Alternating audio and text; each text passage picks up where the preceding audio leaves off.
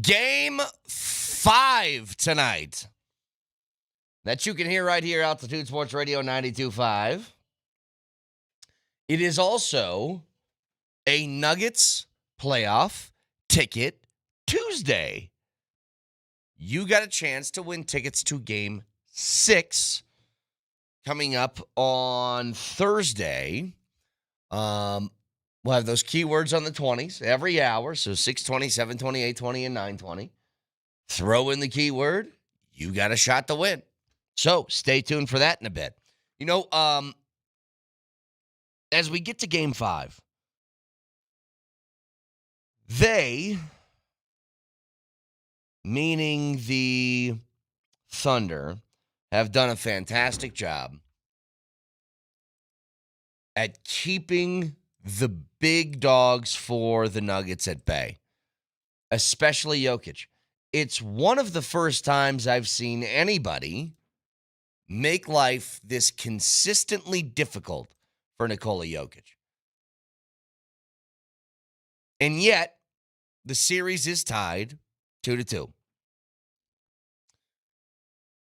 Jokic has what I would say this sort of knack for no matter what you do defensively that might initially make things difficult, he finds a way to break it. The Thunder are the first ones that have done this, though. We've seen teams sell out to stop Jokic, and they just can't. The Thunder actually can. And the only counter that Nikola Jokic has is relying on other people to do their job. And when that doesn't happen, you get Game 4.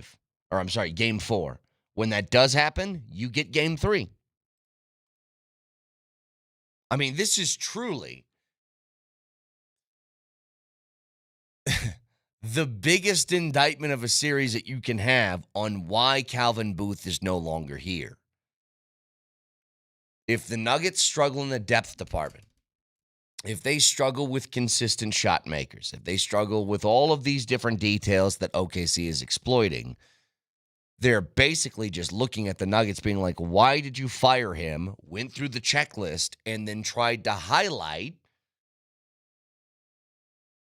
the Nuggets' worst features and say, you're going to have to beat us like that. And sometimes they have. You know, sometimes you get those games in which Russell Westbrook is knocking down threes consistently. If it's one of the games in which Porter's on, then you're going to be in trouble. If he's off, then the Nuggets are going to be in trouble. But they have removed the Jokic is just going to take over thing from the equation. A texter says they're not stopping Jokic. He's just not hitting shots. Totally untrue. I mean, he is missing shots when he gets them, at least his usual ones that he usually makes. That is happening as well. But there is no room for Jokic to operate inside. Like, credit where credit's due. OKC is one of the best and most physical defenses that I think the NBA has seen in a long, long time.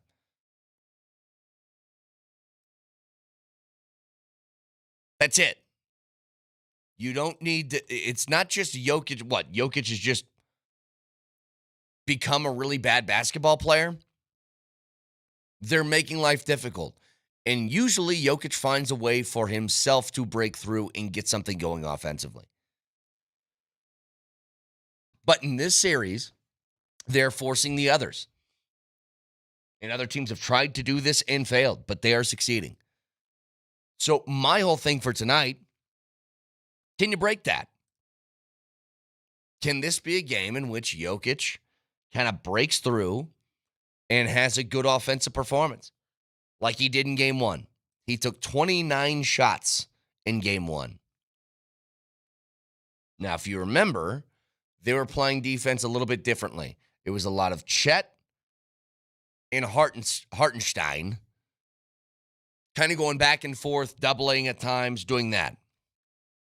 Now it seems to be small guy on like a Jalen Williams, smaller guy on Jokic to start with one of the big guys roaming behind him. But it's just converging. But one of two things needs to happen. If Jokic can't, Jamal must. It has to go from Jokic, if they are not letting him operate at all, well then, here you go. Jamal's got to be winning his one-on-one battles. And that's very difficult with a defender like Lou Dort because Lou Dort is very good. But you have to have your best players doing things that are succeeding while uncomfortable, is how I'd put it. You don't have the waves that you can throw at him. Like, why was OKC able to withstand 35.6% from the field for a win? Because everybody in their starting five couldn't make a shot, and so they went to fresh bodies off the bench who could hit three-pointers late that still had their legs. You don't have that. And no matter what the reason is, like a texter says, I'm not pro Calvin, but Mike Malone has a share and why the depth isn't there. I think that's true. You know, I've wondered forever. It's the same kind of thing when we talk about Sean Payton and running the football. And it's a matter of, is there a refusal to do it, or does he not believe he has the guys who can? I think the same thing has applied to Mike Malone and his bench for a long time. Is he just refusing to play those guys, or are they too bad to play?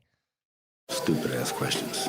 And, like, for a guy like Zeke Naji, he's been here for 4 or 5 years. I still don't have the answer. I don't know.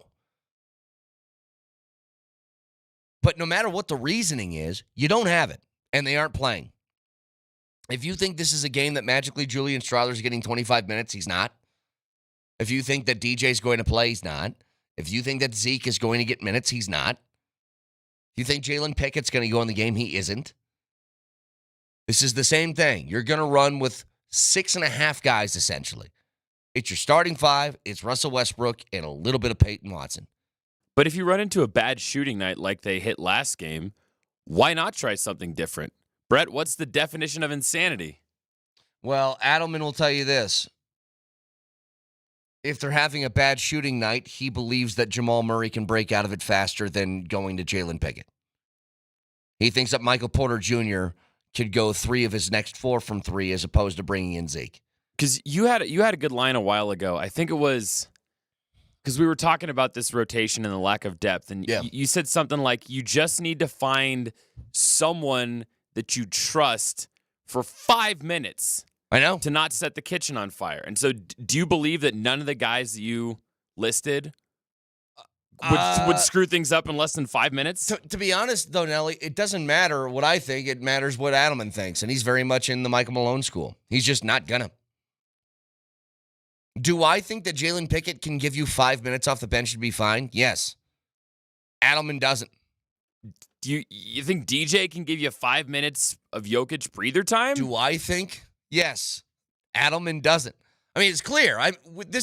We're going into the 12th game of the postseason, and it hasn't happened. So as much as I think, like, yeah, they probably could, it's not gonna. And also, like you said, throw DJ or throw Zeke out there, and if they eat all 6 fouls, okay, fine. It's a crash test dummy. Bully OKC a little bit. Teach them what flopping really looks like. Bully them with one of your... I know I keep coming back to this term, but crash test dummies, and then sit them down. That's fine, but I don't see what's wrong with maybe digging a little deeper into your quiver of arrows. But here's always been the problem. The times in which you need to have those guys get experience are the regular season so that when the postseason comes around, you trust them. And then here's what happens, and it's happened every year. They don't play in the regular season. And then the postseason hits, and you're like, they don't have enough experience to play in the postseason. Like, it's this vicious cycle that repeats itself over and over again of, well, we can't because they don't have experience. Well, why don't they have experience? Because we didn't play them in the regular season. It's like when you go to apply for a job, and it says entry-level position, 2 years experience minimum required. Yeah. Well, how am I supposed to get the entry-level experience if I need 2 years experience to get the job? I remember I saw that in radio. It was like minimum 5 years on-air experience required as a host. And you're like, well, how do you ever become a host then? How do you become a thing if the thing that you need is not allowed for you to get there? But there is. It's, why doesn't this guy play? Because I don't trust him. Why do you not trust him? Because he doesn't play. Well, why doesn't he play? Because I don't trust him. Why don't you trust him? Because he doesn't play. It's just that over and over and over again. Bottom line, though, is the guys that he trusts are 6.5 people. Your starting 5, Russell Westbrook, and sometimes Peyton Watson. And that's it. And it's going to be the same thing tonight. And yes, Nelly, just for the record, I agree with you. I think it tires these guys out. I think it leads to what we saw in Game 7 last year against Minnesota. I think it leads to you shooting 31% in Game 4. I think all that stuff applies. Because OKC, they were also struggling like that. But then Case and Wallace came off and hit some threes. And Isaiah Joe did. And Alex Caruso did. That's it. So, look, there's a lot to get to with this game tonight. We have another Nuggets playoff ticket Tuesday. The first keyword in a couple of minutes. I do want to get to the draft lottery. I still think it's just the absolute dumbest thing in the world. I can't stand it. And Dallas now gets bailed out for making the dumbest trade. Like, I'm telling you, we'll get to this in a couple of minutes, Nelly. If you want to allow people to wonder if your sport is rigged, do what the NBA's done this year. Have a generational player who's 25 years old traded for peanuts, and then have that team get rewarded with a 1.8% chance to get the number 1 overall pick with a player that has been deemed one of the best prospects that college basketball has produced in years. Have that team win the draft lottery right afterwards. Like, if you want the rumors to be out there and people talking about is your sport rigged or not, I can't think of a more perfect recipe. Well, during the next commercial break, I'll head over to the break room and I'll go to the freezer and I'll see if my envelope is frozen yet. I'm telling you, dude. I don't know if I buy the frozen envelope thing from way back in the day, but this is crazy. So we'll get to that in a couple of minutes. Can listen to us anywhere in the Altitude Sports Radio app. It is powered by the Wilhite Law Firm. Injury lawyers go to WilhiteWins.com. It's WilhiteWins.com. So last night, both the Knicks and the T-Wolves take 3-1 series leads. Minnesota's advancing because Steph can't play.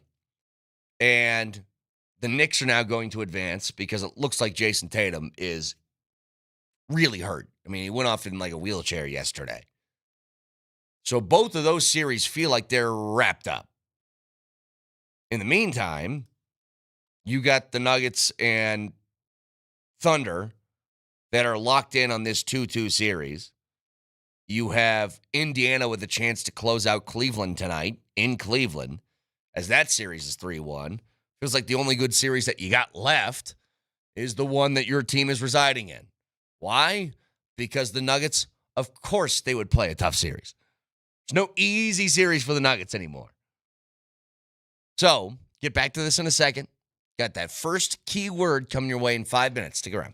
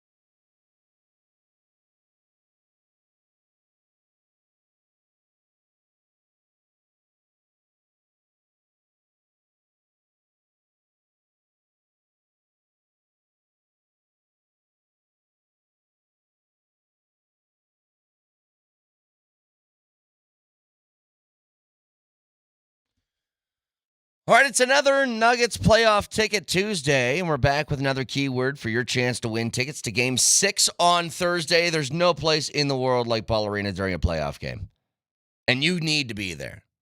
Think about the implications we got in Game 6. A chance to either, if they win tonight, either clinch the series or extend this to a Game 7. They need you there, and you got to be there. So if you would like a chance to win tickets, text Rochester along with your first and last name to 303-504-0925. That is Rochester. And your first and last name to 303-504-0925. Why Rochester? It is the birthplace of one Jalen Pickett. So text that in your first and last name, 303-504-0925. We will call the winner's name out at 9:45. You have 5 minutes to call back and claim the tickets, just like the last time we did it. And it's not just going to be today. There's another chance tomorrow that you'll have to do that as well. You can also head to nuggets.com/playoffs to see limited inventory that's still available. So, next keyword coming at 7:20. All right. And since Moser's not here, I will say what he would say if he was here. Mm-hmm.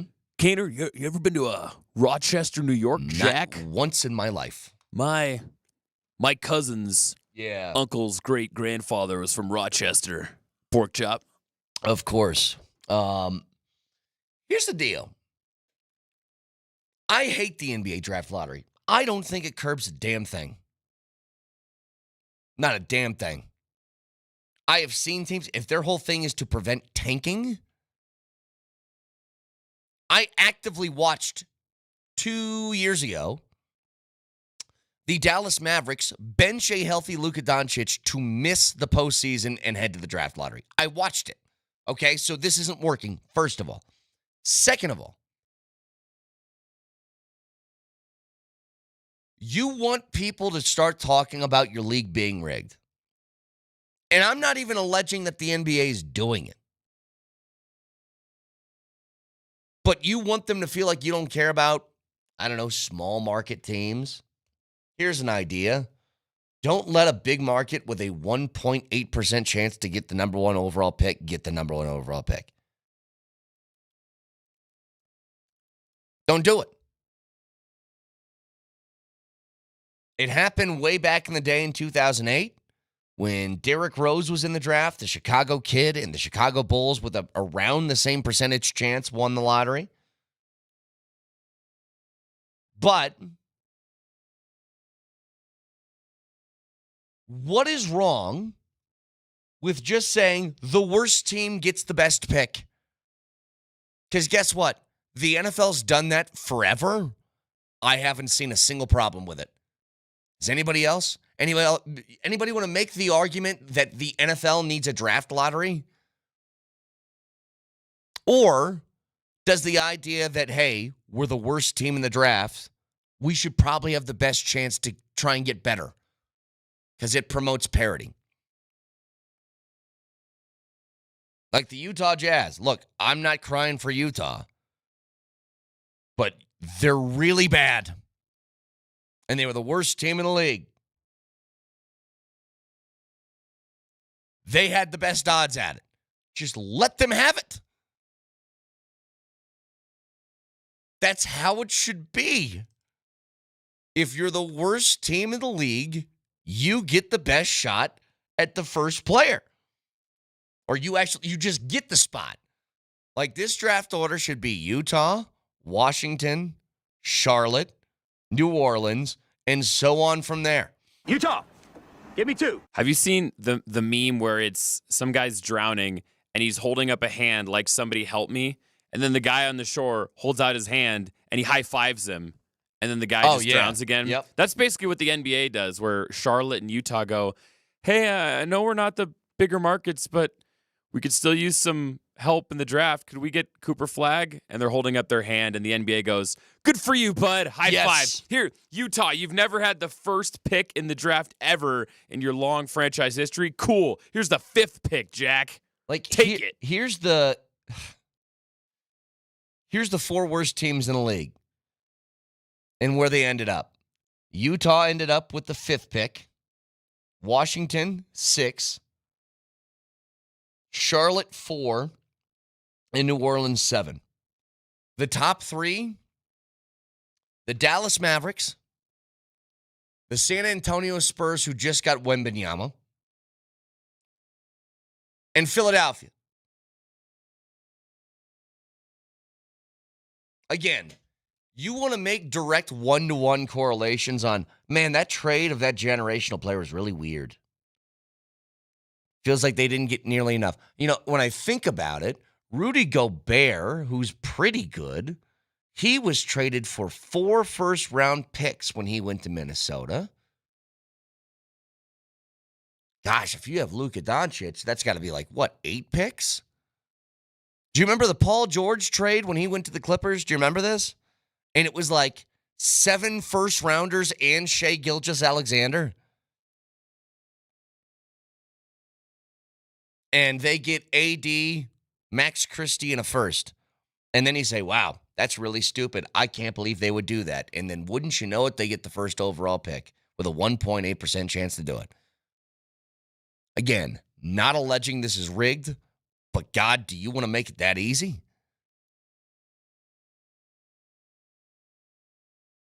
I mean, I don't understand. And have you seen all these different NBA beat writers coming out to support that the process is not rigged? I saw Michael Malone's boy Tim Bontemps coming out in support. And here's Dave McMiniman. He tweeted this yesterday at about 5:30. He said, quote, I was in the draft lottery room in 2008 when the Bulls won the number Derrick 1 Rose. pick with just a 1.7% chance, and there was a Chicago kid at the top of the board in Derrick Rose. Wild, shocking, but it was all legitimate. Okay, I don't know how you know that, but sure. Again, not saying it's rigged. Somebody tell me why. It curbs tanking, does it?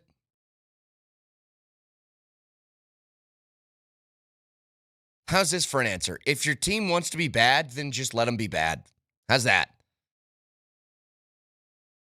Again, 2 years ago, I watched Dallas bench Luka down the stretch, so they missed the postseason. You can't tell me that tanking isn't a real thing. And I think that had something to do with they had a pick that was one of those protected picks where if it was high enough, then the Knicks had it. But if it was low enough, then they Something kept like it. that, yeah. Yeah, and it was something wrapped up in the Porzingis trade, I want to say. Yeah, there was some sort of deal around it. But look, it is what it is. It's still a tank at the end of the day. So I just think it's dumb. I don't understand the purpose for it. It's part of the reason why I think the NFL is just, people give the NFL a bunch of grief. The NFL does things right. The worst team gets the best pick. Why? Because it doesn't matter if you're Green Bay, Kansas City, or New York. They want everybody to be able to jump back to the pack. You know, there's a big thing in the NFL where every year there's a worst to first team, right? A team that was terrible that jumps on and out of nowhere becomes great. Let me give you a perfect example, Nelly. Think about last year. Last year, who was thought to be one of the worst teams in the league? They got a high pick, and then all of a sudden, they were incredibly fun. Well, the Broncos were one of those teams. They weren't very good. They got a high pick. They got a quarterback, and then all of a sudden, they made the postseason. There's one other one, though. Gosh, who was? Oh, yeah, that's right. The Washington Commanders had the 2nd overall pick in the draft and ended up in the NFC Championship game.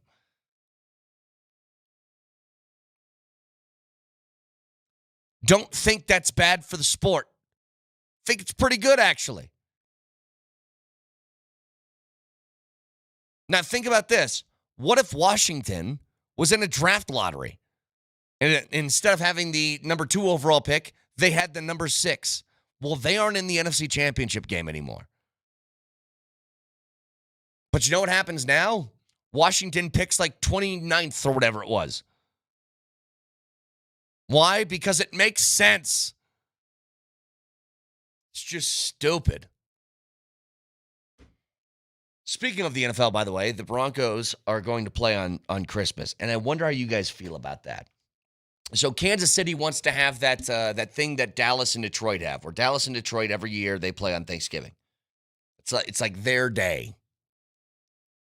Kansas City has said that they want Christmas to be their day, that they want to play every year on Christmas Day and be that soul game there. I don't know if it'll always be a soul game, but they're going to be one of the games that play on Thanksgiving or on Christmas.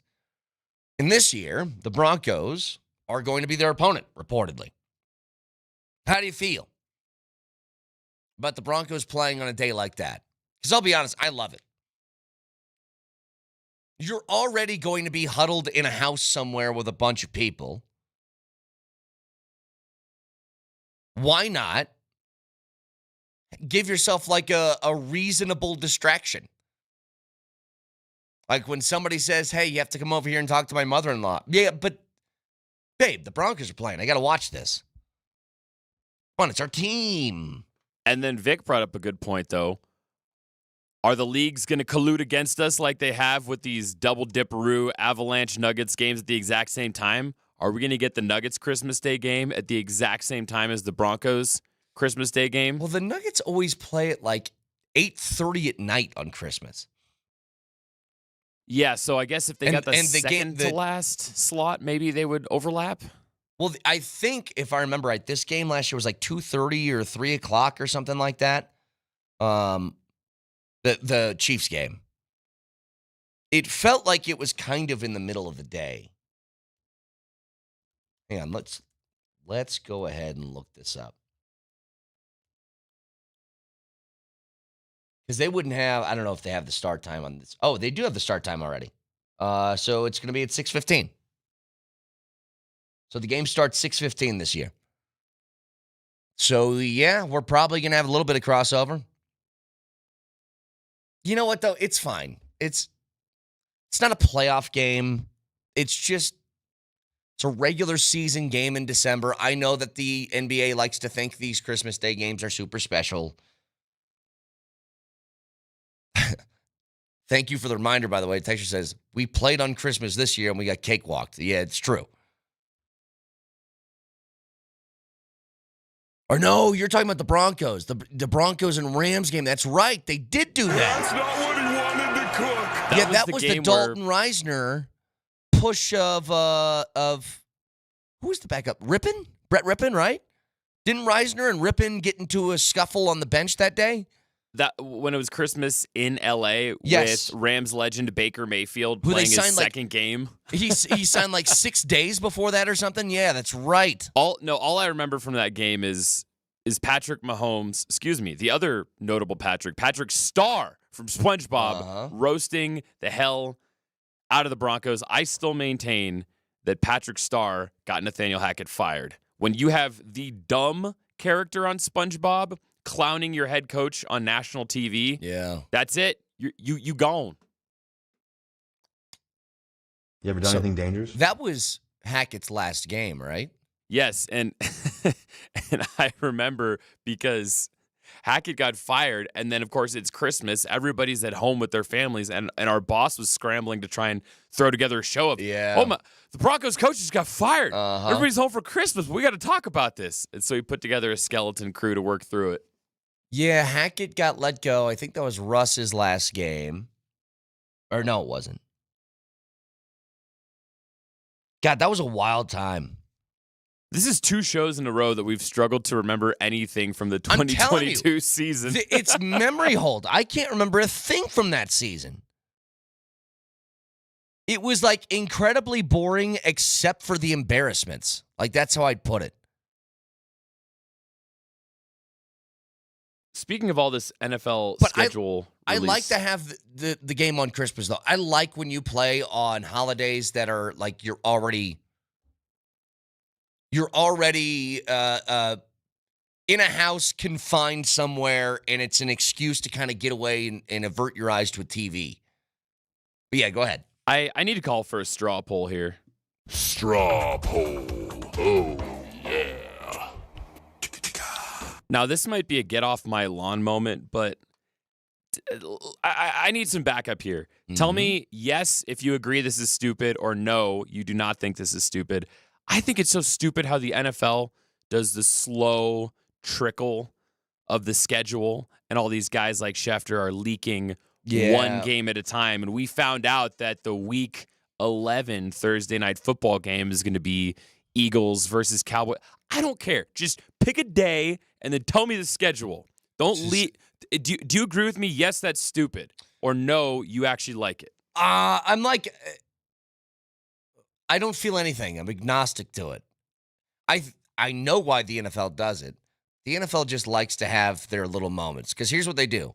They leak the opening day game. When's the schedule release? Is it Wednesday?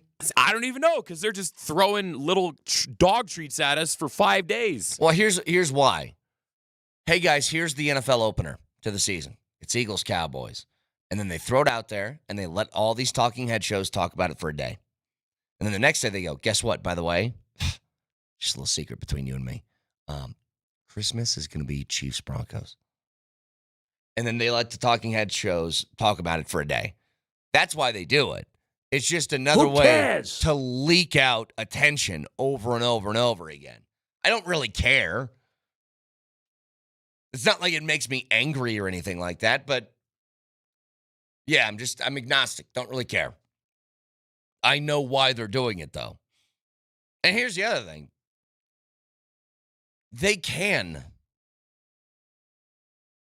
All the stuff that we say is stupid about the NFL, like the Hall of Fame game is stupid and the Pro Bowl is stupid. And then you look at the ratings and you're like, well, God, no wonder you guys keep doing it. Like the Pro Bowl will rate better than a lot of these NBA and NHL playoff games. I'm like, that's dumb. And I go, well, I guess there's about 6 million people that don't think it's as dumb as me. I don't know. It's weird.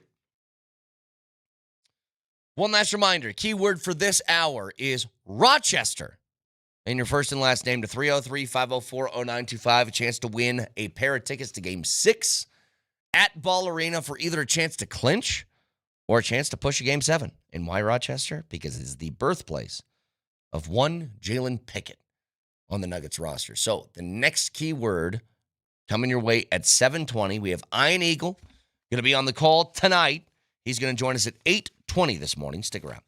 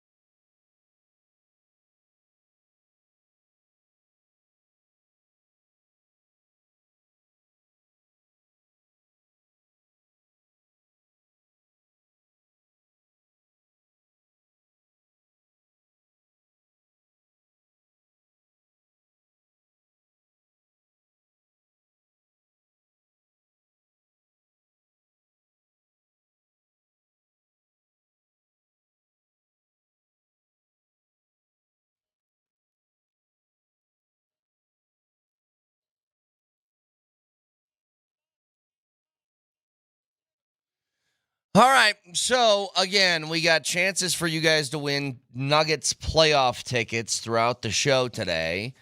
On the 20s of every hour, there's a keyword. We'll call a name at the end of the show, and if you don't call back within 5 minutes, we're going to move on to another name. So keep that in mind. Iron Eagle is going to join us at 8:20 this morning. Here's the deal. Tonight is not a must-win, but I do think the winner of tonight wins the series. And here's why. The Nuggets and the Thunder have played each other now a grand total of 8 times this year. The record between these two teams is 4-4.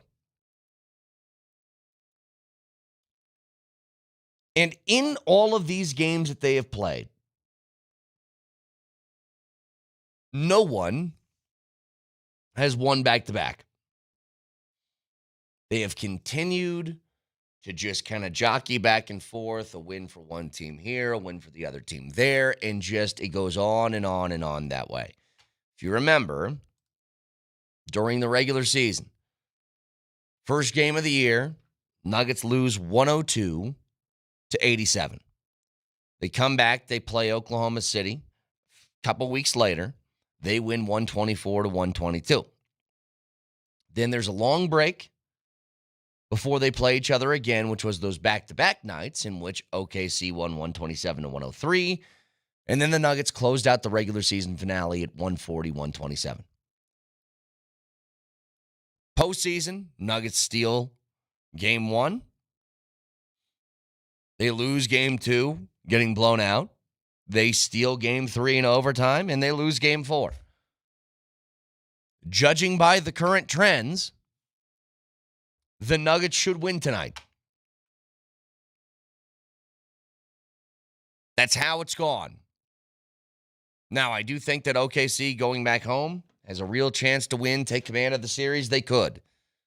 All I'm telling you is it's been really difficult for teams to win back-to-back. For these two in particular. If the Nuggets take care of it tonight, I think there's a good chance that the Nuggets can find a way to win one of the last two.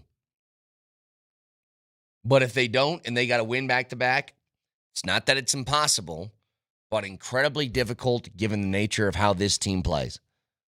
Both the Nuggets and the Thunder, by the way. This feels pivotal. And a win tonight could do a lot for you. It would give you margin for error. It wouldn't have your back against the wall the entire time. The crazy thing about what you got coming up is you play tonight, it's a day off, you play again tomorrow, and then it's a 2-day break before Game 7.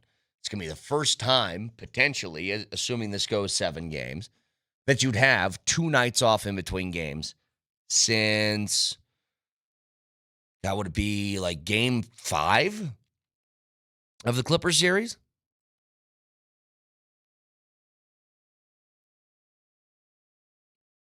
It's huge tonight.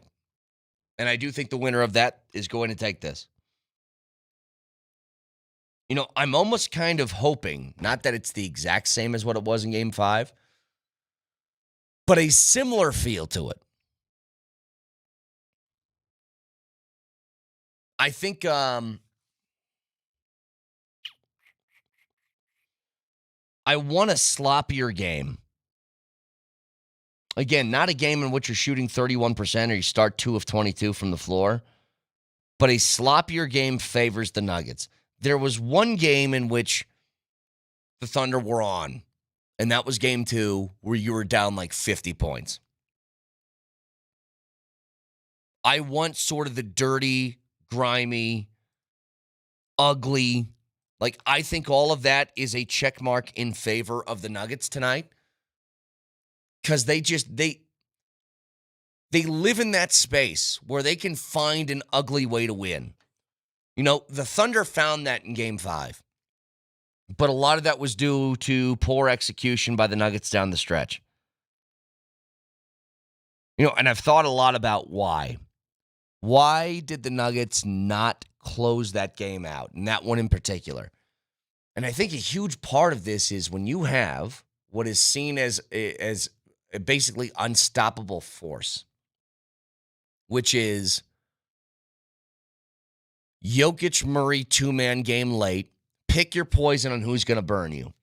If Jokic can't score at the level and efficiency that he typically does, it doesn't have the same sort of hit. There's not the same kick to it. And God, am I hoping that tonight changes that. That Jokic goes out and finds a way, any way possible, just to try and get something operating at a high level. He even less, I think, than the actual point scoring, because he's averaging 26.5 in this series. Now, there is an outlier of a 42-point game that's in there, but 26.5 is fine. The bigger number, and I think the bigger indicator as to why the Nuggets offense has struggled in this series, him shooting 39% is crazy. Never seen that before from him. But the 5 assists per game is one that really sticks out. Against LA, he averaged 10 assists a game. And when he's doing that and able to distribute, I think he gets in his own sort of rhythm, right? He gets in his own sort of mindset, like, this is the way I'm supposed to be playing basketball. But when you take away the assists, and he's not getting as many of those, then I think it makes it really difficult for him to find his rhythm in scoring.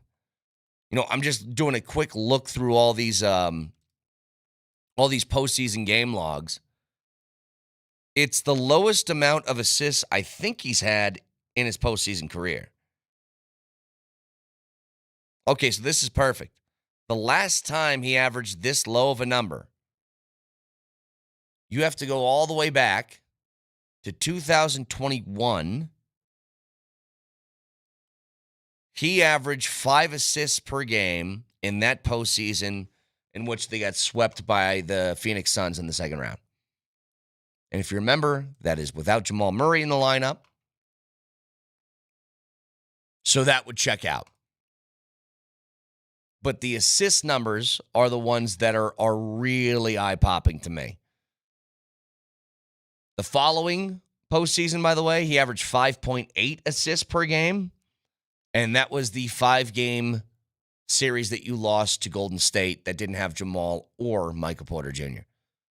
Everything since then has been around 9, 10, 11. But you can tell, when are the Nuggets really struggling, and when is he, in particular, not playing his same style, his same brand of basketball? It's when he's not able to distribute.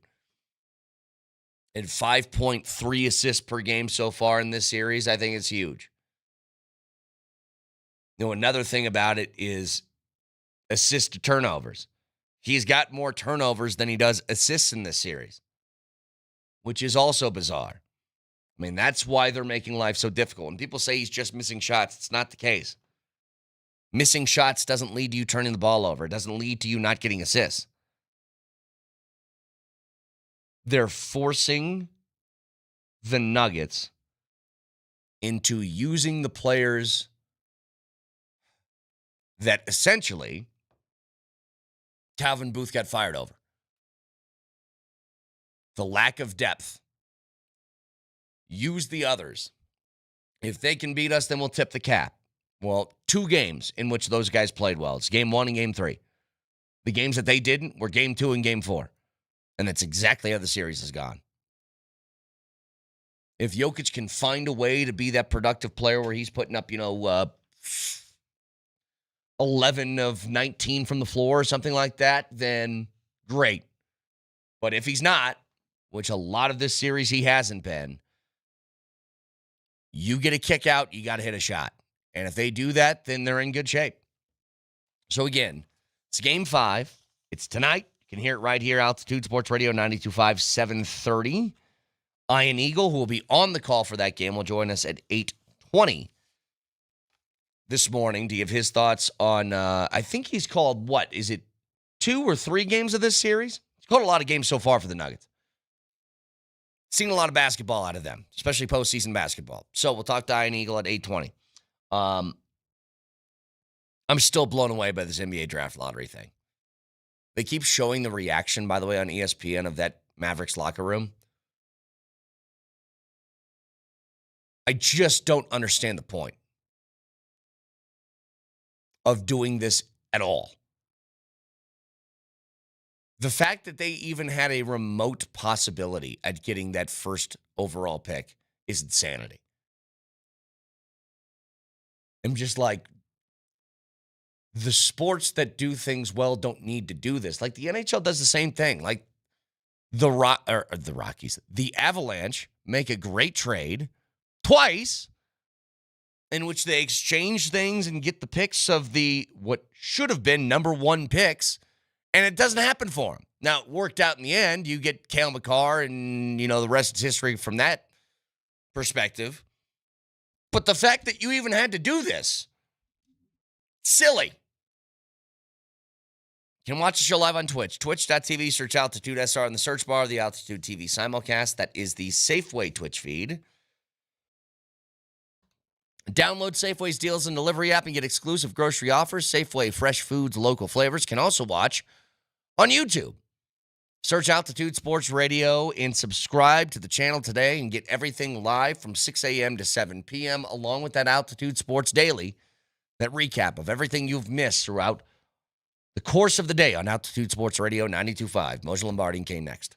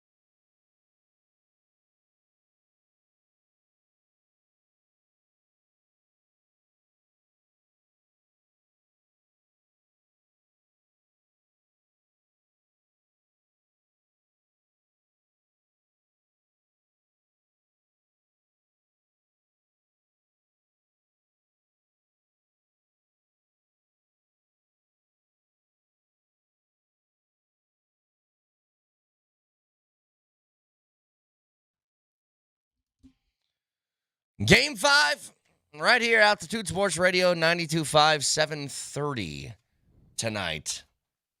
It just feels to me who wins this game wins the series. That's how it feels. Now, Not necessarily. that's not necessarily. That's how it feels to me, though. These teams have gone back and forth all year. You win, you lose, you win, you lose, you win, you lose. Had a tough time winning 2 in a row. That's all I'm saying. You win tonight. It's been difficult for either team to win 2 straight. I love the contradiction already. First sentence of the entire program. He says, not necessarily. I feel like if I don't cut that tree back. Oh, you're talking about Vic? Yeah. If I don't cut that tree back, it feels like it's going to grow into the roof. Well, not necessarily. Well, I think the series is going to go 7, no matter who wins tonight. Okay. That's what I'm saying. I mean, homeboy over there seems to think it all hinges on tonight. It's going to hinge on Sunday. It's going to go 7. All I'm saying, I don't know what you're talking about. Well, Tonight. would you agree or disagree with this statement? It's been very difficult for these teams to win 2 in a row against each other. Well, that's what I'm saying. Even if the Nuggets win tonight, it's still going to go 7. Okay. All right. Let's. So if you win Game 5 and it goes 7 and the team wins in Game 7, then they still. What I'm saying is, the winner of this, it's not over tonight. But if you win tonight, I think there's a very good shot the team that wins tonight wins the series. Whether that's in 6 games or 7 games. That's all I'm saying. So last night the Rocks only gave up 2 runs. Yeah. They only scored 1. No, we're not I'm not doing your non sequiturs. I'm not doing your non sequiturs today. I just want to establish that from the very beginning. We're not doing Mark Moser non sequiturs in this show. There's too much sports to talk about. That's so baseball, just get right? it out of your system. I guess we're not doing it. I guess my point was that since this is going 7, why even talk about the game tonight if it doesn't mean jack crap? Oh, what's interesting about this? Okay, now that is good. What's interesting about this series is, unlike the other series left, right? All right, Minnesota's up 3-1. Steph Curry's not playing, and he's not going to play in Game 6. That series is over. The Knicks are up 3-1. Jason Tatum may have blown his Achilles. That series It sure over. looked like it, Vic. You guys now are seeing the telltale Yes. Achilles blows. They're becoming more frequent than they used to be, but you can see what they look like now, right? Indiana's up 3-1. Cleveland was missing 3 starters in their second game, and now they're missing Donovan Mitchell, more than likely. So what I'm trying to say is all the other series are up 3-1, and a big reason why is because teams are missing key players. Yeah. This is the only series that's 2-2, and Michael Porter Jr. is playing through a shoulder injury. This might be the only series left by this weekend. It might be the only series that's being played. Mm-hmm. Very well could be. And, of course, it is, because that's what the Nuggets do. The Nuggets are not going to have an easy series for anyone or anything. Now, here's the deal. These people are confident here, by the way. Wow. I mean, like, really confident. Like, making finals appearances plans, confidence. Like, it's slow your roll. You mean like NBA finals or like Western Conference finals? NBA finals. I mean, wow. like, let's take it easy. How have you gathered that? What have you noticed? The setup, the fandom, the assurance that they carry themselves as if this series is already over. Did Flo at the diner tell you to kiss her grits? Nuggets fan? Okay. Yeah. All right. Well, listen. What I'm trying to say is I don't think they've experienced the pain of an NBA playoff run. They just look at the fun part of it. And not with this expectation. Certainly not with this. Like, they lost last year, but this year they feel like they're the best team in the league. So they haven't felt that pain before. And they think they'll persevere no matter what. Yeah. I've been there before. I'd like to see pain brought to them. Well, look, it's possible. I mean, How much more we got to lose? There's multiple ways that we can talk about what you could expect to see in this game. I mean, one of them is this. There's been 2 wins and 2 losses for the Nuggets in this series. The 2 times that they won, the, quote, others on the team played and shot well. The 2 times they lost, and it was painful, both of those for different reasons. Painful, you couldn't make a shot in Game 4, and you were down by 50 for the entire second half in game 2. Yeah, the more you couldn't make a shot. Yeah. The more I think about this, Vic, I mean, I'm trying not to overthink each possession, each quarter, what the adjustments are and who's doing. It's pretty damn simple. I mean, if you really, really want to get down to brass tacks, they're smothering Joker, he's kicking it out, and you're missing. That's why you're tied at 2. Okay, so this is not a complicated thing. Brett, you were on the way in talking about the assists per game and the fact that Joker has more turnovers in this series than he has assists. That is a problem. It was interesting. The last time, because I wanted to see this, so Jokic is averaging 5.3 assists per game in this series. I was like, when's the last time that was the case? It's pretty easy. The last time he's even remotely close to 5.3 assists in a series was when Jamal was out. You didn't even have a kid then. I didn't. No. You had not procreated the last time it was like this. Correct. But in that series, if you look back at your numbers, he may have only averaged 5.3 assists, but look at his point total. It was higher than it is now. Yeah. Well, it's just, Vic, he's going to have guys make as well. It's pretty simple. The only way, listen, here is the antidote. Here is the way the Nuggets break through. And it's the only way. And I'm not going to hear any other way. They are going to do the same thing they've done in the first 4 games. Actually, game 1 they didn't, but games 2, 3, and 4. They're going to suffocate Joker as best they can. They're going to double, triple. They're going to send hands. They're going to do everything they can. Joker's going to throw it out. If the Nuggets don't make their jump shots early, then we're going to be in the same situation. They have to force them to open things up. They have to force them to give Joker a lane. And they're not forcing them because they're not hitting their jumpers early. Hit the jumpers early. Hit them early. I think what he's saying is you got to hit the jumpers early. Yeah. It would certainly help. So just imagine this. The game's tonight. Joker gets it in the block, kicks it out to Christian Brown, 3. Bam. Good. Joker kicks it out to MPJ, 3. Good. Bam. Jamal Murray, stop and pop, long 2. Good. Bam. Do you think that opens things up a little bit down low? It you think definitely it does. forces them to come off their plan? Yes. You have to make your jumper. And if they don't, it sounds so simple, so true. And if they don't come off their plan and you're making jumpers, you're going to cruise. That's all there is to it. Vic, I went back last night. I was very curious about this, and I wanted to see more. When Caruso was on Nikola Jokic, and it wasn't that often, but when he was on him, Brett, I went back and I really looked at what do you call it when the guy has his arm behind his back and you do the arms in front of him like this, right? Yeah, whatever that dance is. It's like, Vic, you ever see the videos of the dog eating at the table and he's being fed with human hands like they're his own hands? Yeah. Right? Yeah, just like that. Yeah. That was Caruso and Joker, although Caruso, because he's smaller, he kind of looked like a pterodactyl, right? But he's allowed to do that to him. Tyrannosaurus Rex, because he's got his arms around his middle part and up in his armpits, and he's doing this stuff, and he's grabbing parts in the front like this from behind. It's filthy. But if he's allowed to do that, well, that's why I went back and I'm like, what are they really allowing OKC to get away with on the big fella? And let me tell you what it is. It is a lot.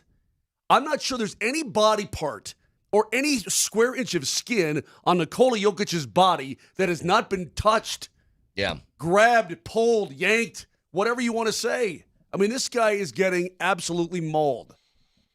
Crazy. Well, make jump shots, and a lot of that will change. And tonight, think about the scene tonight, because I'm not sure, has the NBA announced, are they going to give Shea his MVP trophy tonight? Because this would be the prime opportunity to do exactly that. Well, yeah, you'd think they'd have to, right? Well, it's usually the last thing handed out. Have they done Coach of the Year yet? I think yes, they have. Oh, they did. It's the Kenny Atkinson or something, the Cleveland coach. Yeah. They've done Rookie of the Year, correct? Have they done Defensive Player of the Year? I'm trying to think. Have they done all the awards? If they've done all the awards and this is the only one left, then tonight will be the night. Somebody help me out on this. Somebody make sure that I'm not wrong. And if tonight's the night that Shea gets his MVP, how fitting would it be for the 3-time MVP, after watching that ceremony, go out and play like one and just give it to him? I hope it's the case. And give it to him. and give it to him. Yes, it looks like they've given all this stuff out. Mobley named Defensive Player of the Year, Castle Rookie of the Year. So tonight's the night. This crowd is going to be in a lather. Tonight's the night we'll make history. Do you remember what happened last year, Game 5 in Denver, when Nikola Jokic was awarded the MVP trophy? Do you remember the performance he put on that night? Yeah. Turned Rudy Gobert into a piñata. Do you remember that night? Yeah, but he got the award. Right? Yeah.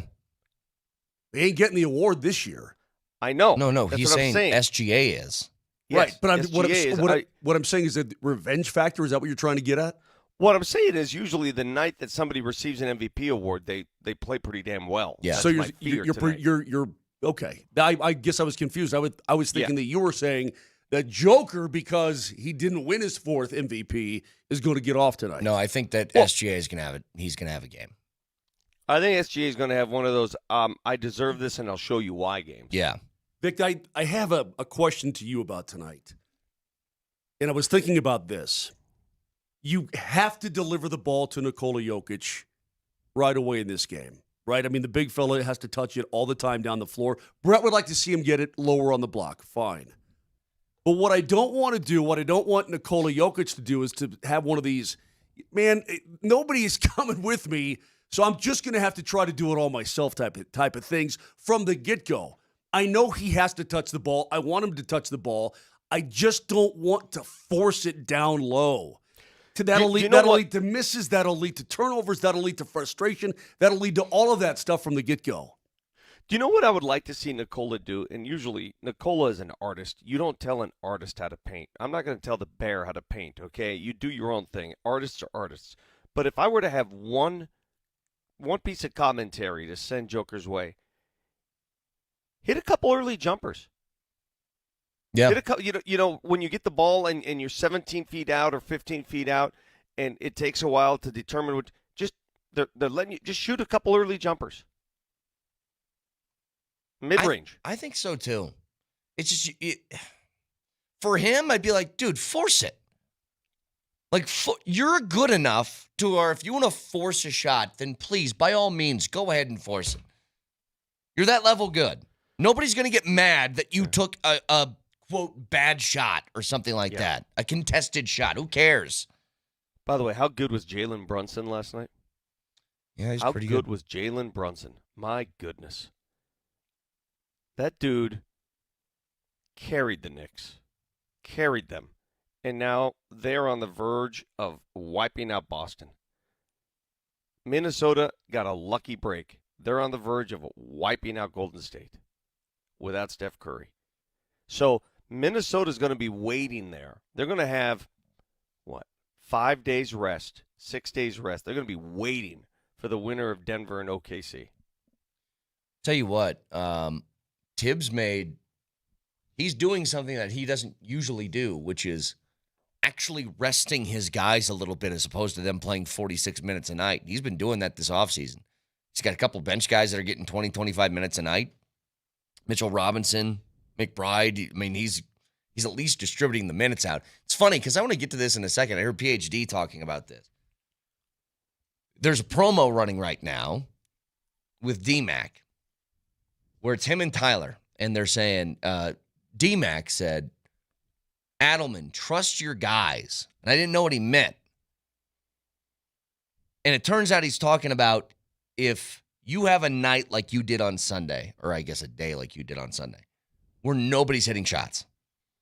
And Vic, you mentioned it. What was the difference between the Nuggets and OKC on Sunday as far as making shots? Their reserves made shots. They went to guys off the bench with fresher legs that had some lift on their jump shots. And DMac was saying, well, you got to do that, which meant playing Pickett or Strather or whatever. And I don't even know why. I guess this is my question. Should this even be a conversation right now? Because it's not going to happen. So I want to get back to this in just a second. We got another keyword. It's a playoff ticket Tuesday for the Nuggets again. So a chance for you to win a pair of tickets to Game 6 at Ball Arena for a chance to either, depending on what happens tonight, clinch the series or push to a Game 7. So we'll get to all that in just a couple of minutes. Stick around.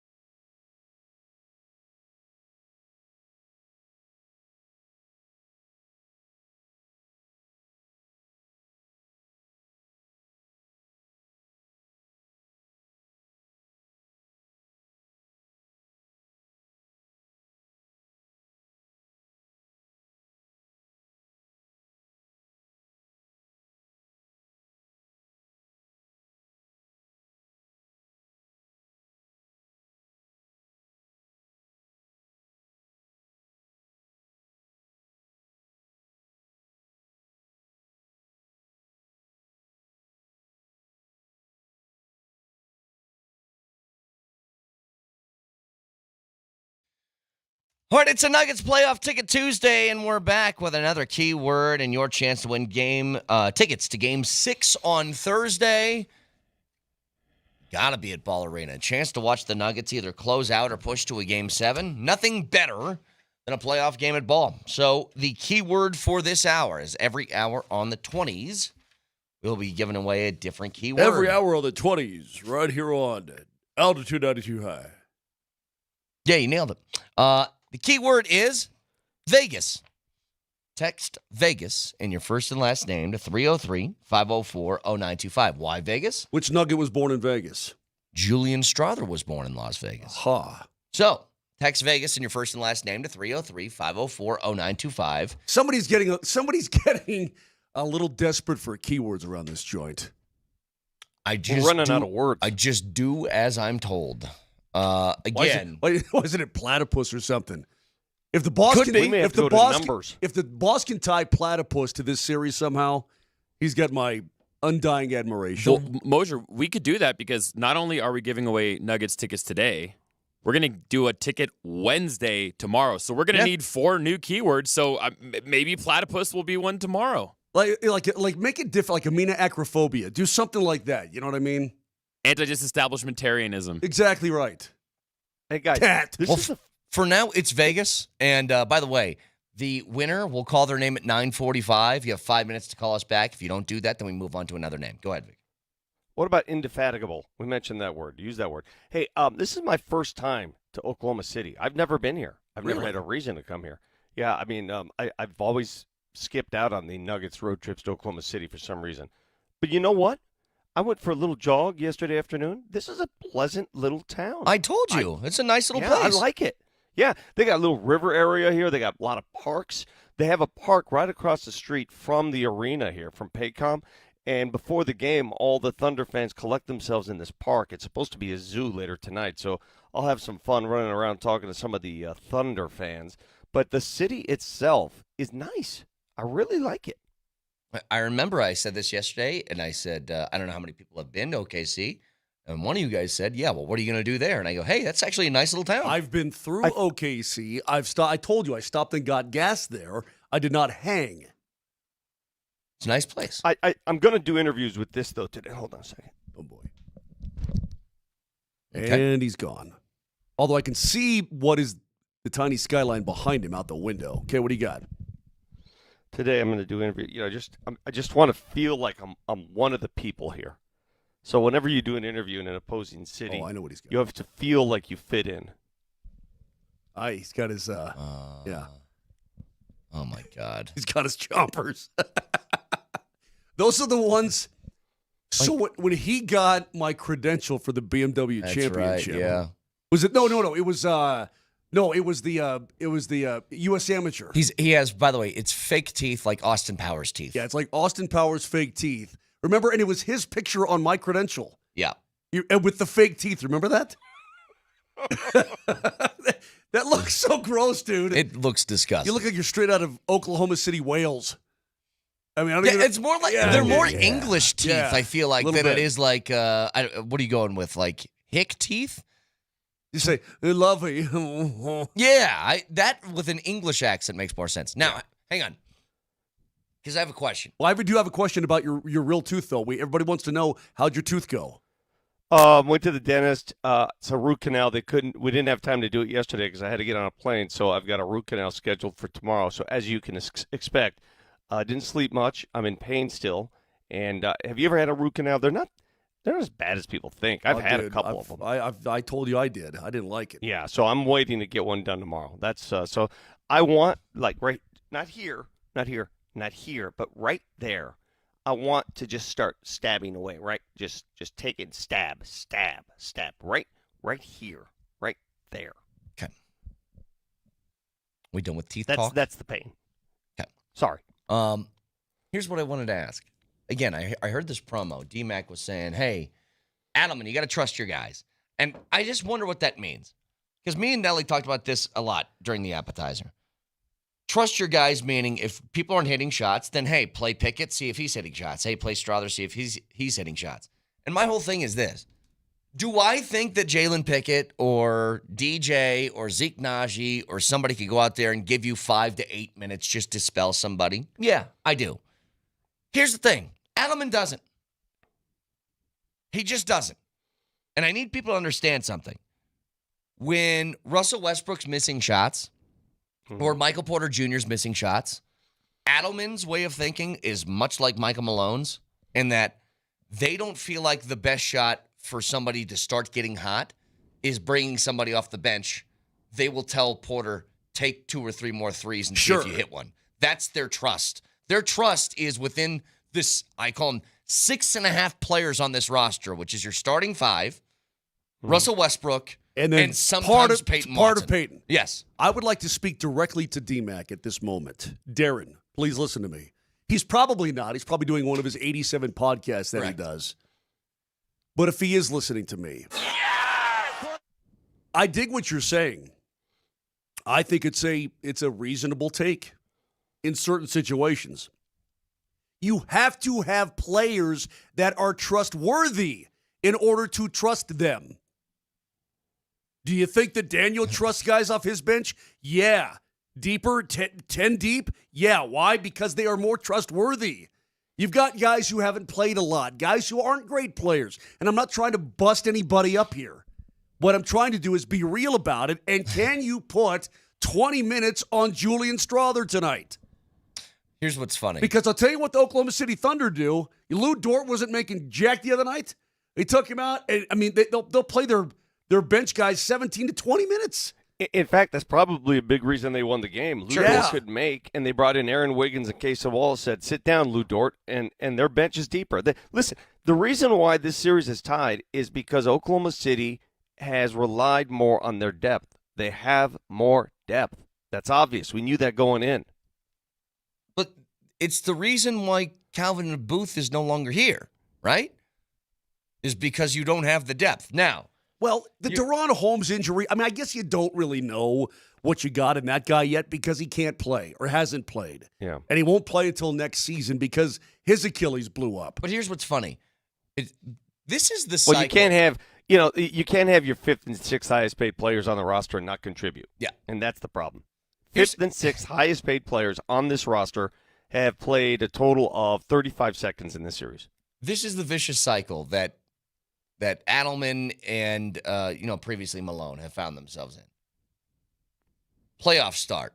We always say, why are we only playing like 6 or 7 dudes? Why aren't we playing more? And it's like, I don't trust them.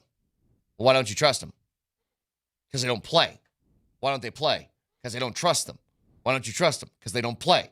And it just goes back and forth to that over again. Do you want to say, all right, for the first time in 7 months, I'm going to trust Dario Saric? Exactly. It's not going to happen. That ain't happening, brother. Here's what is going to happen. You're going to live or you're going to die with the 6.5 players that are playing for the Nuggets right now. That's it. That's how it's going to work. Those players are going to decide your fate. The Knicks only play 7. Yeah. That's it. Mm-hmm. They play 7. And they're up 3-1. Yeah. So, I mean, listen, if it works great. If you extend these series to 7 games, the way the Nuggets have, you're only hurting yourself with the lack of depth. I have an analogy, but it's a bad one. Should I throw it out there or not? Vic's riding his bike downtown. Oh, I forgot my lock. Hey, listen, I've got to run in here for 5 minutes. I need somebody. Hey, 16th Street Mall crackhead. Mm-hmm. I need to trust you to watch my bike for me while I run into the store real quick and then run back out. Now, you can trust the crackhead, and I'm not comparing the Nuggets bench to crackheads. I was going to say. That's why it's a terrible analogy. But I'm saying, hey, 16th Street crackhead, can you watch my bike for 5 minutes, please? Right? Now, you can trust them if you want to, but the odds are what? Well, the odds that your bike is gone when you come back out. The odds are they're not going to give you quality minutes at this point in this very, very difficult, tight, squeeze them up type of series. It's just not going to happen. I think we'll find out tonight within 5 minutes of this game whether we have a game or not. It's going to be one of those, right? We'll know 5 minutes in. Mm-hmm. And if there's no game to be played, if it's going to be just again, the MVP could be awarded tonight. It's going to be explosive. By the way, the arena is right there. If you could see Paycom, it's right behind me. Yeah. It's going to be a night of very much emotion for the OKC faithful and the players. So if it's going to be one of those games, I think the goal, extend it to 7 games. Get it to that 7th game. Sounds good. I still think it's going to go 7 no matter what. Hey, before we continue on, it's been 31 minutes. I am bursting at the seams. I've got to get something off my chest. Okay. I don't care what anybody says. The NBA draft lottery is rigged. Well, I don't care. I don't care who was in the room. I don't care, Vic. I don't care. There's no way on this planet or in this universe that team could make a deal to trade Luka to Los Angeles in a secret backdoor deal and then be actually rewarded by God with winning the NBA lottery. They just that God wouldn't allow that to happen. So it has to be man-made. Has to be. Well, you know, the winners in all this are the Lakers, because when the Lakers forced New Orleans to trade Anthony Davis, and they did, that year New Orleans got the number 1 pick of the draft, Zion Williamson. And now this year, when the Lakers benefited from one of the most bumbling trades ever, well, guess what happened? The Mavs were rewarded the top pick. So, listen, I would never say that there's something fishy going on. But, boy, it sure smells like it. Look, it just makes it – look, you made it too easy, man. Like, I'm kind of with you that look, I don't think that they rigged it. I'm not alleging that they did. But it's they're very not doing a good easy. job explaining. It's very easy to connect dots to say that they 100%. 100%. If I'm the NBA, I'm very worried right now, PR-wise, about what everybody thinks. Yeah. And I'm going to go out of my way to make sure that people know how this works. That, you know, they say just avoid it. People are going to accuse us of rigging it. Well, yeah. Yeah, you're going to be accused of rigging it. Now, what are you going to say to avoid those accusations? What are you going to say? What are you going to do? Because releasing video of the ping pong thing, you know, they release the video. Well, look, see how fair it is? That doesn't achieve anything. That doesn't solve anything. Sorry. What do I do?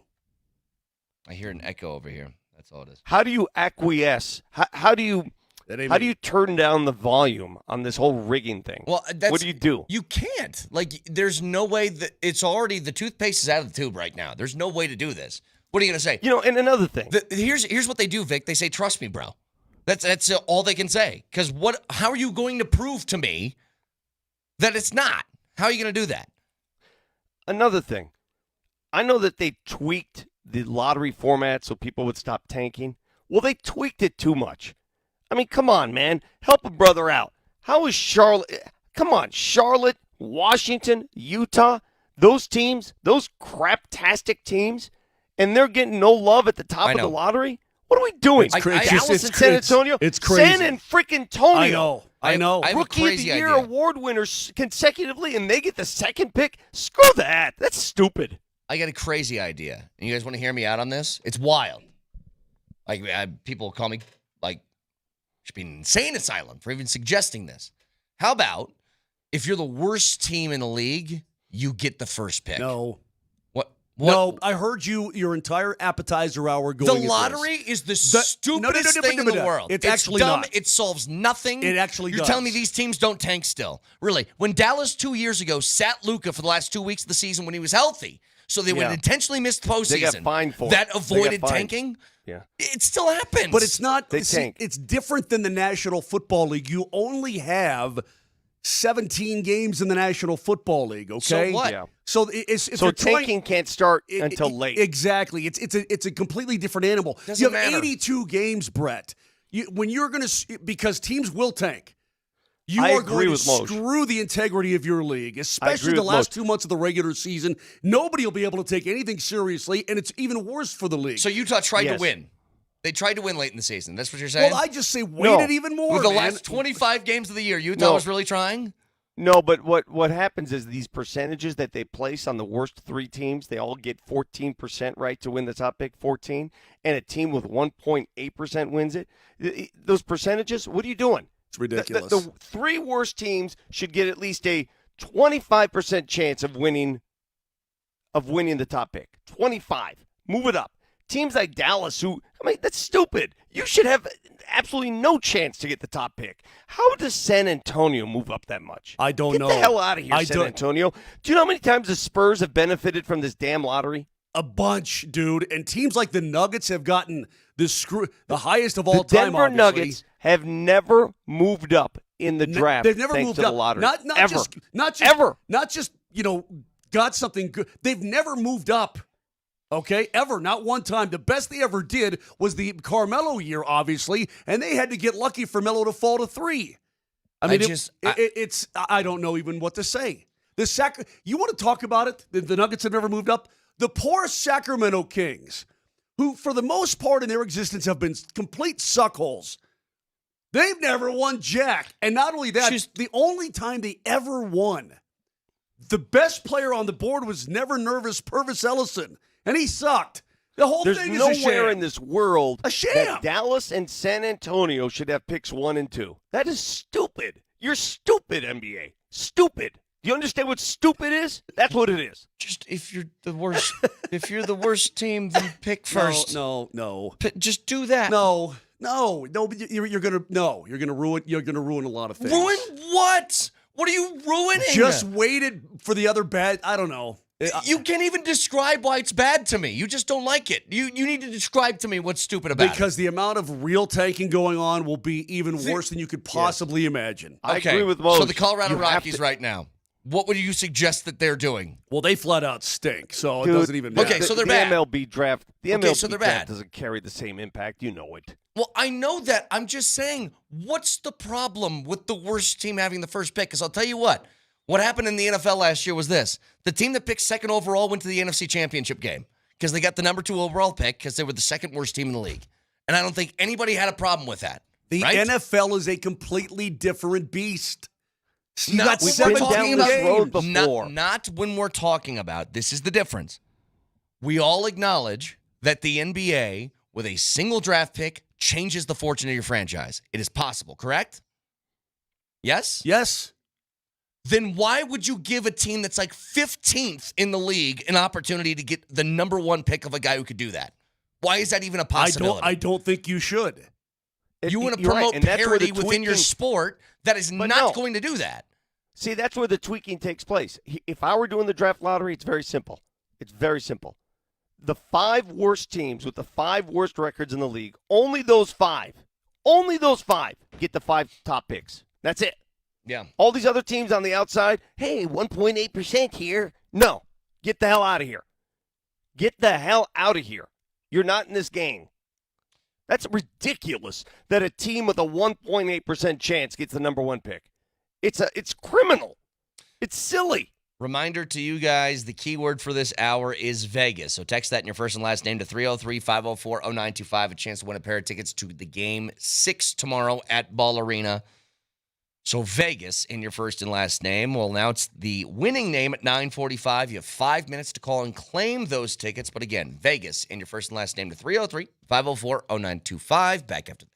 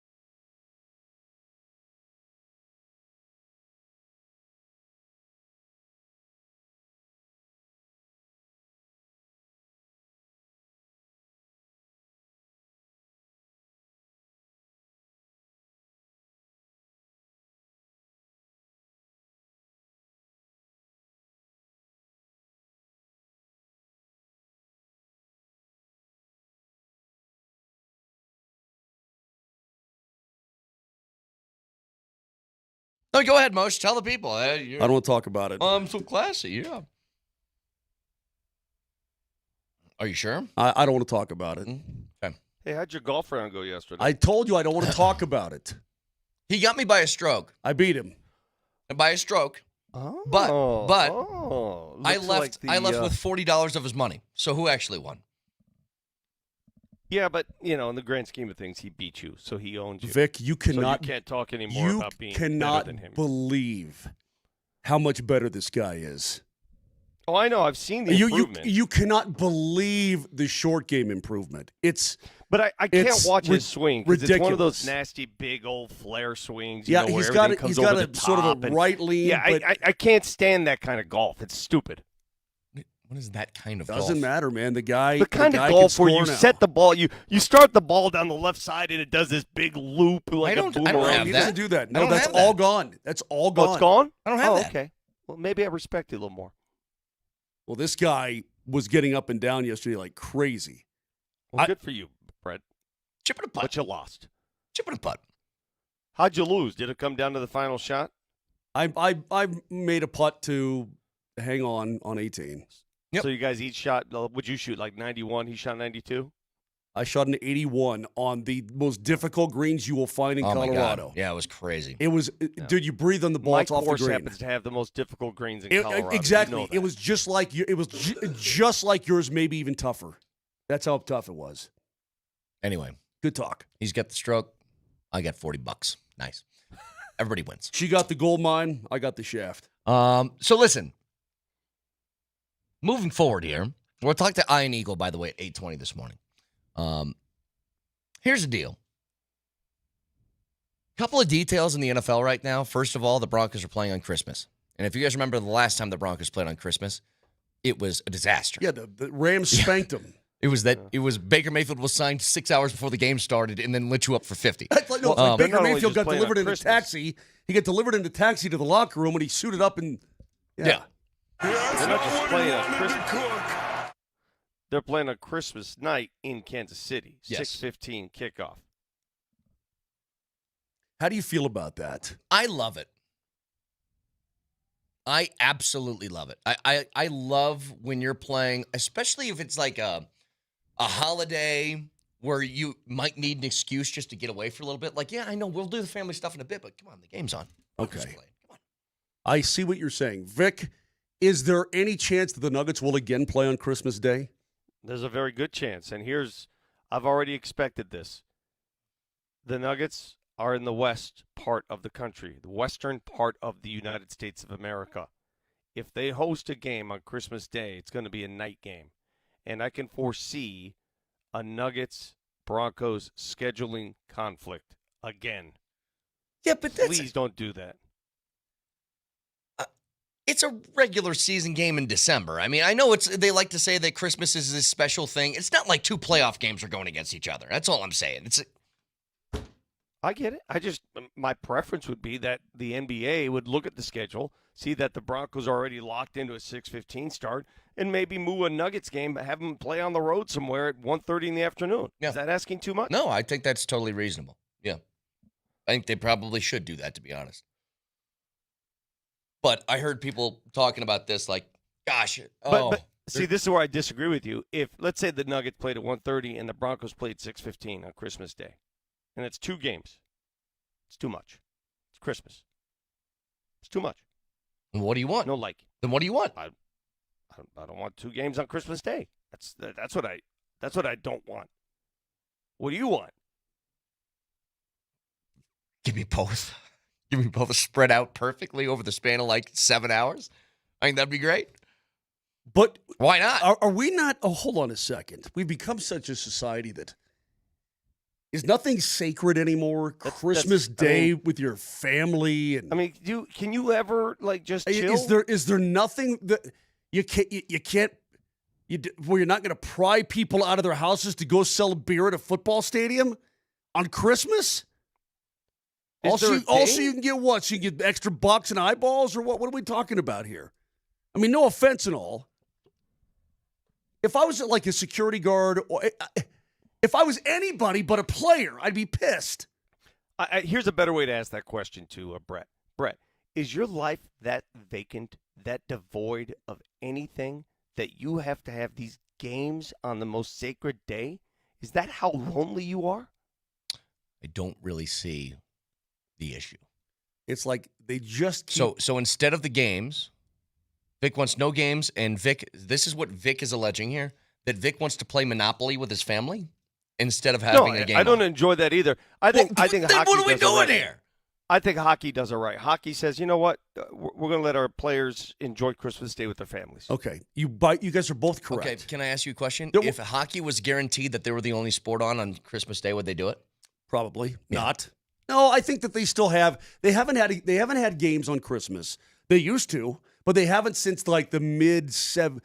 Do you think a part of that because the later national 70s. TV market is cornered between the NBA and now the NFL? No, when the NHL shut down for 3 days, right? When the NHL shut down for 3 days, the 24th, the 25th, and the 26th, in the 70s, there was nothing on Christmas Day. No basketball, no football, no nothing. You spent time with your family, and you fought and ate and whatever it is you did, right? Uncle Jimmy's over, and you guys haven't gotten along in a while, and okay, I mean that's what you did.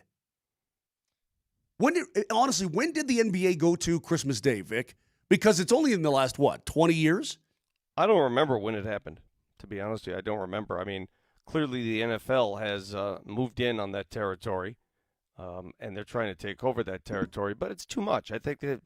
We all have a different opinion on this. We host a sports show. This is what we do for a living. It's too much sports on Christmas Day for my taste. Well, and we live this world, right? So I'll be working one of those games. I prefer not to. I've got personal bias here. I've got personal bias. It says games in the NBA on Christmas Day since December 25th have been an annual tradition since the league's second season in 1947. What? Since 2008, 5 games have been played on Christmas. Okay, so they went to the big old 5. Then the NFL said, hey, you know what? NBA, I'm going to put a cigarette butt out on your forehead, and they started scheduling Christmas Day games. It's funny that all the NFL has to decide for any one of these sports is if you think anything is yours, it's yours unless I decide it's mine. Okay? You know what I do? I'm half expecting the NFL to announce a game on the 4th of July. Yeah, exactly. If I was Roger Goodell... Hall of Fame game, 4th of July. Let's do it. If I was Roger Goodell, I'd play it cool through June, right? Get a couple teams ready early. And then figure out, okay, finally, and then say, you got to be ready to play when we say, though. And then have, Kansas City and Buffalo play on Game 7 of the Stanley Cup Final. Just to screw with other leagues. Just to give you a middle finger. just because we... You know why? Because we can. Oh, hey, World Series? Yeah, we're gonna schedule games head to head every single night of the World Series. It's funny. By the way, I saw this from Schefter. You're looking at it a different perspective, Brett, and I understand and I respect your perspective. You're looking at it as I'm going to be home. I want to turn on televisions and watch these games. There are a lot of people that have to work those games, and I guarantee you, nobody wants to work on Christmas Day. I would agree with that. Yeah. The end. I mean, I just it's not fun. I've done it too many times. It sucks. Hate it. Yep. Yeah, let me go back and put it in perspective for you at home on your couch with your IPAs and your mom and dad in town, right? Little baby Jamal Kales. Now she's probably napping because she's already had an eventful morning. Right. But if I had to drag you out of your house for 7 hours and you got to go work in Mile High that night, you probably would have a different perspective on scheduling games on Christmas Day. But I also think that the sports leagues are not catering to the 0.001% of people that do have to do the jobs. They're looking at the millions Here we go of with people these at TV. idiotic statements. Oh, hospitals stay open. Thanks. Well, you're saving lives. That's not necessarily Thank you. Oh, yeah, because sports and hospitals are right down the same alley. You're so right. You break. I mean, the police work on Christmas. Well, yeah, that's a necessity. You know, we have running water on Christmas. Slinging nachos ain't exactly a necessity. It would suck. Do I sound like an old school guy? No, you don't sound like an old school guy. You guys are making a valid point. I would also hate to work on Christmas Day, but nobody cares. No, like that's the thing. The NBA certainly Well, I mean, doesn't. you just asked for our opinion, and we care. If Wait, you what had do to you come mean? in and What do do you a mean? radio show, if you had to come in and do pre and post game radio shows on Christmas Day, would you have the same? Would you have the same? I just no. Emotional I attachment said to it? I worked. By the way, I've worked on holidays before. The hell was it? Oh, Thanksgiving games. I've worked on Thanksgiving before. Yeah, For like 3 or 4 straight years. I hated it. Do you know how often I'm in town for Thanksgiving? Basically, 1 out of every 5 or 6 years. I know. Yeah. And it just comes with the territory, okay? It's just the way it is. There's something special about Christmas. I mean, Arbor I get Day, it. your birthday, Groundhog Day. I don't give a rat's rip. I'm not disagreeing with any of you guys. That would suck. I would hate it. Mm-hmm. But now what? Like, they're going to do it. It's happening. I'm waiting for the NFL not just to play a game. I bet you they're doing the same thing that they do on Thanksgiving, where they're going to take this like 3 games all throughout the day. Guaranteed. Well, listen, I mean, we're going down a different topic here. We live in the sports world. This is how we make our living. This is we love everything about it. I mean, I'm in Oklahoma City. I say I would never come here for any reason. I'm here for sports. I'm here for my job. I just think that we've taken sports to a point in our country where nothing. And I go back to what Moser said. Nothing is sacred anymore. It's too big. It's too big. Just chill out a little bit. Nick says DMac would love to work Christmas Day. Probably. Ian Eagle is going to join us at 8:20. Good job, Nick. It's on the call for Game 5 tonight, so stay tuned for that. Back up to this.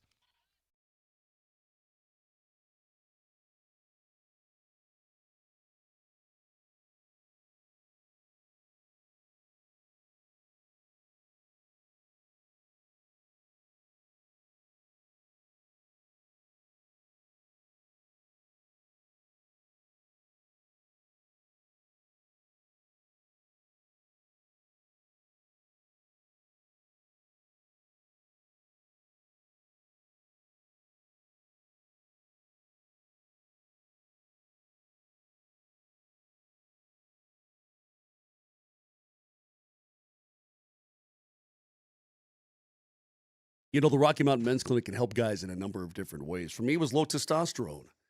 Got it taken care of. It's been great.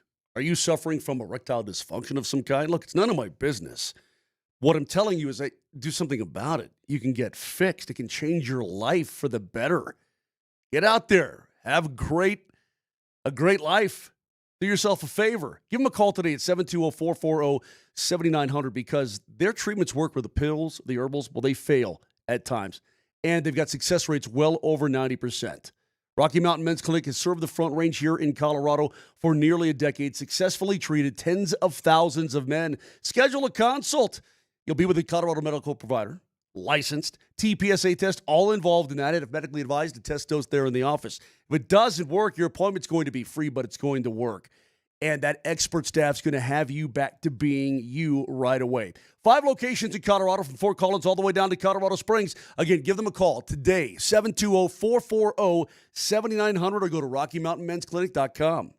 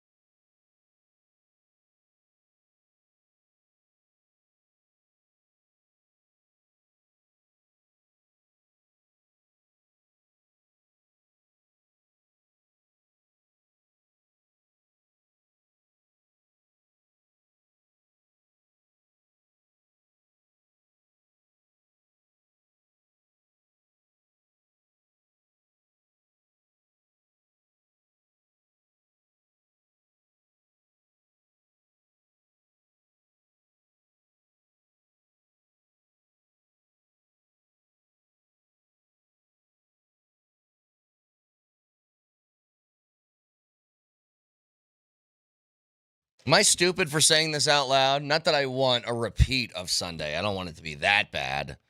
But I wouldn't mind a game looking a little bit like Sunday and sloppy and gross and ugly, because I think that's better for the Nuggets. You play a nasty game like that. It's certainly better than if everybody's kind of on it, because when Oklahoma City was on it, they almost put 150 on you in game 2. I want ugly. I want gross, sloppy. That's a great point. I want, dare I say, bad basketball today. I'll bring in Sally Jesse Raphael on this one. It is clear glasses. If the Nuggets have, what'd you call the Oklahoma City game in game 2? You called it a what? Clean game? What do you call it? I can't remember. Yeah, clean. Sure. Okay. Pretty. If the Nuggets have a pretty game, what is their point total? What does it look like? 125? Okay. Well, yeah, take a look at what was the Nuggets' best game in this series? What would you consider their best game? Because both games were won pretty closely. One by a last-second Aaron Gordon shot. The other one went to overtime. I think I like the one. 3. To me, it was game 1. The way they fought back, the way they ground it down in that fourth quarter, and yeah, but if that want shot the doesn't buzzer. go in, they lose. Well, I remember that. Well, I'm aware of that, Chet. I got you. I'm just saying that was my favorite. I mean, both Was of it their them. best game? I don't know if it's their best game. It's my favorite game. Yeah, I don't know. Like, nothing's been pretty yet. Nothing has. The only good game out of Joker, at least from what his standards are, good game, was game 1. And it wasn't the 42 points that he scored or whatever that was. It was the fact that he shot over 50% from the field. So, I mean, that, but Here's where I'm struggling. Is he tired? Can he overcome it? Because he probably is tired. Well, when was the last time Nikola Jokic had 4 non-Joker games in a row? 4 non-Joker games in a row. When was the last time that occurred? I would argue to you it's been a long time. Well, Now, not like this. So what I'm saying, though, is, so then we should expect him to have a Joker game perhaps tonight, right? Because he's had 3 sort of non-Joker games.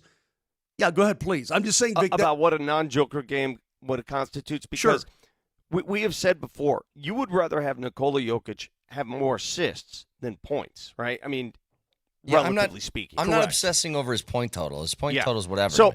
So here's the deal, guys. Hear me out on this. We're looking at these games and saying, well, he's not scoring. He's got more turnovers than assists. It's the assist issue that's the issue. And it's not all his fault. He is getting the ball. I want you to look. I don't have the numbers in front of me. The passes to Jamal and MPJ in this series and the amount of points that come after those passes that are normally buckets. Yeah. Buckets. Guys have to score. Guys have to make jumpers. They got to make jumpers. I think that gets him in his game too. Yeah. Yes. If the passes are, if he's going to get doubled, because here's what's going to happen tonight. He's going to get the ball on the block. Someone's going to come at him. He's going to pass out of it. Well, how much better does that pass look if somebody makes the shot? They're being too indecisive at times. Yeah. If you got an open shot, take it. Take it.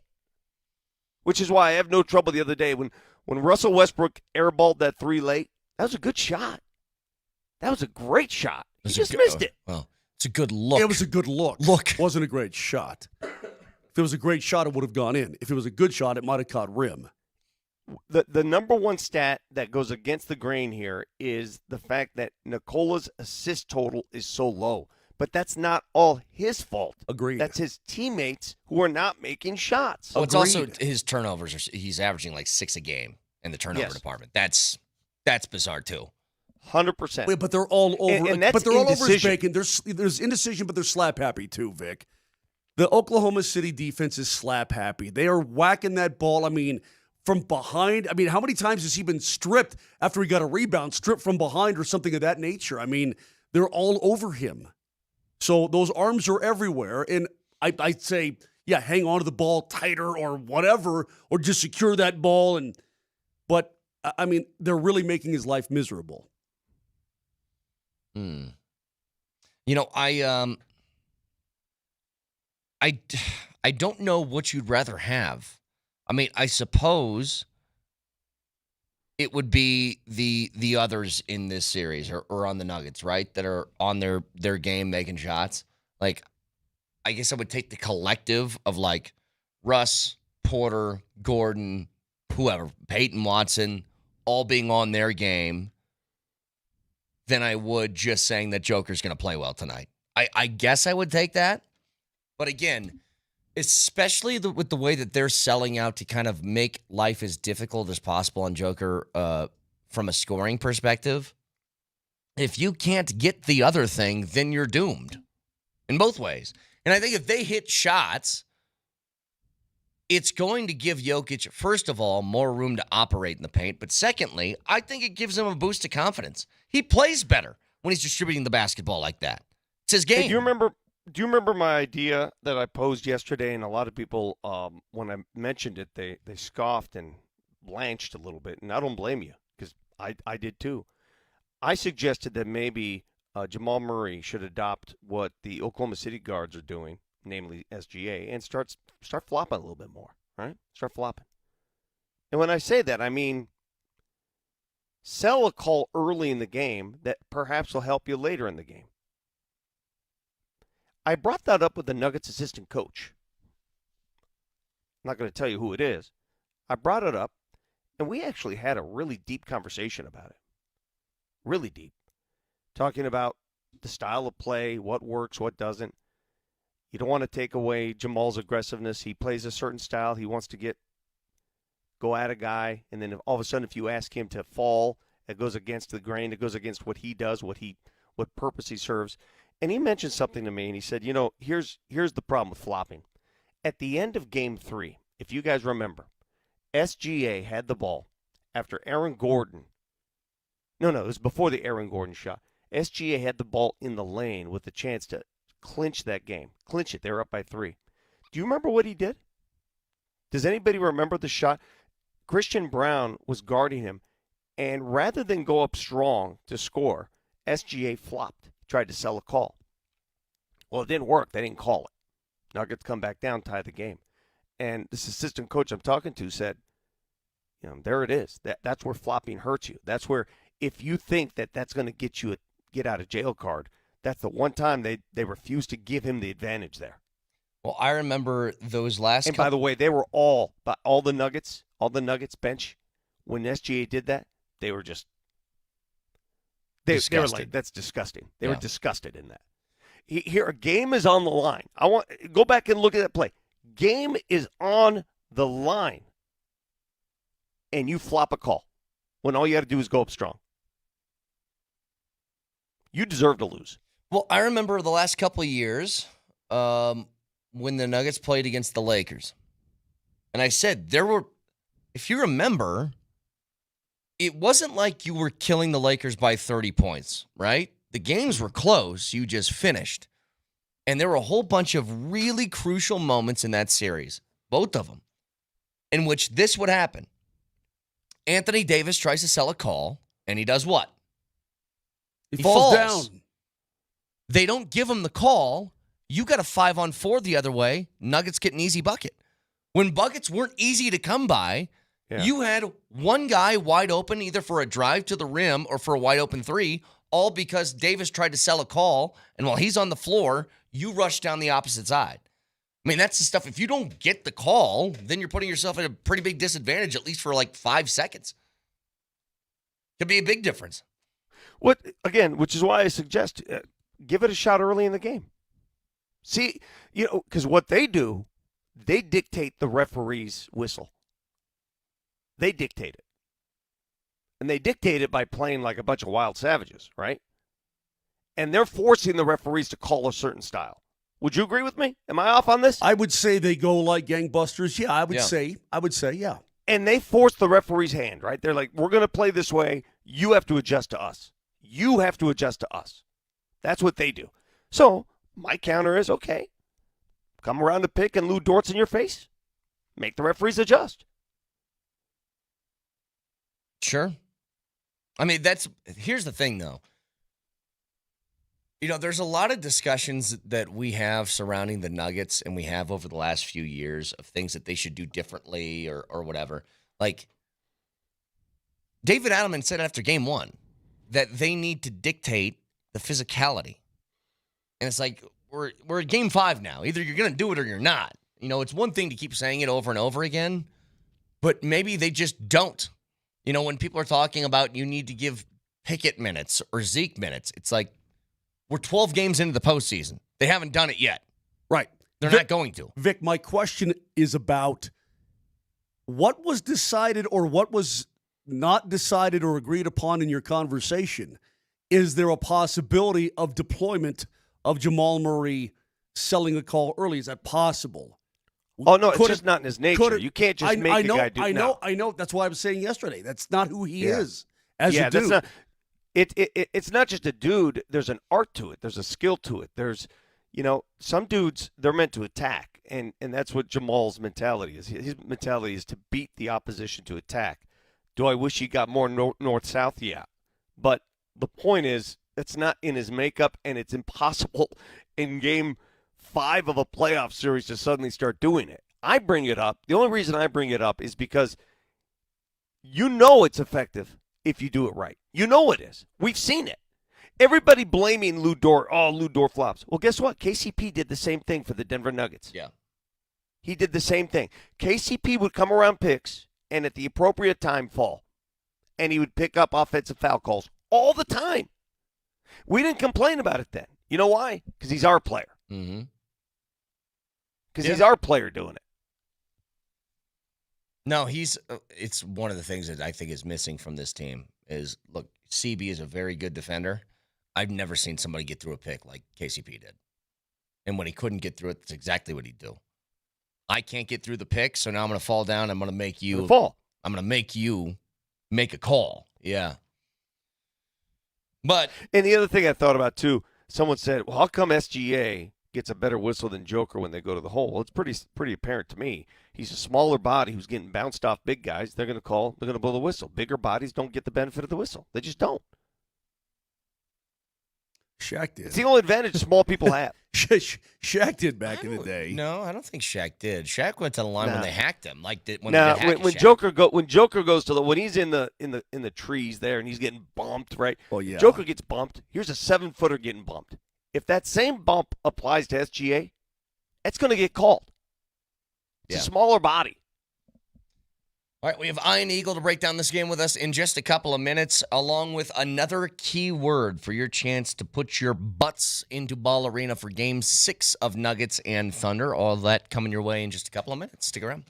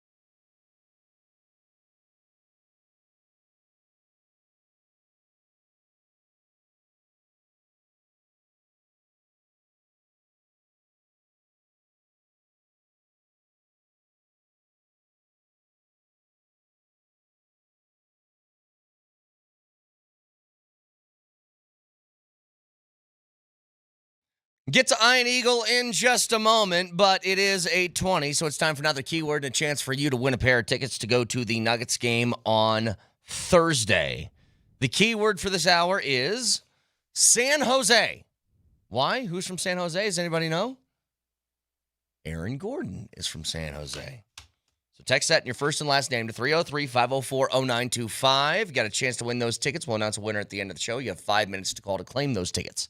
Ian's waiting right now, but the boss says we have like 100,000 entries for all these contests. As we should. So he's running out of words, and he's running out of ties to this series somehow.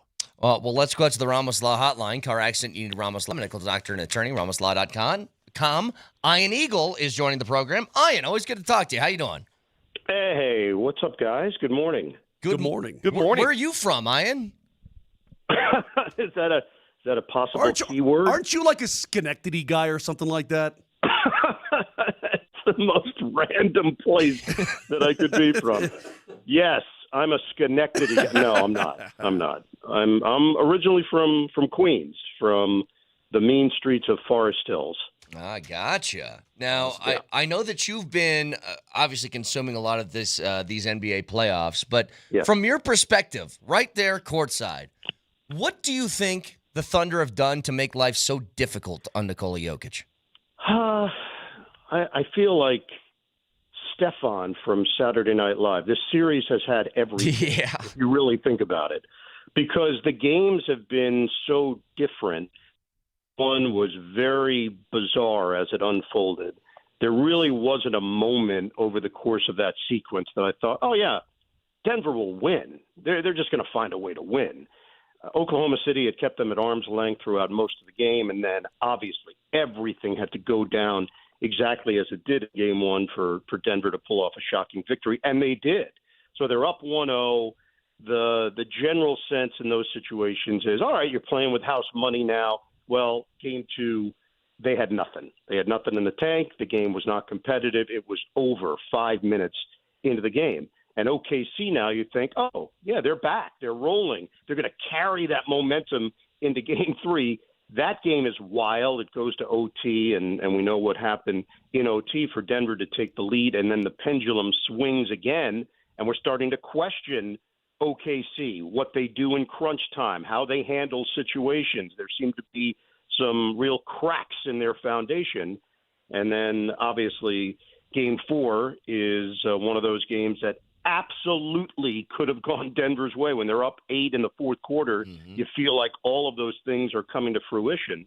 And we've had games where Jokic has put up huge numbers, although I wouldn't have said that it was a classic Jokic performance. But you looked up at the end of the game, he had 42 and 22, so MVP-type numbers.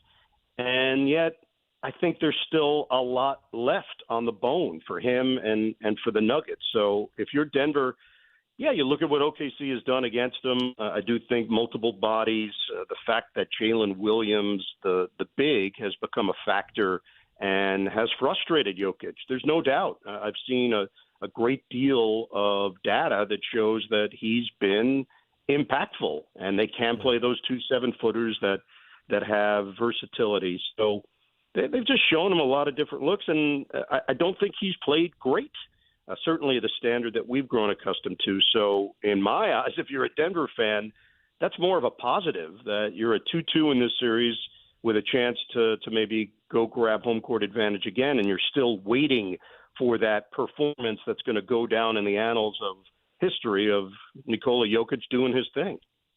Visiting with the great Ian Eagle, who is calling this game tonight for TNT. Ian, this is my first game at Paycom Center. I've never been here before, and I'm expecting a loud, boisterous crowd.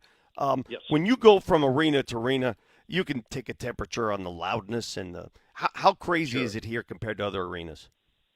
It is crazy. It is raucous. They're into it. They're very big into the T-shirt thing, you'll notice. And what they'll do is create peer pressure. If you don't wear your T-shirt pregame, they will put you up on the screen. Yeah, it's like we're talking about like a cult here. I mean, not like Waco, but I mean these people. It looks weird. It looks weird. That is extreme. I'm just saying. What I'm saying. We talked about it after game one. I go, it looks weird. It looks like an AI background. It's just bizarre to me, man. I know they're into it. I get it. Yeah, when we do the celebrity rip, that's a big thing. In every arena, you want to show the celebrity. We don't show David Koresh. That doesn't happen. Yes, right, of course. That might be pushing it. Yeah, they definitely are into it. I think there's always been a sense of this market feeling like there's a chip on their shoulder. I remember when New Orleans had to be displaced and they took on that team, and they just committed to it with so much gusto. I think they wanted to show the rest of the country that they could be a big-time market. And I do remember coming in to do an NBA game and feeling as if I was doing a college game. It just had a very different vibe. Now, it's evened out over the years, and when you have a little bit of history with a franchise, we know what happened. Seattle left, Supersonics move here, and they're trying to create their own image and their own identity, and they have. It's been a great basketball town. But, yeah, you'll notice that they are into it from the word jump. But I can tell you, guys, game one, I could not believe the juxtaposition at the end of the game. It was stone cold quiet, silent at the end of the game. I don't know if I've ever in my career felt something so dramatic. Even, I've done games where the home team has been shocked. I did the international feed on the Bulls and the Jazz NBA Finals, the Brian Russell Michael Jordan game. And literally the way it was set up, we were doing the games from the stands because you were paired with all the other international broadcasters. So you weren't down near the floor. You were in the I had fans literally behind me for that game. And I didn't feel that huge of a drop-off like I did in game one. It was really bizarre and interesting. I just think they were in a complete state of shock. Hey, no offense. Real quickly. No offense. In Oklahoma City, you're talking about you're showing the faces and the celebs and whatnot. Who's a celeb in OKC? Like the guy that owns a liquor store down the street? I mean, no offense. No offense, but who do you really show? Oh yeah, you got the dentist. He's here. I mean, hey, man. Look, I feel like if you say no offense and with all due respect before you make a statement, then you're good. Yeah. So no matter what, you're fine. I'm just glad that Moser didn't mention Jonestown this time. Okay. You know what I mean? Vic, go ahead. Vic, go ahead. I apologize. Go ahead, Vic. Apology noted there, Moj. Hey, can you confirm whether or not are they going to hand out the MVP to SGA tonight? It's funny. I've heard some rumors to that effect, but I have not heard definitively that it is happening tonight. But there have been some murmurs behind the scenes that SGA is going to take the award, although I think they're trying to figure out the timing. Yeah, and usually if that's the case, one of two things is going to happen. SGA is going to go off. We saw last year in Nikola, Game 5 of the Minnesota series, he was handed the award, and he had one of the greatest Nikola Jokic games ever. Yeah, that classic. can happen for SGA tonight. Or Nikola can see the proceeding unfold and say, all right, let me show him who the real MVP is. Yes. I can't wait to find out. That's deep psychology stuff. Was that a minor in college? Yeah, it was. You've hit on it. Yeah, that's how you have to look at it. Do you, as a broadcaster, because we hear this all the time, I always tell people, these broadcasters, they don't root for teams, they root for games. They root for close games. And I can't think, like Game 1 of this series was, that's the best you can get as an announcer. Game 2 must have sucked compared to Game 1. I would say if you're going to compare the two, Game 1 is what you dream about. Game 2 is where you earn your money because you got to have some other options and you got to create some interesting back and forths to at least maintain the audience. What's really interesting as a play-by-play guy, what I've learned over the years, both basketball, NBA, college, NFL, where you are, the venue plays a large role as well. There's a blend of your voice and the crowd. And if the road team is the one that pulls off the amazing upset, you don't get the crowd noise behind you to carry your voice and carry the real sense of drama. And that's really what happened in game one. As I mentioned, they went silent. So you're doing the Aaron Gordon stuff. And by the way, it wasn't a buzzer beater. So you have to call the Gordon jumper, and you have to leave some room in case Jalen Williams hits a three-quarter court miracle shot. So in the moment, you are calling it as you see it. You have to be accurate, obviously. You've got to have the situation correct, time and score correct. If you flip it, and that happens in Denver, and it goes down exactly the same way, the call is very different. Maybe the words you say are the same, but your tone and your volume level is different because you have to now fight the crowd noise to some degree, so it blends. It is interesting how that takes place, having called a number of those buzzer beater types and dramatic games. Where you are and circumstances surrounding it play a big role. To me, that is one of the biggest moments of this postseason, the way that went down. And if Denver wins the series, we're going to look back on the Aaron Gordon dunk against the LA Clippers, and there are just going to be these moments that pop up that remind you of what kind of run it's been. It's been a fun postseason, as we know. There's a lot that they've packed in to a short period of time in the NBA, and there's a chance you're going to get a very unexpected Final Four type setup with the conference finals if it keeps going the way that it looks like.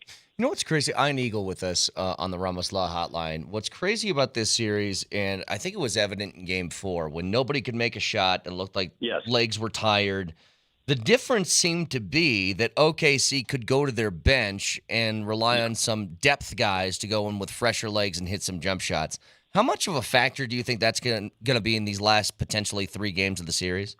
Yeah, when you start laying out storylines, we happen to do the opener for this one. So when you do a series opener as opposed to parachuting in once it's been established, and I've had both situations in conference semifinals. It depends on what day you're starting, what day the series started, who has which game, which network does. When you do the series opener, you're laying out all the potential storylines. And to me, the top 5, whichever order you want to put them in, was the bench. That was a huge part of the narrative in this series. And maybe it didn't play out that way in Game 1 in particular, although Russell Westbrook played a big role and continues to play a big role, whether he's on the floor or off the floor, as we've seen his impact with his teammates and his leadership abilities. I think OKC was leaning on the fact that they could go very deep on their bench, and they can do it in a way that keeps their guys fresh and not feel like there's a major drop-off. The fact that Aaron Wiggins could have an impact on if they win or lose this series, or Isaiah Joe or Cason Wallace, that's real, or Alex Caruso, and now the other Jalen Williams. All of these guys that I mentioned, these aren't just bit players. These are guys that played really well for this team over the course of this season, to the point where they're not doing the normal playoff thing where you shorten your bench and you pretend like these guys are no longer in your rotation. I do think Mark Daigneault understands that he has an advantage, and the way this team has been built, you've got to use that advantage and use it to play to your strengths. So, no, it's a real thing, and I do think you're right on what we saw from Game 4. It did finally work to their advantage in the fourth quarter. It was bizarre. Like, neither team could make a shot. And you're talking about two teams that are at an elite level offensively. So that's my point about this series has had everything. We've had the games where they've set records. Literally, Game 2, Oklahoma City set a record for points and a half in a playoff game. And then Game 4, they combined for a record for fewest points combined in a quarter in a playoff game. It's rare that you get that kind of extreme that we've seen over the course of the 4 games so far. Well, we've got another challenge for you momentarily. I'll just say this. Here's what we've been saying. You can use this tonight. Look, if Joker gets smothered, and he's going to, and he kicks it, they got to make. That's it. Nuggets make, they can win. Nuggets don't make, they're going to lose. Okay, Brett, go ahead, please. Well, if you remember, Ian, the last time you were on this program, it was for a Broncos game heading into the weekend. That was a long time ago. That was a year and a half ago. It's been a long time. We can give you a reminder here, Nelly. Go ahead. Ian Eagle's going to be on the call this weekend. And last thing for you, is there any way, and I'm asking this as humbly as I can, that you can say that yourself and Charles Davis are American sports announcers during the broadcast on Sunday? Yeah, I could probably do it in the open. It doesn't take that much. Yeah. I love a good challenge. Yeah, Yes. maybe not in the open, but yes, at some point, I think that can be said. It's back at Energy Stadium in Houston, Texas. American sports announcers Ian Eagle, Charles Davis, Evan Washburn, the rest of our NFL on CBS crew, Mark Wolf, Suzanne Smith.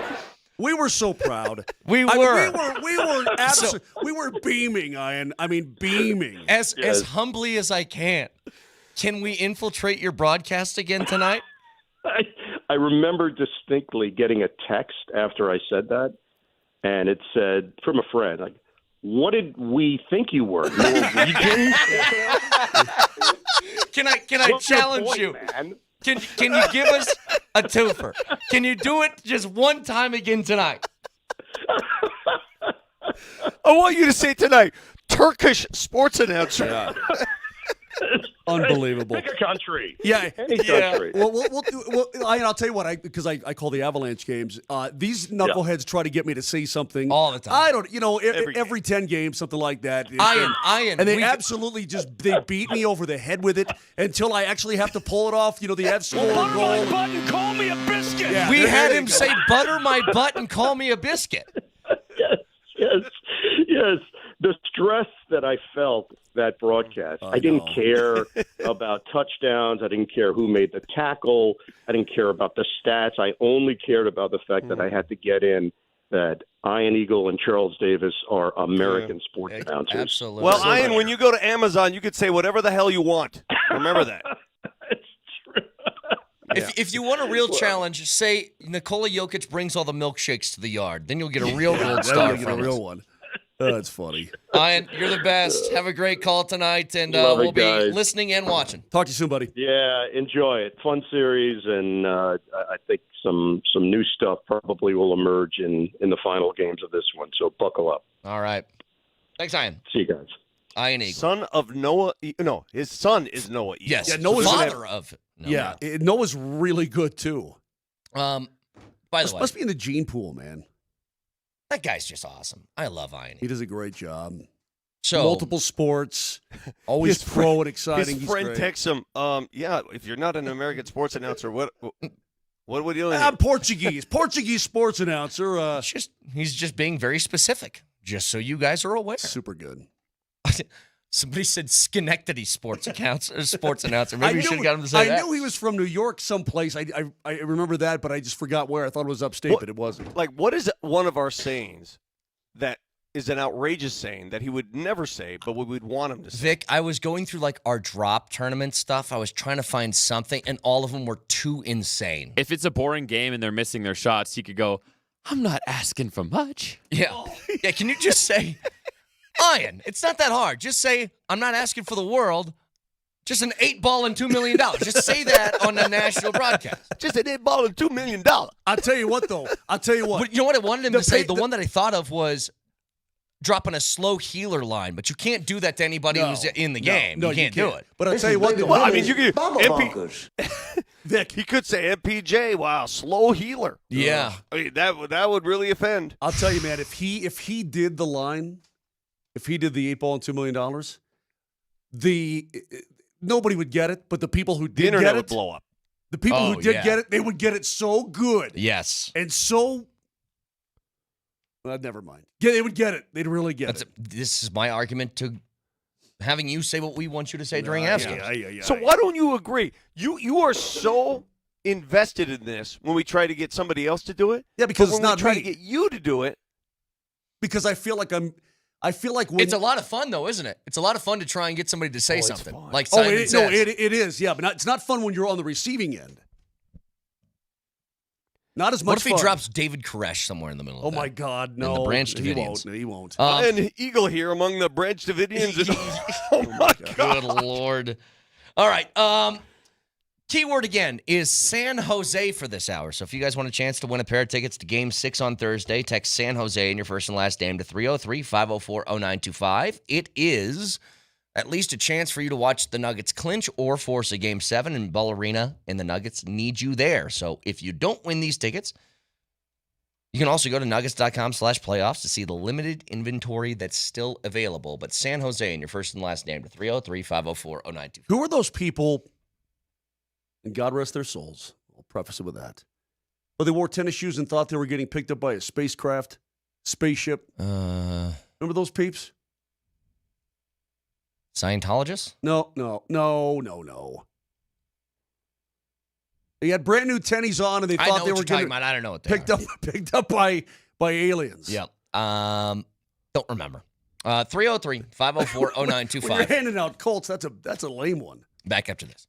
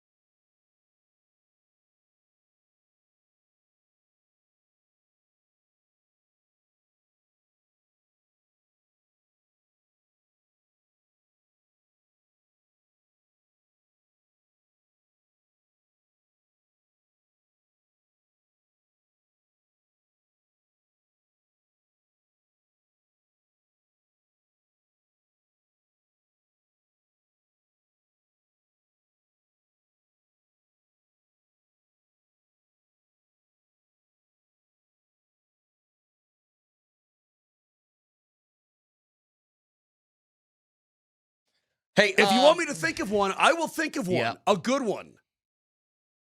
Moser had a really good insult for me. He said, "Do you know what you're like? I don't know what you're like, but you just go through a lot of tissues." That's what he said. I blow my nose. I mean, what do you want from me? Okay, There's a couple of different things. Tick brings in tissues all the time. And you plow through them. I have to clear my nasal passage. I understand. Sorry. Hey, I've something important to say. Because we know 2 games on the Broncos schedule so far. They're playing on Christmas at 6:15 against the Chiefs. That is happening. That's one. The other is they're playing in London on the 12th at 7:30 in the morning against the Jets. Those are the 2 games. 7:30 a.m. Yes, 7:30 in the morning. So London time, that would be 3:30 in the afternoon, right? They're 8 hours ahead of us. Well, they're playing in Tottenham Stadium, right? Yeah. Why are you saying it like that? Tottenham. Because that's how it's pronounced. It's not Tottenham. It's Tottenham. Tottenham Stadium. They're playing at that Tottenham. NASDAQ. Dow Jones. Dow Jones. All right. Here's the funny thing, though. I think international games, they kind of suck. I mean, I don't like when my team or teams that you care about are involved in them. It throws your day out of whack, all this weird stuff. But imagine this. I didn't even know this was possible. Did you guys see the 2 weeks prior to the Broncos playing overseas? The Vikings are doing it twice in a row, back-to-back weeks. They are playing international games. So they're playing September 28th in Dublin against the Steelers. Wow. And then on October 5th, the following Sunday, they're playing at Tottenham against the Browns. That's crazy. You realize the Spurs almost got relegated this year. You realize that, right? And that's like a huge stadium, one of the biggest, beautiful stadiums in all of the United Kingdom. Unbelievable. So you know what else this establishes? Here's what we know about the Broncos' schedule. We know they're playing on Christmas night. We know they're playing that game in Tottenham. And now we know that their bye week is the week after because it always comes after the trip overseas. So was that week 8? Would that be week 8 is their bye week? So 7 maybe? Week 7? Okay, well that's pretty much where coaches like it, right? To reset. Yeah. There's never going to be a European division, correct? You're never going to have a European, like a team in England, one in Madrid, Spain or Paris or anything like. You're not going to have that, right, Vic? So is the idea just to get as many eyeballs on the NFL around the world as possible? Is that the idea? Sell some more gear, that kind of thing? Because they're actually very well received. I'm sure the game in Dublin's going to be completely sold out. I'm sure the games at Tottenham are going to be sold out. You guys know how many people watch the Premier League, right? Right. In America. They just want that over there. I do. I think that's the goal. I watch the Premier League. They want people that will watch NFL games overseas, and they don't need a team, but if you can get some more eyeballs, then do that. I don't understand. I've never gotten into it. I've never been the guy who wakes up, 7 o'clock in the morning on a Sunday to watch Real Madrid or whoever. I've never done that. No, but when it's on the weekend, I flick it on. When it's on the weekend, though, Vic, I'll flick it on and have it on. I'll watch a little bit, especially if my team's playing. Brentford is actually 8th in the Premier League, which is unbelievably lucky. Here's where usually the NFL is, everybody's trying to aspire to become like the NFL when it comes to media buying and all that. But this is one area where the NFL is chasing the NBA. They see what the NBA has done universally, and they see what it's done to its television money universally.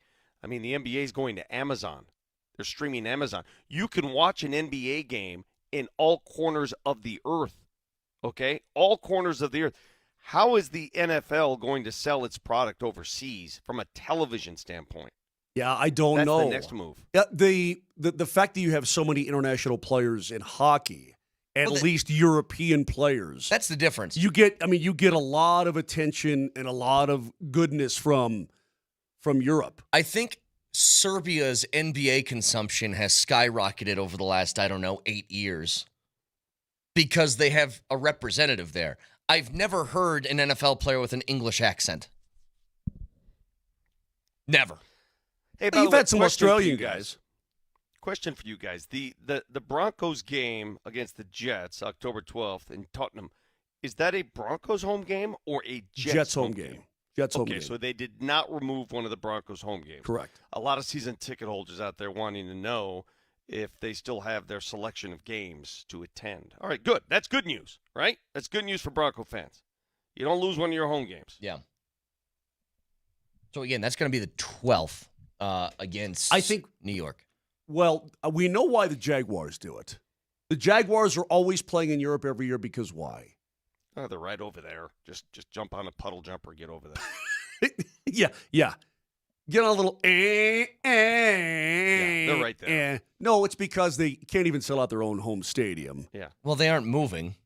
They're building a multi-billion-dollar stadium to stay in Jacksonville. But I'm just saying that they get revenue from that game in England and so on and so forth. But they've had some sort of handshake deal with London. But I've got to think, though, that the Broncos are an appealing product to the international market. That's why they're doing it, right? That's why the Broncos are going over there. Wait, what do you mean they're an appeal? How? What do you mean? Well, I mean, aren't the Broncos – I mean, I think it bodes well for the Broncos that they want to put them at these specialized times, right? Or am I reading too much into that? I just think that every team has to play overseas X amount of times over X amount of years. Yeah, well, they just did a couple years ago. And now they're back. Yeah, I don't know. I don't know how this works. I don't know why. I don't think the teams that are going to play in London or Madrid or whatever, it's like, oh, there's a giant swell of this fan base here, so you guys go. I don't think that's the case. Hey, Vic, did you go? You went to Japan with the Broncos, correct? I did not make that trip, but I have been to Japan before. Okay.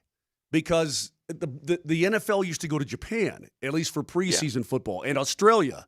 The Broncos went there as well. Terrell Davis became Terrell Davis. Absolutely. TD actually not only made the Denver Broncos, but blew everybody's mind in that game in Tokyo in the preseason.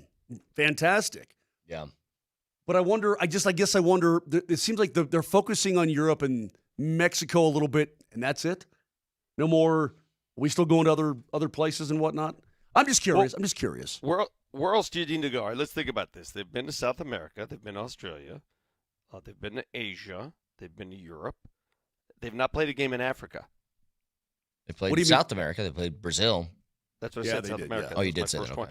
Africa is the final continent unless you want to go to one of the I mean, if you well, they've never been to the middle of Asia. They haven't been to like India or Russia or anything like that. China? I mean, I don't know. I don't know what other place on earth the NFL deems necessary to sell its product. Where else do you want to go? Yeah, good point. I mean, you can go to Saudi Arabia. Honestly, have they played in Canada? I think the Buffalo Bills haven't they? Have they played in Canada? In Toronto? Well, they have their own league, too. Hang on. It's really funny. Buffalo is basically Canada. And they're like, they're good. How's Madrid sound? Yeah, the Buffalo Bills played one regular season home game per year in Toronto from 2008 to 2013. How about that? Okay. Keys to the game, Vic? Do whatever it takes to win. It's the Johnson Auto Plaza Keys to the Game. Johnson Auto Plaza. Experience the power of the plaza, where they have the keys to performance and style with Ram, Jeep, Chevy, Buick, and GMC, and a huge selection of used all in one place. Johnson Auto Plaza. Here's Moser, Lombardi, and Kane. 7:30 tonight right here, Altitude Sports Radio 92.5. Nuggets Thunder Game 5, Vic. I mentioned this earlier. Why are Joker's assist total down in this series? You know, he's got more turnovers than assists, which is shocking, to be honest with you. Well, they're down because guys aren't making shots, and now I have the numbers to show. In the Clippers series, MPJ on passes from Nikola Jokic made 48% of his shots, 60% from three. That was MPJ in the Clippers series. In the Thunder series, 16.7%. Jamal Murray against the Clippers, when Joker passed him the ball, he shot 53%. Jamal Murray in this series, when Joker passes him the ball, 17%. Wow. Make shots, win games. That is keys to the game. It's powered by Johnson Auto Plaza. Experience the power of the Plaza, the keys to performance and style with Ram, Jeep, Chevy, Buick, and GMC in a huge selection of used all in one place. So we got one more keyword coming your way at 9:20. Yes, Moj? I feel bad for Vic because I know that root canal that's waiting tomorrow, I know that tooth is really bothering you, dude. Oh, I can't wait. I know. If you can't wait to have your face opened, your mouth opened up and yanked, I mean, you're in pain. I've been there. It sucks. I feel bad for you, brother. Toughen up. It's the postseason. Everybody's playing hurt, I just want to show my solidarity to you, buddy. No, I appreciate you, man. I really do.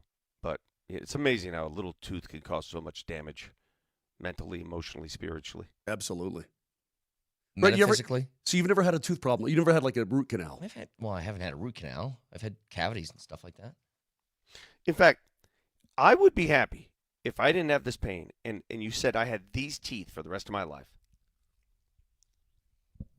I would take it. What's the point?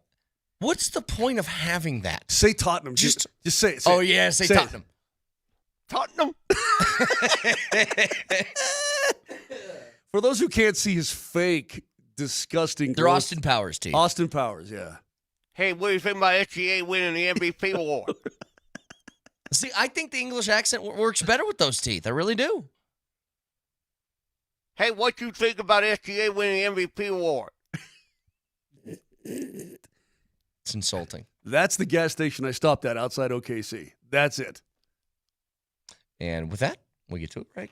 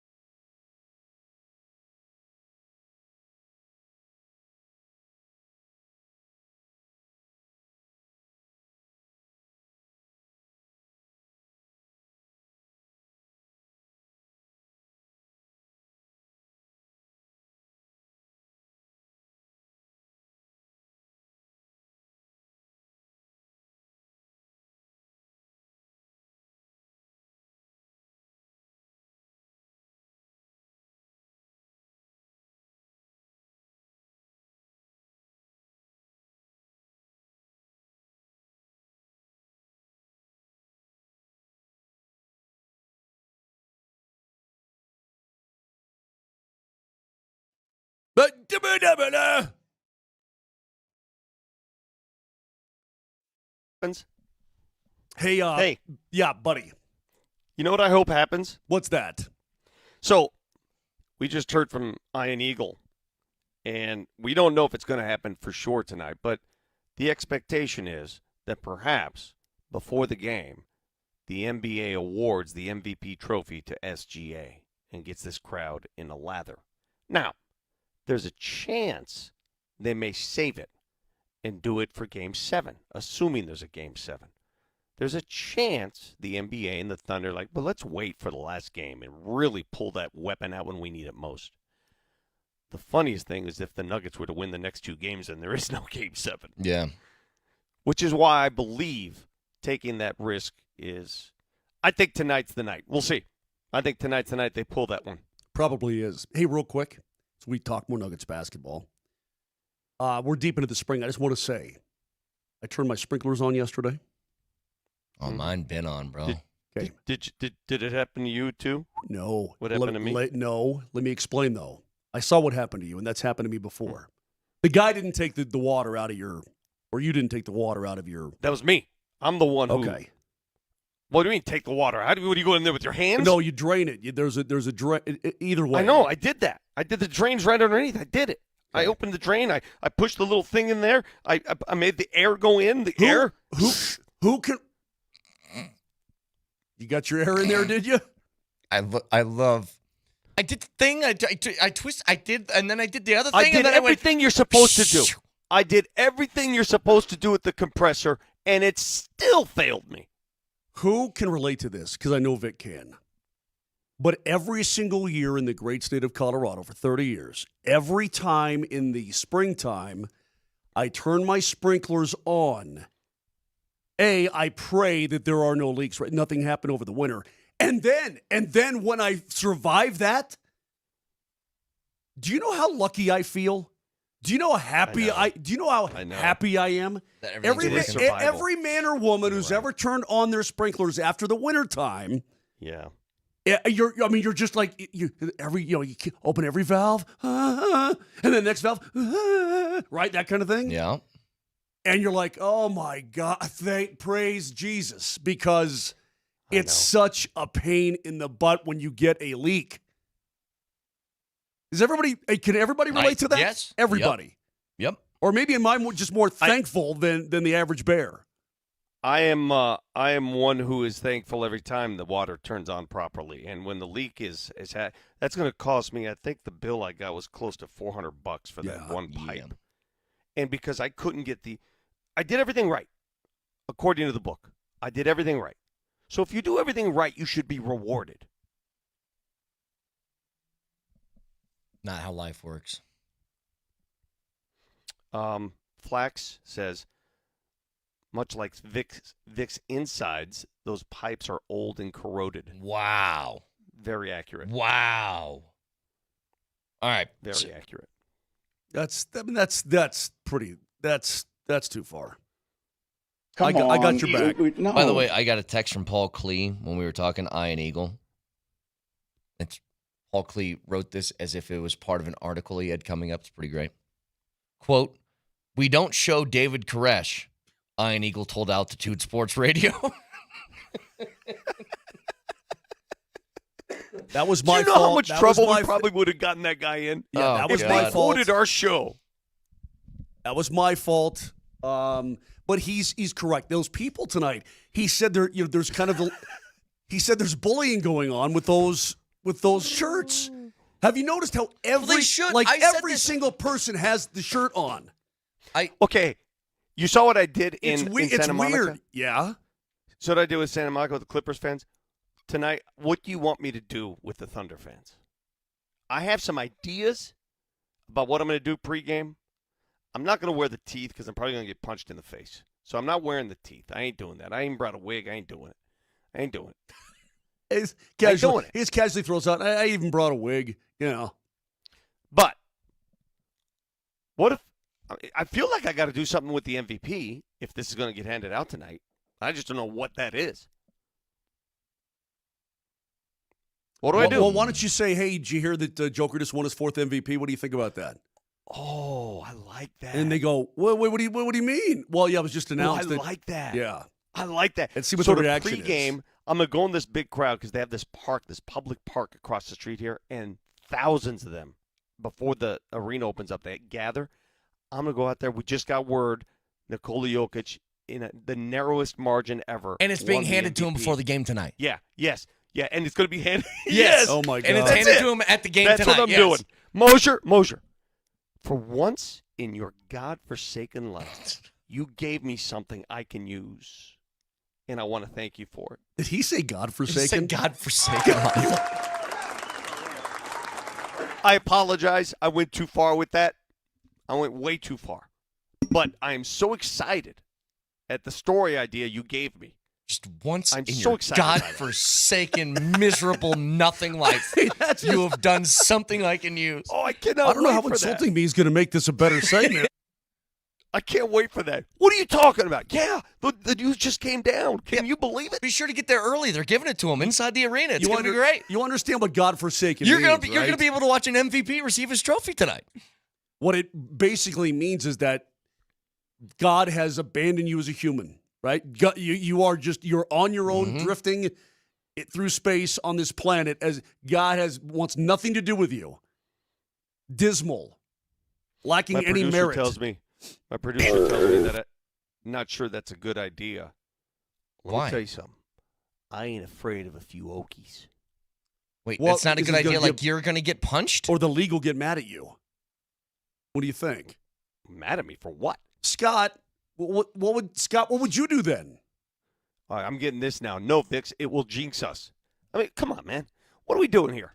Everybody's afraid. Why does everybody live in fear? Oh, I'm going to get hurt by an OKC fan. Oh, we're going to be jinxed. The league will get mad. Okay, then just tell them David Koresh is in attendance tonight. Just try that one then. Go around asking people if Alex Caruso's the ugliest man in the NBA. People are saying it's going to jinx us. How is that a jinx? He's not winning. What the hell does that jinx? The only jinx that would be is it's jinx Jokic does actually win. He's not winning the MVP. He's not winning the MVP. He's not winning. The MVP's going to SGA. That's gone. That's why it's funny. I don't know. I don't know. If Scott Bay can come up with a better solution, a better topic, a better whatever. Hey, you're the producer, Scott. That's what I'm going with. Okay. Texture says bump into fans and fall down in pain every time. Be kind of funny. That's kind of funny. That would be kind of funny. That would be good. Yeah. That would. Yeah, do that, dude. That's kind of funny. Like touch elbows and then fall down. And go. Oh. They'd be like, what? Oh my God. I don't know. I'm in Oklahoma. Isn't this the way you guys walk? Oh, that'd be great. That would be really. Do the combo. You got to do a combo. That would be fantastic. Oh, that would be so good. Like sit in line. Or just say, "What are you doing, sir?" Just say, "Who am I?" Like bump elbows, fall down, and go, "Who am I?" Oh. And as you're writhing in pain on the ground, go, MVP.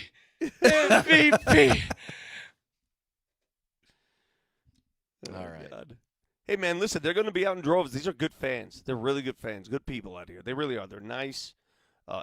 Katie went out and spoke to a bunch of the fans before game one, and they love Russell Westbrook, love him to this day. And they're very respectful. They're good fans. They're not jerks. I'm the jerk, and I'm going to be one tonight. What do you think they would say if you said, who had the better MVP season, Russell Westbrook or SGA? Which one they liked more? What do you think they'd say? I'm not out here for analytics. I'm not out here to pull. Yeah, I was going to say that's a a little. I'm not asking you to do it. I'm just curious what they would say. Oh, like which person? A newspaper writer would do. What are you, a newspaper writer? We won't show David Koresh. That sounds Iron Eagle told out to Dude Sports Radio. That sounds like a Paul Klee thing, right? Yeah, he's got his. I mean, Brett's asking me to go out there and do analytics. No, I don't want you to do it. I'm just curious what they would say. What they would say in that. They love Russell so much still. It's weird. Put on your grandma glasses. Let's sit in tight here, Vic. Here's the deal. Right. I'm getting suggestions from everybody now. Now, listen to this one. I would suggest that you walk around Thunder fans and kind of graze them, not really bumping into them, and then fall over, lose balance, and flop. have a whistle. I should have brought my whistle. Yeah. I'm sure you can procure a whistle there today, can't you? Just bump into them. Hey, that's a great question. Where would you? Okay, if you had to right this second, go find a whistle. Where would you go find a whistle? Sporting goods store, but what sporting goods store?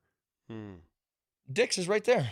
I'm talking about in Oklahoma City. If there's a Target, they got to have a whistle. Just any store that sells all that stuff. Why are you under the impression that Oklahoma City is a town of 400 people? They probably have It's Walmart. a big place. There's probably a Walmart there. Town. Well, you think Walmart has whistles? No, I guarantee they got a whistle Walmart somewhere. has anything under the sun. Right. Walmart owns the Broncos. I ain't going around doing gymnastics, okay? For those of you who think I'm going to go flop at the field, I ain't doing that. I'm going to have a suit on. What do you think Oklahoma City is, Mose? What do you mean? Where are you going to find a whistle in Oklahoma City? I just don't listen. I'm dead serious. It's a big town. If you said, Mose, go find a whistle, I guess I'd go to Dick's right there. But that's what I would do. I've never thought about buying a whistle before. I have 2 whistles. I think I actually have one with me. I do believe I have. So one. no road trip is complete without fake teeth, a wig, and a whistle. Honestly, the most shocking thing I think I've heard this morning is as Vic threw fake Austin Powers teeth in his mouth, he didn't have a whistle on his person somewhere. I think I have one in my backpack. Honest to God, it's in there somewhere. I'll dig it out for you. Hey, do you know what a big detail is? And has been for a while, and the Nuggets just haven't been good at this for whatever reason throughout the course of this postseason. Free throws have been a problem that have been bothering me. They are getting free throws. They had 10 more free throw attempts than Oklahoma City did in this last game. But they're missing. And Jokic is missing at a much higher rate than he usually does. Well, they're just off, Brett. I think, and Vic, how much of that has to do with what OKC is doing to you, and how much of that is you're simply just not playing as good as you can? How much is it? I think a lot. You know, I'm one of those guys in this case where I am going to give credit to the opposition. They are playing this series to a T defensively, exactly what the doctor ordered to deal with Nikola Jokic. They are doing exactly what's necessary here. And I don't know if there are many teams that are equipped to do that. Because they have the necessary personnel. They have a lot of fouls to give because they have a lot of players to play. They're using their depth to their advantage. So, Nikola moving forward, listen, you know what's crazy? You get by this series, the next series you got to deal with Rudy. He's dealt with Rudy before. That might feel like a field day compared to this. It might. Right? Yeah. Vic, what I don't want to do is I don't want to believe that Nikola Jokic is not superhuman. Not that he doesn't have off nights and whatnot, but he always seems to find a way to get back and kick. He figures you out. Yeah, so much. The professor eventually figures out the equation, right? I don't want to go through this series without thinking that this guy is who I think he is, the best on the planet, right? Yeah. That can figure you out, that thinks better than anybody, and so on. That's what I want to continue to believe. So I want to see him. First of all, I think he's going to have one of these good games where guys make shots when he kicks it out. But number 2, he's got to score a little bit too. He's going to have to do that, not miss the bunnies around the rim. Just be that guy. Numbers would tell you that he's due for one. So hopefully that's the case, and we can get more into this in just a couple of minutes. One final keyword to give away when we return. Stick around.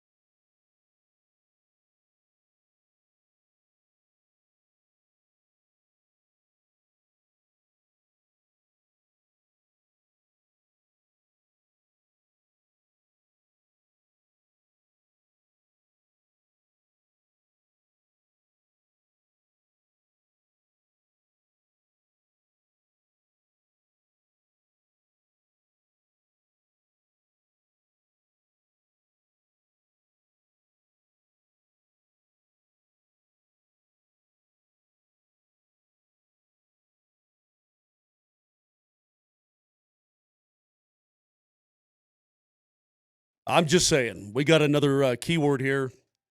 Let me know when I can get back to the draft lottery. Thanks. Take care now. Bye-bye. Okay. The keyword for this hour, the final keyword of the day. We got more keywords tomorrow, by the way. A chance for you to win a pair of tickets to go to Game 6 at Ball Arena on Thursday, where they need every bit of Nuggets faithful to show up and show out. But the keyword here for the 9 o'clock hour is Beverly. So text Beverly and your first and last name to 303-504-0925. Who is from Beverly Hills, do you ask? Wait, Beverly like Beverly D'Angelo? Like Beverly Hills. Do you guys know? Who was born and raised in Beverly Hills? Nikola Jokic. I'm just kidding. Are you talking about a Nuggets player? Yeah. There's a Nuggets player born and raised in Beverly Hills? Like birthplace. 90210? Birthplace is Beverly Hills. Is it Peyton Watson? Peyton Watson. That's right. How about that? Hey, Vic, real quick. So text Beverly and your first and last name to 303-504-0925. Can also go to nuggets.com/playoffs to see the limited inventory that's still available. Remember, 9:45, we're calling out a name. You have 5 minutes to call in, claim the tickets. If not, we move on to the next one. Go ahead, Mo. Better get in. Someone figured out the odds of the Dallas Mavericks winning the NBA draft lottery and Charlotte, Utah, and Washington going 4, 5, and 6, with the Spurs moving up and Philly at 3. Mm-hmm. And it's like 1 in 10,647. Lightning strike. I mean, I know in my heart of hearts, well, every logical atom in my body says this is just freaking lucky. But you compound that with one of the dumbest trades in NBA history. Yeah, but come on, right? You're saying come on, but come on. I agree with you. Every atom in my body is saying, you know what? This is just the most fortunate damn thing to ever happen. It's almost like from 170 yards, you skull one in a line drive over the green and hit a tree, a mangled tree 50 yards behind the green in a ditch, and it comes back onto the green and rolls to the fringe, and you make a chip and a putt to par the hole. It's almost like that. Yeah. But, Vic, what I'm telling you is every atom in my body tells me, man, they're not fixing things. You can't do that. But then every emotional part of my body, every atom is like, this is bull crap. This can't happen. This is absolutely impossible to happen. The only thing that would make this better, Moj, is that the Dallas Mavericks announced today they're trading the number 1 pick to L.A. for Luka Doncic. You know, there is something about teams who make these weird trades. I am so hypersensitive to this right now. I can't even stand it. I want to puke. There's no justice in this world. There's no sports justice on this planet. How does the dumbest team in the league with the dumbest GM who everybody wants to fire in Dallas, and they negotiate behind everyone's back to trade one of the best players on the planet for God knows what, broken down AD and junk, and they get rewarded with the number 1 pick with a 1% chance? I mean, come on, dude. Yeah, there is nothing about, again, I'm not saying that it's rigged, but you can't make the dots this easy to connect. Yeah. You could not write a script like this.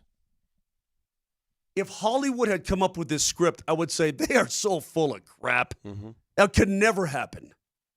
You know, and let me bring this up. I don't care too deeply about the Mavericks, but Anthony Davis is older. Kyrie is older. Their window of opportunity is shrunk, right? If I'm the Dallas Mavericks, I'm trading that number 1 pick for Giannis right now. What if he doesn't want to go there? Well, that's a different story. But Giannis is rumored to want to leave, or find another player. I would trade that number 1 pick. I mean, how many guys would you trade that number 1 pick for? A lot. Because their window of opportunity, if you're Dallas, again, Cooper Flagg's a great player, top notch, but my window's now. Is he a now window player? Does it have to be? Do the Mavericks even really have a window? Yeah, what if you? I mean, do they opposite. really have a window, Vic? Championship windows. No, I think it's the opposite. Yeah, I think I'd you trade. blow it all up. Yeah, you trade. I would trade away Kyrie and AD. Oh, so you want to go? You want to go the growth rate? The other direction, yes. Yeah. Okay. Wow. Yeah. I don't know. I mean, you want to anger your fan base even more than you already have. Well, crazy. I mean, you get the number one overall pick. The you overall take number Cooper one pick. Flag. Yeah, I mean, it's not nothing. Say, hey, we're going to restart now. I mean, what are they going to do instead? They were just in the NBA Finals, and they traded away the guy that got them there. They're still in some sort of window. That's gone. It's over. You know, at the end of the day, the Western Conference is a behemoth. It is a landmine. It's one landmine after another. I mean, Dallas gets this. San Antonio is now going to have How a does San really Antonio good player. get to number 2? I mean, that's the one that we're overlooking. Yeah. I mean, San Antonio is going to be a machine here in a couple of years. What is going on with the West? Why don't these people want to live east? Go east. Get the hell out. Go east. How bad do you feel for Charlotte? And maybe you shouldn't. Vic, I don't even really know how good or bad the Charlotte Hornets are run. I don't know. Hey, if I'm Utah, I'm not thrilled today. I had 2 Western Conference teams jump over me. Yeah, I agreed with. I mean, if you're Utah, but especially little old Charlotte, man, you're already the little engine that could. You're already behind. I mean, no offense, but you got to find yourself a Joker or a Giannis who wants to play in a Charlotte for his entire career. Number one. Yeah, I think the solution is you take the worst teams, like the 4 worst teams, and only those 4 get a chance at the number 1 pick. You can't just you can't leap from way out there. Come on. Come on now. I just think if you're the worst team, you get the first pick. Utah had the worst record, and they got the 5 hole. That just seems completely unfair. Hey, sometimes fortune shines, though. Do you remember what happened to the Avs when they got screwed in the lottery? Well, yeah, they ended up with the best player. Uh-huh. Well, they got the Scroogey twice. Not only when they had, and they, of course, they won a draft lottery. They were able to draft Nathan McKinnon. They got second one time. They were able to draft Gabe Landeskog.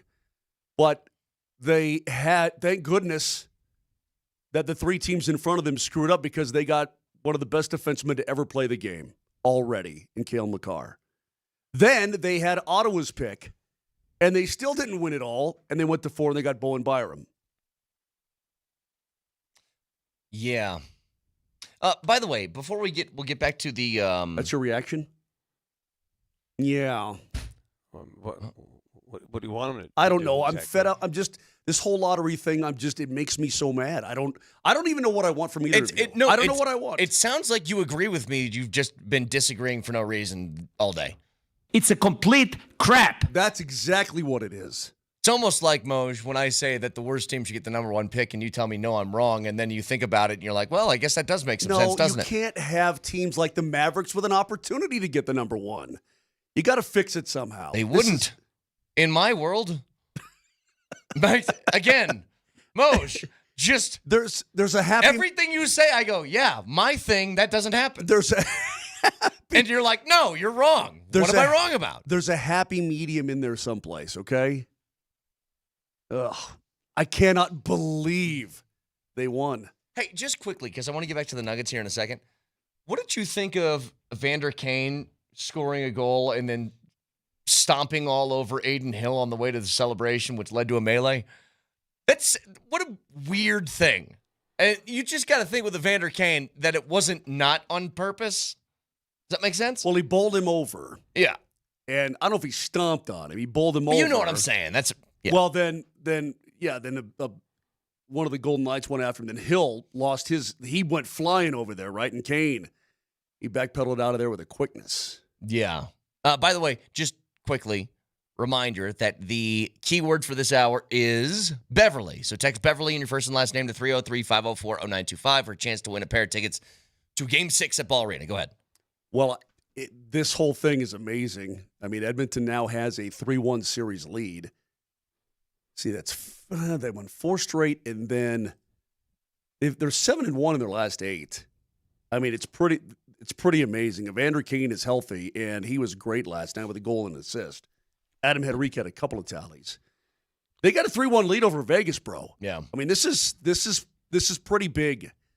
Golly, if the Avs could have just gotten through. Oh my God. Anyway, it's just that first round matchup. I mean, you saw what I'm talking about, right? But Vic? Evander Kane, where Kane scores, and then his next move is to just run over Aiden Hill on his way to celebrate. And Vegas took exception because I think I would too. Yeah. I don't think that's allowed. If my goalie got plowed. Those are skates. Yeah, if my goalie got plowed, I'd take exception to it as well.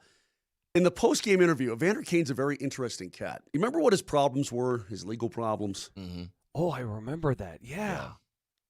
That's a good point. Like, he was losing allegedly Gambling. $1 million a year gambling. Yeah. Like, he was in debt for like $20 million, or something like that, I don't right? know what the number is, yeah.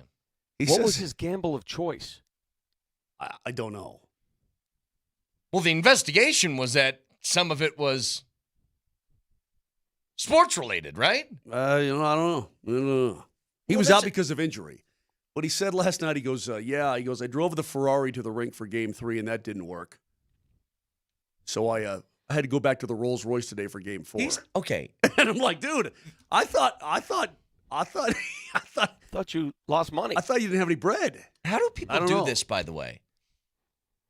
Who's the weird guy who dunks his face in carbonated water and says, "We gotta get to Ashton 10,000"? Yeah, that guy. How does he make money? How does Wait, who? The dude who runs all the time on social media and he dunks his face in the Saratoga water. And No he breaks idea. off the pieces of the banana and he rubs it on his face. This guy doing push-ups at like 4:30 in the morning because he's built different. He's doing these videos, and maybe he just rents them out for that day. But he's in these cars, and he's got 5 different handlers holding luggage for him. And I'm like, what does this guy do? It's the same thing. Remember that Fire Fest guy, the dude who tried to do that big festival that was a scam? Oh, yeah. Well, he's out of jail, and he's back living some luxurious lifestyle again. I'm like, what's going on What do you here? mean, like private jet type of lifestyle? What are you talking about here? I don't get it. Scam artists. But how do you scam? With these? But how do you rescam? How do you rescam after you got hit with the if you're punishment of the if scam? you're Firefest guy, how do you rescam? Like Once a scammer, always a scammer. He's legitimately Moj. That guy is trying to do another music festival. In like I don't know, somewhere in the tropics. Wasn't it some island that he had set up and it was just basically deserted? Couple of ham sandwiches in a tent? Something like that? I don't remember. I mean, Firefest 2 is scheduled to take place. Oh, what? Seriously, like late this month in Playa del Carmen. Well, I'm going. Billy McFarland's the guy's name. Okay. Oh, I got to go to this website Oh now. my I got to God. figure this All out. right. What are tickets? Anyway, listen, Edmonton's got a 3-1 series lead. The Carolina Hurricanes have a 3-1 series lead over the Washington Capitals. Whoa. I mean, this is it's coming down to it. Winnipeg and Dallas play tonight in their game 4. Winnipeg has to win this game. Has to win this game. If they don't, this series will be over. Period. End of story. Got to win. I mean, the emotions are always going to be the same, but you look at the remaining field and you're thinking to yourself, my God, this could have been had. It's hard not to think that way, Vic. Yeah. It's hard That's what sucks. because the Avs are better than Winnipeg. Yeah. I think the Avs would have beaten Winnipeg. They would have beaten Edmonton or Vegas. That's my wholehearted opinion. I have no proof, obviously. Yeah. But I think they would have beaten either one of those clubs. I know. It's much the same way I'm looking at the rest of this NBA field, and you're looking at all the injuries. The 2 best teams out east during the regular season. Tatum's out now. Cleveland is tattered with injuries, and I mean, just get to the finals.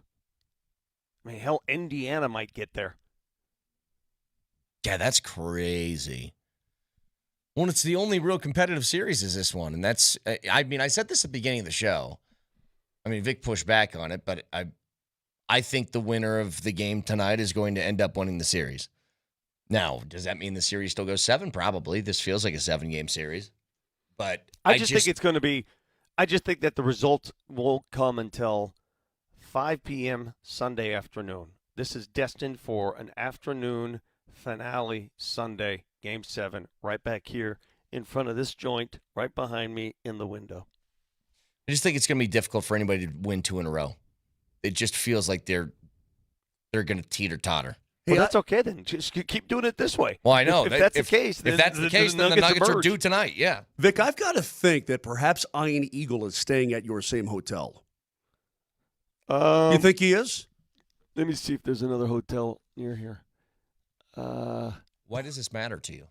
Because you could have just had him come to the room and a little late for throw that a headset. I know. I'm just thinking. Yeah, that would have been. You literally just looked out the window to see if there's another hotel in town. That's what you did just now. Hey, you won't hear me say anything bad about Oklahoma City. This is a nice town. Again, I went for a jog yesterday. They got some cool bridges and parks right nearby. You know what I love, Brett? I love me a good bridge. You know, I went to the doctor the other day. He said, "You know what? You don't have enough bridge in your life. Go stare at some bridges." Can somebody explain to me what's happening right now? Well, Vic's being weird. Vic? I'm gonna mess with their fans pregame though. Here's the thing. We talked to Ian Eagle. He said that the MVP trophy could be in the arena tonight. Could be given to SGA before the game tonight. We haven't had any assurances yet, and there's many reasons why you should think that. Every other award has been handed out already. All that's left is the MVP. Why don't they just do it at the very end of everything? Why all this vagueness? Will it be tonight? Will it not be? Why is it so vague? I don't know why silly? they have to. Why? Keep it silly and secretive. I don't know. I think everything about it makes sense that it would be tonight, doesn't it? Like, you aren't guaranteed another game. Is there any other league that hands out season-long awards while it's still going on? Any league? Is there any league that does that? Doesn't? But I think the NHL give away their awards in the postseason too. No, they have the. Well, yeah. I mean, yeah. After it's all. But they have like a big. And that's the Stanley Cup final. That's the end of the thing there. Yeah. Because you missed the award show. Yeah. To go boating one day, the year that Cale won the Norris, you purposely missed it because you assumed Cale wasn't going to win. I didn't think he was going to win. I thought they were going to vote for Roman Josi. Yeah. Yeah. As for tonight, if you think about it, it'd be a major gamble for the NBA not to award it tonight and say, well, we'll just do a Game 7. What if it doesn't go there? Yeah. What if the Nuggets win the next 2? I actually, to be honest, Moser, I think it's pretty cool that they give it away with a chance for most times an MVP is playing in the postseason. And most times the MVP is probably playing a series past it. There's exceptions. Wasn't Joker was already back in Serbia one year, right? Yeah. They took him. That was the Golden State series. They sent him the little ball, right? Mm-hmm. It's like a crystal. What is it? A crystal globe? That one was different that year for some reason. It was like the NBA 75th anniversary year, so they made something. I don't know. The point is, I kind of like the idea that you can give it to an MVP on his home floor in front of the fans, and the fans get to kind of share in that. I think that's pretty cool. Yeah. The Nuggets got that courtesy last year, and it was awesome. Do you remember? Yeah. Remember how cool that was? And what happened? Joker goes out and puts together an MVP performance. Look up Game 5 last year in Minnesota. I want Joker's numbers. And if you could promise me those numbers tonight, I will promise you a Nuggets victory. All right, I'll look them up. If you could give me those same numbers tonight, it was amazing. He cooked and fried Rudy Gobert in that game. He had 40, that night. 7 and 13 on 15 of 22 from the floor. Are you crazy? How did you find that so fast? That's what I do. So say that again. He had 47 points. No, 40 points, 7 rebounds, 13 assists, but he was 15 of 22 from the floor. Okay, efficient, voluminous. He had everything in that game. Moser's upset because I beat him to the punch. You didn't even type a word yet. I'm literally clicking as fast as I can to get there. Reminder, keyword is Beverly for this hour. 303-504-0925. Text Beverly in your first and last name. You want a chance to win a pair of tickets to the Nuggets Game 6 on Thursday at Ball Arena. We are going to draw a winner in 5 minutes, and then after that, you have to call in. You have 5 minutes to do so, or else we move on to another name. So the winner of this pair of tickets to be announced next.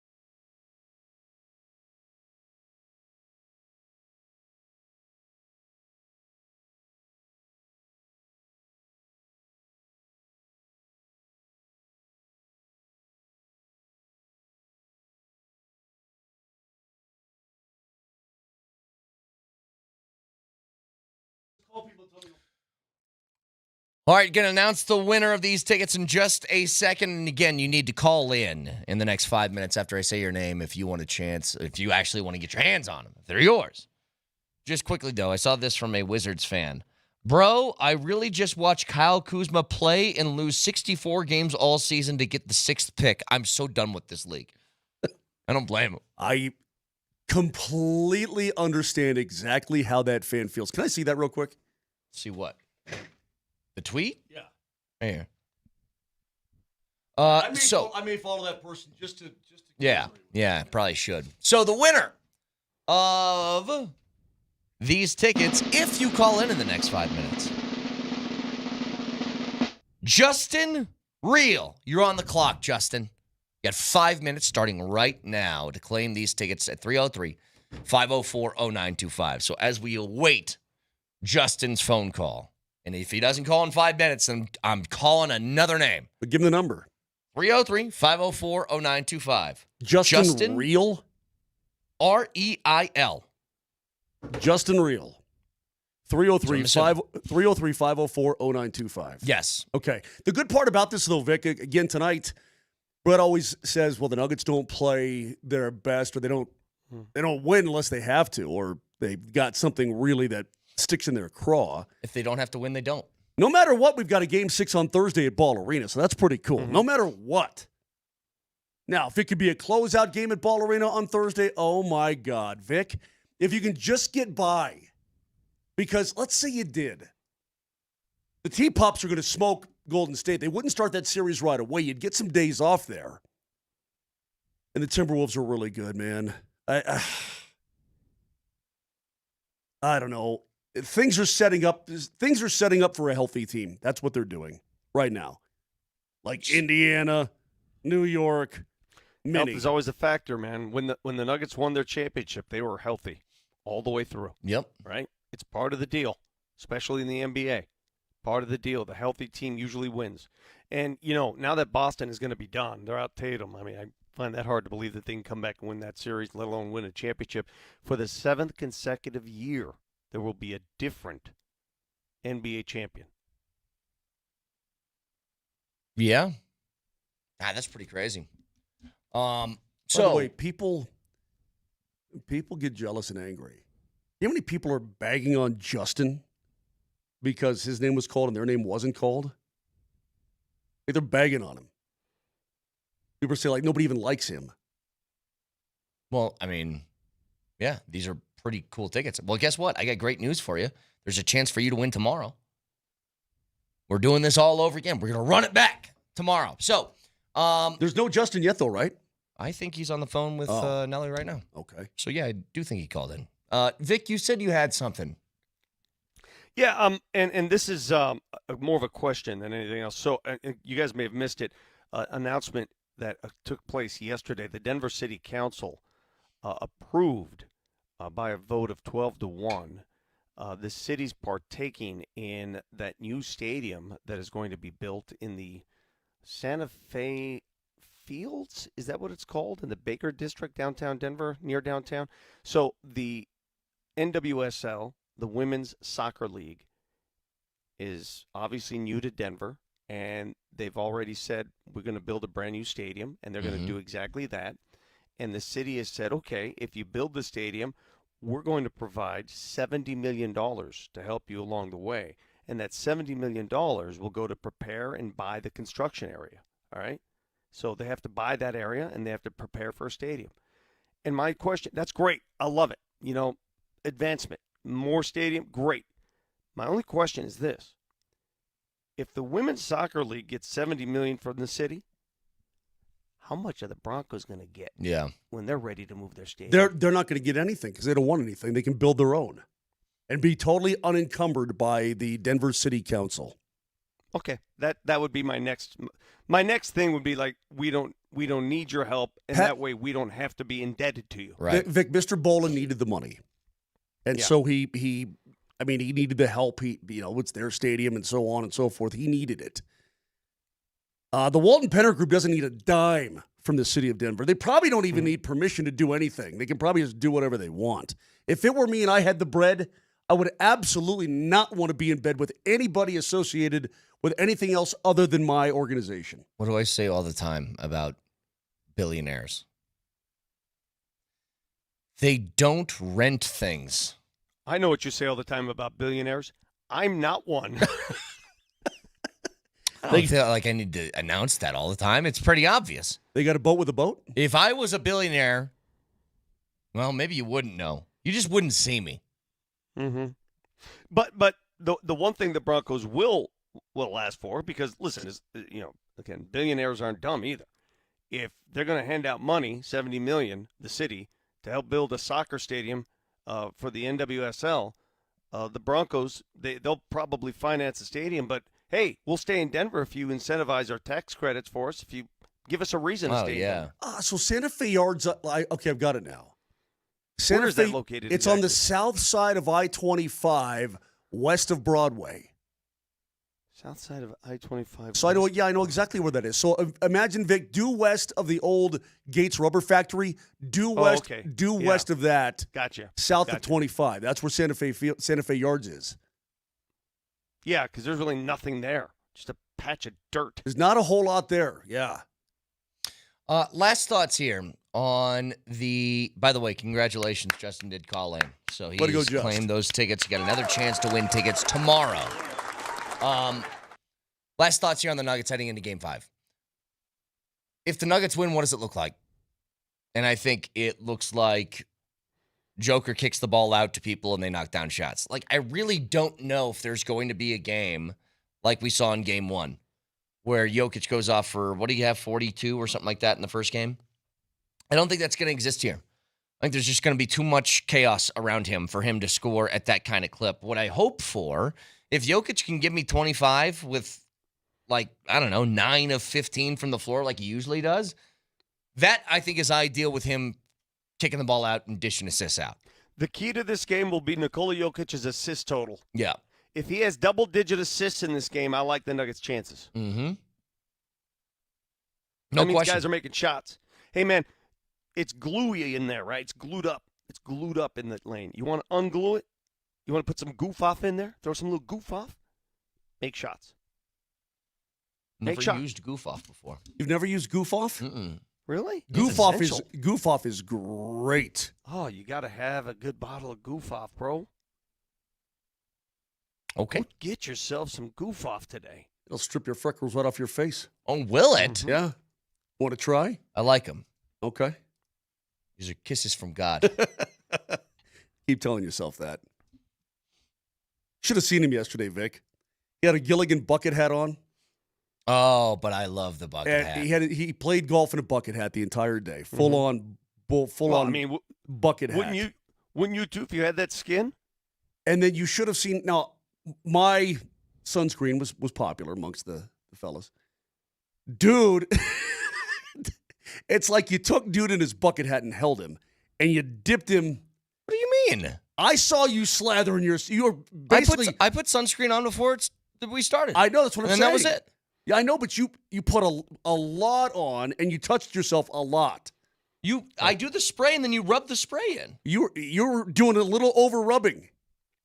Like you were really putting it on, slathering it on. I don't know how else you put on sunscreen. You spray it on your skin, and then you rub it in. Is everything just an extreme to you? I wore a bucket hat. Bucket hats are worn on the golf course. I put sunscreen on. So did you, but mine was the weird way of doing it. I don't get it. You had a wax coating, bro. Like an apple. Like an apple. Mine's too weird. Moser could talk. He beat you by a stroke. You let him talk. You lost. He won. How'd I drive the ball yesterday? Well, that's the thing. I haven't seen you drive like that in a long time. Vic, you figured you're not pushing it anymore? Vic, I was he bombing it right down the middle. He bombing. Was. And I'm not even kidding. Yeah. You bring that elbow in a little bit? I couldn't putt for crap, but I was yeah, I did bring the elbow in, but I was bombing it. And your boy Powder over here, his short game is exquisite right now. If we were in a scramble, dude, I would pick you all day. Thank you. Hey, well, we're playing next week in my tournament. Oh, that's right, we are. So bring your A game. Okay. Are we on the same guys, team? So today, yeah, well, I think we're going to be on the same team. We'll find out soon enough. So today, again, we don't have any verification or confirmation, But I would not be surprised if before this game tonight, in this arena, right outside my window, across the street, that the NBA awards SGA an MVP trophy. That's my expectation. I don't know if it's going to happen, but if it doesn't happen tonight, they're really rolling the dice because the series may not return to OKC. Mm-hmm. No doubt. One way or the other, yeah. Yeah, I'm going to get out there among the people and let them know that Joker's won the MVP. What are your thoughts? Oh, boy. I can't wait for this. Are you going to flop, too?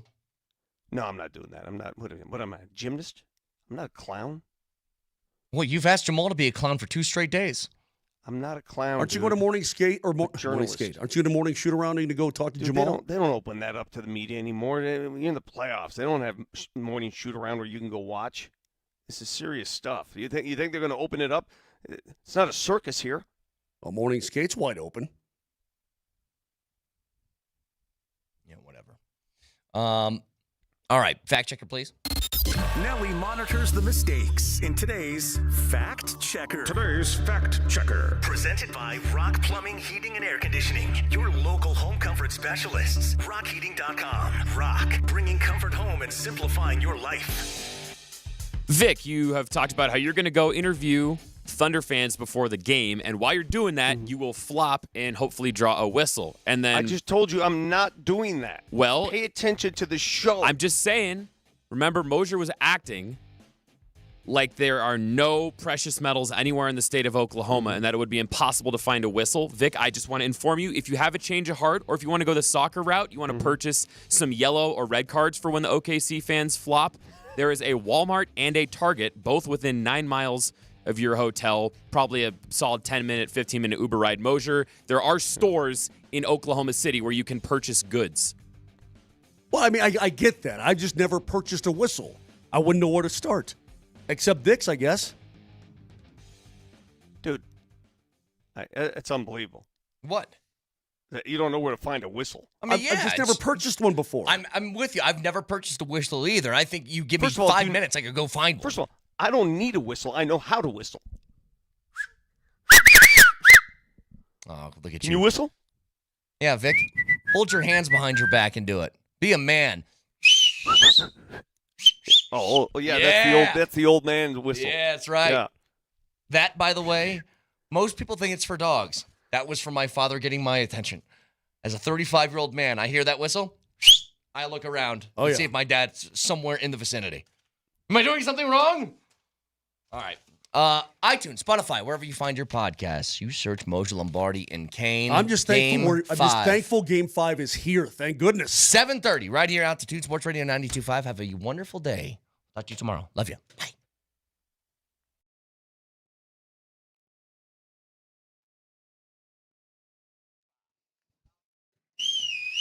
Yeah. That's a good fucking whistle. Yep.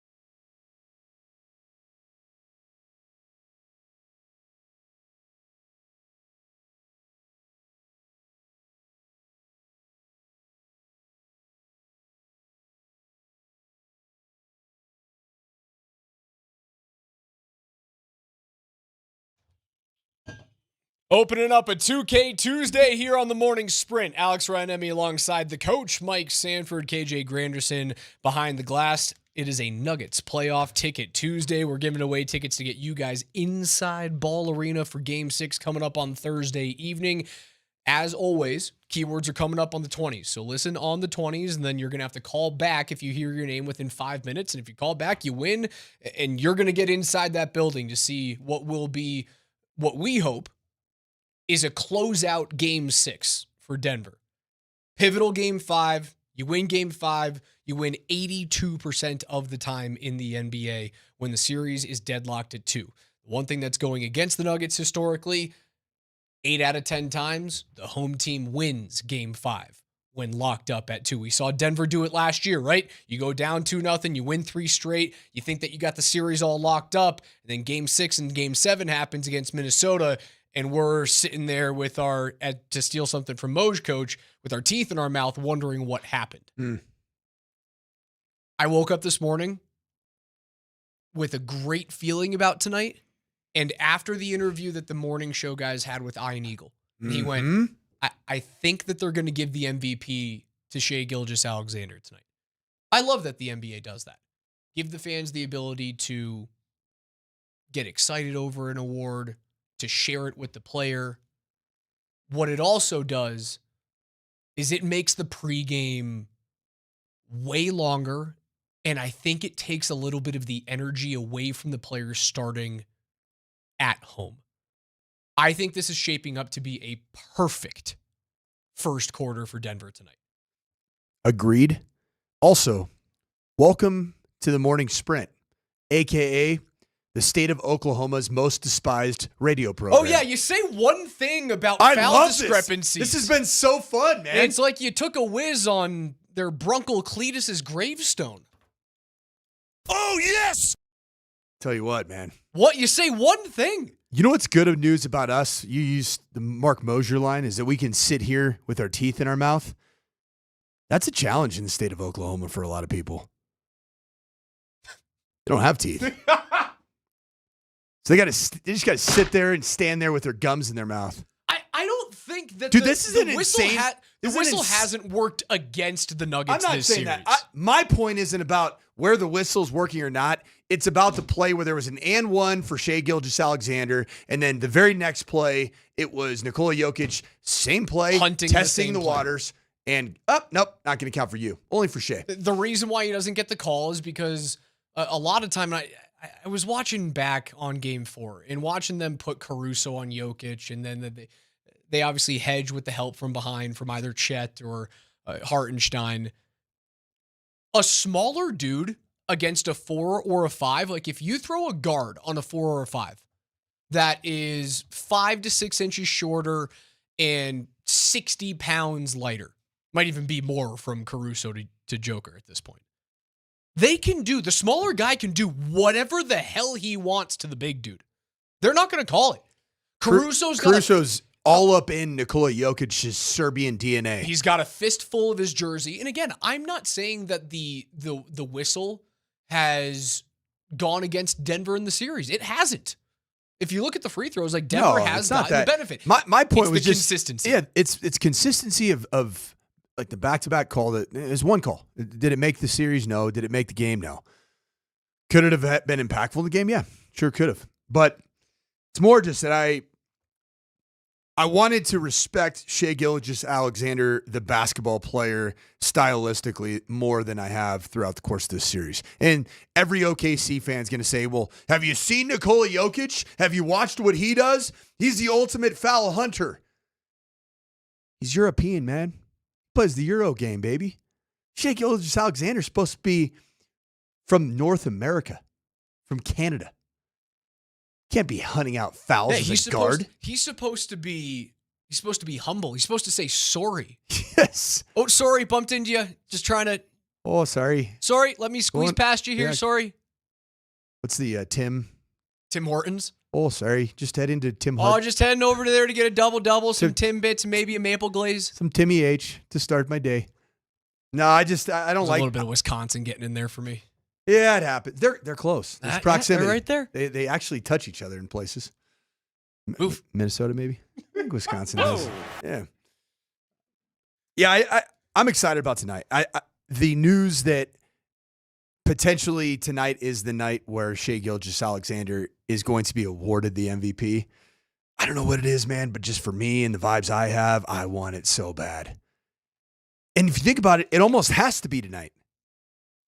Right. You have to guarantee that if you're giving it to SGA, you have to guarantee that his fans are going to see it. So it's happening tonight. Because my prediction, and I stand by it, Raj, and I feel just as good right now about it as I did before this series started. Nuggets in 6. So OKC, yep. If you want to have your moment under the sun where you reward the greatest foul hunter in the history of the National Basketball Association with his MVP, then you can go ahead and do it tonight. You know what? I'm excited. The greatest foul hunter in the history of the game in round number 1. I don't know, man. I think this might be worse. It feels the same. You know what it is? It's Harden 2.0. SGA is Harden 2.0. Dude, he's better than James Harden. He's a better shot maker than James Harden. Very similar stylistically. He's also shrunk as these playoffs have been rolling. He hasn't been what he was in the regular season. You can say that about Joker, too. 100%. Watch out. But you know what you can't say about Joker? You can't say he's never done it before in the postseason. You can say that about Shai Gilgeous-Alexander with regards to something significant, winning something big in the postseason. And done it yet. Nikola Jokic has. Very, very, very, very, very different. All right, so let's take a look back to quarter 1 of Game 5 last year at home against the Minnesota Timberwolves. So I mentioned I have a good feeling about the first quarter tonight because typically when you have these types of pregame ceremonies, they kind of linger on a little bit. It does throw off your game clock a little bit.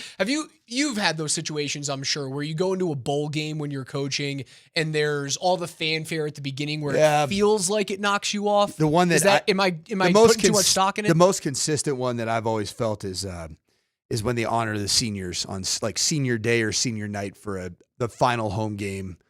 The flowers and mom and the girlfriend who's going to get broken up with in 2.5 months before college. And the weird thing is that you warm your players up and your seniors are out there standing. Typically, if you're playing in a cold weather climate, they're standing outside for 35 minutes for a ceremony. And like, are they going to actually be warmed up?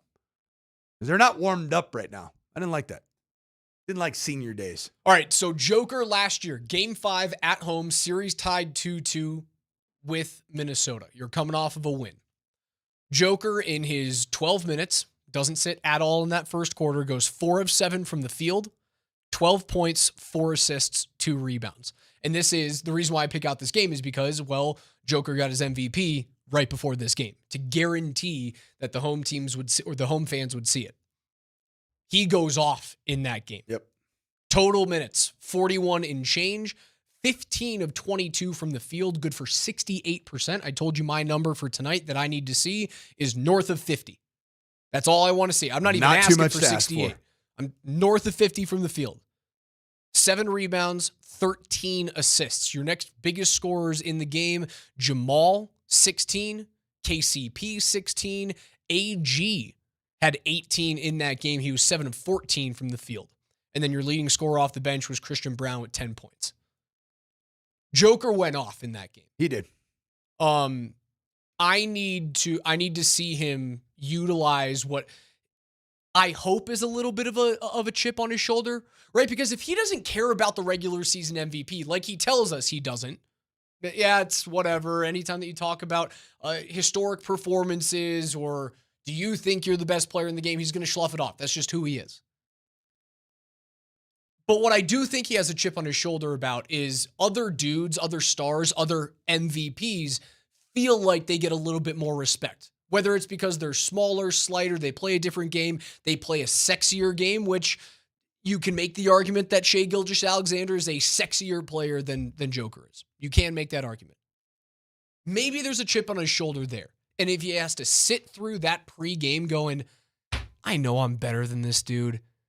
And he gets the benefit of the whistle all the time, but I know I'm better than this dude. I think that's the type of chip on the shoulder that vaults Nikola out of this 3-game skid. Again, the worst 3-game skid that he's had in his career. That's incredible when you think about it. That's a lot of basketball he's played. It's a lot of basketball games, including postseason, regular season games. He's been available for so much of his career where he hasn't had these injuries that have kept him out, like Joel Embiid for long stretches of basketball. That's really, really remarkable. And law of averages, Raj, it has to come back. It has to swing back. And I understand why the schematic explanation for a 3-game slide like this is that OKC and their head coach Dags saw what happened in game 1 and said, never again. We're not going to allow this mutant of a Serbian to have the space to go off for 42 points and win a basketball game. Let the other dudes do it. So let's go, and every time that ball gets fed in there, let's abuse this 6'11", 285-pound creature. That's what they've been doing. So the question is, what has to change for Nikola Jokic to find more success? It's the knockdown shooting outside of Nikola Jokic. Because if you're starting to shoot the basketball well outside, then the feeds in with the requisite and the following feedback out, followed by a nailed 3-point shot or a deep 2. OKC has to get out and cover. They have to get out and close out. And if they don't do that, then I think you're going to see a lot more of the same. And it's been the recipe for slowing down Nikola Jokic is use a bigger body type, in this case Isaiah Hartenstein, and then blitz him with the Carusos of the world. The smaller players just have to assault him and just swat at the basketball and or his flesh. Joel Embiid on May 5th of 2023, I believe, is when he got awarded his MVP. And again, that's when we're going to look back. I think you look back at the SGA year, he's going to win it tonight. It's going to happen. It sucks. He's going to be awarded that trophy. I'll look back at Embiid winning over him with way more disdain than this year with SGA. In that game, if I'm correct on the date, May 5th, 2023, Philly loses to Boston in game 2 of the second round, 114-102. Embiid does go off in that one, though. 30 points, 4 blocks, 3 assists, 13 rebounds, and 7 of those come on the offensive glass. He went off in that game. MVPs, when they win, typically go off. Now, it's a question of whether or not the rest of the supporting cast can make sure that they're still on time. There's just a tingle. I just have a feeling that Denver's going to have a really good first quarter. And whether or not David Adelman sees that first quarter and goes, I got to keep my foot on the gas, or you take Joker out and you go, survive the non-Jokic minutes. That's the big question about today. What do the non-Jokic minutes look like? And is David Adelman, is he ballsy enough to just push Joker to the end, to just empty that gas tank? I think that's the question of this game. Tonight, 92.5, you guys have a chance to get into Game 6. Make sure you guys stay tuned throughout the break. Coming up on the other side, your first keyword is coming up next. Don't miss it.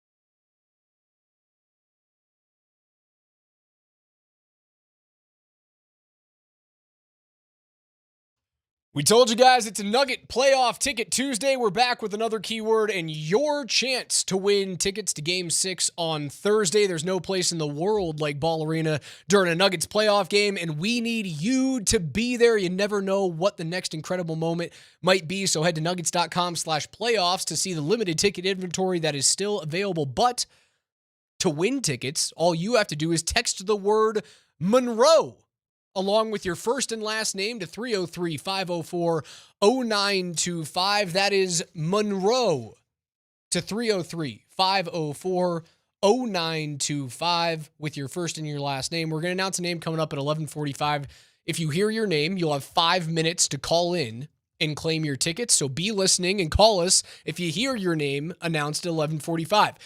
If you don't call back within 5, we just move on to the next person. So, Coach, our word today, Monroe. M-O-N-R-O-E. Monroe. Monroe is the birthplace of Hunter Tyson. Monroe, North Carolina. Okay, I was going to go with Monroe, Louisiana. Me too. Or like our 5th president, James Monroe. Spelt the same way. M-O-N-O-R-E. Man, we are really digging now. We're going with the birthplace of a player that hasn't gotten a lot of minutes in the last couple months. Well, he's not going to get minutes. You know that. We've known that. We knew that about the Nuggets when it was coached by, or when rather they were coached by Michael Malone. We've known that with Adelman. We asked at the end of the show yesterday. You brought up a player in Jalen Pickett that you want to see. I want to see a little Jalen Pickett action. I want to see him knock down a few three-point shots. No, he's more than capable of doing it. Spent the entire offseason getting his tray ball into a good space, and I think he's been pretty dang good. And he'll do exactly what's asked of him in terms of taking care of the basketball and playing defense. Did you see this article that just came out about our very favorite player here on the Morning Sprint? Ramona Shelburne, who is behind the articles that broke down a lot of the franchise's chaos and disarray amongst Michael Malone and Calvin Booth. Just recently this morning, wrote an ESPN article about the Nuggets' title chances rest on the NBA's most volatile player. And that player, Russell Westbrook. I'm going to read a little segment here from it. I want to hear your reaction to it. It's talking about how Russell Westbrook was managed by Michael Malone versus how now he is being managed by David Adelman. So this is talking about 8 days after the firing of Michael Malone. 8 days later, interim coach David Adelman showed how he was going to take a firmer hand in managing Westbrook. Former coach Mike Malone, multiple sources have said, had erred on the side of giving Westbrook the kind of latitude on and off the court that Jokic and Murray got, which didn't sit well with everyone in the locker room. And ironically, which was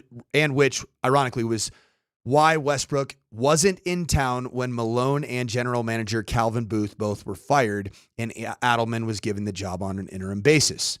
He'd been granted permission to spend the off day at his home with his family in Los Angeles, which in turn led to a conversation among the Nuggets decision makers whether he should be asked to return to Denver and be with the team as it tried to regroup or meet them as previously planned in Sacramento the next day.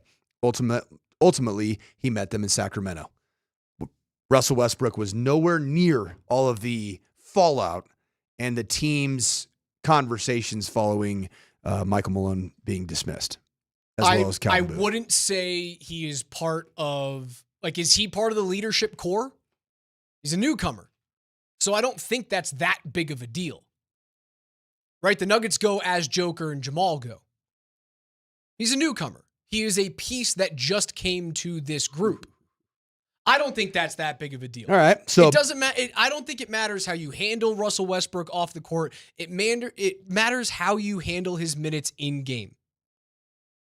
Nothing about the off-court stuff. I think you're trying to turn over rocks that don't need to be turned over. It's a 3-game series. If he's got it, play him. If he's playing too off the rails, sit him on the bench and play somebody else. We're worried about where he is when Michael Malone and Calvin Booth get fired. Russell Westbrook's not the guy that you call and be like, hey, you going to be okay if we do this? No, you call Joker, you call Jamal. Those are your two big guns. Minutes after the Nuggets lost Game 2 of their first-round series against the Clippers, Adelman had himself a problem. While he'd been at the post-game lectern, there'd been a heated discussion between Westbrook and Gordon in the locker room, multiple sources told ESPN. Gordon had challenged Westbrook about his attitude. On the court. Outside the locker room, one player relayed why Gordon might have done so. Quote, "He's so immature," he said of Westbrook. Just an interesting piece, man. Oh, tell me what you very clearly think something about that. It's exactly what I thought when there appeared to be an alienation of a relationship between Michael Malone and Jamal Murray.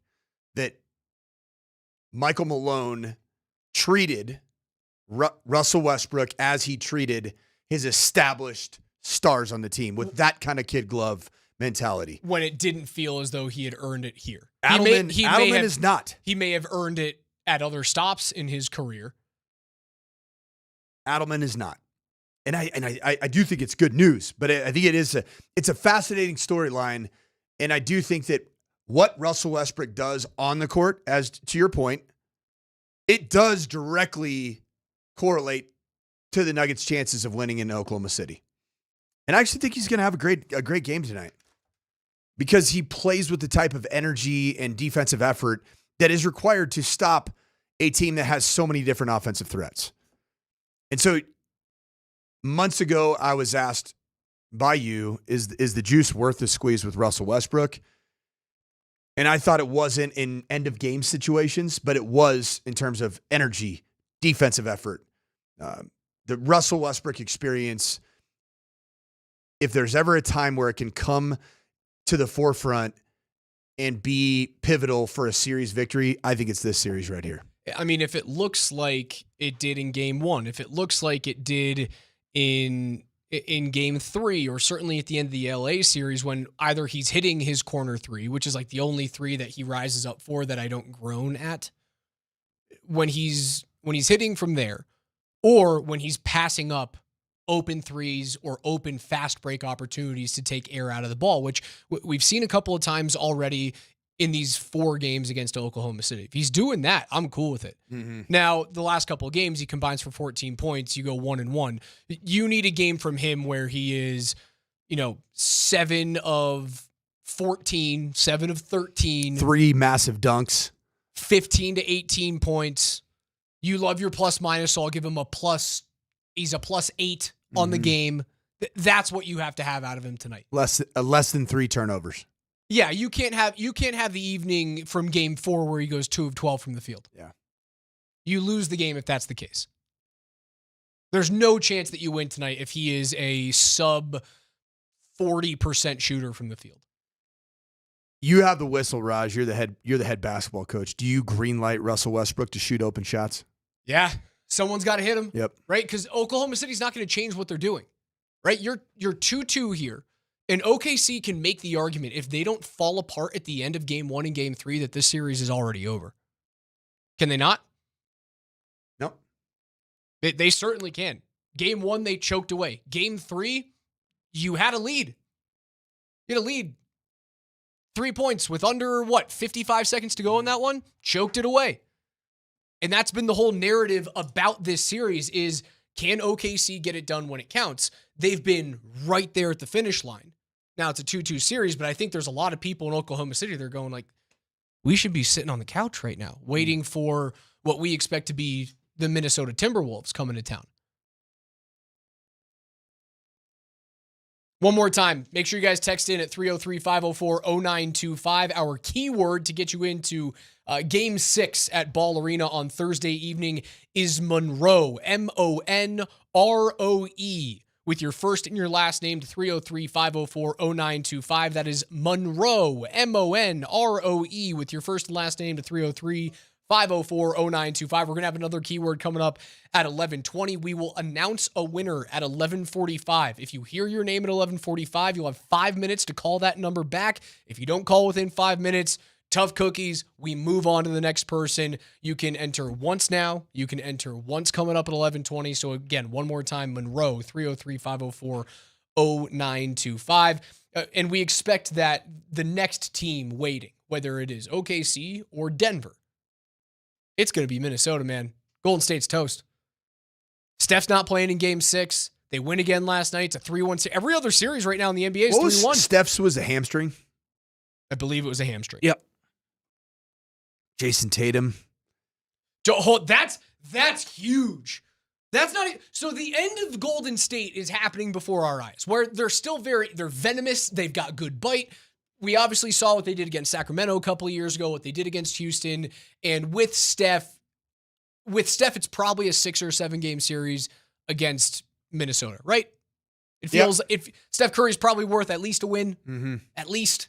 So 6 or 7 games, I think that thing is toast, barring a miracle from Golden State. What happened to the Boston Celtics last night was so sobering to me when we think about both the Avs and the Nuggets, man. That spells the end of what could have been a 3-year run or a dynastic run for the young, cap-controllable Boston Celtics. If that comes back, that MRI is happening this morning. If it comes back and that is a complete Achilles rupture, it's obviously the end of the series. They're down 3-1 in New York. They're not coming back and winning that thing. But are they doing anything next year in the East?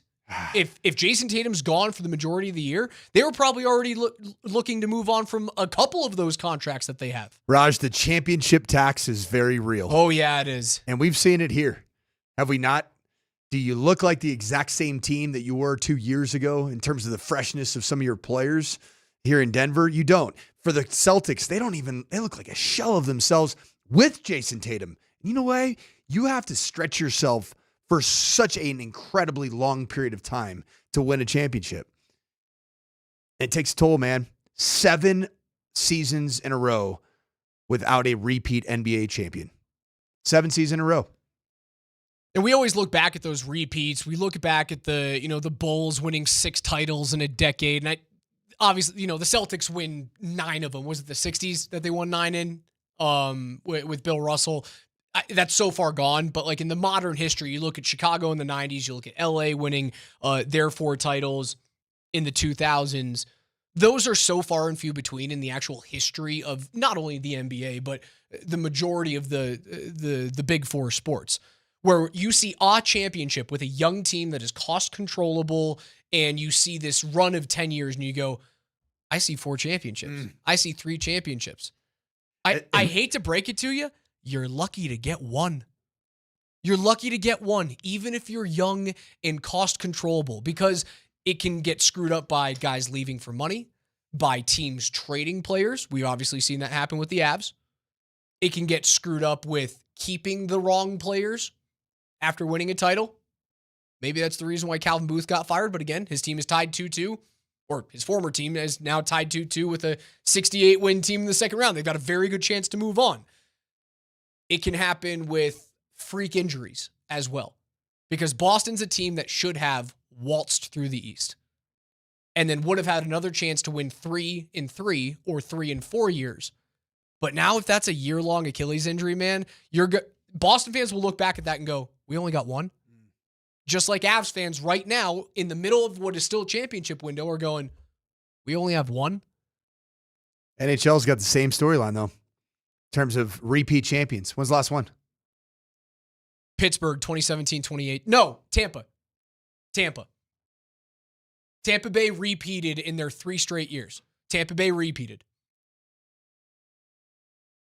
I'm almost positive Tampa Bay repeated. Because I know Pittsburgh did it in 2017 and 2018 with Sidney Crosby. Tampa Bay won in 2019, 2020, 2020, 2021. Yeah, so Tampa repeated then.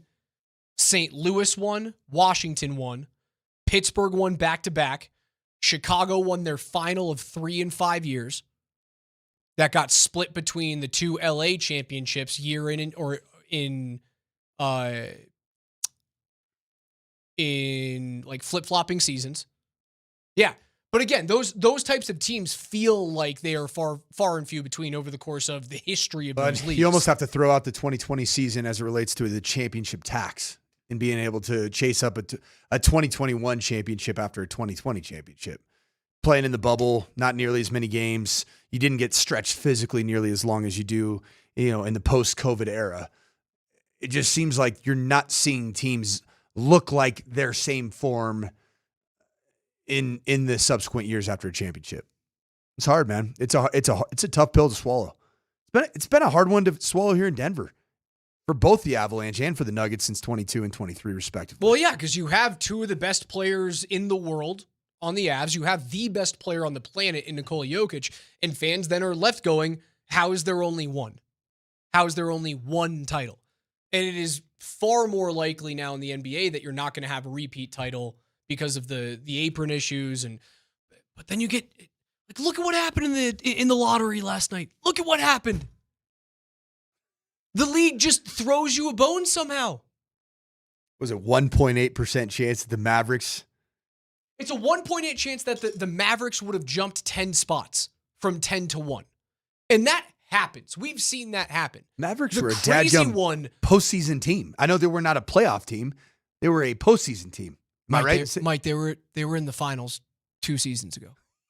They were in the finals last year. In the play-in this year. They were in the play-in this year. You could argue that they were a play-in team or a playoff team. I think it's crap that the NHL called their bubble play-in thing the actual playoffs, which is a joke. The NBA, thankfully, they don't call the play-in the playoffs. I appreciate that. Like, you actually got to win to get into the tournament. They were a play-in team. They were in the title game. They were in a championship series last year. And Utah and Charlotte and Washington have to go, wait, pardon me? The guy, Nico, that dude who just traded away Luka for hardly anything, that guy gets thrown the life raft on the sinking Titanic? What a nightmare for the NBA. I'm not tinfoil hat guy, but that feels riggy. Would you consider Dallas to be, is it a big market team? Mike, it's Dallas. Mike, it's Dallas. New York, LA, Chicago. Houston's bigger than Dallas, is it not, in terms of population base? No, Dallas. Are you sure? Dallas. The largest DMAs in North America when it comes to TV, radio. New York, LA, Chicago, Dallas, Fort Worth. It's the 4th largest market in the country. Is Dallas a large market team? Are the Cowboys a large market team in the NFL? Cowboys are just different, though. What do you mean they're different? Because it's football. They're from the same exact place. Because it's football. And he's got Jera. I'll get somebody else to ask. They have a championship pedigree. They had Dirk Nowitzki. Mark Cuban's like arguably the most famous, or was before he gave up his ownership stake, was like the most famous NBA owner in the world. Are they a big market What's team? Your point? What are we going to make the argument that they're Cincinnati? 4th largest. Yeah, 4th largest. No, it's Dallas Fort Worth. It's the same thing as Fresno. Dallas Fort Worth is the 4th largest DMA. So it goes, what is it? Is it New York or LA? It goes New York, LA, Chicago, Dayton, and then Dallas. Dayton's 3, huh? Dude, 60s. I can't stand this guy. What is happening? One more time. You guys have a chance to get into Game 6 of the NBA's second round between the Nuggets and the Thunder. Again, Thursday night at Ball Arena. Text the word Monroe. What's the DMA for Monroe County? Is it bigger than Dallas, Coach? It's about the same size. 303-504-0925. Monroe with your first and last name. It's the Morning Sprint on Altitude. Well, look.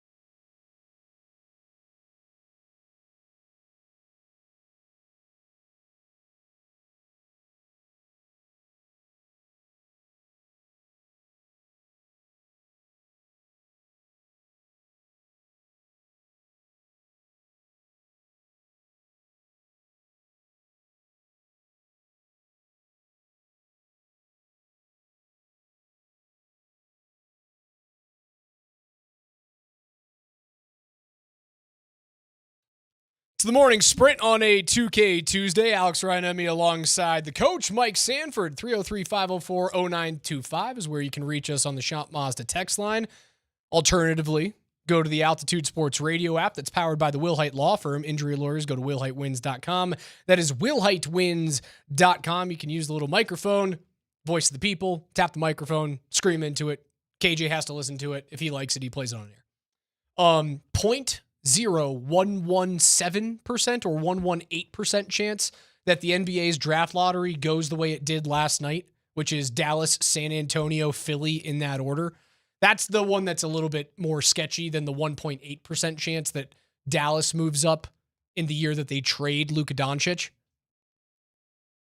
I did see, though, that in the years that teams had traded big-time players, Chris Paul traded from New Orleans to LA. New Orleans gets the number 1 pick. Anthony Davis traded from New Orleans to LA. New Orleans gets the number 1 pick. Doncic traded from Dallas to LA. Dallas gets the number 1 pick. LeBron leaves Cleveland for Miami in free agency. I'm taking my talents to South Beach. Cleveland gets 3 of the next 4 number 1 picks, including the one when LeBron comes home that they trade for Kevin Love, and then they win a title. It's a little riggy.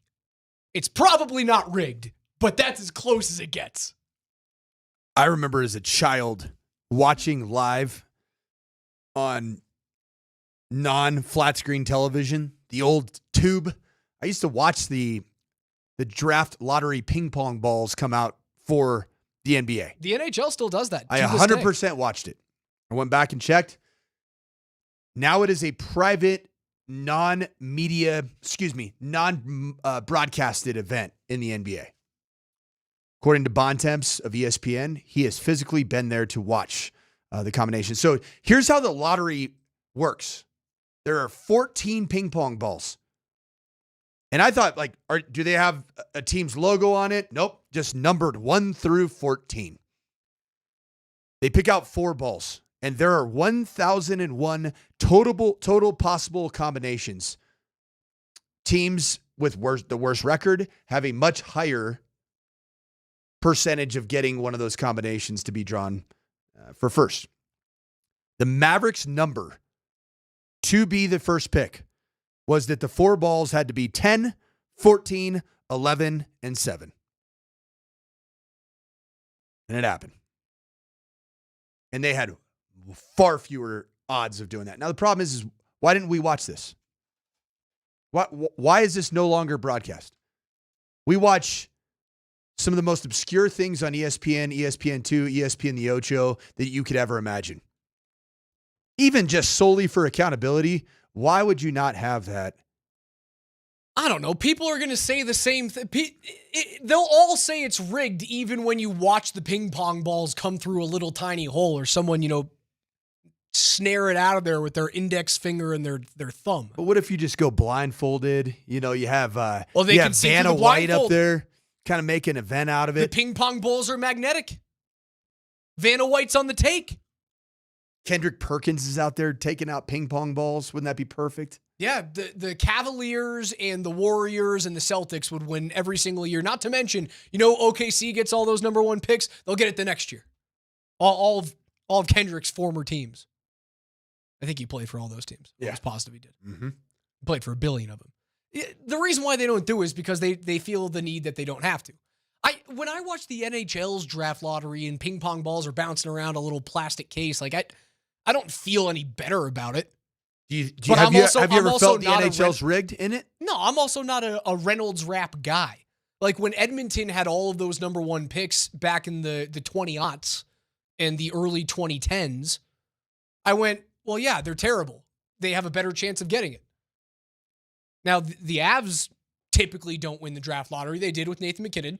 They lost it with Cale Makar, and they ended up winning that draft because teams took Heiskanen and Heischer and Nolan Patrick ahead of Cale Makar, so you got lucky.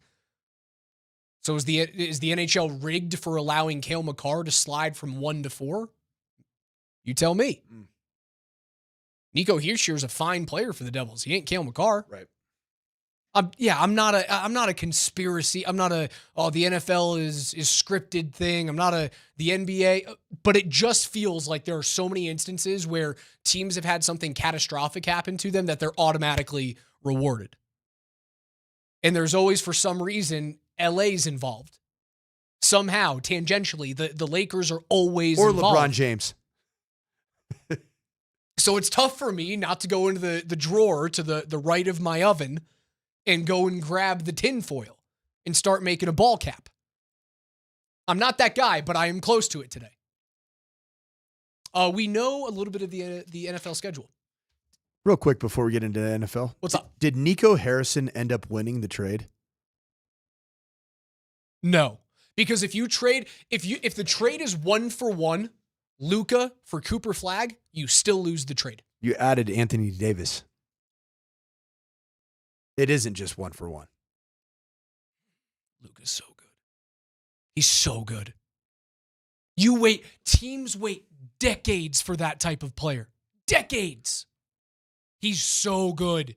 And he is going to be the next guy in LA. When LeBron finally hangs him up and the Lakers win their next championship, Luka's going to be at the center of it.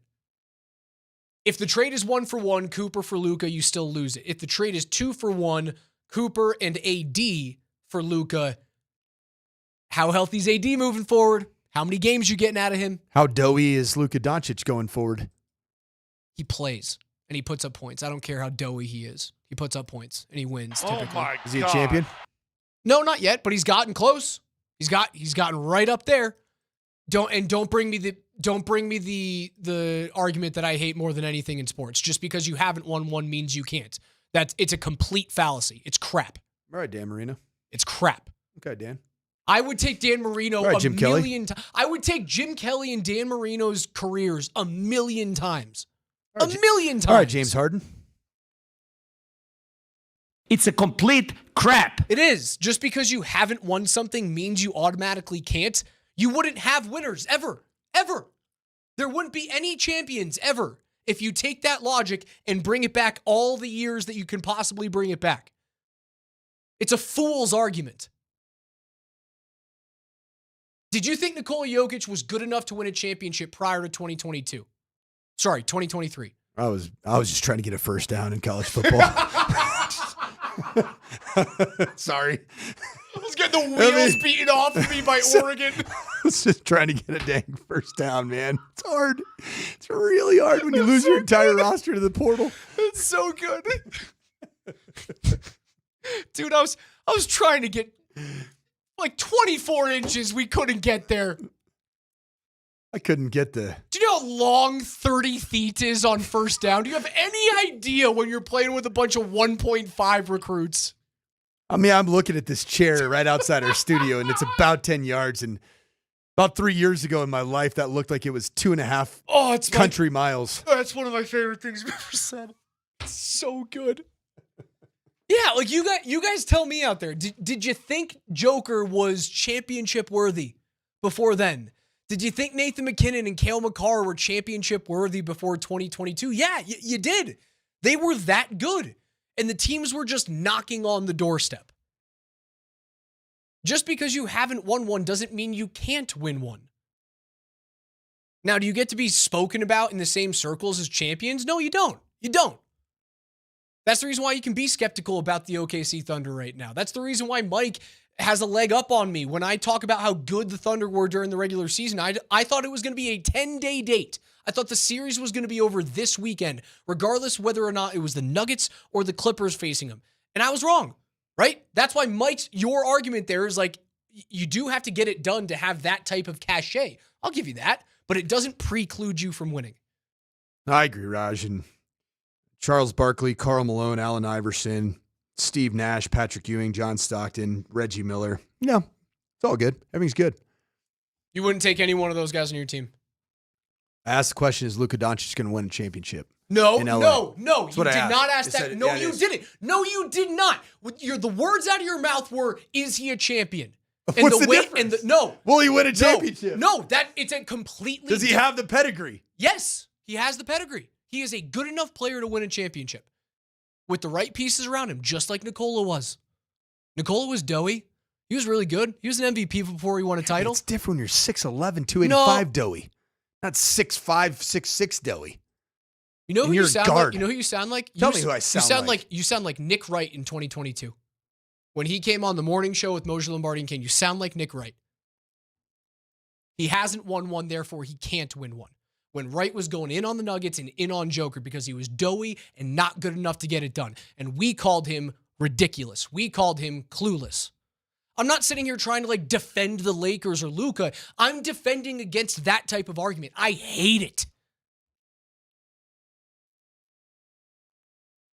Sometimes as their careers do progress and get longer into their, right now, what's the path forward for Luka to win one in LA?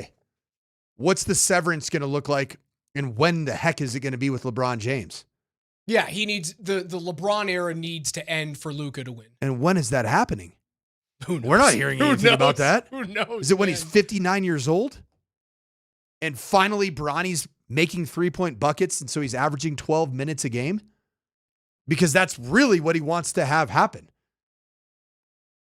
Man, these years start adding on as you go forward in your career. You got to win a championship at some point. That's Coach Mike Sanford. Your next chance to win Nuggets tickets and a keyword is coming up in just 25 minutes. We'll be joined by Kaz on the other side. Jason Kosmiski, the voice of your Denver Nuggets, in just 5 minutes from right now. Don't go anywhere.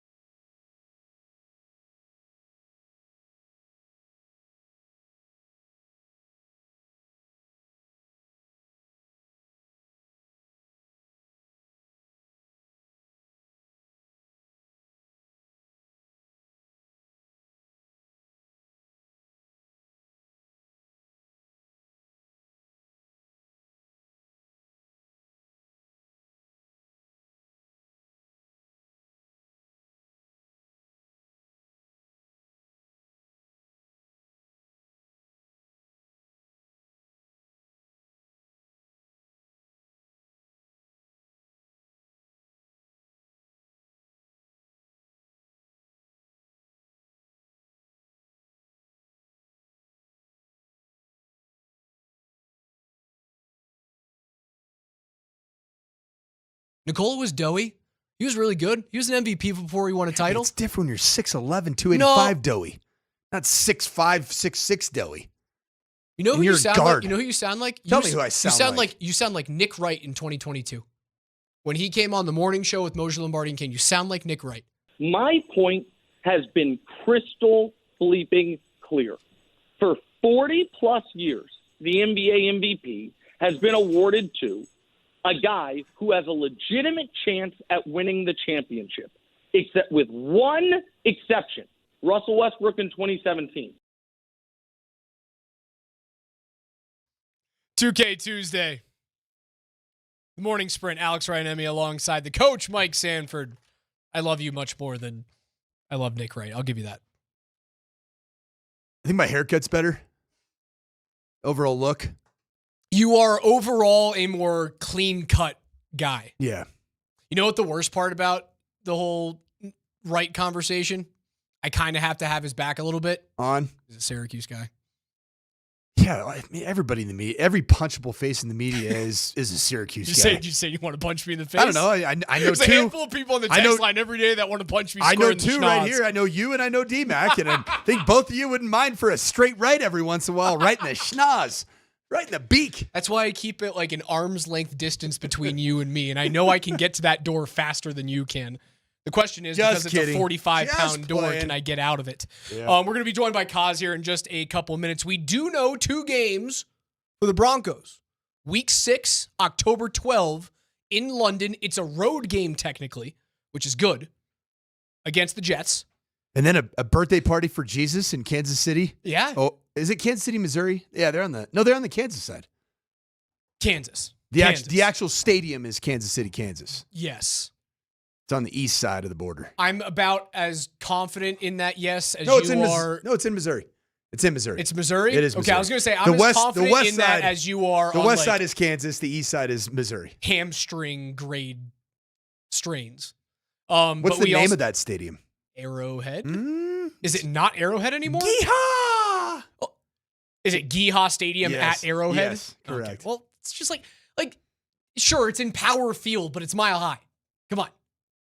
Like, it's very difficult for me to even call Ball Arena for how many years it was the Can. Yeah, you do get a lot of Pepsi Center around these parts. Yeah, week 17, December 25th, Christmas evening. Oh, actually, it's Geehaw Field. Geehaw Field. At Arrowhead Stadium. Oh, that's so stupid. That is really dumb. Yeah. There's too many names. December 25th, Kansas City, another road game. That means that we'll have a Monday night game, a Thursday night game, and likely a Sunday night game anywhere between weeks 5 and 10. There will be there's going to be a Sunday night game, my guess, between weeks 5 and 10 for the Broncos. After week 6, we can assume that there's going to be a bye week in week 7, right? Most of the times when you go overseas, they'll give you that bye week. So week 7's your bye week. How do you feel about that? Too early? I like it. Week 7's a good bye week. Last year was after week 4? Or no, it was late. It was very late. It was week 11, 12 right in there. Something crazy like that. Yeah, week 7's beautiful. Right in the middle, smack dab. Love it. So you kind of hit the just around the halfway point, not quite, but I like that. Let's head on out to the Ramos Law Hotline. Car accident, you need Ramos Law, medical doctor and attorney. Find them at ramoslaw.com, where we are joined by the voice of your Denver Nuggets. Kaz, what's up, man? Welcome to Oklahoma City, boys. This is probably a good thing why Vegas doesn't have an NBA team, because what you do on a day off in Oklahoma City, I gotta believe would be different than what you do off in a day off in Las Vegas. The operative term there, Kaz, is yet. No Vegas NBA team yet, because we all know it is coming down the pipe. That's true. Kaz, what have you felt just in terms of this building rivalry, just from a fan perspective and the environments in the building between OKC and Denver? Yeah, it's a really good one. I mean, obviously I'm not in all the other arenas, but we all know how loud Denver gets, and Oklahoma City is just as good. I mean, they're passionate fans here.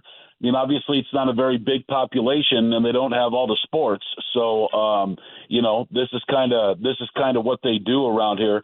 And on top of that, I tip my hat to the Paycom Center for not pumping in fake sound like the LA Clippers do at Intuit Dome. You know what I mean? No doubt. All the sound you hear is natural. So, both great buildings, both great venues, and man, it's loud as hell no matter what game you're playing. Super loud, but not necessarily as loud as the basketball that, Nikola grew up playing in Serbia. He's mentioned that. Like, I've been in these types of situations. The environment does not scare me, but he is coming off 3 of his worst consecutive games in his career.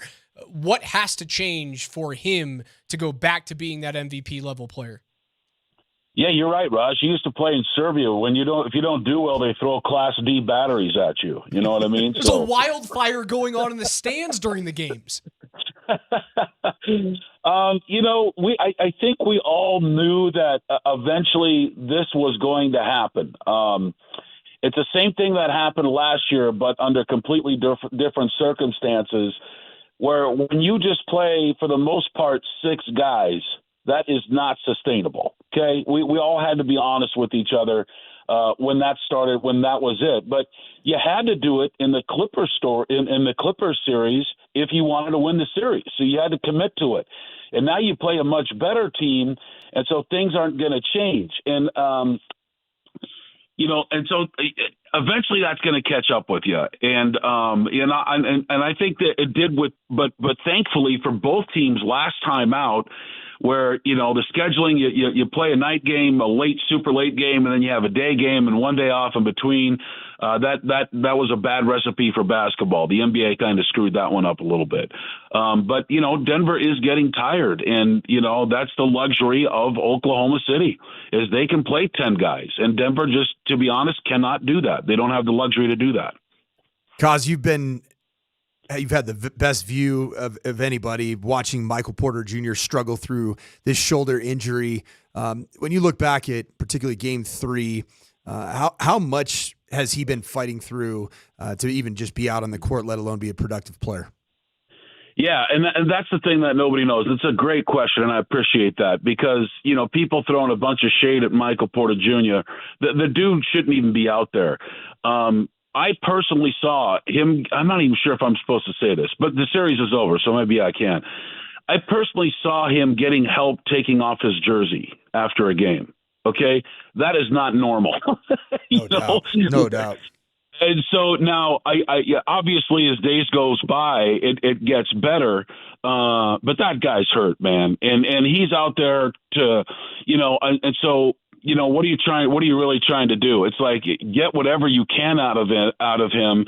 But as long as you don't have to make threes, but you have to have the other team respect that you have the ability to make a three, if that makes sense.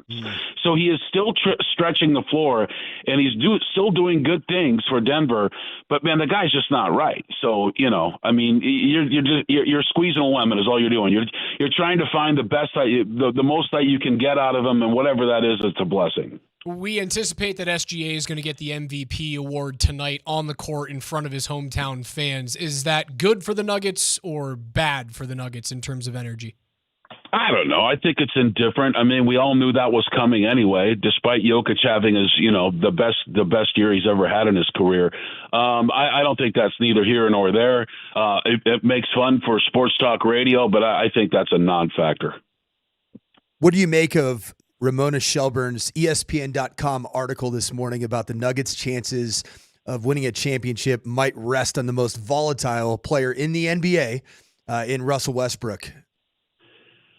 Wow, man, let's get through the series. I mean, we're going all the way there already. Man, I'm just worried about Oklahoma City. I mean, good writer, and, you got to keep people interested. But listen, when you have 6 guys, and I'm not trying to disrespect Peyton Watson, because I think he's been fantastic in the minutes that he's had. But when you basically are playing six dudes, everybody's got to be there. And I think Russ, he's a very interesting player. Now, I've been doing this for 30 years, and I would have loved to have been around him like in his prime. Because you got to take the good and the bad when it comes with Russ, right? Like, I mean, he'll turn the thing over, and that'll drive you nuts, man. You'll start punching furniture. But here's what I do know. is the guy goes 100 miles an hour 100% of the time. Whether it's a Tuesday night game in Salt Lake City during the regular season or game number 5 in the Western Conference semifinals, he will give you everything he has every single night. And I think as a fan and as a coach and whatever, that's all you can really ask for from everybody. Is just give me the best effort you can and leave it all out there. And I've been watching that dude do that all year long. Kaz, you just mentioned the term punching furniture as it relates to Russell Westbrook. I heard Moser on Monday morning talking about that he's never cursed so much at his television as watching this year's version of the Denver Nuggets. This team has so much heart, so much grit, so much soul, but yet what is it about this team that just makes you want to put your fist through a television? Yeah, they've been doing this for a while. Bert and I talk about this all the time. For whatever reason, and there's no way anybody in the world can explain this, they always take the hard way to do things. They never make it easy on themselves. But that's just part of their personality. That's just who this team is. I mean, if I could get back the hours of, sitting around thinking, like, especially after last game, coaches always say plays don't come down to one play and we could have done something in the first quarter. As a fan, let's not forget I am a fan. I call BS on that. I think games come down to one play or a couple plays. And I sit there and I think to myself, why didn't they just do, or why didn't this just happen? Why did he do that? You can do that. And, the next thing you know, you're in a padded room somewhere, drinking coffee. And so it'll drive you nuts. Yeah, but you're right. It's just their personality. They never take the easy way out. They always make it harder on themselves, but they always find a way to get it done. And that's the key. Kaz, we'll get you out of here on these two. I need you to explain two things to me that feel like I can't get explanations. First, why doesn't Joker get the same exact call that SGA does on back-to-back plays when he hunts out the same exact call? And two, after you're done figuring that, Einstein equation out, what on God's green earth happened in the lottery last night? Well, you asked two very NBA questions right there. So, we can go down this rabbit hole. I'm a conspiracy theorist anyway. Yes! You know what I mean? It's interesting, right? You can go all the way back, Ewing to the Knicks. You can go back to Yao Ming going to Houston. You can do this all the way through. You can do this until it drives you crazy. I saw somebody tweet that all the small markets, Denver, Memphis, Indiana, I think Utah and Minnesota have never received Charlotte never received the number one pick. Yeah, so I can't make that decision for you or your listeners, Raj. You guys are gonna have to figure that one out on your own. None of my own theories, but I'm certainly not going to put that on the radio. No, your theories. How's this? I just want to bring it down to that one play that we saw in the second quarter in Game 4. The Joker with SGA. SGA gets the call in the and one. The very next play, Nikola gets the ball. It was essentially just like, I'm going to show you the data. Here's going to be my set. I'm going to try and get the same call, and he doesn't get it. Is it just Tony Brothers? No, Joker's an NFL offensive line. And what I mean by that is he gets fouled. You can call holding on every single play. You can, when Joker's in the paint, you can call a foul on every single play. And then what the referees decide is, I'm assuming they think to themselves, yeah, but was that really that much of a foul? You know what I mean? Is it unfair? Yes. But we're so used to it by now.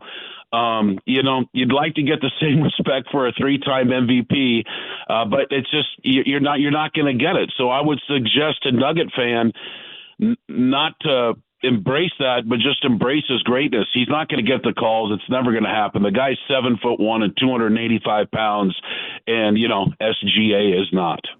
That is the voice of Jason Kosmiski, the voice of the Denver Nuggets here on Altitude Sports Radio 92.5. Brother, thank you so much for the time. Have a great call tonight, 7 p.m. pregame show. Thanks, guys. By the way, I have a 1.8% chance that Kate Beckinsale walks in here and has a cup of coffee with me. Go get him, Kaz. There's always a chance, Kaz. Attaboy. Yeah. I got all the faith in the world in you, brother. You can get the job done. All right, boys. Kate Beckinsale and Van Helsing, man, that That's a core memory for Core young memory. Very teenage core. Raj. Stay tuned. On the other side, we'll give you guys another chance to win Nuggets tickets to Game 6.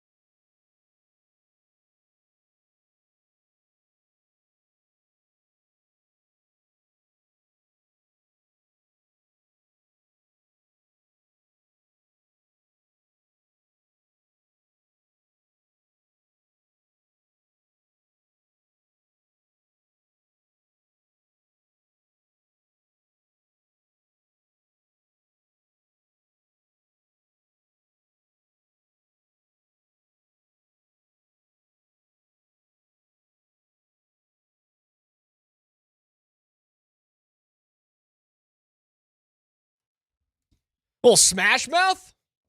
Some Shrek on a 2K Tuesday? KJ, love you, buddy. Before we get into NFL notes, it's a Nuggets playoff ticket Tuesday. Again, very quick thank you to Jason Kosmiski for joining us last segment. He'll be on the call tonight for Nuggets and Thunder Game 5. But if you want to get into Game 6 on Thursday at Ball Arena. Closeout game, Raj? Hopefully a closeout game. There's no place in the world like Ball Arena during a Nuggets playoff game, and we need you to be there. You never know what might be the next incredible moment. So head to nuggets.com/playoffs to see the limited ticket inventory that is still available. But if you want to win tickets today, all you have to do is text the word Kitchener. That is Kitchener. Kitchener. One more time, Kitchener. Kitchener with your first and your last name to 303-504-0925. Again, this hour's keyword is Kitchener with your first and last name to 303-504-0925. Birthplace of Jamal Murray. The birthplace of Jamal Murray. Can you tell me another couple of things about Kitchener, Ontario? Maybe some things that have some Avalanche ties to it? There are two players that won the cup with the Avs in 2022 that played their junior hockey for the Kitchener Rangers? I don't know off the top of my head. One of them was the captain of the Kitchener Rangers. It's not. It's Nathan McKinnon? No, very close. Gabriel Landeskog, Landy. captain of the Kitchener Rangers. So Landy as a Swede. Landy came over as a Swede when he was like 14 or 15 To or 16 to like Canada. that. To Canada. Is that Played his fairly? junior Is that hockey. fairly normal? It happens a lot. Okay. If you want to go play in North America. All of the above. So Finland. So the Finn players go over to Canada. Not all of them, but some of the elite guys that Swedes. that want to start any their Russians North come over? American They career. pretty much. No, Russians come over. I mean, it's kind of 50-50. It depends where you want to start your career. Yep. But Gabe came over and captained the Kitchener Rangers. Who was the other one? In the Ontario Hockey League. Nazem Kadri. Really, really good Kitchener Ranger back then. Again, so Kitcher. Is Kadri from there? Ener. I believe he's from there. He's from Ontario. I don't know if he's actually from Kitchener, but I know he played his junior hockey in Kitchener. 303-504-0925. Again, Kitchener with your first and last name. We're going to call out a name at 11:45. It is, if it's your name, call us back within 5 minutes. If you don't call us back within 5 minutes, we move on to the next person. Kitchener. KJ, NFL notes. Altitude Sports Radio 92.5 presents KJ's NFL Notes. Why are you smiling? Because I love football. Football's fun. Fun, sir. Fun, sir. It's fun. Brought to you by Mountain High Appliance. Locally owned and operated since 1993. Colorado's most complete appliance store. All right, listen up. Every day on the morning sprint with Coach Sanford and Raj, we go through the biggest stories on the gridiron with KJ's NFL Notes. Mr. Granderson, take it away. The NFL's full schedule release is expected to be tomorrow at 6 p.m. Mountain Time, but there will be leaks, and there have already been leaks. So far, the Denver Broncos will face the Kansas City Chiefs on Christmas Day, and it is also official that the Broncos will face the New York Jets in London, week 6, London. Okay, so guys, we know the two of the primetime games, and I do want to ask you guys, are we taking the over or the under here on the morning sprint on 5.5 primetime games for the Denver Broncos this season? We got a movie star as a head coach. Home Team, is that the name of Sean Payton's the movie about his time as a youth football coach? Who's the dude from King of Queens that played him? Kevin James. Kevin James. Yes. Kevin James, the fact man. that Kevin James played Sean Payton. All is you got to think about is Kevin James in Hometown Team or whatever the heck it's called, and say, I am hammering the over. It is going to be over 5.5 games because he's the NFL's darling. They love him. You already have two. You're going to get a Sunday night game. You're going to get a Monday game. Pete Carroll, Sean Payton. Jim Harbaugh, Sean Payton. I mean, I like the over. But 6 out of 18 weeks, man, that's a third of your games on primetime for a team that some people say aren't going to make the playoffs. 6 out of this year. 17, right? Because the bye week, your bye week can't technically really be televised. I mean, as the 8, I don't know. It's tough. They don't love televising the bye week. Okay, 6 of 17. BYE sometimes can be a tough. That's a tough squad to beat, more though. divisible. We know how squad. bad I am with like rudimentary math. So you're going to take my 18 and make it a 17? That's where I have to bring out my phone and take my calculator app that, my teachers always said I was never going to have. Speaking of bad math, I got some for bad spelling, and that's all of you fine listeners are having a hard time with Kitchener because I'm getting a million texts right now. Close correct spelling is Kitchener. Kitchener. Kitchener, Ontario. That's the place that we're trying to have you guys text in to win tickets for the Nuggets. Yeah, I like the over. It feels like a lot of games, but I don't think they're going to miss the playoffs, which means they're going to be a good team. The AFC West is going to be a rock'em sock'em robot battle all the way down to the final weeks of the season, which means there's going to be a divisional game in week 17 or 18. That means everything. They're going to get flexed in the final 2 weeks, and there's going to be your 6th primetime game. Does that flex get them the over? Yes. They'll be at 5. They get flexed into their 6th, and that'll be the over. I love it. They should. They're exciting. I like their first-round pick in Jahdae Barron. They're going to have one of the best defenses in the league, if not the best defense. Quadzilla himself, R.J. Harvey. R.J. Harvey might be like a fantasy darling this year, and that always helps that if you have a guy that like people are tuning in to watch that aren't in your DMA, your metro area, that always helps the national narrative. Of which we learned that Dallas is a top 4 it's a big DMA. One. It's a big one. Pretty significant. Makes sense that they got themselves a number 1 lottery pick. I wonder how big the Kitchener DMA is. Kitchener. KJ, what's next? Yeah. The Broncos. That is you. You remember when you did that? No, I don't. So we were talking about the switching names for the Kansas City Chiefs, and out of nowhere, you just did. All right. Yeehaw. Yeah. The Broncos selected tight end Caleb Lohner in the 7th round. How much will Caleb see the field this season? Only time will tell. Speaking of time, do you have some audio from Sean Payton? I do have some audio. But we probably don't have time to listen to it in real time. So what did you do there, KJ? No, we don't. Listen, we got to keep pushing here, Coach. I decided to speed it up to 2 times the speed. My man. So, Sean Payton, please take it away. Well, look, it's limited. So this is a basketball player for most of his career. He plays a year of football, count the snaps, count the catches. I get it. And yet you see traits, you see movements. I'm not a big fan of the Big 12 Pro Day because a player like him gets 6 routes instead of 20 that he would get at his own Pro Day. So hopefully that's going away. But there's 2 or 3 clips where I'm like, play it again. And then when you watch him and you watch him move, and even in our first 2 days here, you know, and people bring up Jimmy, and now Jimmy was a 3rd-round pick. I get it, but there were some similarities in that he only played a year, 80-some snaps. I think he had 18 catches. And so, yeah, we got to coach and develop. You know, in other words, if it was already present when you watch him and you guys see him and shake his hand and stand next to him, like, holy cow. And so there's traits there that excite me. And then just visiting with him, you know, his intentionality and his excitement about it, man, I'm excited to watch it. That was sped up 2 times? It was. Come on. I'm serious. I think we might need to make an adjustment. Next time it's got to be a 3-Xer. Because that still felt like it was just the ultimate word sandwich. Oh, it was the ultimate Sean Payton clip, right? He's always has to find a way to make sure I'm the smartest guy, right? Because check. Watch his tape. Former player from the New Orleans Saints comp. Check. Some kind of complaint about the process. The Big 12 the Pro Big Day. 12 for no reason. Check. Make sure that the media knows that they were stupid in not knowing who the guy was. Check. It was perfect. Relative to? I actually don't know if there was one in there. I don't think there was a relative to in there. We were missing relative to.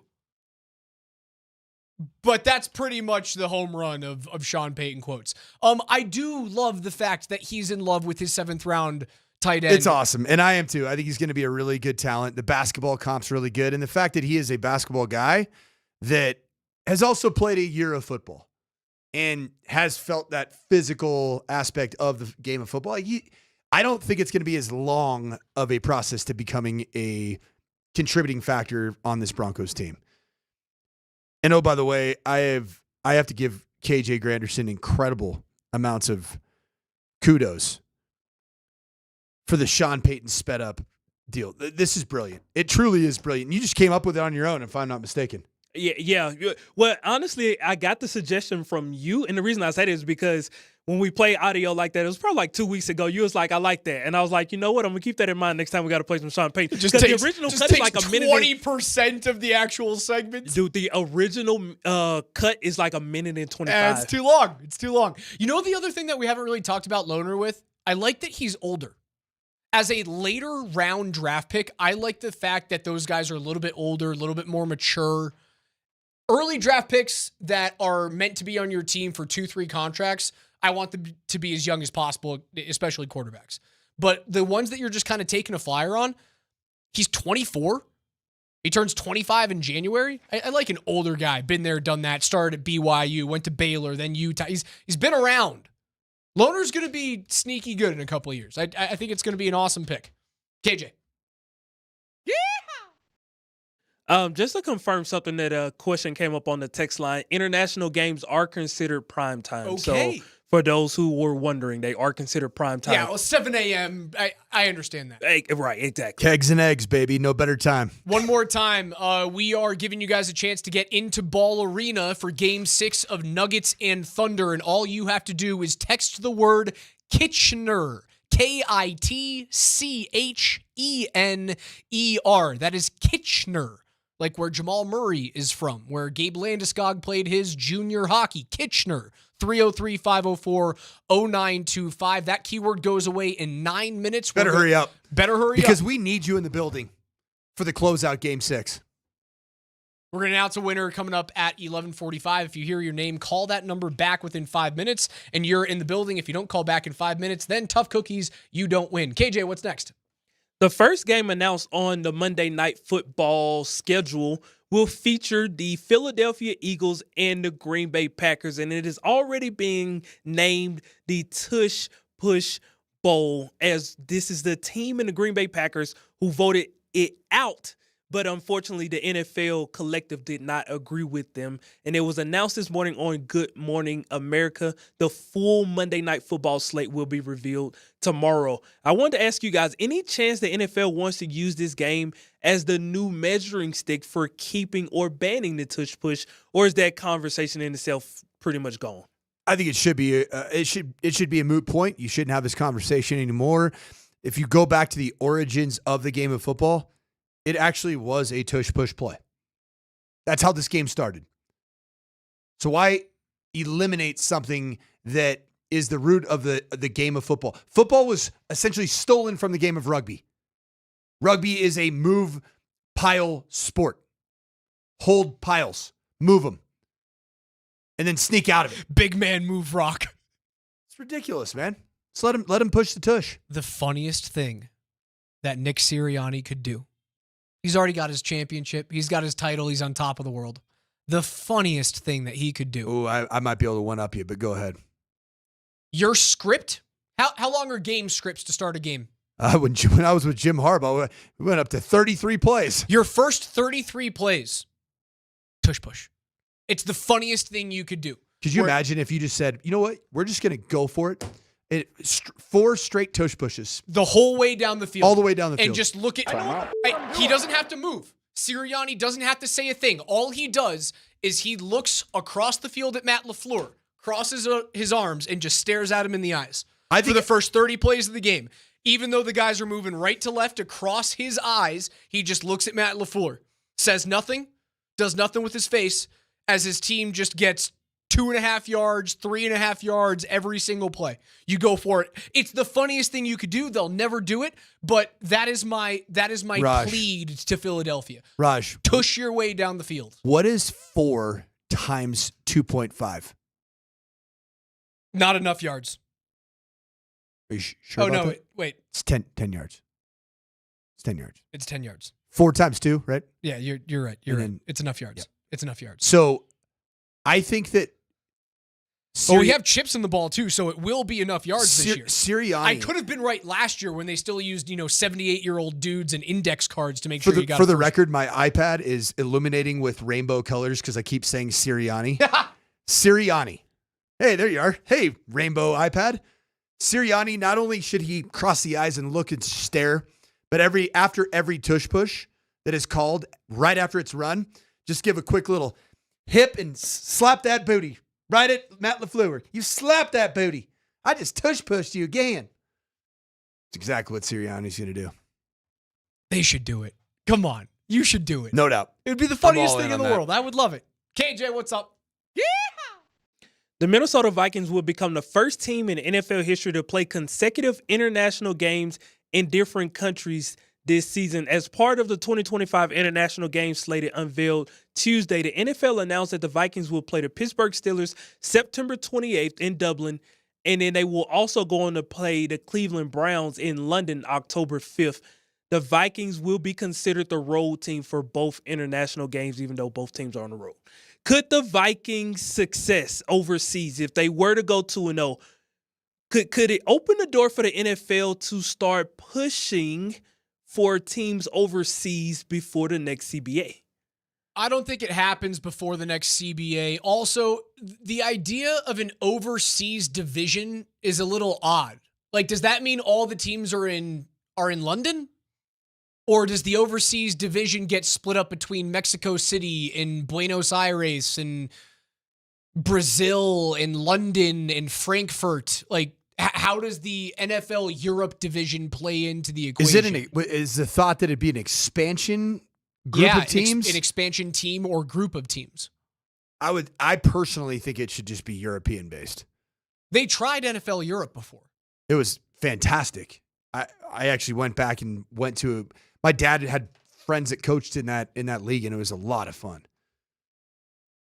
It was. I think it was the last good iteration of spring football, where it served a purpose for the franchises and the parent clubs. I thought it was a lot of fun. Hamburg. So in 2007, Hamburg. NFL Europa, Hamburg, Frankfurt, the Rhine, the Galaxy. Yep, Barcelona Dragons. I don't see Barcelona Dragons in 2007. But they were a team in Amsterdam 1991-92. The Amsterdam Admirals. The Amsterdam Admirals were a team in 2007. The Rhine Fire was a team in 2007. The Berlin Thunder in 2007. So those are your 6 teams. The other teams that they saw... There was a Barcelona Dragons, though. Yes, in the World League of American Football, the Barcelona Dragons in Spain played in the 1991-1992 seasons.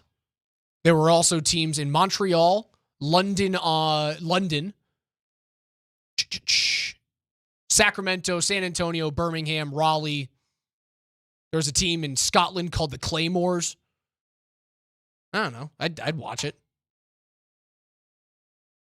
What do you look quizzical over there for? I just think that if the NFL is going to expand out of the country, it should go no further than our keyword, Kitchener. And just go to Ontario, to Kitchener. It's a major media market there. Kitchener. Make sure you guys text that word, and it's your final chance. The keyword Kitchener, Kitchener, to 303-504-0925. That keyword goes away in 1 minute and 20 seconds. We're giving away tickets to make sure that you guys can get inside the building at Ball Arena for Game 6 on Thursday night. NFL Notes is brought to you by our friends at MountainHighAppliance.com. Winner coming up next.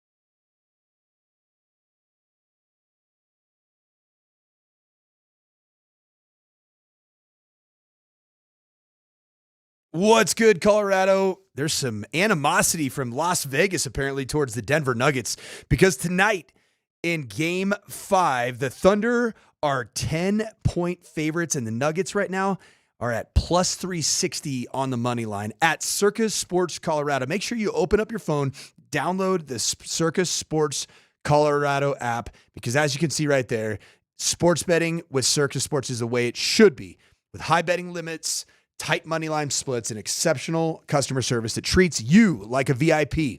So whether you're looking for playoff odds, props on your favorite players, and more, Circus Sports has got you covered. Download the Circus Sports Colorado app or visit circusports.com today. And as a reminder, you must be 21 or older. Gambling problem? Call 1-800-GAMBLER.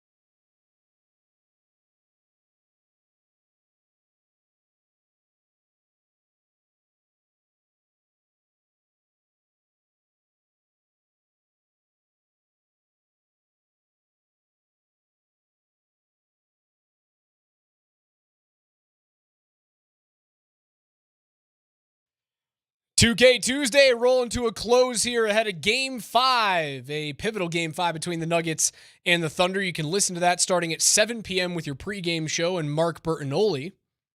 7:30 tip with our friend Kaz, who joined us about 40 minutes ago. And congratulations to Michael Rodriguez. Michael Rodriguez.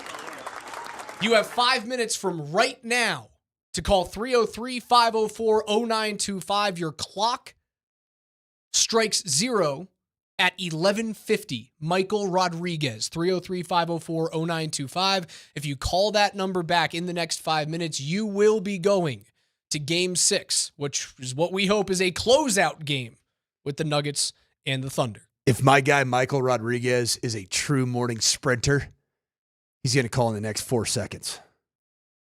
We're more of a last second group. You think we're at the front side of it? You're late, therefore you've got to We're sprint buzzer to beating, get there. man. Oh yeah, we're buzzer beaters. We're kind of a little bit like the Nuggets in terms of turn it on when we need to. Hardest path possible. Turn it on when you need to. Limping around until it's time to go. I don't think we limped that much. There's a few days. All right, KJ's on the phone. I hope you get there. Oh, there we go. All right, Michael Rodriguez, congratulations. You are going to see the Nuggets take on the Thunder in Game 6 on Thursday night. That was a morning sprint record. Michael Rodriguez. Yeah, you got in there in a 48 seconds. 48 seconds. And that's not even taking into account that we have an extra long pause on this particular show because of some of the things that come out of our mouths at times. So the old FCC keeps us on about a 12-second pause. So I'll take 12 seconds off. 30-some seconds, man, for my guy. Congratulations, man. You're going to get rowdy at Game 6. Yeah, that's awesome.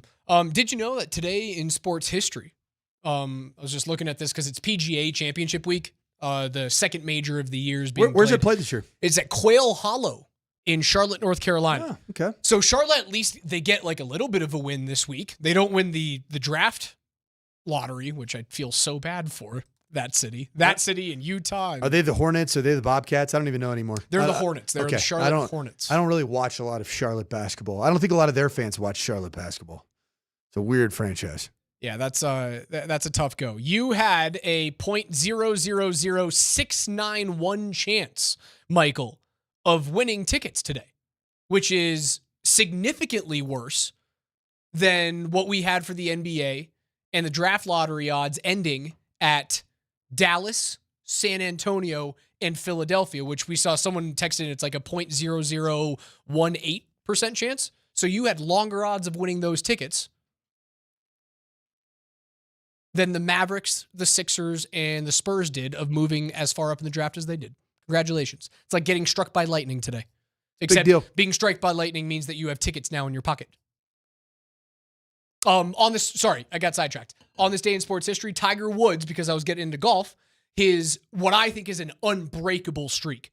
142 straight events that he made the cut in. Wow. It spanned 7 seasons between 1998 and 2005. He bogeys 18 today, back in 2005, at the Byron Nelson Championship. He misses the cut by 1 stroke. That was just 2 weeks after he won the Masters in 2005.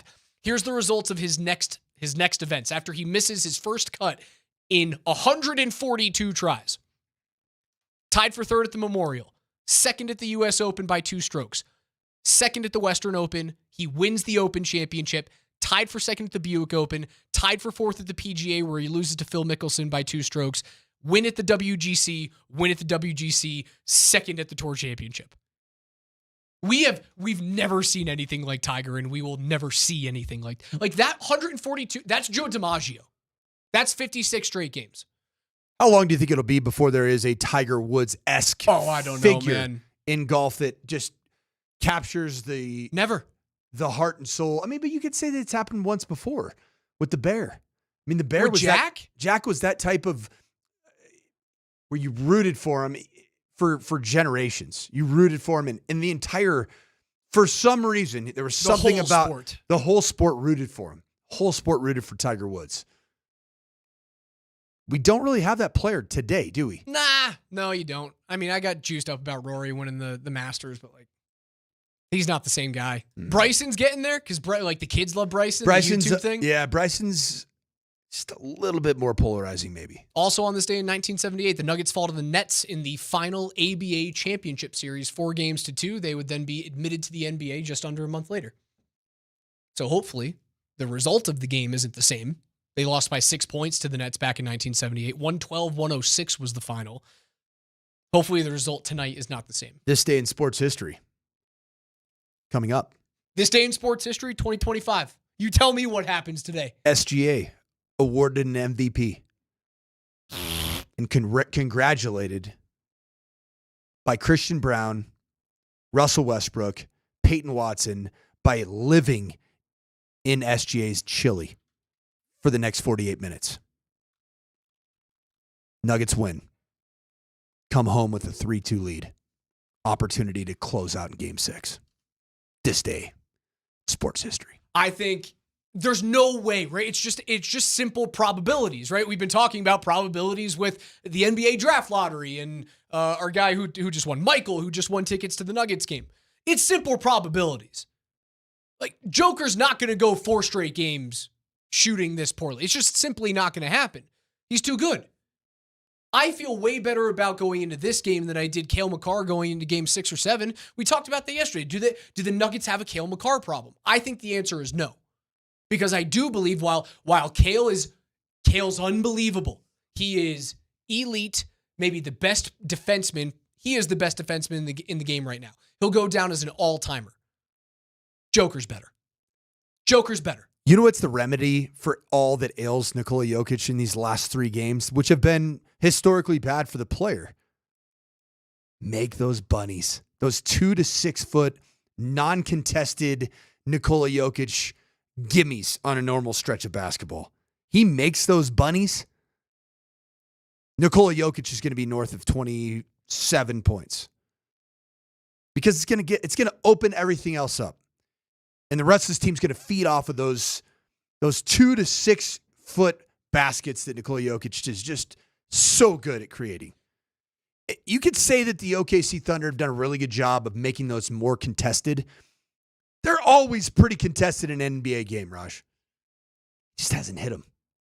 Can't hit him just for a 3-game stretch. I don't even need to see him make 18-footers, 22-footers. You do need to see. I want to see a couple 3 balls go down. 3 balls have to go down because of how they're playing against him. But I want to see him make those 2 to 6 foot shots. Those ones that we all know he has the best floater in the game. And he's so more than capable of doing that. You know what I like about it? Is with the 130 game 4, you got an extra 6, 8, 10 hours of rest and recovery. Yep. And for a guy like Nikola Jokic, I think that is advantage Nuggets. I do. Because he, in a place of being fresh, has a chance to be so much more impactful than anybody on the OKC Thunder. And yes, the 8-2-8, there's a reason why Joker is not shooting normally. OKC does have the best defense in the league. They swarm, they are tireless somehow. It's probably they're tireless young. Because they're young and they have a 9-man rotation. They can play so many dudes. There's a reason why they're like that. He's injured, man. Like, that elbow is an absolute mess. There's no way that there isn't some sort of like off-season surgery coming for that elbow. Or just like, don't touch a basketball for the next 3 months. That's the reason why he's not playing well. But I don't think it's going to happen 4 straight games. I've got a good feeling about tonight. I think the Dallas Stars lose tonight. I think the Nuggets have a 3-2 series lead, and then you're feeling all juicy about Thursday night. Last time this happened was last Friday.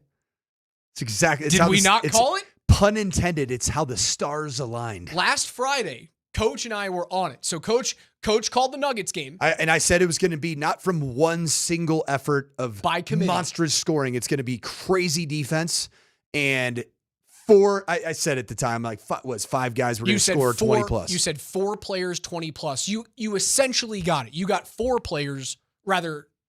No, I lied. I predicted more than that. You had 6 players scoring 15 or more. That was what you did. Yes. I went, that's kind of crazy. They only have really a 6-man rotation. Everyone's going to score 50 or 15 rather. You had 4 players score 20 or more. So I was like, you called that.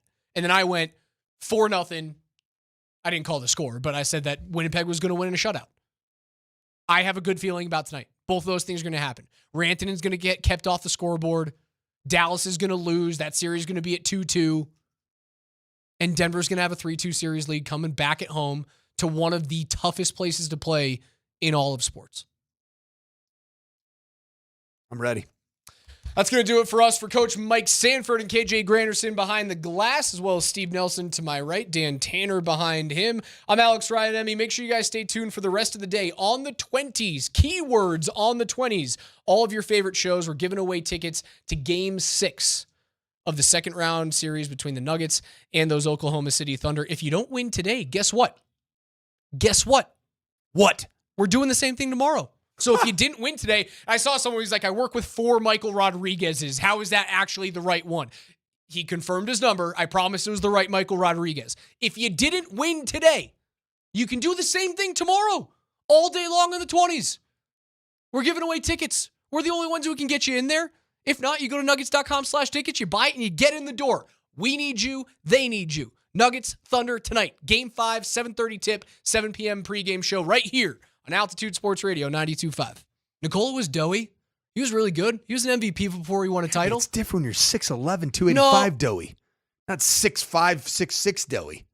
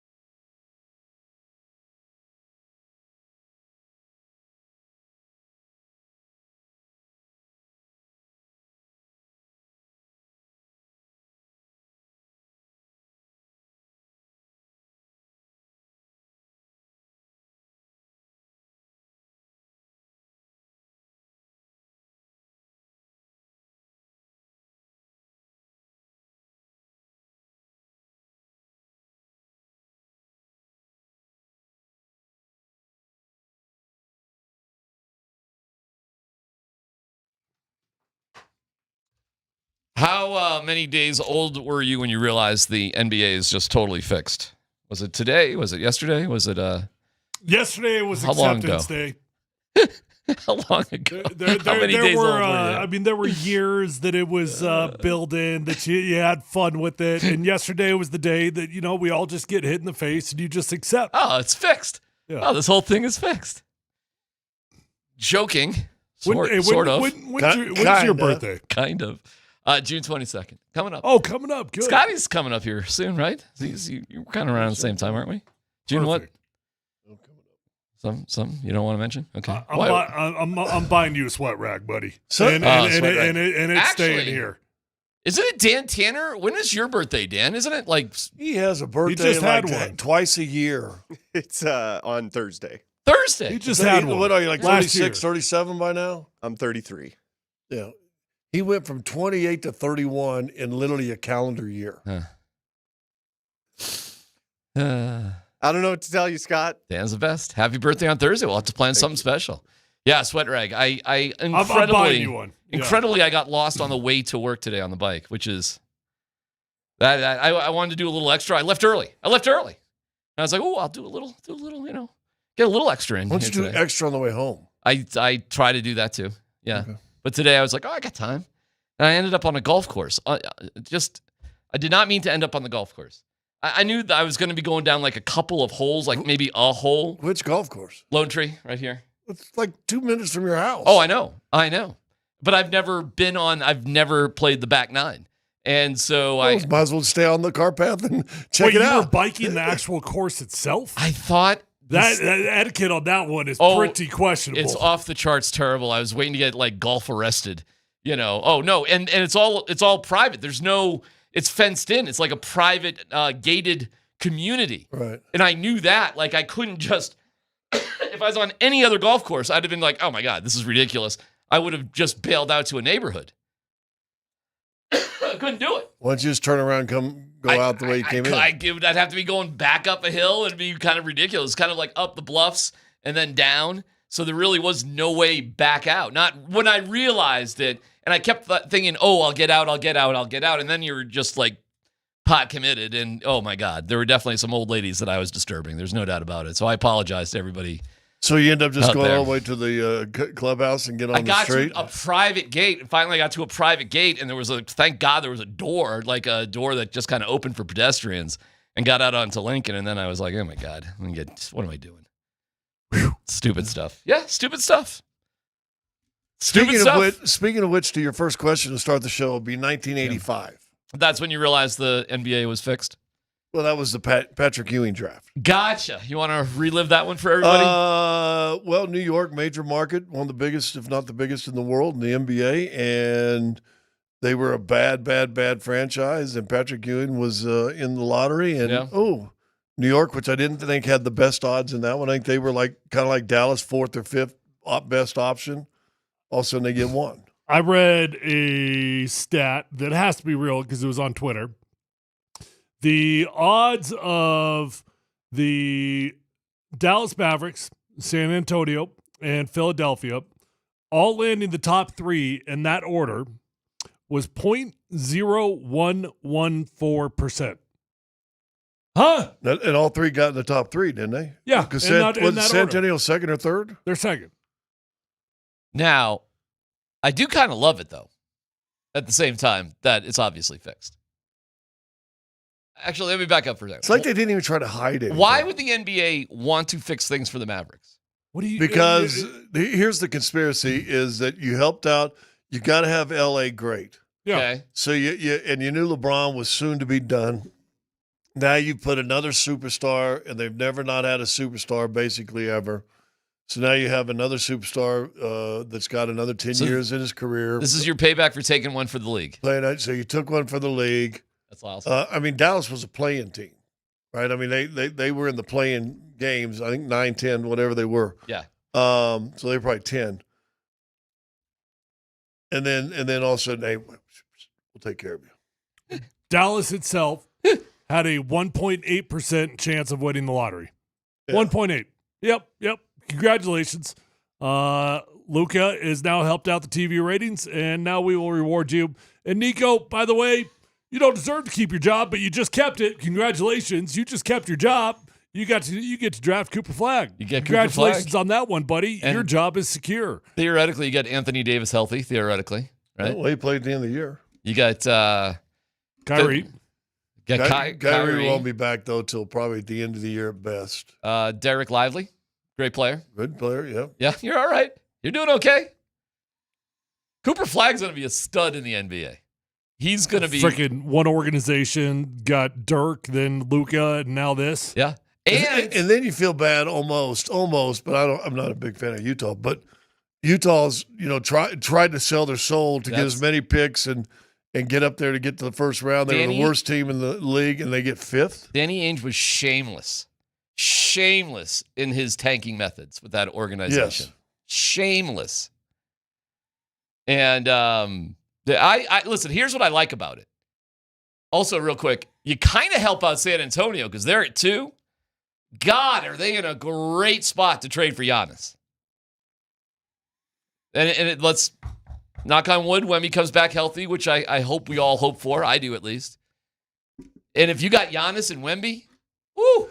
Well, I'd heard the rumors that even Dallas could trade for Giannis, but if I'm Dallas, I think I just hook on to a younger player that's got another 15 years in front of him. Jay Williams on ESPN, like, Dallas should trade the. Are you nuts? No, I don't. Are you crazy? You get a generational dude. You're lucky if there's one out there, and usually at number 1, at the first spot, there tends to be some sort of dude like that. Well, sometimes the number 1 wins comeback player of the year, or most improved player of the year. How do you get a number 1 pick? Should that not just automatically not be able to be allowed on your resume? I agree. Most improved player of the year. Nope. In other words, you screwed around for your first 2 years. I but won now that you're good. in spring football one year at college, and I was like, well, how bad were you? I guess they thought I really sucked before. Well, it's kind of like, back when it was politically, we weren't worried about politically correctness, is when you knew Miss Congeniality in the Miss USA pageant was the ugly one. Don't be talking about Bill Belichick's girlfriend like that. Well, there you go. Second runner-up, by the way, Miss Maine last weekend. Not even the first runner-up. Why isn't that just called third place? She came in third place. Second runner-up? By the way, that's going to happen. Or not happen. Belichick with UNC. How about that? Now this Pablo guy. Pablo Torres is his life mission. Pablo Torres, he is... he's all in. He's all in. Now you know who he is, don't you? Oh, yeah. Well, I'm all over it now. Now we do. Now he's saying what I said on air last week. Actually, I think Mike was the first one to say it. Bill Belichick might not ever coach an actual game for UNC. Here he is on ESPN. As we speak, he's on. Hey, Dan, can you throw ESPN on real quick? Belichick's actually talking on ESPN right now. We don't have that kind of technology. I don't know if we do or not.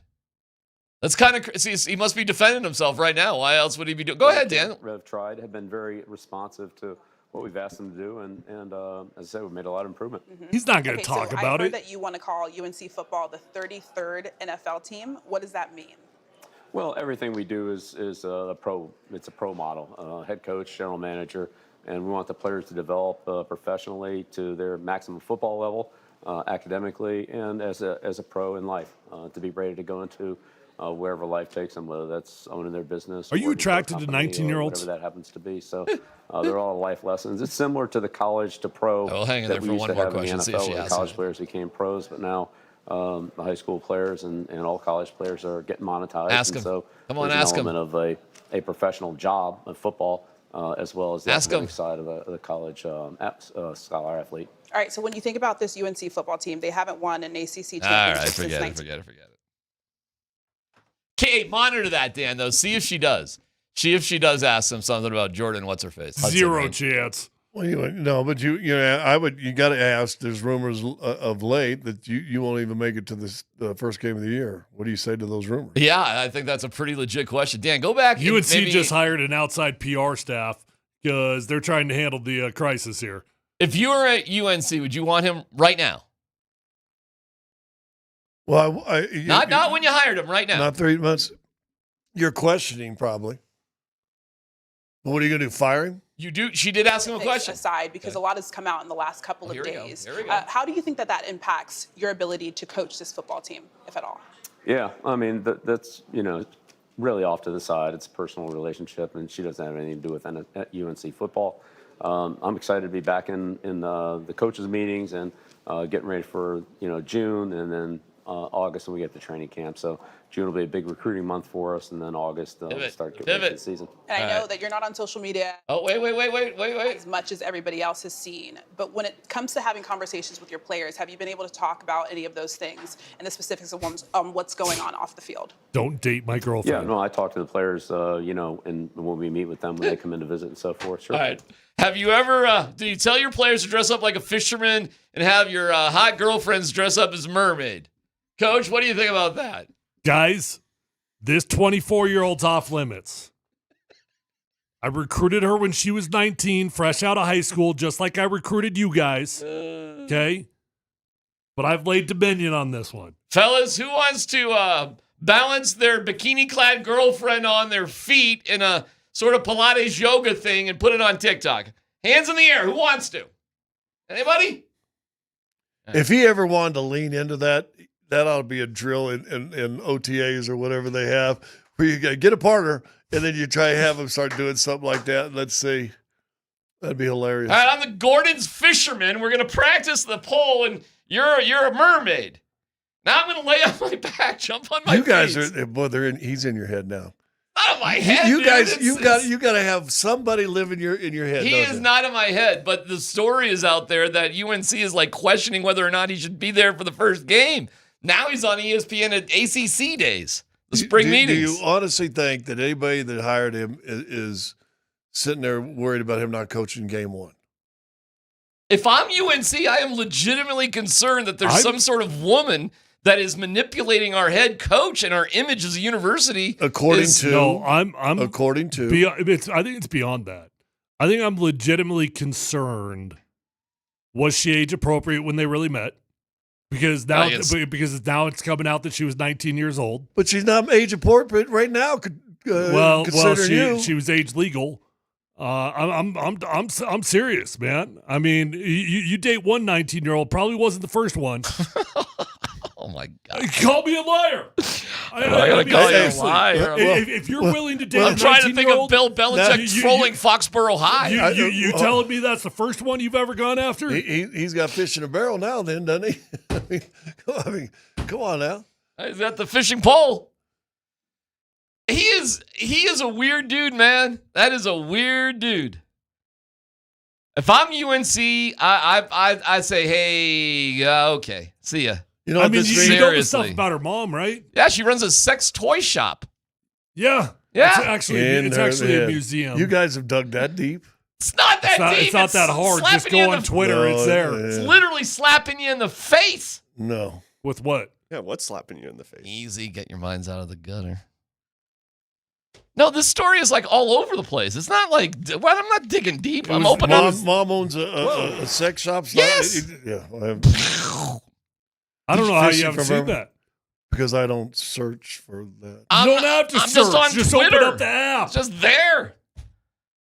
I could pop up Twitter right now, and it will not be on anything on my Twitter. Jordan Hudson's mom. Just type that in. Wait, now I got to search that. Well, I don't know what else. So I don't know. So there is a search involved. Dude, I don't judge, nor do I know algorithms of my friends and coworkers. Who knows where the algorithms are taking you? Anyways, that's Belichick. You get a lot of kitty cat videos. There ain't nothing wrong with kitty cat videos. Playing with babies and stuff. What's wrong with a cute cat and a baby? Oh, come on. Nothing. Nothing. Get that all day. About Jordan Hudson's mom. Well, that's a different sort of kitty. Yeah. She has a dad.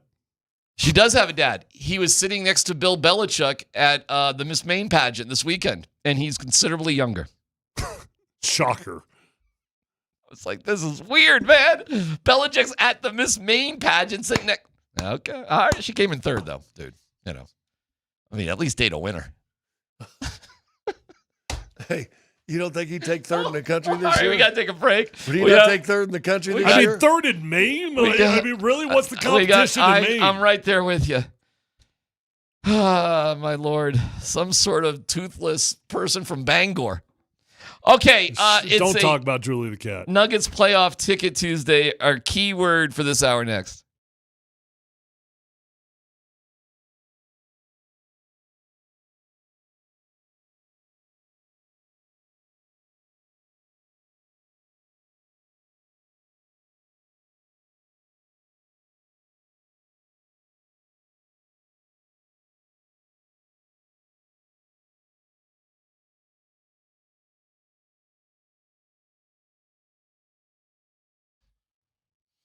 All right, DMac for the Rocky Mountain Men's Clinic. Well, yeah. Erectile dysfunction. You want the right treatment for your specific medical situation. ED, terrible. Terrible. Causes stress in relationships, anxiety, undue hardships. Don't need it. Don't want it. Don't have to have it. Listen, the Rocky Mountain Men's Clinic, they are there for you when the pills or herbals fail. With treatments with success rates well over 90%. Some treatments can have you last an hour or more. They're the Rocky Mountain Men's Clinic, serving the Front Range of Colorado for nearly a decade, treating tens of thousands of men. Schedule a consult today. Your initial visit's only $99 and includes a medical consult with a Colorado licensed medical provider, a T and a PSA test. If medically advised, a test dose. If it doesn't work in the office, your visit is free. They've got an expert staff. Hey, like a lot of men, you could be having sex the day after your appointment. With 5 locations up and down I-25, there's one near you, I guarantee it. Fort Collins, North Denver, Central Denver, Castle Rock, and Colorado Springs. Those are names of cities in Colorado. Call them today at 720-440-7900, RockyMountainMen'sClinic.com.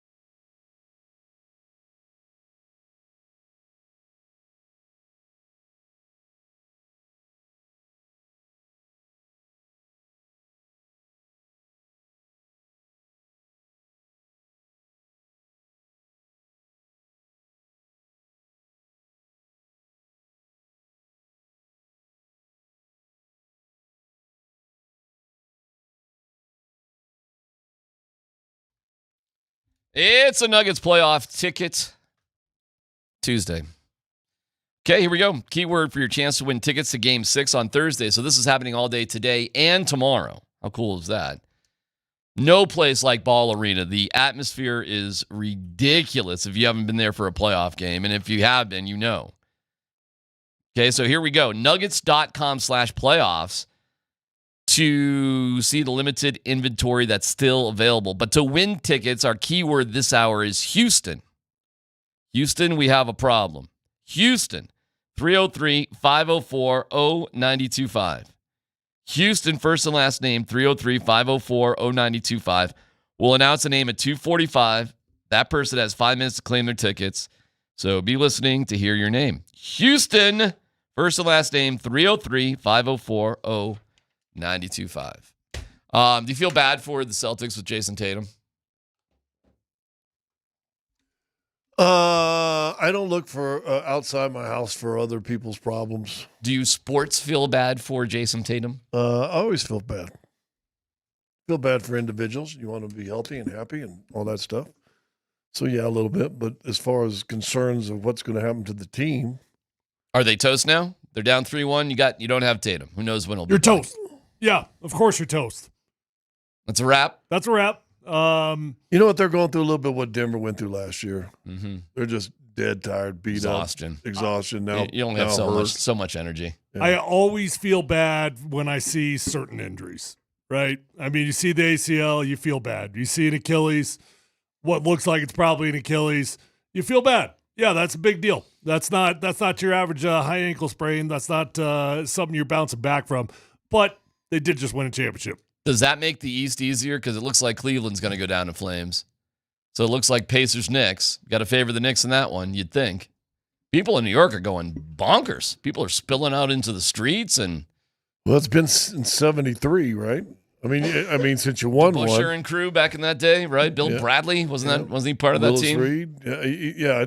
Walt. Was that 72 or 73? They won like 71, 73. They won 2 in like 3-year period, I think. But if you were a celebrity, would you live in New York? They got that celebrity road thing going on. I'm like, why do so many celebrities live in New York? Well, that takes a deeper dive. What kind of celebrity am I? How much money do I got? You got all the money. Listen, you're at the point now you don't have to live there, but if you just make a phone call, their PR staff, because they hand you a sheet. Like even local broadcasts, when you go in to play New York Knicks, they hand you a sheet and the seat number of all the celebrities. They tell you who's there? Yeah. They tell you exactly where everybody's sitting. Pretty fun. If I had all the money, like you're just saying I got all the money. You got all the money. So I can live in multiple places. Sure. Yeah, I would definitely have a place in New York. But you live somewhere. Well, if you got all the money, you kind of live in the world, frankly. I mean, if you have more than 2 residences, don't you live in the world? You don't live in one place? I'm not living in New York. That's all I know. You don't like New York? Hell no. I like New York in a 2-day spurt. Yeah. It's nice to visit, fun to visit. Better to visit when you drink. When you're not drinking, it's a lot of walking. A lot of walking. My brother lived there for more than a decade. It was interesting. It's a different way to live. You know, he lived in Manhattan he lived in a couple of different places there. I tell you, because he had some money when he lived there. At one point, he had a roof deck. And he had one of them apartments on the east side, and I don't know. I think you'd like that. He was moving on up. Oh, he was doing all right. Yeah, he was a millionaire on his own by the time he was 25. Well, there you go. Yeah, I mean, he was doing it all. Then he went back to medical school. My brother's story is unbelievable. But he had a sweet ass place in New York. I mean, like, I understand what you're saying about New York and all the hassles. But when you got a rooftop apartment on the east side and everything's at your fingertips, it's a pretty exciting place to be. And if your whole life is about just sitting in the front row for Knicks games, and you're eating at the best restaurants, and you're not hanging out in the subway, I don't know. It's kind of a cool place. No thanks. But if you're 48 hours backed. Well, like when he got out of school and they had no money and they were living on the edge of Spanish Harlem in a room, apartment that might have been the size of this room, where he learned how to build shelves because he had to? Yeah, okay. No, thank you. I'll pass on that. But New York is fired up, man. I think it's good for the NBA for New York to be in the, have a good team. I think it's exciting. It's subsidized that the 2 LA teams are out in the first round. Dude, who wouldn't love a Nugget? I would love that. How the Knicks never won one? Yeah, that's a They great. won 2. That's a great. No, well, they have. I thought they had one in back in the 70s, early 70s. They won 2. Early 70s, yeah. But the bigger question is, how did they only win 2? Like, and they played the year that Jordan was in the finals. They played in the finals one time with Ewing, but didn't win it. They had some great teams over the years. They were kind of like the Utah Jazz with Karl Malone and Stockton in the East. They had some incredible teams. There's a whole lot of great players who don't have championships. Patrick Ewing doesn't have a championship? Because of Magic and Bird and Jordan. They just came in the wrong era. Those three guys kept a whole lot of people from winning championships. I mean, Ewing doesn't have one. No. Malone doesn't have one. Stockton doesn't have one. I mean, keep going on that tip. Just go through the dream team. Barkley doesn't have one. It's just wild to me that the most financially lucrative franchise in the NBA does not have a championship since 73. Oh, it's agreed. And that story has been told millions and millions of times. And that they rightfully see this probably as their best shot. And I think the Nuggets would take them in 5. Ooh. Oh, come on. We know Karl Anthony Towns. We know that dude. We know that cat. Oh, I'm not saying he's a bad player or anything, but, we got him. Didn't they smoke us earlier in the year? Yeah. Yeah, they smoked us. But then won a good one here, too. They swept Denver. I don't put much into that. I'd rather play them than Cleveland, I think. I would rather play them than Cleveland, too. The Pacers don't scare me at all, either. Not at all. In fact, I'm like, I am not really watching that series. Like, what's going on over there? Like, what is Cleveland's problem? I told you they win game 1. They got to shock Cleveland. Then game 2, you got 3 starters don't even play, or two starters in your 6-man don't even play because of bad toe and sprained ankles. Of course, they're ready 2 days later. Everything's healed. That was a non-respect for the Pacers. We can still win without them. And they led most of that game. Then game 3, they go in and kind of smoke Indiana in Indiana. And then the Pacers came out in game 4. And I think they kind of did what OKC did. They had like 40 or 45 in the first quarter. Timberwolves are going to beat Warriors without Curry. Well, now you got to start talking about Got a home court, though. And especially if Tatum has a torn Achilles, Curry is getting up there a little older. Tatum's young. But you're wondering if they condense the season too much during the year, too many games, too many nights, not enough breaks. Yep. That just wears dudes out. And, an Achilles is a funny thing. I guess you can do that, any kind of way, but you don't think of a guy who's 25 tearing an Achilles, do you? I don't know why those happen, man. I mean, a lot of times it's from a season-long calf injury, something that you've been dealing with, and then you overcompensate. Can you imagine, though, if you just started on Christmas and we would be basically at the end of the regular season right now? How cool would that be? Be great. It'd be amazing, don't you think? Yeah, getting done right around the 4th of July to me, weekend. Basketball feels warm, like heat. Like, that's basketball to me. Right. Because I think basketball is as commonly played outside as it is inside. Yeah, well, not anymore, but there was a time. Yeah. You can hardly ever find basketball outdoors anymore. Still tons of basketball courts everywhere. God, I see basketball courts everywhere. You see people on them? There's one in my neighborhood, and I'll see this one kid. I say kid, he looks like he's either late high school or, in his 20s, early 20s. He's down there, and I've seen a dad and his kids go down there a couple times. But that's it. No pickup games. No.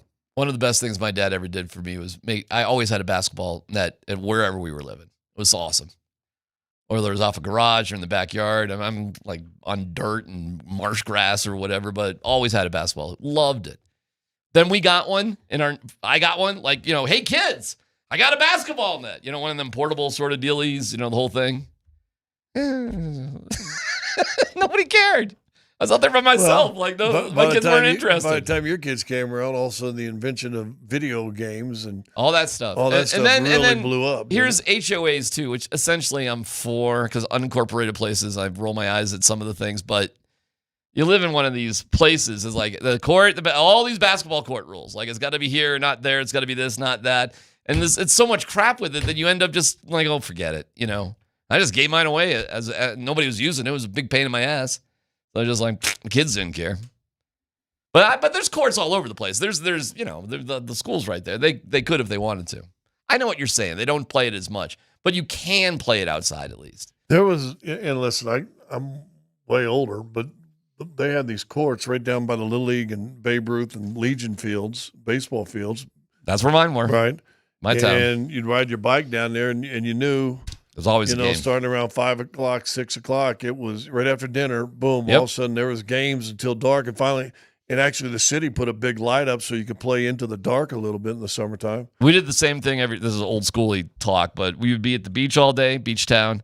Then you'd, just like you said, you grab something to bite, you go down to the park, you'd pick up hoops till about 8 o'clock at night, and then I'd then you play look for other in a trouble. Legion game. Not a Legion, it was actually Babe Ruth. I played a Babe Ruth game, have my bike in the back seat of my folks' car with a basketball. I'd wear gym shorts underneath my baseball There uniform. you go. Just keep playing. And tennis shoes, and I'd take off, boom, boom, boom. It's, a block and a half walk over to the park, ride the bike or carry it over there, and then play until dark, and then ride my bike home. It was baseball and roller hockey for us when we were growing up. I guess it is a question for you guys because you're parents of younger kids. But how do you get them outside? You don't. You don't. You know what? The invention of club everything. That's it. Club soccer, club football. Club, They just don't get outside on their own. Club basketball, club. Yeah, it's all tough. Kids don't even want to have sleepovers anymore because they would rather be able to play on their own individual console. Yeah. And they want to play video games together, but they don't want to play on the same console. They want to be on their own individual console. Yeah. So they'll stay up till 3 o'clock in the morning, having like a fake sleepover, but at their own houses. I saw this 60 Minutes story. Do you know they're having a fertility problem in Japan? Oh yeah. The people are so it's isolated. a big Elon Musk deal. The birth rate's going way down, and because of that, they can't fill enough jobs. And people are just like dating sex bots. Yeah, like just a blow up doll. Dan, you would love this story. And this guy's just like, I've just got my blow up doll, and it's like a robot though. A blow up doll. It's not, what I mean? It's like a sophisticated blow up doll. It's going to get real sophisticated. We're going to be in the West world before too long. All right. Anyways, I gave up on that show. I should have given up on that. That was pretty good. Houston is the key word. That's Houston, your first and last name to 303-504-0925. We'll announce the winner at 2:45. A reminder, the key word this hour is Houston. Okay, so what do you think about Game 5 tonight, boys? What are we? Where's your head at? Got to win, man. Got to win this one. This is a huge game to me. I've got the same opinion I had yesterday, which is whoever wins Game 5 is going to win this series. Look, it's not that I think the Nuggets don't have a chance. But I do think that this is a mental affirmation game, and it's going to go one direction or the other. So, really, really huge game. Feels like it's been every other game. Nuggets have pulled it out, so we're on track to win this one. Let's go. I think you got to make it a fourth quarter game and then try to steal it at the end because they're going to come out like crazy with all the energy of the building. So you got to sustain, take a few punches, boom, boom, boom, but don't back up too far. How does the factor that Game 6 is in Denver with 2 days off before Game 7 factor, if at all, into this game? I don't think it factors in this game at all. Okay. What do you mean? Well, you could theoretically mix up the lineup a little bit more. You could give your star players a little bit more rest. Not that you're trying to lose this game. But it would seem like it's the opportune time because you just realize if I extend my stars, it ain't going to work. So I can't do that. If I have to do it, maybe I'll do that in Game 6 if it's an elimination game. To me, that's playing with karma. You don't think tonight is a little bit of an opportunity to do things a little bit differently? I do not. Nope. I think tonight is a must-win game. And I don't want to play with sports karma.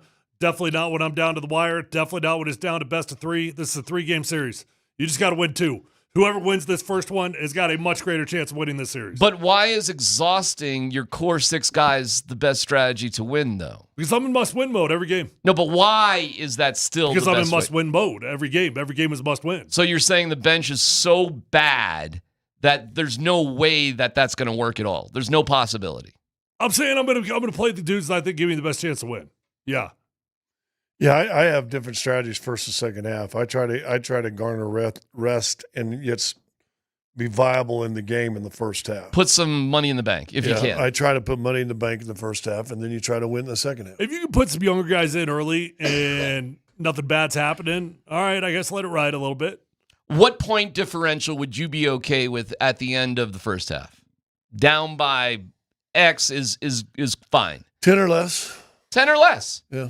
Well, geez, I would think you could play DeAndre Jordan or Jalen Pickett or extend minutes for Peyton Watson in the first half and not be down by more than 10. If you come with the right mentality, yeah, absolutely. When you were down 28 in the first 6 minutes of the first quarter in game Don't two, want that right? to happen. Do not want that to happen. It'll be fascinating to see what he does. But listen, extending the core 6 guys is not the path to success. That is not going to work. It's not. The only way that would work is Jokic would have to have some sort of just, crazy good game. All right, let me ask you this. Do you think Jokic is due to have a bigger game, or do you think this is the way he's going to be essentially? 27 points on 45% shooting from the field. He's shooting 39% for the series. 39%? Okay. Yeah. I think he will bounce back either sometime in these next 3 games. All you need him to do is be great for 2 games, and I think you can sneak a series win. Have they figured out how to defend him, or is he just off? I think both. Probably both. I think that, listen, they're cutting off all of his passes. There's always 3 bodies with 6 arms always around him whenever he does get it down low. Everybody flies to the ball when he's there. So they're doing a good job trying to defend him, and then they're daring. I mean, you got 9 3-pointers from Christian Brown, 9 3-pointers from Russell Westbrook. They're saying you guys can't beat us, and that's the only way. I mean, look, if you go back and what was the one game where he didn't have a great percentage shooting? And you won the game. Friday night? Friday night. He wasn't necessarily great Game Friday 3. night, but look what everybody else did around him. Well, Michael Porter Jr. was exceptional. Porter was exceptional. He made shots. Murray was incredible. Murray was great. Aaron Gordon was great. Yeah. I think they're 5-0 in the series or in the playoffs this year when he scores 20. 5-0. So he's key too. If the Nuggets win tonight, do they win the series? Yes. And do they win it in 6? Yes. And then you play Minnesota. Yes. Then you hope with home court. You hope Golden State can win 1 game tonight. Mm-hmm. Extend it a little bit. And then the winner gets New York or Indy? Probably New York. Probably New York. Oh, man. I don't know. I thought this was impossible when we were starting the playoffs. Like impossible. Impossible.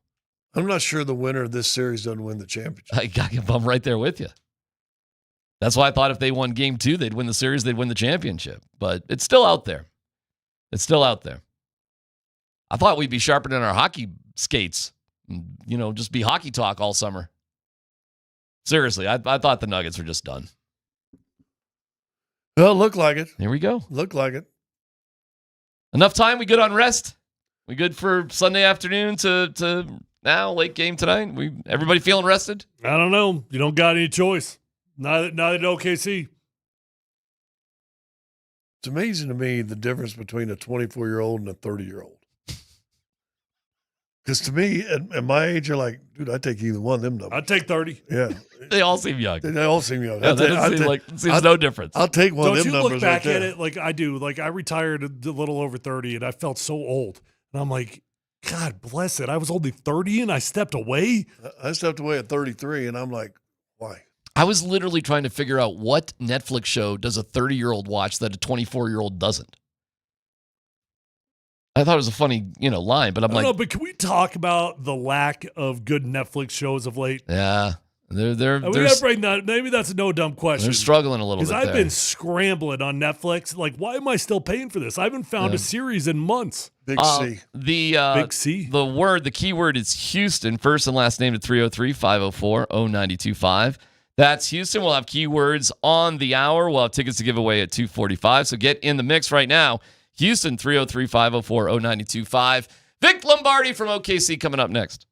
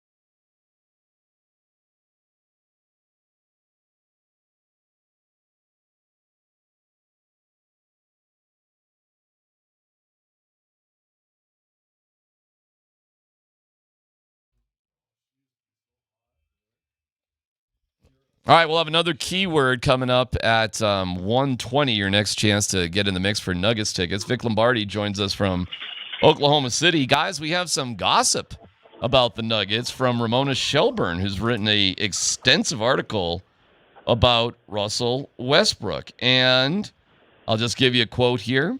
Per Ramona Shelburne, minutes after the Nuggets lost Game 2 of their first-round series against the Clippers, Adelman had a problem. While he'd been at the post-game lectern, there had been a heated discussion between Westbrook and Gordon in the locker room.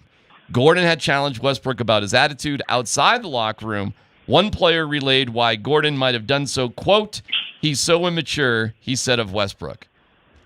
Do we care about a salacious little article like this coming out right before Game 5? Vic, you start with you.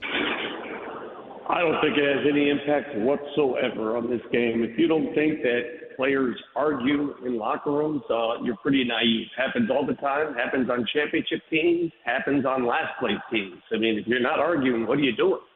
And seriously, what are you doing? Of course there's arguments. I'm not saying that story's true. I'm not saying anything, but it's okay. Big deal. Vic, are you in a wind tunnel? Porta potty. Where? Yeah. What exact location are you in right now?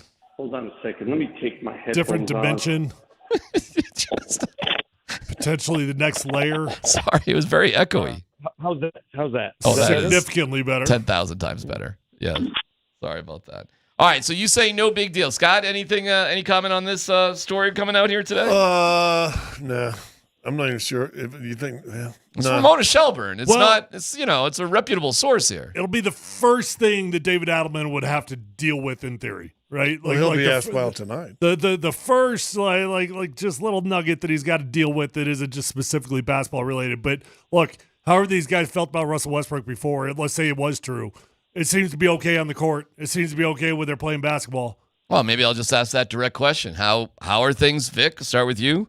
With Russell Westbrook and the rest of his teammates, in your opinion? Fascinating. Gotcha. So he changed now his he put us saying. on mute. Now he put us on You're mute. on mute there, Vic. We can't hear you at all. Yeah. Dan, you want to pick Vic up and see if you can get him? There we go. Oh, there you go. You got me now. There you go. I am failing this test. Did you put us on mute?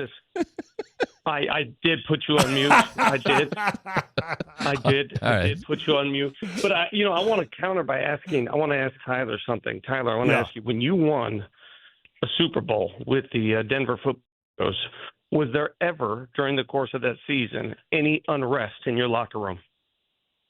Yeah, of course there was, but it was weird, man.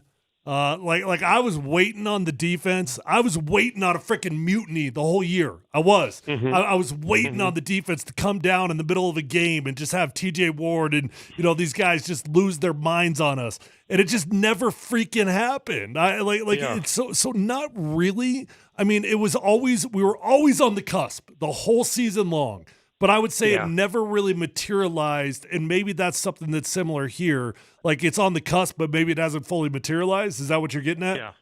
Well, what I'm getting at is, I mean, we know what Russell Westbrook is. He said it himself. He is an agent of chaos. He's self-defined it, right? Yes, he did. Force of nature. When you have that, I think you can expect some in a room, and I don't think there's anything wrong with that. I mean, are we that soft as a society where we worry about guys arguing? Big freaking deal. Okay. So not non-factor. No big deal? No. Nothing, I don't Burger? think it's a big deal whatsoever. Well, supposedly it happened. When did it happen? Game 2. When did it happen? After Game 2. Game 2 in the Clipper series, right? First round series, against the Clippers, yes. Yeah. Who won that series? That would be the Nuggets. Okay, so what's the problem? Okay, hey, I'm just asking the question. If there's no issue, there's no issue. If we're going to write up or entertain every single disagreement, man, I got a lot more coming your way, bro. I've witnessed a lot of them. Okay. I've witnessed a lot of them. I mean, that's just the dramatic effect of this stuff. To unload that story now in the second round of a series that has no impact on the first round is amazing to me. It's remarkable to me, to be totally honest with you. Scott, do articles like this impact a team? No. I mean, I've never seen any teams I've been on. here's the only concern. Like, and I don't want to go there because I agree with Vic and I agree with Scott. I do. But who's the mole? Like who's the mole? Why is it coming out? Outside the locker room, one player relayed why Gordon might have done so. He's so immature, he said of Westbrook. I know players. Moles bother me, okay? Fights don't bother me. Moles bother me. Mole's a weird thing to say because some players do have casual relationships with media people because they're just friendly because they've been around. Well, you're a freaking mole. If you can't recognize the difference between a friend and a foe, then you're a mole. There's a lot of and guess what? I've had media friends that I could trust. I could. Yeah. And maybe I would share a little bit something with them. And if they burned me, I guess that would be on me. But you got to understand the difference. Vic? Yeah, I was going to say, Tyler, don't say that too loudly because you were my very confidential mole during the Broncos run that I went to many, many times. I know. I appreciate the insight. You never burned me, though. You didn't burn me. No. I find you guys got to watch. Speaking of moles, hey, Scotty, Right. watch the Jarvis Crittenton Gilbert Arenas untold story on Netflix. The gun stuff. And Peter Vesey broke that story. Remember Peter Vesey? Mhm. And he talked about the role of a journalist and relationships in the locker room. And a lot of times, I think these guys become moles, A, out of jealousy, B, because they want something to happen. Some are unsatisfied that they're moving on their contract. I mean, they exist. They're everywhere. So I think it's pretty easy to find a mole. Hell, I'll find 3 or 4 of them if you like. It's just a matter of you act upon it. Yeah, I'm with you, though, what you said earlier. I find the timing interesting. Must have been a slow news day that is, back in game 2 of the first series that, oh, by the way, went 7. Well, it's a retrospect. It's a long piece about Russell Westbrook and the Nuggets. It's part of a bigger story about, how he got here. And go ahead, Vic, yeah. Sure, but what's the loudest part of the story, right? What's the part that's going to be outlined? What's the part that's going to make headway? Hey, the Boston Celtics are down 3-1. You think they've had some arguments? The Cleveland Cavaliers are going to lose to the Indiana Pacers. Do you think that Cleveland locker room has had a few matches of shouting? I mean, come on, man. I mean, I get it. It's great. It sells. But it has zero impact on this game tonight. Do you think these guys are going to go out to the layup line tonight and go, God, did you see that Ramona Shelburne article? Man, how are we going to get through this game? I mean, give me a break. Okay. Well, good enough. Oklahoma City is feeling what about this game tonight? Confident. Very, very confident. I could sense it. I could feel it. They're saying the right things. Every game is a new game, and momentum in this series doesn't exist. But bottom line is they overcame something in Game 4, and that something was winning a tight game. The advantage had gone to the Nuggets in that department. Get it to the fourth quarter, as Scott has suggested. Get it to the fourth quarter, and Nuggets are in good shape. Well, Nuggets got it to the fourth quarter. They led by 8 in the fourth quarter, and they lost. So that's a shock to their system, and it's a pleasant surprise to the OKC system. So from a confidence level, they gained a lot in Game 4. Yeah, but I'm not sure they lost the game late in that one. They lost the game in the first 3 minutes when it's 14-2 to start the fourth quarter. I mean, if it's 14-8 or 14-10, you still win that game. So, and they had some miscues. I don't know if I agree with you though, because if you get it tight in the fourth quarter, isn't that the goal? Let's say the Nuggets are down big again today, like they were in Game 1. They were down big in Game 1. But there's a difference. But don't you think there's a difference holding? Well, maybe not. I don't know. Listen, they had a couple turnovers, had some missed shots, but they shot 31%. I mean, they didn't make shots all game long. Let me ask you something. I want to ask you something. So everything is pinned on Nikola, and when will Nikola look like Nikola? And I think the only way around that is early in this game, the Nuggets have to, and I emphasize have to, make some jump shots to open things up in the lane. They have to. If they don't make jumpers, what do you think Oklahoma City is going to continue to do? They're going to clog it up and make things difficult inside. I think the entire game, the entire series rests on being able to make jumpers and bring them out, make them come guard you. That's it. Yeah, I think that helps. I think that helps a ton. All right, Vic, what's your prediction for tonight? I am done predicting the outcomes because I thought for sure the Nuggets would win the last game. Okay. They did not. All right. If it's a close game tonight, I'll predict this. If it's a close game, I think the Nuggets find a way to win this one. I predict, I'll give you this. Okay. No matter what happens tonight, 7 games. It's going to be decided here on Sunday. I think it's 7 games no matter what. Do you think if the Nuggets won tonight, they would lose at home on Thursday? No matter what. 7 games. That's my prediction. All right. What are you guys doing on altitude? What can we tune in and see? We got our hour-long pregame show that starts at 6:30, and then of course the hour-long postgame show. So if you're, and by the way, I talked to Ian Eagle. We had him on our show today. My man. And we were whispering about MVP presentation, and I just confirmed it with the league office. There will not be an MVP presentation tonight. So there will not be that added sense of excitement for the OKC fans. It's most likely to come either Game 7 or in the next round. Okay, good stuff. I bet they wait between rounds because I still go back to they announced before that San Antonio Houston series, David Robinson MVP, and then Akeem Olajuwon wore his ass out. All right, Vic, we appreciate it. Have fun tonight. We'll hear you tomorrow. Thanks, pal. All right, boys. Take care. All right, there you go. We will have another keyword for you at 1:20. Interesting Broncos news for sure, and we'll give you our own predictions for tonight. Coming up next on PhD.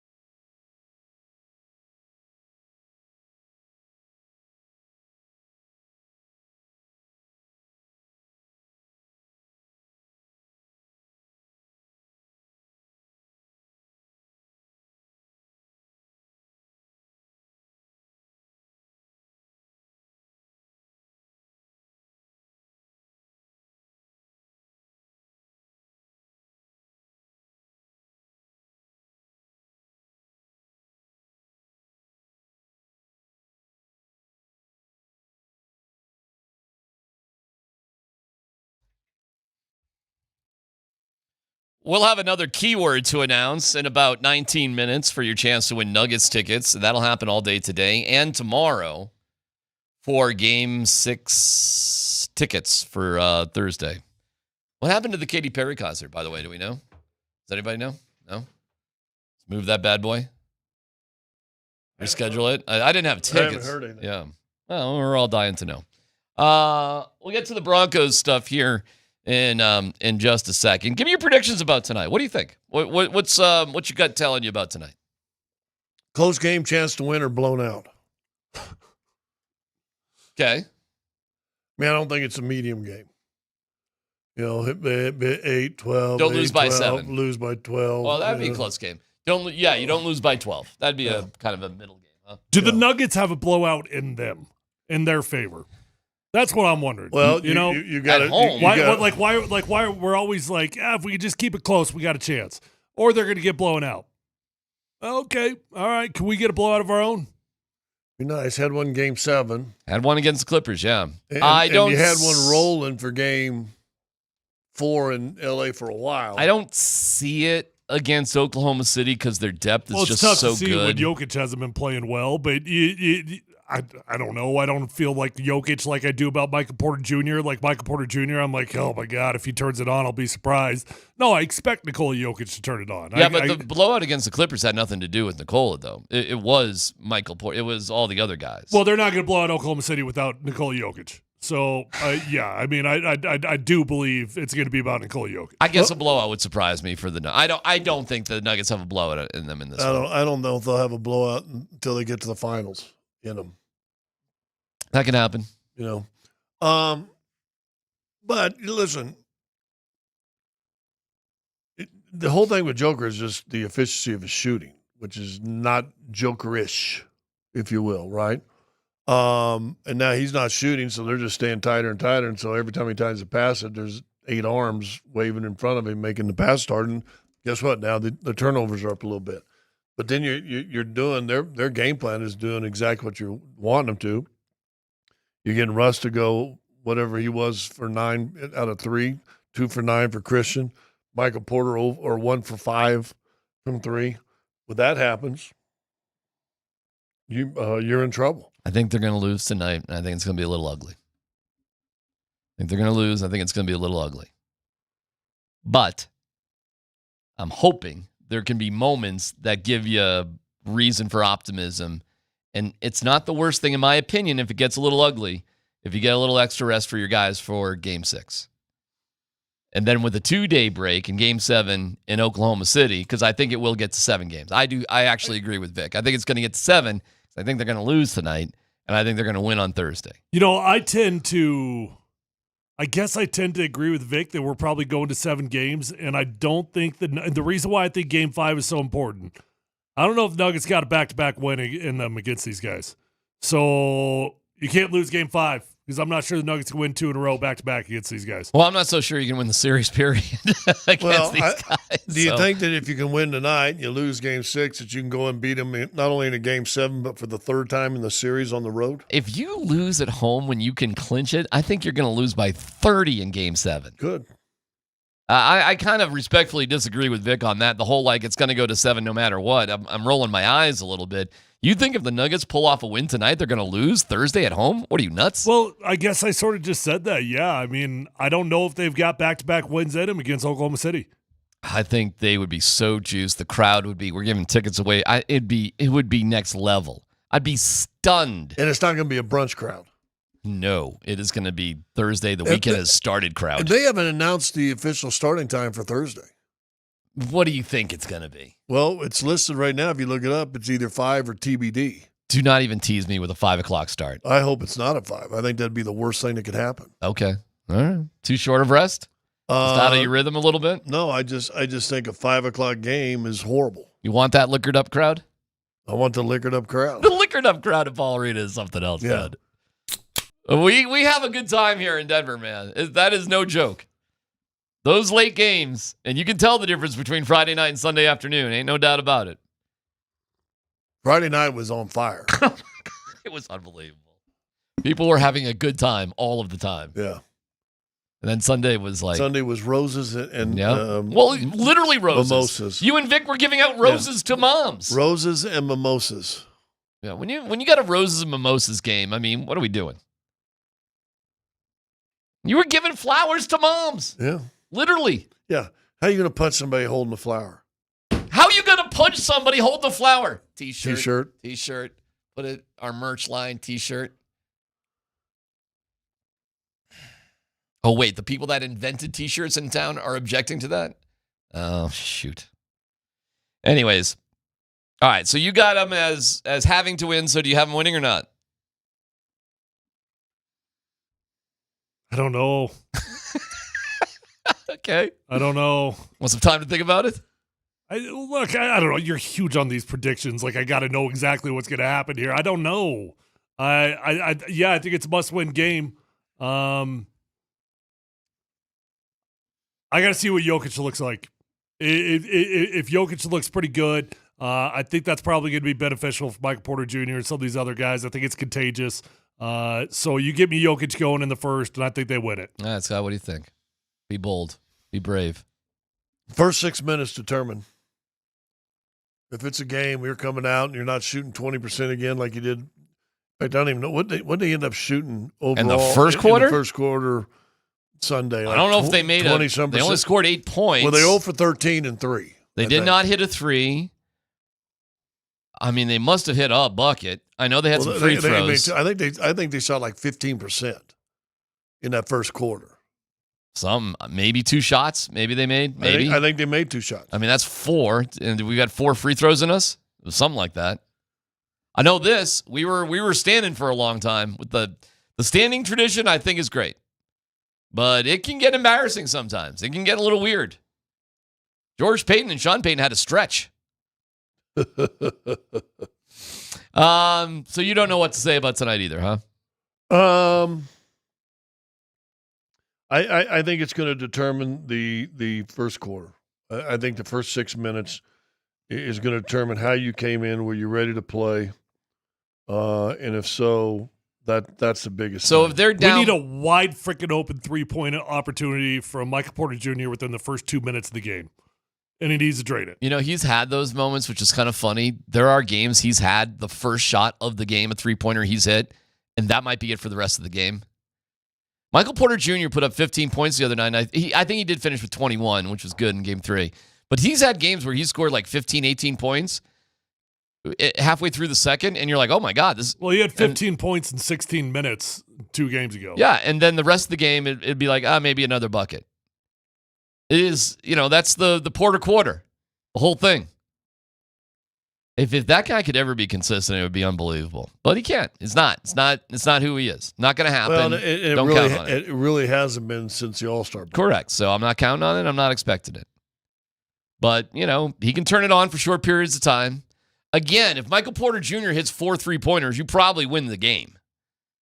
Because you're not turning the ball over. You're making buckets. You're not giving up fast breaks. And you got 12 points right there. You got like an easy 12, an exciting 12. If not, I don't know. It's kind of I don't think they get it tonight. I don't. I don't know how competitive it's going to be, and it wouldn't surprise me if it's a little bit of a, you lose by 15 to 18 points. But I do think they win on Thursday. And then I think with the 2 days of rest, anything can happen in Game 7. So I'm not giving up on the series by a mile, but I just don't think it's their night tonight. First quarter, 2 for 22, 9.1%. It was bad. 2 for 22. It was bad. I don't think you could survive tonight 2 for 22 in the first quarter. No. I mean, listen, you score 8 points, you should be down by 20. Yeah. I mean, you should probably be down more because think about how many fast breaks and different rebounding opportunities you have with all those missed shots. And I'll say this, conversely, Oklahoma City only scores 17 in the first quarter tonight. They need to be down 8 or 10. Ain't no doubt about it. Right? That's what the both teams seem to be playing in line for the most part, aside from Game 2. And I don't think tonight's going to be like Game 2 either. Listen, I hope I'm wrong on this, but, listen to it tonight. The Broncos. Let me transition to the Broncos real quick. They're playing on Christmas night against the Chiefs. Now, this could suck if they scheduled the Nuggets, to start at 8:32. It would just. Well, if it's on the road, I guess it's okay, but. Yeah. Well, the Broncos are on the road. Broncos are on the road, which is good. I don't know if it's good. Well, for Christmas, it's good. It's good for you. When you say it's good, make sure you're saying for the viewer. For the fans, yeah. For the fans. For fans. The vast majority of fans watch the game. Players, it sucks. That means you're going Christmas Eve and Christmas. It concerns me from a strategic point of view. That sucks because you're away on Christmas Eve, you're away on Christmas Day. Mm-hmm. And I know nobody feels bad. I got into it with somebody on Twitter last night. Oh, boo-hoo, poor billionaires. They got to go play a game on Christmas. Turns out players can love their kids too. It's weird. I know nobody thinks that's possible. But players can like to be with their families on Christmas, and it's just not ideal. You get out of your rhythm. From a fan perspective, I admit it's going to be awesome, especially because you got that night game. Christmas activity is more or less done. It'll be really, really cool from a fan perspective. But I do think that the Broncos, hey, man, you got to go to London. Weird things happen when you go to London. Fortunately, you're playing against the Jets. Mm-hmm. You should smoke the Jets. But I do not like the fact that you're playing the Chiefs on the road on Christmas Eve or on Christmas Day. Do you think that's a tough one for the Broncos? Well, it's a tough game in Kansas City no matter what, though, right? Yeah. I mean, it's always tough in Kansas City. I mean, here's what the NFL's telling you, though. What's cool about it is you should expect a handful of other primetime games because if the NFL is putting the Broncos primetime Christmas Day against the Chiefs, right? At the end of the that's season, a big game. They think that's going to be like an opportunity to decide the AFC West. That's what the NFL's telling you right now. Yeah. So I would expect another 3 or 4 primetime games that come with that. Yeah, there's some other quirky things that come with it too. If they don't have a bye, which they're not, that'll be a short week going into that, and then a long week in the final 2 weeks of the season. So that'll be kind of interesting. They'll get a virtual bye week near the end of the season. If you get the bye week after the London game, then you get a real early bye because that's supposed to be week 4. So you'd have a week 5 bye week. Well, I thought it was a little bit later. I thought it was like October 12th is the game. I think that's like week 7 or so, isn't it? 6. Okay. I think the game is in week 6. The bye week I think would be in week 7. Dan, why don't you double check our math on that? But I think that's the way it goes. In general, you tend to get your bye week after that international sort of stuff. That seems to make the most sense. Oh, by the way, I ran into somebody definitely in the know with the Rams on this Hawaii OTA thing. And pretty cool. They're taking all the families. They are designing it as a bonding whatever. Like, we're taking the whole team. We're taking the families. We're going to Maui. We're doing our 3-day mandatory minicamp with everybody. And the players are free to leave Hawaii as they choose. They do not have to go home on the plane, anything like that. So if you just want to chill in Hawaii when we're off of football, you can. How do you like that approach? Kind of cool. Pretty unique. I mean, it's little things for players that make you love your organization. That's a little thing. Right. Bringing the family. We're going to bring the family, and I could just do whatever afterwards. If I'm a player, that's kind of cool. You paid for it already. I'd extend my week a little bit. I'm done with football anyways. And for that guy who's a 7th-round pick that's probably going to be cut anyway. How cool is that? I might bring the family on their own chartered plane at the end of OTAs, but whatever. No, I was told it's like, here we go. We're all just going out there.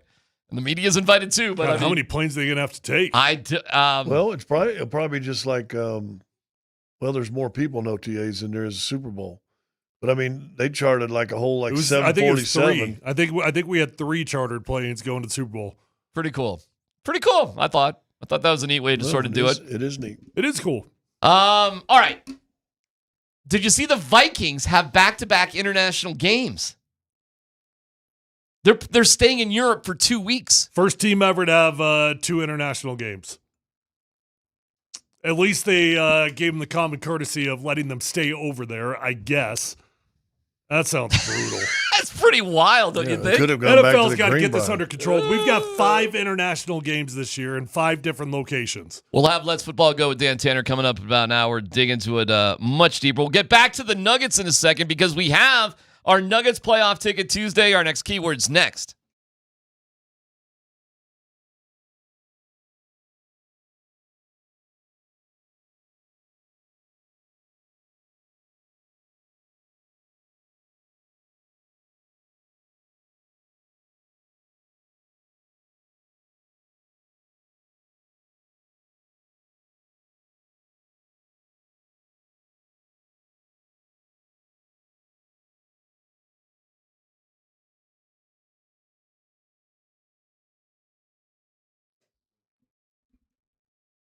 Hey, guys, gals, if you're in the market for a new vehicle, there's one dealership you need to go to. It's my friends over at Phil Long Ford. It's the best dealership in Colorado with the best prices in Colorado. Guys, you're going to save big-time money in comparison to other dealerships because they locked in over 1,000 cars, trucks, vans, SUVs, electric vehicles, even commercial fleet vehicles at amazing rates. And in comparison to other dealerships, you get to save the money directly in your pocketbook. And with over 1,000 vehicles on the lot, whether you're looking for new, whether you're looking for pre-owned, you're going to walk away with the vehicle of your dreams. Guys, I've been a customer since my rookie year in the NFL because relationships matter to me in life. I know these guys. I trust these guys. They're going to take care of you the same way they take care of me. You're going to become a customer for life. Keep in mind that Phil Long Ford has got an award-winning service department. So once you buy that new vehicle, keep it serviced over at Phil Long Ford. You're going to have a beautiful ride for a very, very long time. Let them know that your friend Tyler sent you on over, and feel free to shop at phillongford.com.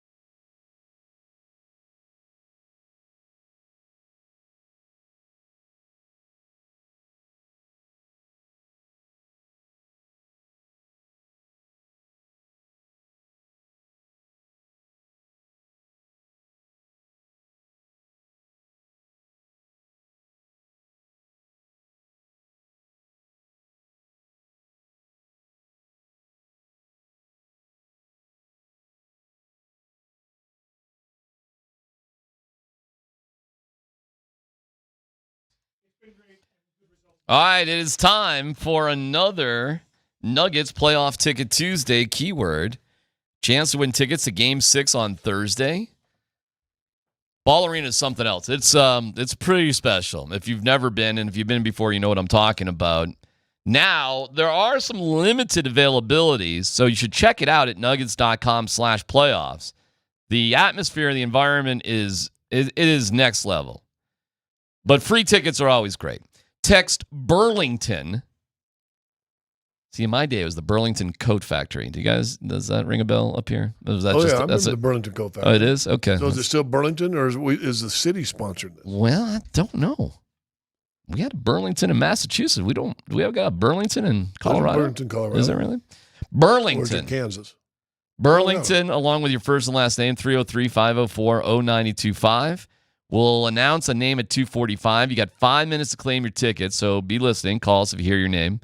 The keyword this hour is Burlington. Burlington, your first and last name to 303-504-0925. Best of luck.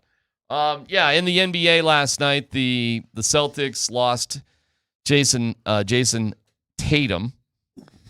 The Knicks are up now 3-1. Over. Probably, you would think. The Minnesota's leading Golden State. That looks like that's about to be done, and the Pacers look like they're about to bury Cleveland. So we'll have everybody's attention if we can take this thing to. It's Game 7. Is it funny to you guys that when guys are making $125,000 a year, $125,000? yeah, that they're paying with hamstrings taped up and icy hot, or it wouldn't even be that. What was it? Atomic bomb on the hamstring, ankles. You're just double taping it up, and they're playing. But once they're making $40-50 million a year, you got a hamstring. Hold on, let me give you a flashback here, we Scotty. ain't playing. Do you remember DMSO? Oh, yeah. Oh, the DMSO. Now, that was the stuff. That was the horse anti-inflammatory. You put that stuff on you, you're going to stink for about 2 months. But you want to talk about a powerful anti-inflammatory. Put that on you, you're back in a day. I used it one time. It did nothing for me, but then it turned out I had a fractured bone in my knee, and it really had nothing to do with it. Everybody thought it was a sprain or whatever. You got broken Gives legs. you rancid breath. Oh, terrible breath. Okay. If you want to play that game, because what you're implying is guys who made less were tougher than guys who make more and play now. No, it would seem nobody like, plays for $125,000. I don't think that's what he's implying. I think that what he's implying is that money changes things. I don't know. I don't know that it's a generation thing necessarily. Yeah, but nobody plays for $125,000 anymore. There's no such player. G Leaguer, CFL. Okay, all right. Are we doing apples to apples here? Or no, I go back to the Celtic City, and I mean, how many playoff games did you watch with how many regular season Bill games? Russell having his hamstring wrapped up for games? How many regular season games were there? 82. Okay. The one playoff series that Mikhail's playing with a broken foot the entire series, and they're probably listen, they're still making good money, but I'll bet you. Even in McHale's day in the 80s, I bet he was making $600,000, $500,000. Do you think there's players in the NBA right now who are passing on playing in playoff games because they just have nagging injuries? Well, yeah. I'm going to go back to Cleveland. You can't tell me that 2 sore ankles and a sprained toe that's bad on Tuesday but is able to play on Thursday, and you're down 0-1 on the Tuesday game at home, and you ain't playing? It's no secret, boys. Why is football, and I'm not trying to act like we're so much tougher, but why is football the last Sebastian of players playing through pain? Because football players are still cattle, except the special ones. Yeah, but it goes deeper. It goes much deeper than that. Because we don't have the guaranteed money. Because we don't have those contracts. Because you can get rid of us, and we got if you cut us in week 3, we got 3 checks, and we don't get the rest of them things. That goes to the cattle thing. But you're right about the guaranteed money. But it's a cattle thing. But we're the last Sebastian of professional leagues that is willing to play through pain. You're the last Sebastian. Last Bastion. Is that what it is? It is. Last Bastion. Who's Sebastian? Sebastian Bach of Skid Row was an awesome lead singer. Sebastian was not very tough. Wasn't Mr. French and All in the Family? He might have been a Sebastian too. Something? So what does the last Bastion even mean? I just say it. The last group. Bastion, last group. Is that like a battalion? No. Yeah, I mean, sort of. Last thing. The last thing. Yeah, because they abuse you guys. You got the worst players association in all of pro sports. Mm-hmm. And you guys are cattle. Yeah. You're replaceable. Well, we've got the least security. We've got the least security, yeah. Yeah. I hate Sebastian. You said it the first time. I just let it go. You said it the second time. It's better when you point it out because now we get to have fun with it. I wouldn't have even known. Projecting part of a fortification built at an angle of the line of the wall so as to allow defensive fire in several directions or an institution, place, or person strongly defending or upholding particular principles. Okay. There you go.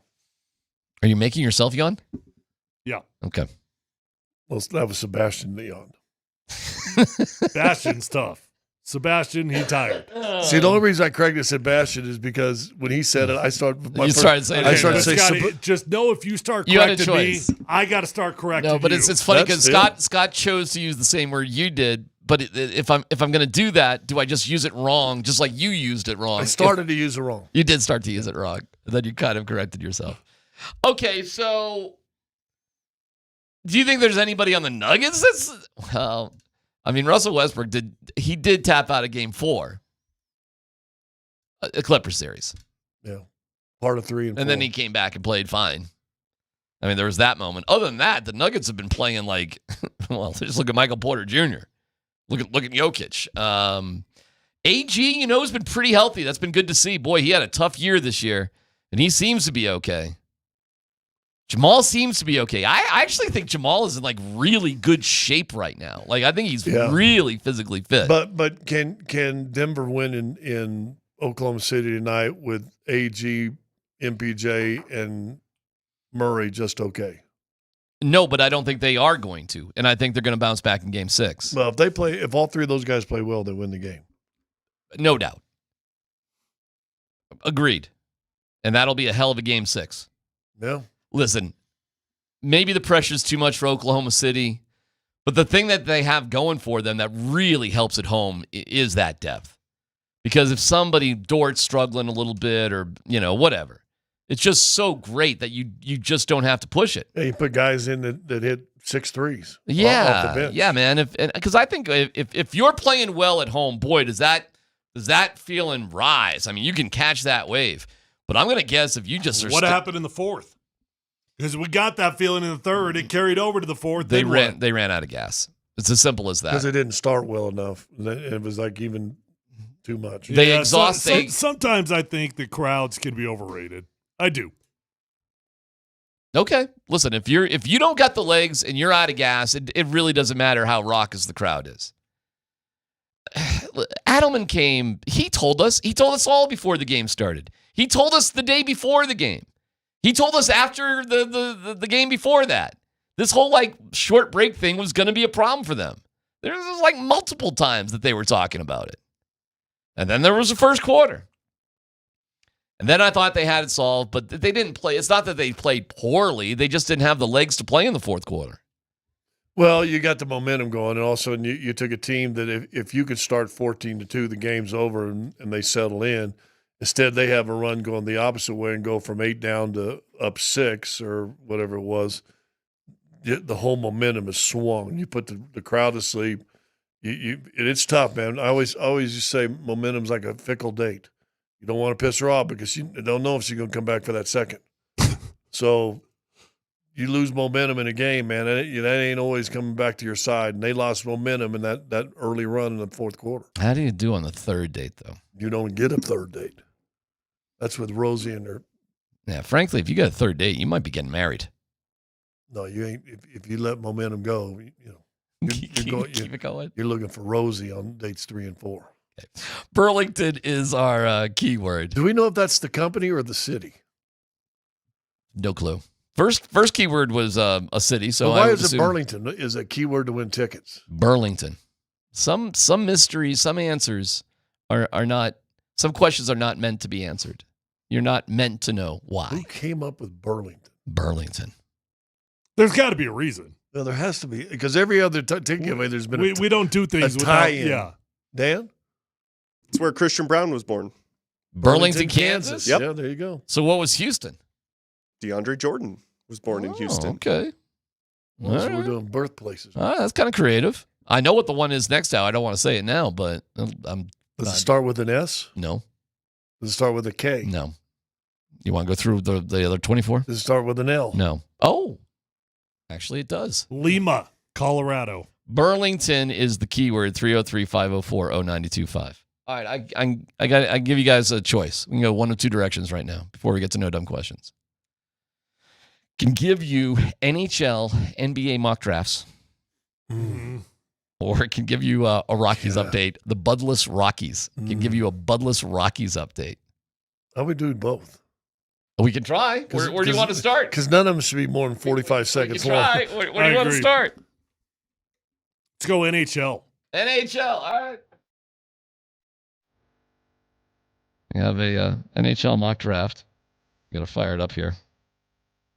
Scotty, you sent this. You should be the leader of the mock draft thing here. Well, I can look it up real fast. Yeah, why don't you do that? Yeah, the first NHL mock draft, and we figured since the NFL has its own theme music, that we'll just whenever we talk about NHL mock drafts the rest of the way that we come up with this right here. The theme from Frozen. I think we come up with the theme from Frozen. Yeah. Let me see if I can find it. Here we go. Yeah. Let us know. According to The Athletic, which, I mean, reputable, right? We were considering Athletic mock drafts pretty reputable. Hell Remember yeah. when I used to subscribe? Sure. Yep. Matthew Schaefer should be the first pick. Matthew Schaefer? The Matthew Schaefer played in the OHL at Erie. You can go to the Islanders. He's a great defenseman, left-handed defenseman. Oh, love the lefty. Lefty defenseman. We need one. Come on. A center from Saginaw, Michael Misa. When you realize, Tyler, the Avs have like no draft picks in the first, second, or third round for the next 3 years. 3 years. Yeah. So. Well, that was another thing with the mock drafts I sent you. There's not a word Denver or Colorado mentioned in any of these mock drafts right here. Well, then you got Porter Martoni from Mississauga. Yeah. Jason Higgins from BC. Good for him. Guy from Dragons. Don't even know what that is. Moncton. There's another Dragons. I'm looking at number 7 to Boston, though. I think Victor Eklund. I think he's from. No, where's he from? Dragons. Caleb Desnoyers, though. Desnoyers. Let's go.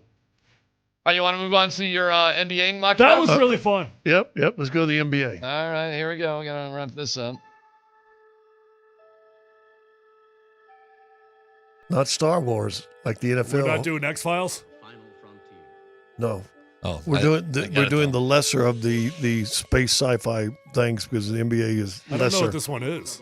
Star Trek? Star Trek. Oh, this is Star You're Trek. not familiar with the Star Trek theme? I guess not. And again, once again, Tyler had friends growing up. going the NHL to the NBA, you will not see Colorado or Denver.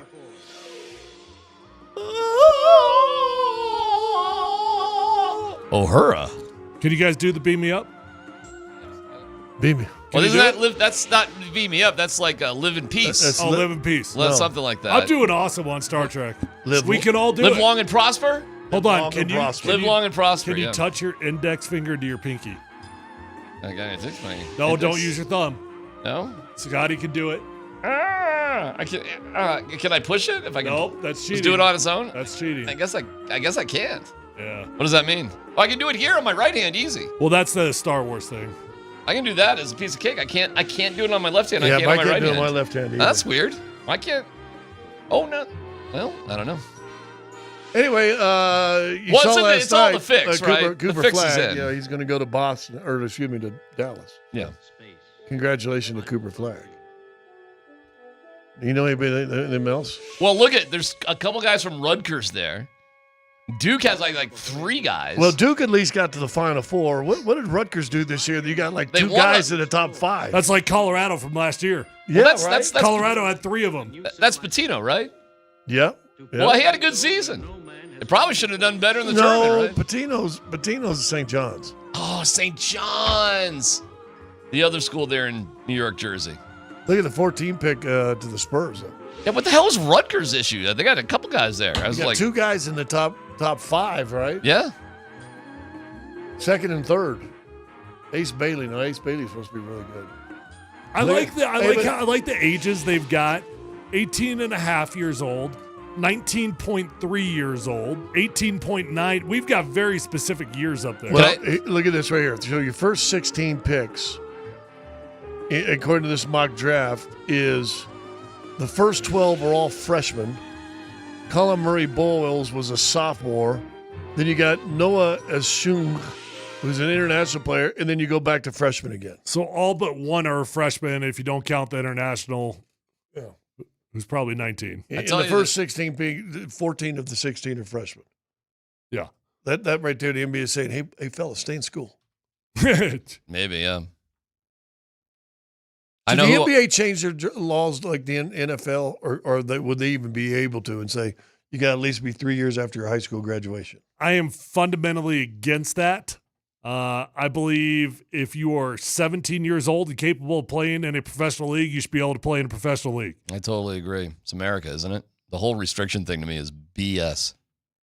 It's ridiculous. Well, who's to tell me whether I'm good enough? I got Now, you. see, the NFL, it just works out because your body just 9 out of 10 times. I mean, you get an Adrian Peterson who rolls around and once in a blue moon who could probably play as a freshman. What was the one linebacker that was here that was like the stud? It's you? Or where? No, for the Broncos for a while was a stud. Played in DJ Miami. Williams? DJ Williams. They say he was a type out of high school. He was like Could have it. too. Yeah.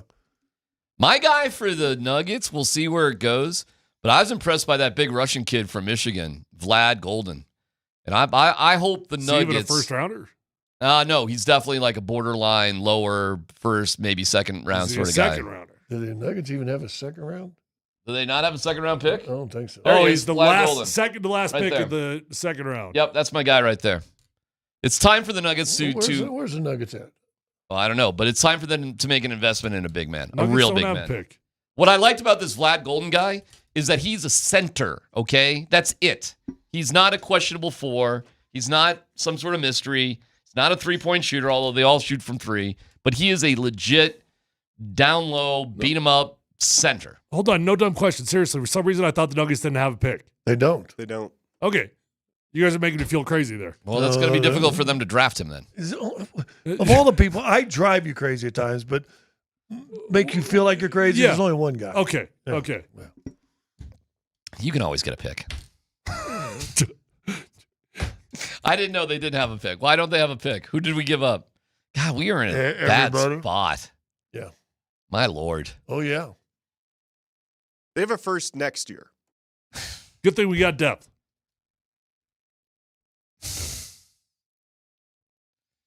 That's a little frustrating. Well, I tell you what, and Tyler jokes.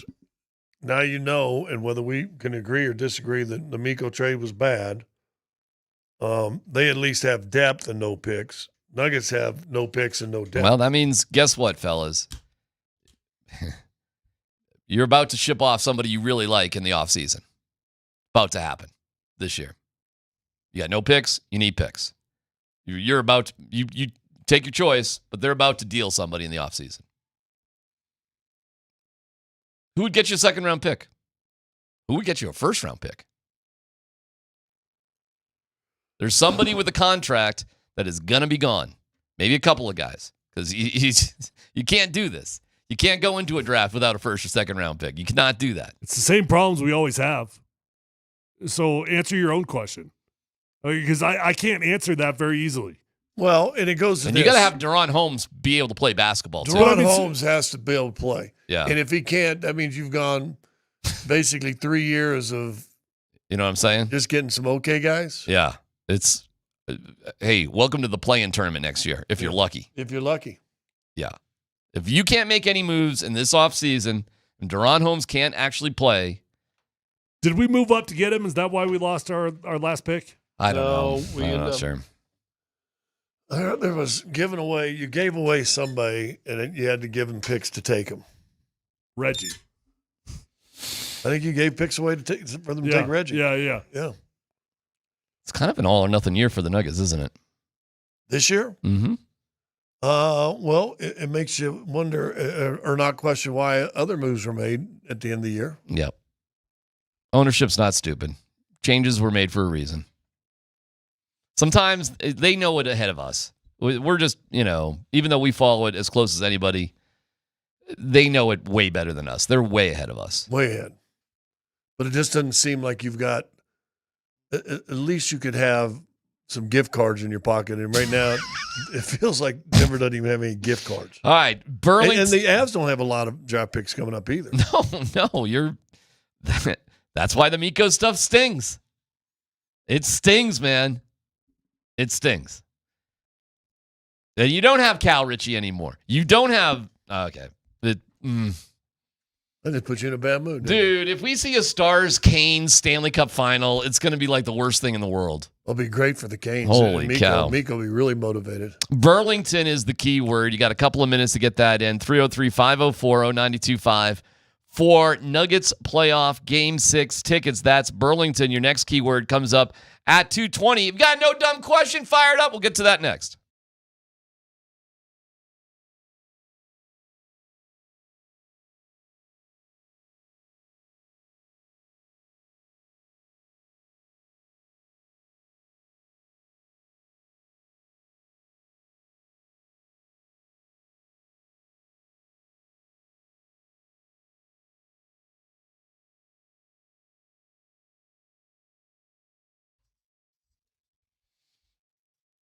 Low T causes a lot of problems. Low sex drive, bad sleep patterns, unproductive workouts, decreased energy, all this sort of stuff.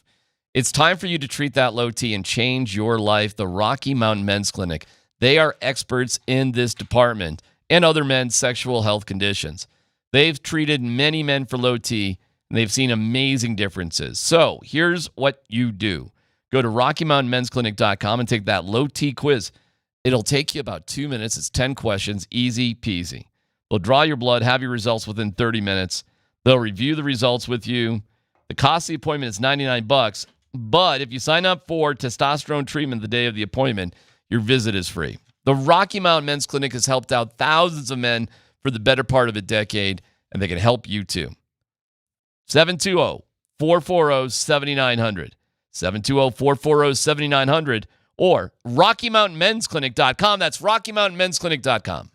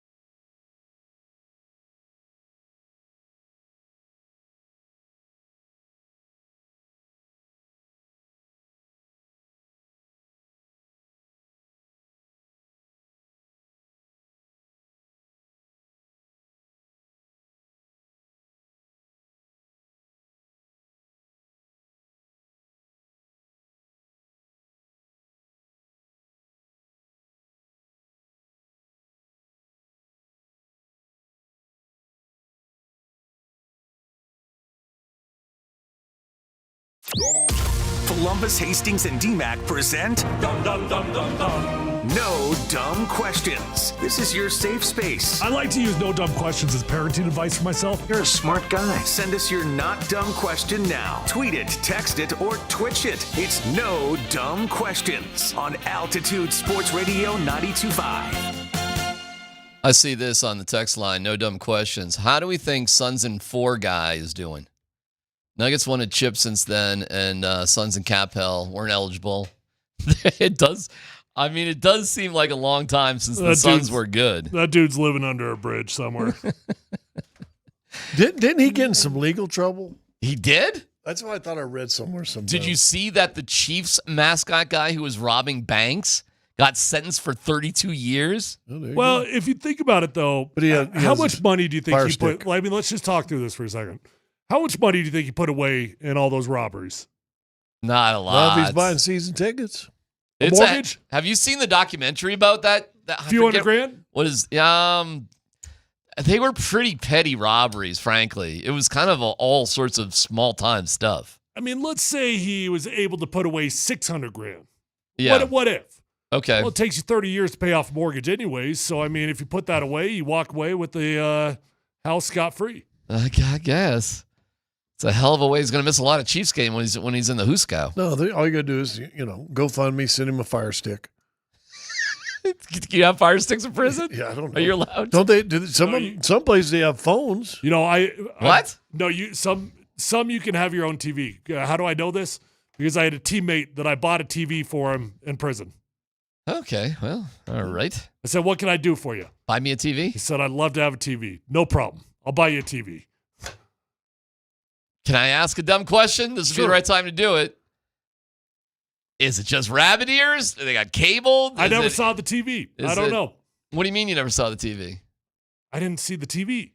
How did you get him the TV then? I put money in his account to buy the TV. So he buys it from the commissary. You can buy TVs from the commissary in jail? Yeah, at this one. It wasn't like a maximum. Okay. It wasn't like the scary guys. It was like low level. I guess I'm still a little curious. Is it cable? Is it the dish? Hey, why don't you try and find out? I'm not going to even lift a finger to try to find that out. Now, do I know he actually bought the TV with that money? No, I don't. He could have used that money for anything. Yeah, so it was just money.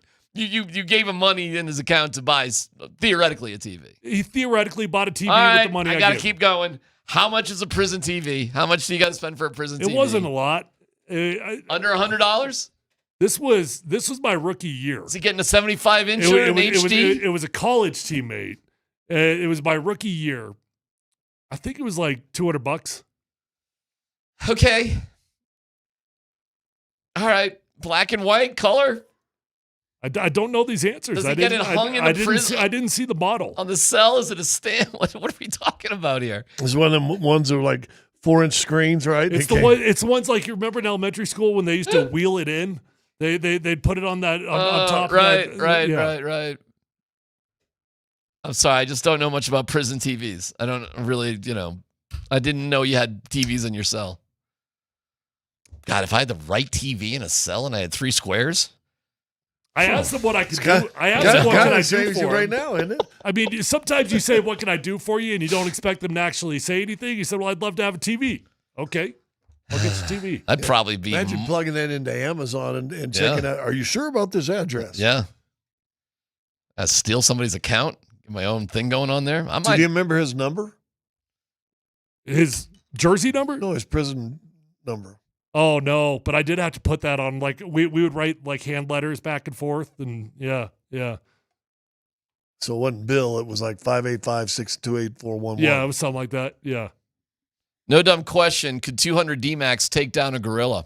Boy, we never really got into that trend last week. That was the whole thing. That was the 100 guys against the gorilla thing. That was everywhere. We got TV info rolling in. We've had multiple people say it's 13 or 15 inch. It's your choice. I want to thank all of our listeners who are now free. Congratulations. I'm glad you hung in there with us. Yep. That's cool. Oh, we probably got a lot of listeners in prison, don't you think? They like sports. You can probably, listen to the radio, can't you? So why can you get a radio and not a TV? I mean, if you can get TV, well, you think you can get a radio. I would think a radio would be easier. So I just want to give a shout out. Sneak in. everybody, but we're on the middle of the day when probably the prisoners are. Dude, if we could get a working. meter to a dude that's in prison, I tell you what, we would be crushing it. We would be good. I remember when I was in KBPI and we would read a story about somebody going to jail and we were like, lost one. We were pretty sure about that.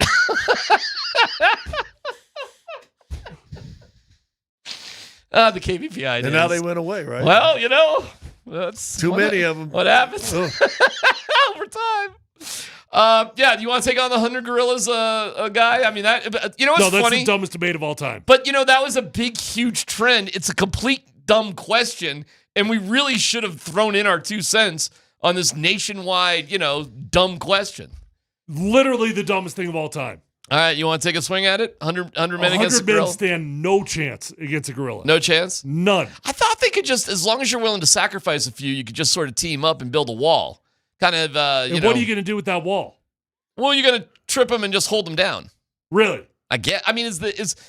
Here's the problem I have with that question. Is it about killing is it to the death? Yeah. Is this 100 men against a gorilla to the death? Yeah. Or just to pin him? Yeah. What are we doing? To the death. To the death. To the death? Yeah. And so the men... answer is no to the death. And the men have no weapons? It's just your bare hands? One swing, and he could launch like 12 dudes out of there. Yeah, but wouldn't they, if you had if you were all like built up chest to chest, the men, that is, if you built a wall of men around the gorilla and you just encircled him. Yeah, and he'd just take his forearm and swat you all out. Now, let me ask you also, have you ever seen a silverback's teeth?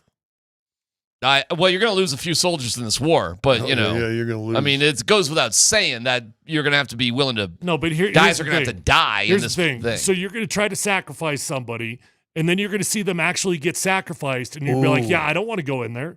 Well, but doesn't it come with the assumption that you could die? This could be the next one of the games in Beast Games. What about DMac versus season 2? 100 third graders. They get killed. Third graders? No. Here's the problem with 100 men. They're probably a little too old. They'd probably take me. 100 men on the gorilla. First of all, there's still a finite number of who's going to be able to surround them. Those 20 are done. Okay. Next 20 step up. Well, they're done. You're hoping by the time you get to the last 20, he's fatigued, but I doubt it. But the gorilla's going to have to turn his back at some point. So if you had a solid circle. And what are you going to do? So say you jump on the gorilla. You jumped on his back. He was distracted. Yeah. Now what? Now what you going to do? Now we're about killing. How? Well, there's a lot of ways to kill a thing. You have no weapons. Sleeper hold. Sleeper hold. Start with a sleeper hold. Good luck. Start with a sleeper hold. Start with a sleeper hold. Just hold it on a little longer. Don't let him tap out. Well, I mean, if you were willing to sacrifice men, let's just say for the sake of argument, you are willing to do that. Couldn't you just choke him to death? How? By sticking an arm or a head or a leg in the gorilla's mouth and choke him to death.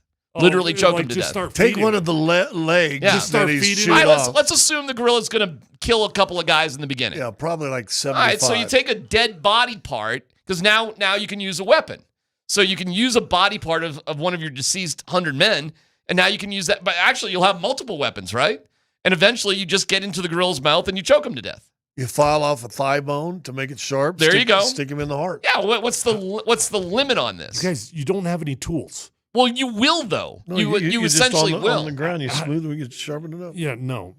Yeah, but there should be if you chop off an arm, if the gorilla chops off an arm, there might be a bone sticking out of the arm. There's a chance that there would be a and if bone. you're part of the last 20. And now you got to pick up that big fat leg that you can't even swing anyways. Well, I mean, listen, nobody said this was pretty. That's why you're dying. My answer is no, but I'm going to go down your path and say, yeah, I want to be the last 20, and let me see if I can pull a bone out of one of the dismembered bodies. Just that's for laying the around. record, if you're allowed to use 3 weeks removed on this conversation. No, right I now. get it. We just should have had it because it's right up this alley. I mean, we literally have a segment for this conversation. How about if you poke his eyes out? You could do that too. That's your only hope. If you're allowed to use dismembered body parts as weapons, the men are going to win. No. No. They're going to organize. Because they're going to have flesh and meat around them. And how much time do you have? Time is a really important thing. How long can you stay alive? They say, I saw a stat, I'm going to get the numbers wrong. But it's like if you got 100 soldiers in a firefight, only 7 of them are actually going over the wall fighting. Right. The other 93 are not. So it's the same thing in that room right there. Yeah, wouldn't you just theoretically just do nothing, let the gorilla fall asleep? Now, if you had 100 Delta Force guys, I might think different. And who are the 100 guys? Great question. Yeah. Are they 100 me's or are they 100 of you guys? 100 of you and 100 of me has no chance. 5'8", out of shape, 56-year-olds have no shot. 100. But we're putting like LeBron James and guys like that in there? No like shot. Great world-class athletes? Have you seen LeBron flop? All right, not LeBron. put. All right, we'll go out on that one. Question of the day comes up next.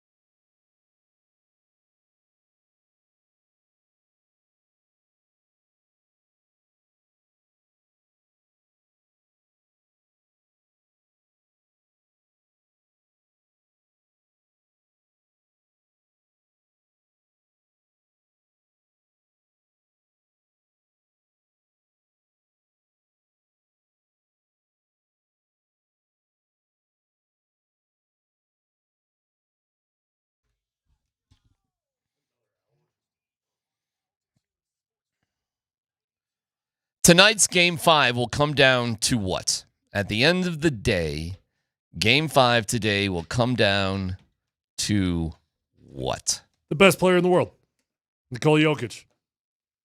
The question is, has Oklahoma City just figured him out? Or is he off? And we talked about that earlier, probably a combination of both. I'm banking on the best player in the world figuring it out.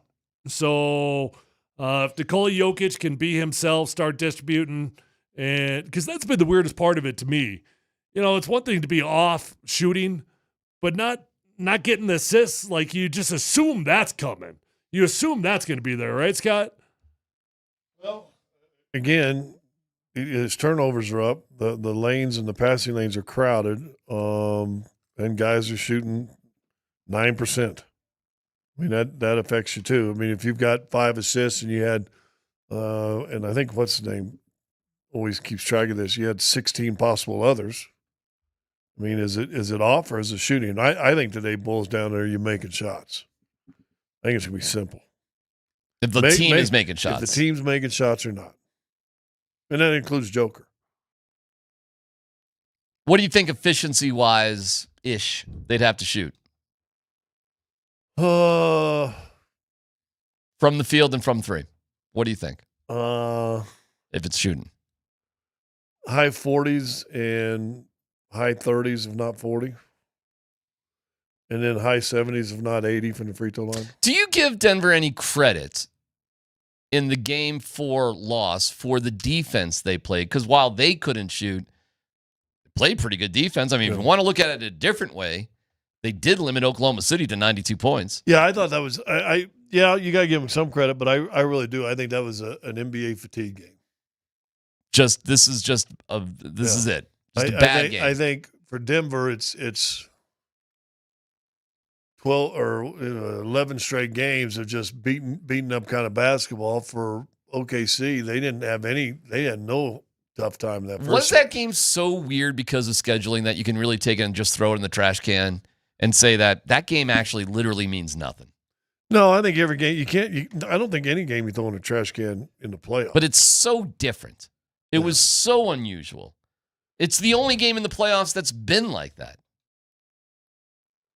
I think it affected you, but I don't think you can throw it away. I mean, it's got to be a learning thing. I mean, whether you get 36 hours or you get 48 hours of rest. I mean, you are you taking advantage of the rest? Are you out at the mall doing your shopping? Or are you sitting in the pool with your kids? I mean, the only lesson that I could really take away from it or learn from it, I think, is that if I'm Adelman, I've got to use more of my bench earlier in the game. I might not have the luxury of using guys off the bench late in the game. I probably can't do that. What if you don't have the luxury early? I mean, then you'll probably we're making an assumption here that you've got that luxury. Then you'll probably lose the series. If you just exhaust your guys, you probably prove there. If it gets to an exhaustion sort of deal, our guys. My fear is that the game probably starts like they all have, more or less, and you're down by 8 or 10 points before you blink. And now what? Well, how much time's gone? That's a good one. How much time's gone? First 5 minutes? Let's call it more. Okay. I mean, you're almost at the end of the first. Then I'd still use my bench because they're going to have to sub guys out too. They're going to do that as well. You're in much bigger. But their bench scores. That's right, and you've got to put some faith in your guys. It's going to be hard. It's not easy to do.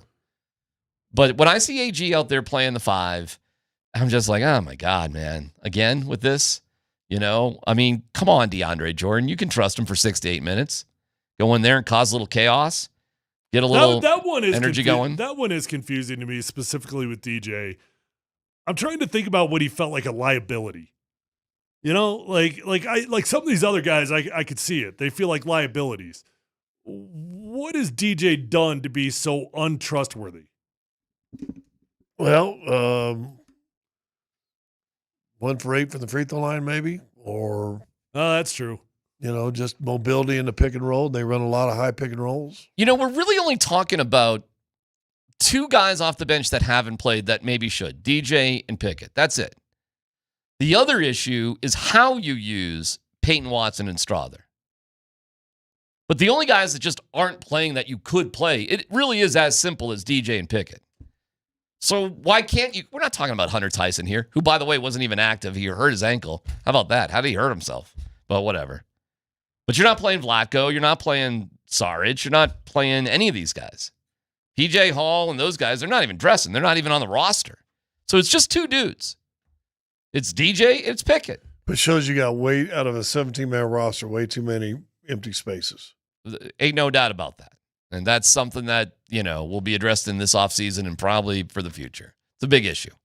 There's a reason why Calvin Booth is hanging out with Bud Black. And I understand they were hanging out last night. Really? No. I just made that up. Rockies win? Oh, we never did get to our Rockies news, did we? See Chase Hollander give up one hit over 6 innings. One hit. Chase Hollander. Chase who? Do you know what that hit was? Home run. Grand slam. It's a 2-run homer. Do you know what the score was at the time? 0-0. It was 1-0 Rockies when he gave up that 2-run homer. They lose 2-1. Bird comes in. Kinley comes in. Shuts down the Rangers. The bases are freaking loaded with 2 outs. Let's go. For the Rockies. Down 2-1. Top and a guy of the tried ninth. to hit a sac fly. Kyle Farmer. Who's that guy? Said Vic Lombardi. Hits a freaking rocket. Ground ball, but he scorches it, but hits it right at the third baseman for the Rangers, who steps on third, throws to first, and the game's over. But off the bat, I was like, that's a double down the line. Rockies are going to take, no, that's a double play. The game's over. So what you're saying is nothing's changed? That's not what I saw last night. Really? I saw a pitcher that could pitch Major League Baseball. That's what I saw. And he was one of their guys from the minor league system that when I was reading on him that they thought had a chance to be pretty good. He was damn good last night. And the Rangers are a pretty good team, and that was a road game. And guys, okay. Rockies doubled the hits on the Rangers. Rangers only had 3 hits. Dollander only gave up 1. And it was a 2-run homer. It sucks that you didn't score more runs, but you had twice as many hits, 6 hits to 3. It was a great game last night. It was a great game. It's going to be really fun watching you walk to Coors Field when they still break the all-time record. Do you want to? Are we doing that? What do you mean? You already did it. Oh, I'm good for it. I mean, it's they don't break the record. Right. They don't break the record. Right. They got to get 35 wins. No, that they do break the record. If they do break the record, then you have to walk. Correct. If it's less 41 or less total wins. 41 or less total wins. They got 7 right now. They need 35.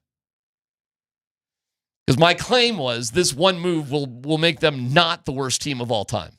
That was the big claim.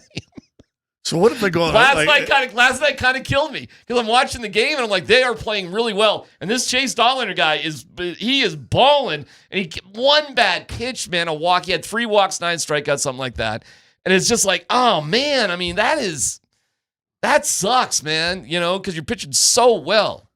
And you do double the hits of the Rangers, and you smoked a ball with the bases loaded and 1 out in the top of the ninth. And all of that, the thing that hacked you off the most was in a 2-1 game, there was no Bud Black for you to kick the next day. That's right. It hurt. Now what are you going to do? It stings just a little bit.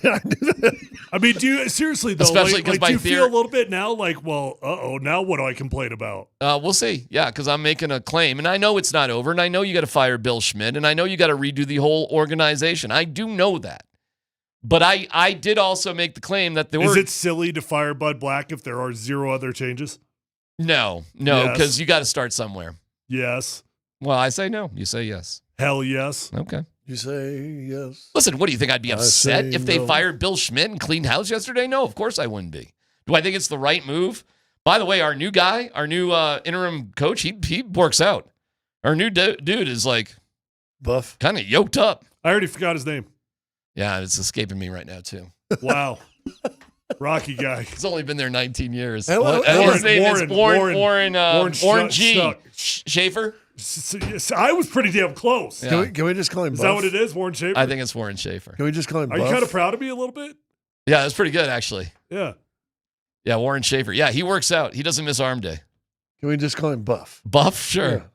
But Clint's kind of, Clint looks like his innards are about to explode at any time. That guy just is. You think I look pale and red. You think I look flushed when I come in here getting lost on my bike. Clint looks, yikes. We'll see. They'll go at it again tonight. But I've made the claim, yes, managers are most responsible for close wins and close losses. When teams get blown out, you're either better or you're worse or whatever. But close games generally hinge on the managers. So losing 2-1 did not thrill me, obviously. Someone says firing Bud Black is like hanging a new chandelier in a haunted house. It doesn't mean you can't give excuses for a losing attitude, a losing culture. And the manager is the most responsible for it. And I'll just tell you this. I disagree. The most? I'll tell you. I'll tell you this. I think a lot of people would fight you on the most. I was around there, man, and that atmosphere around the Rockies was too comfortable with losing, fellas. I'm telling you. I don't disagree with that, but I think that starts all the way to the top. I get it. I understand, but that does not mean you don't make changes where they can be made. Agree. So it's not done. It's not like it's all solved now. But I'll tell you this, and I'll tell you the facts. I'll tell you when it stinks. But Chase Dollander looked great last night. He did. And anybody say he didn't, just Bud Black apologists just did not watch that game. Well, I like I said, I read an article last week because I was checking in where their minor league system was, and Dollinger was just one of two guys they mentioned in the minor league system that were. I think he was a top 25 prospect in the minor league system. The guy's legit. That dude that's is good, legit. then. But Kyle Freeland was legit before they ruined him. So Dollander can be ruined as well. You can screw it all up. They have in the past. It's a really good prospects. That's just what happened last night. There's your Rockies update. Oh, I was really hoping they would win. I was really into that game. I was have you really gone down watching the schedule and find where you can find the 41? It's going to be hard. It's going to be difficult. You got to get 30. You got to go 35 and 87, something like that, or now 35 and 86. You've got to accept 35 and 86. I'm like, how can they win? How could they do that? Well, you got to win every fourth game. And I'm like, golly, can they do Feels that? like a lot of pressure. We haven't even got to the June swoon yet. I know, man. It's going to be hard. Can you win one out of every fourth game? I don't know if they can. It's going to be tight. It's going to be an interesting battle. I might get my walking shoes ready. I'll try to be in shape by October. So the safest bet in all of baseball right now is the Rockies 100+ losses? Oh, that's going to happen. That's I don't know how you can avoid that. There's no way you're avoiding 100 losses. Well, you go 54 and... Oh, my God. I can't even dream that high. That's ridiculous. No. And you're likely going to have the worst record in the league. That is going to be hard to escape. To actually overcome a 6-game deficit for this team is going to be practically impossible. That means you have the first pick in the draft, though. Nope. And Dan, you want to explain why? They're ineligible for a top 10 pick this year because of baseball's tanking rules. Wait. Catch me up to speed. If you are so bottom of the barrel for so many consecutive years, they throw you out of the top 10. They just assume that you are intentionally trying to take. Correct. So the Rockies have been so bad. Correct. That might be one of the has dumbest. Assumed that they are intentionally doing this. It's one of the quirky. Dan's been dying for us. That's actually unbelievable. Dan has literally been dying for us to talk about this, Dan, for what, months? So how many years do you have to suck before you get punished? So this is the Astros rule, right? Because a lot of people thought the Astros were tanking for those couple seasons. I'm not sure that Dan is the expert on this. The White Sox were ineligible for this year's draft lottery. They had the worst record in baseball last year. Do you know the rules, Dan? I'm not trying to put you on the spot. I'm I'm genuinely curious. How many years you have to suck before they punish you? This might be one of the dumbest rules a pro sports league has ever put in. Yeah, it might be. Which is dumber? No dumb question. This rule about tanking drafts or the NHL seeding system. I'll say the NHL seeding system because I understand the the NBA logic. Lottery. I understand I like the NBA lottery. Really? I definitely like it because you can't. Worked out great. Well, it didn't work out great for Utah, but you shouldn't be able to tank. The 3 worst teams in the league have identical odds, and all teams. No, that's not it. Wait. So you cannot win the lottery for more than 2 consecutive years. Correct. Well, did they win the lottery last year? Well, they were in the lottery. Yeah, but they didn't win it. Did we just make this up? Or is Dan incorrect? I'm going to tell you. That's what I'm saying. I'm going to tell you this. Dan Tanner has been talking to my ear about this topic literally for months. So, Dan, if you can't explain it at this point, the floor is yours. You can't be eligible to be in the lottery to That's have not what a it shot says. It for says more than 2 consecutive years. It says you cannot win the lottery. They are not eligible to be in the lottery this year for a top 10 pick. Well, they call it top 6. No. Yeah, see, Tyler is now poking. Dan, it's Dan versus Tyler right now. I'm telling you. I'm stepping out of this. I'm telling you, Tyler, I can tell with Tyler. Tyler's about to give you so much crap on this, Dan. So you better have your facts ready. Have your facts straight, boys. We'll figure out what it's going. Meanwhile, we have the Broncos schedule, or at least a little chunk of it out. Let's football go. And our last keyword, but Nate and Andy will have more keywords, but a chance to win Nuggets tickets for Game 6 comes up next.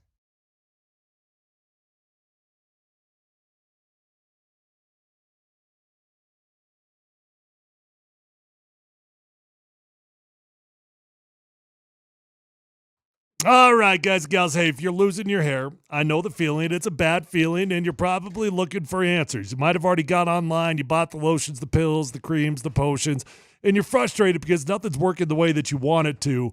Call my friends over at Advanced Hair Restoration. Ask about their Advanced FUE. Nobody can offer anything like the Advanced FUE found at Advanced Hair. They've already changed tens of thousands of lives, and I want you to be the next one, so call 720-459-HAIR. When you go to Advanced Hair Restoration, you will be in a calm, relaxed environment. You're going to have the best of the best working with you. You're going to love Dr. Tanya Pauls. You're going to love the entire staff because they are phenomenal at what they do. Guys, Advanced Hair believes in what they do so much, they're going to guarantee your hair is going to grow for life. Lifetime guarantee. That's a comforting feeling when you invest in yourself. Do it the right way with Advanced Hair Restoration and their Advanced FUE.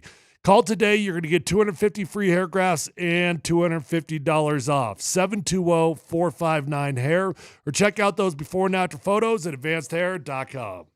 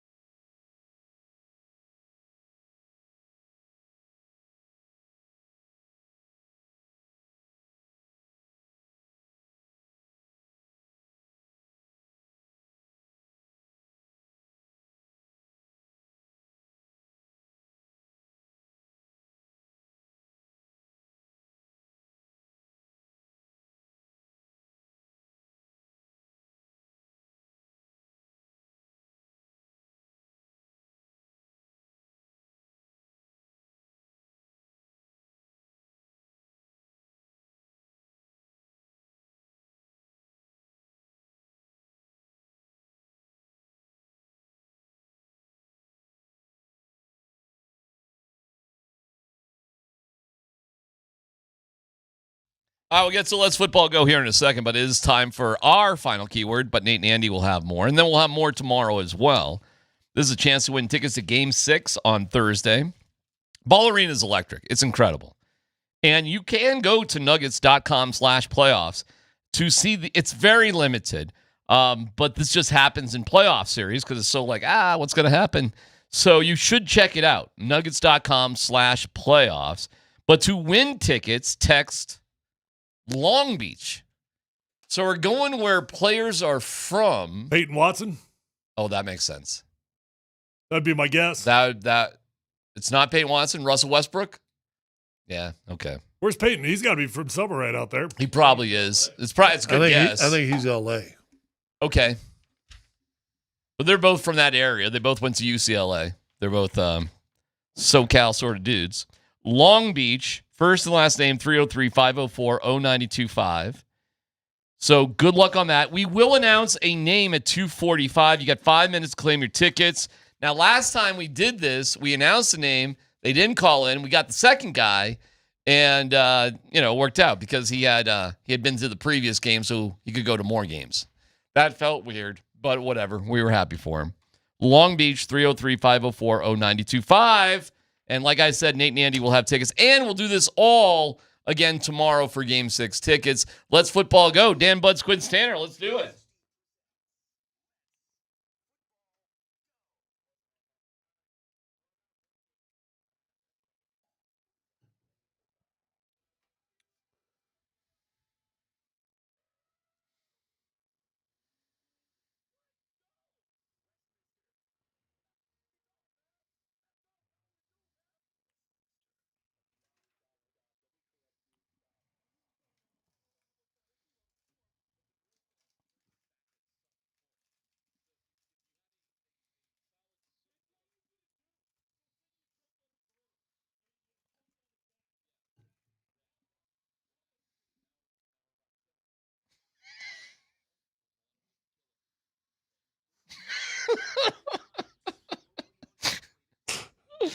Thought you were.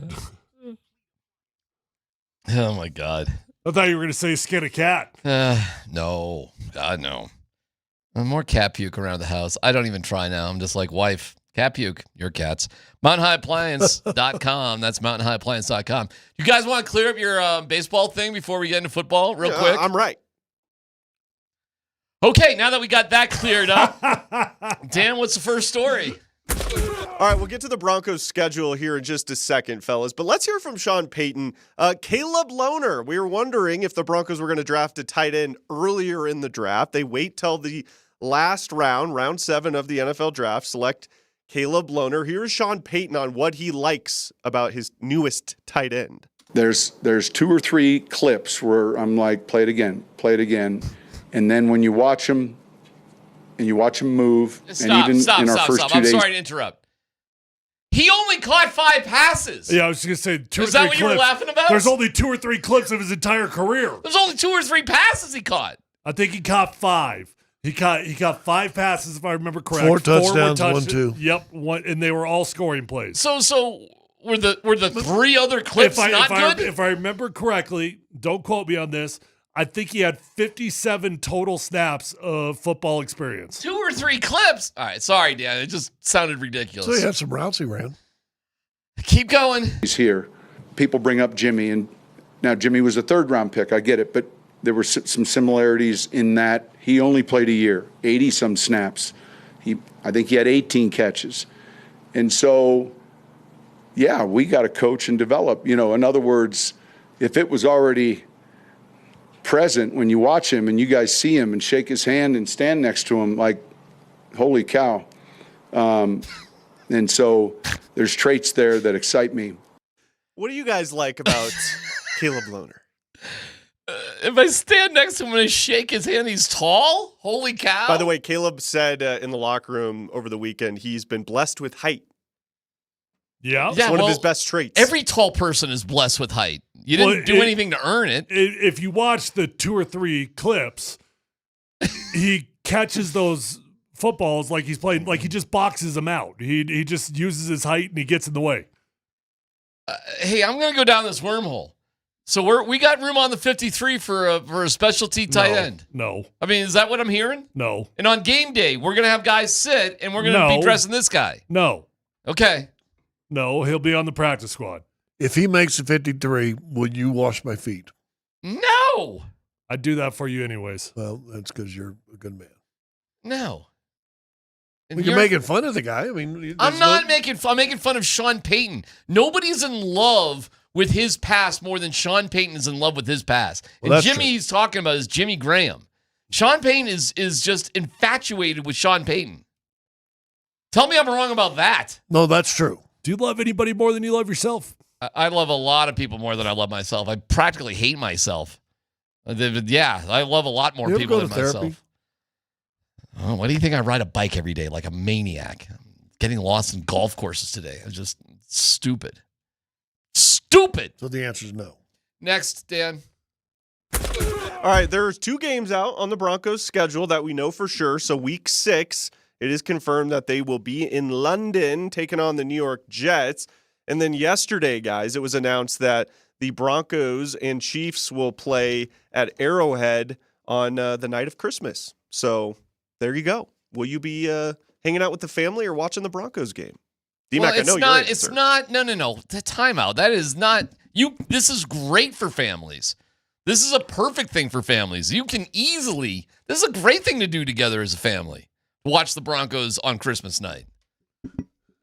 Am I wrong? Well, I'm going to just address Tyler right now. Okay.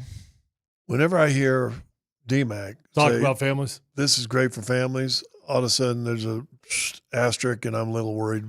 And now I'm like changing opinion thinking, ooh, this is going to suck. Well, he hates kids. So does that imply that he hates families?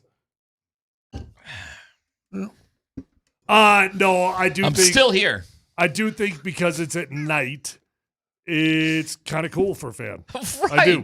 I'd hate it as a player. I'd really hate it. And I've got my concerns about the importance of the game. I mean, the cool part is the NFL is telling you that the Broncos should be relevant because you got the primetime game of a primetime day, and it's the end of the year, right? So they're saying by the end of the season, Denver Broncos versus Kansas City Chiefs might be deciding the AFC West. That's what the NFL's telling you right now. Quite a compliment to Bo Nix, don't you think? Yeah, it was all about Bo Nix. It's to the Broncos, yeah. Well, I think for the NFL, they're saying, hey, why isn't I think they're complimenting the Broncos. It's a compliment to the Broncos, and that's all right. Okay, hold on. They're betting on this is going to be a big game. Is Bo Nix not the face of the Broncos? No. Really? I'd say the guy you spent the first 3 minutes of this segment killing is the face right now. Should it be Bo Nix? Yes. I think Bo Nix is the face of the Broncos. I think Sean Payton is the face and the voice of the Broncos. Well, I bet I'll say this. When or if Bo Nix becomes the face of the Broncos, they're going up to the top. Okay. They'll be all right. I think he's already there, but I respect your opinion. And I bet you anything when it comes to promo for this game, it'll be Mahomes against Nix. I'm sure. But Tyler, what do you think? Well, I think he's getting close, but he's not there yet. I mean, honestly, if you were to ask me a player that's the face of the team, I'd still say Pat. Yeah, I would say Pat's the closest player, but I would say they don't have a player. I think the hand of Sean is so heavy when it rests on your shoulder that I think he overrides everything right now. This is Sean Payton's team, Sean Payton's face. Now, when he ain't the face of his team, then that's going to be better for the team. Dan, where are you on this? So you think Bo Nix is the face of the team or not? Yeah. Yeah, I do. DMac said so. It's really hard for a quarterback to not be the face of a franchise. He had one of the best rookie years for a quarterback in the history of the league, guys. Like, okay, I think, and like I said, I think he's really, really close to being the face of the franchise, but I would say that Pat Surtain is still it for now. I think Sean Payton. So when they're I'm not saying that's just not saying good. if you want to pick a player. All right, I don't disagree with you. All right, fine. So if there's hype about Broncos games, the player they'll be focusing on will be Pat Surtain when TV is promoting a variety of Broncos I would say games. Pat Surtain gets more national coverage than Bo Nix. Wow. Okay. But you hope that changes also. Again, if that changes. I think it already has, but okay. Oh, no. So if I look up, if I just Google searched Broncos Chiefs, I'm going to see more images of Pat Surtain against Patrick Mahomes or Bo Nix. I would say up to this point, Pat has received more national attention. Yes. Okay, so if I do that right now, if just Broncos Chiefs Christmas, Google images. I don't think there's going to go for it. Well, okay. It's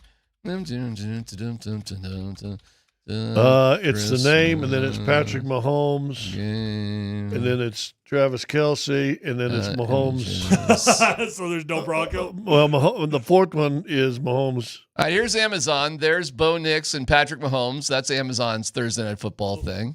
There's, Fox 31. There's Bo Nix and Patrick Mahomes.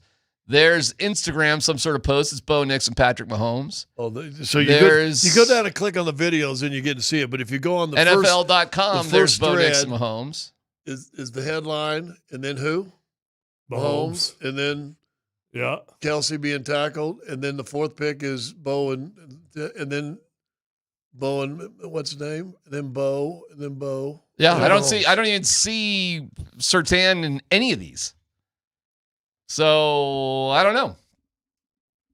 I think. Would you have died though if it had Sean Payton on one picture with Mahomes on the other? Well, here's that would have been funny. Hilarious. That would be hilarious. Here is like Sean Payton with Andy Reid about it. Oh, well, there you go. There, Dan's doing the whole thing too. What was the game a couple years ago where it was just Bill Belichick? It was Patriots and somebody, and they couldn't find a player to put up for the Patriots. And so they just put Belichick? Bill Belichick. Welcome to now it's going to be Jordan Hudson. Jordan Hudson. All right, next story, Dan. Go ahead. All right, lastly, fellas, the Minnesota Vikings will become the first team in NFL history to play consecutive international games in different countries this season. So they're going to play in Dublin, Ireland for their first international game against the Steelers. Then they'll travel to England where they'll face off against Shedeur Sanders and the Cleveland Browns. I guess my question here for you guys, is the NFL going a little bit too hard on the international games, or do you guys like it? I like it. I love it, actually. I love waking up and I got an NFL game on. I think it's great. I actually literally do not enjoy the international games. It's got a weird vibe. I'm in a weird vibe. I wake up. I'm not ready to root. I'm not ready to be passionately involved in a game. I'll turn it on, and it'll be there doing background fodder as I go get my coffee and whatever, get rolling for the day. But I couldn't tell you a single international game that I felt invested in, ever. I just like that there's football on when I wake up, and then I wake up and I go to bed, and there's the more the merrier. I love it. I'm not so concerned about it being in Europe. I just like the time of it. I haven't watched a London European game live ever. I'll tell you this. What do you do when you wake up Sunday morning? I'll tell you this. Go to church. What do you do after church? When you're getting ready for church, you don't flip the game on before. What time do you go to church? Well, on football weekends, like at 8:30. Okay, well, all right, that's fine. That's like when the game's kicking off. No, I'm in church. All right, how long does church go? Well, then I get home probably around 10:15. So you're not catching the second half? See what happens? 10 o'clock, all of a sudden you got the pregame shows for the real football. You'd watch a pregame show over the end of a game? I think I've seen it, but it's usually, let's be honest, it's usually Minnesota and Jacksonville, or Jacksonville and somebody else, and I could give a flip about those games. This year, the Jacksonville games might be intriguing just because of Travis.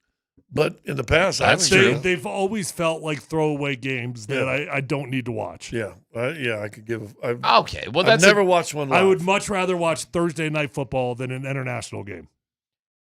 Okay, well, I'm with you on that. I mean, the games internationally tend to not be the highlighted, premier games of the week. I mean, I get it. Kind of like the Broncos Jets, and they end up feeling like preseason football because always there's weird things that happen. Teams go over, they don't prepare well, they don't travel well, whatever. It ends up feeling like not a real NFL game. Okay. There's always somebody in the stands eating some haggis. Listen, once the haggis, what are we in Scotland? Serious question. Do you set your alarm to watch them? No, God, no. I just get up on Sundays. So I'm either working at the game, going to the game, or watching games. One way or the other. It's Sunday. It's time for NFL football. So, I mean, I'm way, way more invested in NFL football than college football. 5 games is too much. That's too much. Okay. I just don't think there's ever a problem with football being on a Sunday. Again, we'll go back to when he said, I think it's great for families. Here we go. Church, a little breakfast, go out to lunch. Football's on. It's good. It's all good. I got a great story for you about that. It's not the right time, not the right place. But I got a good story. Damn it. I shouldn't have said that. You're not missing anything, but it's a fun one. What just happened? What just happened? Let me tell it real quick. Can we just hit rewind on that? I'll tell it real quick.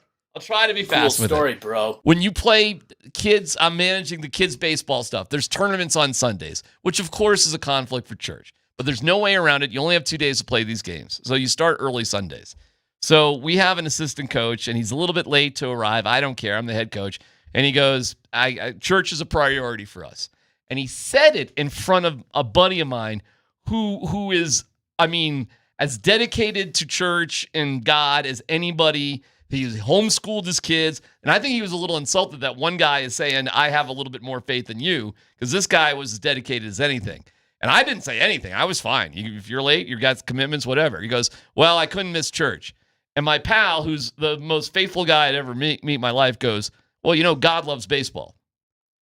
And it was a moment of just like, faith doesn't determine the structure of a building sometimes, because he was a little insulted that this guy would be questioning, because he got there on time and he did this. And his point was, it's how you live your life, period, not just a dedicated time in the middle of the morning. So I thought if I ever wrote a book about my time playing being a manager, I would write God Loves Baseball, because I think it's the essence of being in the moment of everything. See, it's a little deeper dive philosophically about everything.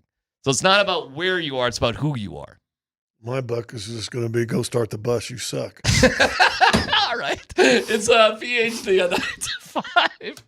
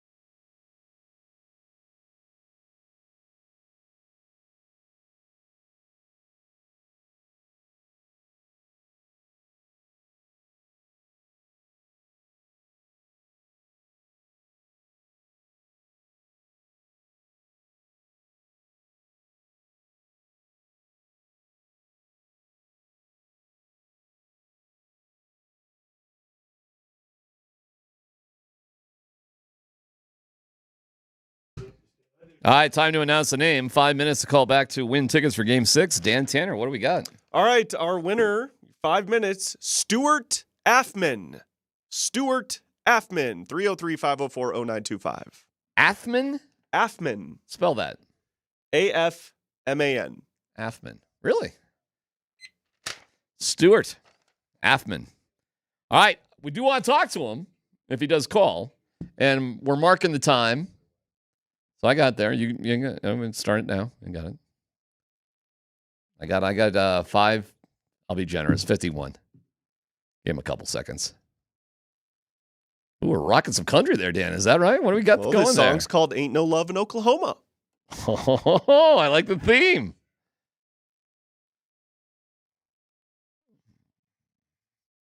I like it. Hey, that's what I'm talking about. Who is this? Luke Combs. This sounds cool. You guys like Luke Combs? You guys are good on Luke Combs? Yep. I like the country that sounds like kind of like hard rock sort of stuff like this, but still kind of poppy. That's pretty much all country, but is it really? Well, I can't hear you now. You guys have the microphone. I think they call it new country, don't they? I don't know. So what, does all country sound like this? It's more poppy than it polished. used to be. Yeah. No, this Not definitely as much, got a little bit more of a heavy, little heavy, little rock, more rock vibe. but there's not as many George Straits. If you like a rock country, check out Hardy. Yeah. Hardy's I know legit. Hardy. Yeah, I do know that. Yeah, it's a party. Funny. No party in Oklahoma. What's this song about? No party in Tornadoes? Oklahoma. What are we talking about here? It's about a truck and a girl and a gun. Okay. Mama, train, Oh my rain. God. I know you guys don't watch Saturday Night Live, but did you see the skit about how the Second Amendment came to be? No. Oh my God. You got to see it. I think you'd love it. It's hysterical. You know who Walton Goggins is? Yeah. Really good actor. Funny dude. White Lotus. White Lotus guy. Yeah. He's been in a million things, but he's White Lotus recently. Is he the English guy or is he the young guy? Well, he's Baby Billy. He's the Baby Billy. crazy-haired, half-bald guy. Yeah. Billy Goggins' brother? He's in White Lotus, but he's also in Righteous Gemstones. Oh, he's as hilarious. Baby Billy. He's Baby Billy. Oh, I don't know what you're talking about. But he's also been in Vice Principals, and he's also been in Sons of Anarchy, where he was a trans person. If you remember that storyline from Sons of Anarchy. He's a great actor. Yes. He was in Justified, too. He was in Justified. Oh, Justified. Yeah, that he was. was. Yep. Yeah, he was a big time in Justified. He's a great actor. He is. He's in a TV series that's pretty good. There was a video game, and now they made it into a series. I think it's on Netflix. Dan, I'm not even joking. Something. If you can find that skit on Saturday Night Live, it might be worth even playing for a little bit. It's pretty fun, pretty funny. I almost did. Close. I said. Did you hiccup in that? Yeah. I mean, fun starts with the same letters. I mean, it starts with the same letters. Did you? I'm sure I said funny. Let's go to Stuart. What's up, Stuart? How you doing, pal? I'm great now. Thank you guys so much. You win tickets to Game 6. Yes, my daughter's been asking me every day to take her. I'm so happy. Oh, that's cool. That's awesome. cool. How old's your daughter? 42. She is 13. 6 months. 13. 13 is such That's a great perfect. age. Yeah, that is such a great age. She watches every game with me. And by the way, I've been a DMac fan since 106.7. Used to listen to The Enemy. Immediately switched to Altitude when he went over there. I love me some DMac. I appreciate that. Hey, is your daughter's favorite? Can we guess his daughter's favorite player? Let's play that. Is daughter's Christian Brown. I was going to say Christian Brown as well. Jamal Murray. Who's your daughter's favorite player? She goes with what I like, and that's Aaron Gordon. Oh, okay. Oh, yeah, That's good. awesome. That's awesome. Well, congratulations, Stuart, man. We appreciate you listening. Appreciate you listening all these years. And Game 6 is going to be – have you been to any Nuggets games this year?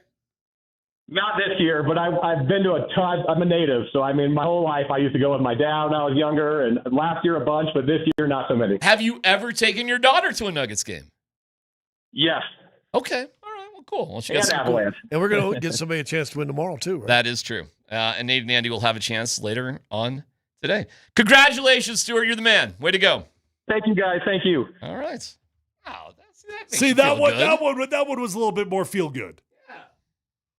The dude that already had tickets is like, okay, well, congratulations. You got tickets again. Yeah, I got season tickets. Where are these? Well, he got to enjoy the Thursday night dinner, and then he took the wife to the brunch. Yeah, right. Or the Friday night. Can you imagine if we got a winner? Yeah, that's great. I think on the secondary market, I'm going to do all right on I'm going to sell my other ones. Yeah. I'll see which ones are better.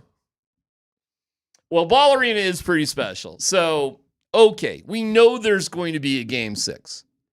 To look into the Nuggets crystal ball here a little bit, which is basically predicting tonight too. What do you think the storyline will be when we reconvene here 24 hours from now? If a win, it's going to be the shooting of the Nuggets finally arrived. If they lose, here's hoping they play better for Game 6. You lose this, I'm afraid they lose in 6. I think you probably lose back-to-back games. It does feel weird being like, if they win this one, why wouldn't they win at home in Game 6?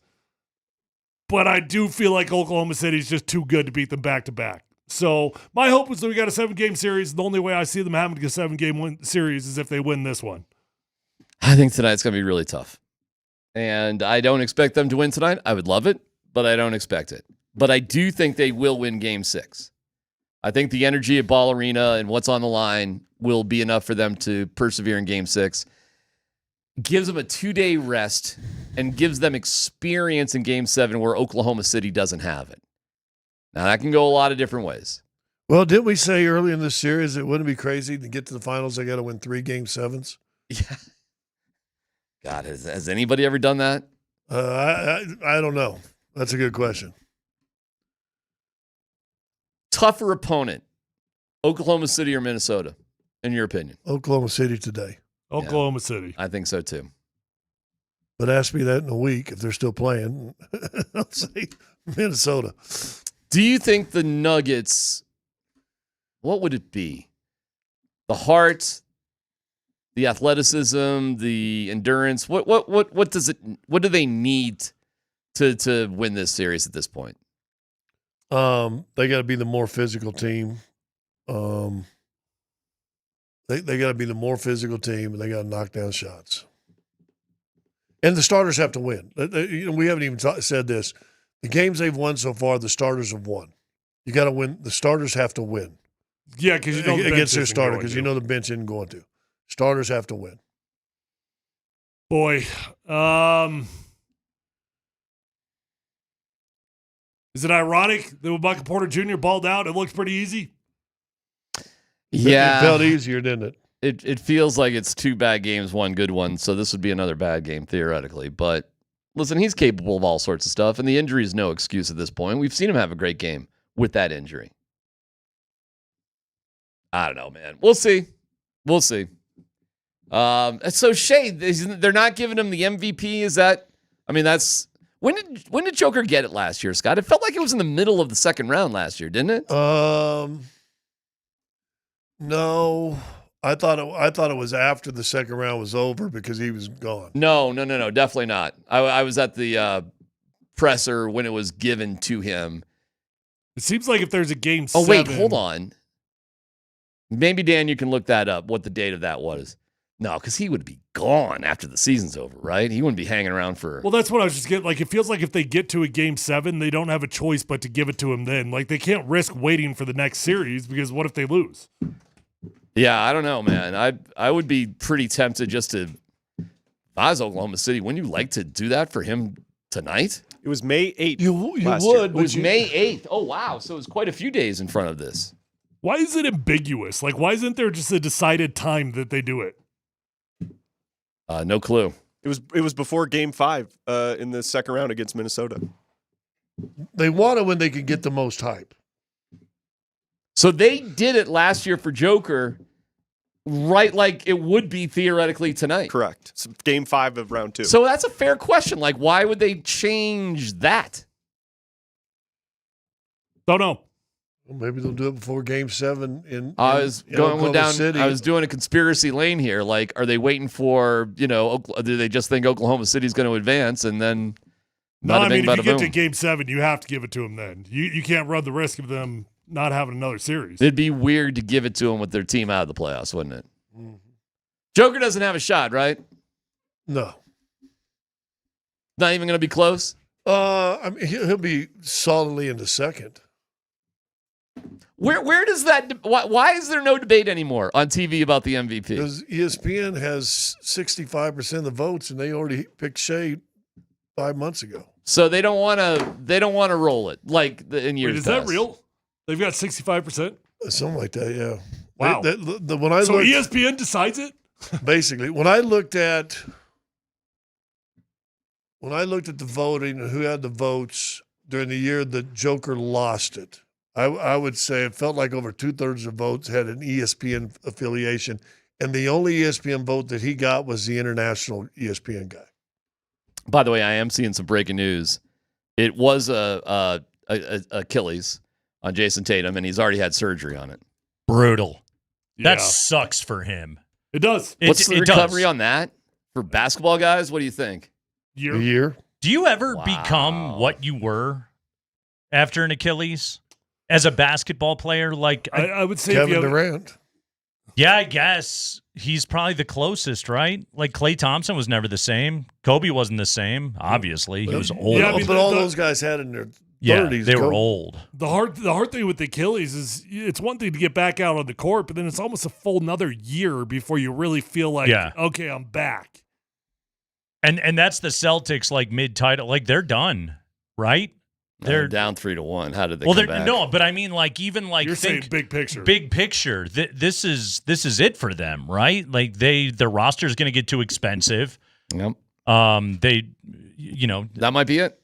Maybe they just fully tank out next year. Although tanking doesn't work. No, that's just a baseball. Ask the Utah Jazz and the Washington Wizards all about that. Yeah, but don't you like that system that you can't? That there is no inherent benefit to tanking? It is better. Right? It is better. Like Washington and Utah don't deserve to be rewarded for what they did. I saw what Utah. I thought it was disgusting what Utah was doing. Utah in particular. It felt like Washington was still kind of They were getting a little better. Utah was shameless with what they were doing. Yeah, like Markkanen, like he disappeared. You didn't know where he went. They were just so good. I'm glad they got the 5th pick. That's how it should be. Yeah, that's only fair. Yeah, but Dallas the first. God, the injuries are insane right now, though. Like Steph going down, and Minnesota was probably going to – I picked Minnesota to win that series anyway, but, like, now Minnesota's going to win it in 5. Cleveland, it's not going to be Cleveland-Boston in the East. We're going to end up with Indiana and New York in the East because of injuries to star players, and this is happening on an annual basis where some contender suffers a catastrophic injury in the playoffs. And they're just out. Like it's the NBA playoffs. Number one, 2 points. The NBA playoffs are becoming a crapshoot, I think, on the level with like the Stanley Cup playoffs. And it's all based on star health. And number 2, this is one where you take a step back for a moment and let's celebrate the fact that Nikola Jokic is the most durable superstar I think of his era, right? Yeah, it has to be. So far. Yeah, I would agree with that. I guess LeBron never really had like a big playoff injury, but Jokic, like right now in his prime, like Giannis there were suffered seasons him. he had big injuries and they didn't make playoffs. Yeah. It seems weird over the last 4 or 5 years, and it seems to me that they've really pushed and condensed the schedules more and more, especially over the last couple of years, whether it's the in-season tournament effect or whatever. Mm-hmm. But boy, it sure seems like you're punching so many games in a row right away, and then guys are going down. I think like Adam Silver, if he's gonna have a quality tenure as the NBA commissioner, the biggest thing that he can do is convince everybody, and it's going to take the owners, the Players Association, everybody to say, we got to play 10 fewer games every year. Oh wow! Yeah, but we got to knock this off. You're not going to get that. I mean, that's the killer of it all, right? You're not going to get that. The problem is if you're going to continue to have the in-season tournament, and why wouldn't you when you sign $1 billion contract just for that? Right. Then you got to say, you know what, boys, let's extend this thing into July. Yeah. Let's spread the season out another month. And the players will complain because they want their summers. Well, That's always going to exist. Well, but a lot of reason in the past why they haven't extended the season is because we don't want to mess with USA basketball. Yeah. Well, we're not the NHL. We don't care about international basketball. The guys make it when they make it. Sure. Or they don't make it. So what? I'm fine with it. Although I do need Jokic playing for my team. Well, wouldn't you like to see an NBA Finals finishing right around 4th of July? Yeah, it'd be fun. Absolutely. I mean, you're not watching baseball here. Oh, come on. You guys didn't tune in last night to see Chase Dollander? I watched every pitch. What do you want to talk about? No into the 6th last night? Did you watch every pitch. You watched it? I had it on. I was making dinner, but I had it trying on. to sell us on how well they were playing. Brenton Doyle with a phenomenal diving catch to keep the no-hitter alive. Jake Bird is going to make an all-star team, DMac. We keep talking about Jake Bird. Someone's got to do it. All the time in these parts. And our guy Kinley, who he frustrates me too. Yeah. What sucks is Dollander was outstanding, and then Tyler Motley was better for Texas, and you lose the game 2-1. But you out-hit them. It's insane with this club. Like in the last week, they've had a game where they scored 9 runs and lost, and then they have a game where they gave up 2 runs and lost. This team only knows how to lose.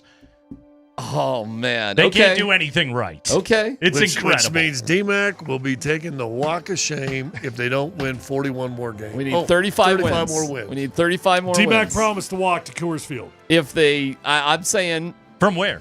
From here. Oh, I was going to say from the light rail station, I could do that.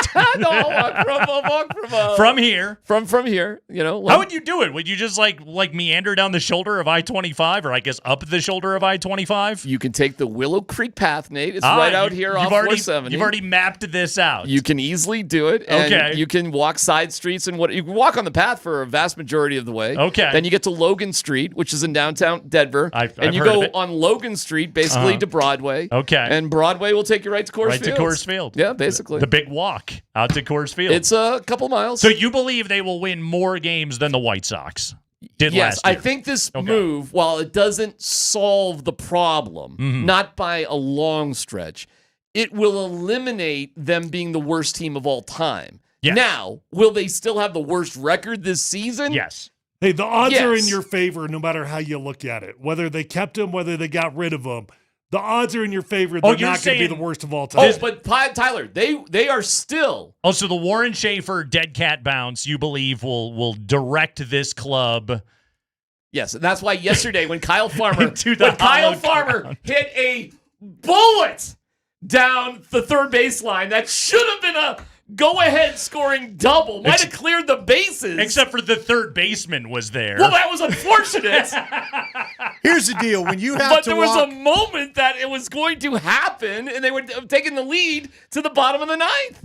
If you would have had, when you do the walk, I do it? Do we do the Forrest Gump type parade behind you of just a bunch of us just walking with you in certain intervals, just looking at him, making sure you get down there? Sure. Except we're just a group. We're all on motorized scooters. Though. Yeah, we're not that's important. The lime scooter. I'll ride the lime scooter just to make sure our guy doesn't run into any problems. Sure. And then when you get there, you could go, I'm going home, or whatever he said. I don't remember what he said. I'm kind of tired. Yeah, what happened? Did you walk there? Do you have to go to the game? Are you doing this on a game day? Whenever. Or do we have to wait till the season's over? Like, let's say the last day of the season decides it.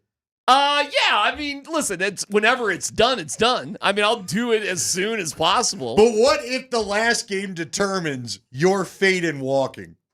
Should I just start walking? Do you just walk there for the game anyway because it's close enough? Start walking during the game. Because if we walk there when it's not a game day, and I don't know what the we is because I ain't walking nowhere.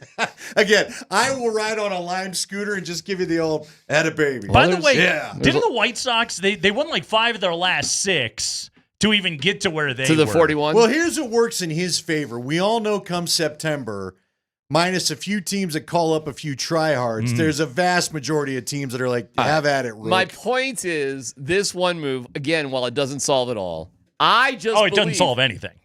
Let's be clear on this. It solves nothing. Hold on. But yes. Because they were going down the path of the worst team of all time. Yeah.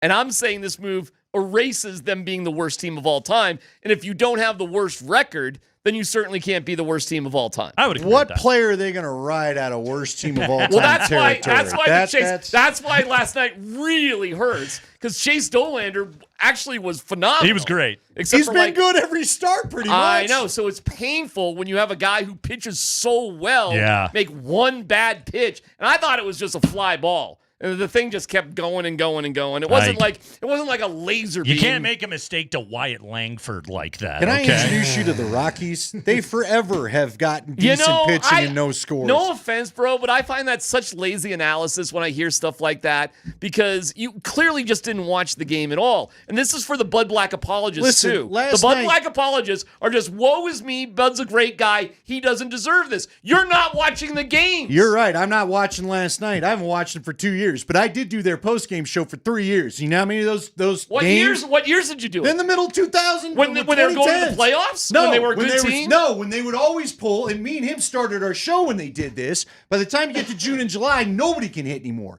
They come out, and if you're lucky, they come out with some good habits out of spring training. They play their small ball they always promise us that they're going to do. I'm not going to swing for the fences. I'm just going to move the guy over. Is there any way I can be part of this? And that all goes out the window come July when he and I were at a Rapids game waiting to do our show and a promo as they couldn't get it nary a Giant out. And I think the Giants put 25 they had a 9-run inning as he and I were sitting there and people kept coming up and going, when are you going to get on the air? We're like, we don't freaking know. See, this is tricky for me because I know how I'm coming across. I also have no memory of doing a show at a Rapids game. Oh, yeah. I'm sure we did. I believe Well, you. they weren't playing. You and I were just there to hype it. Matter of fact, I guess we were on the air. What?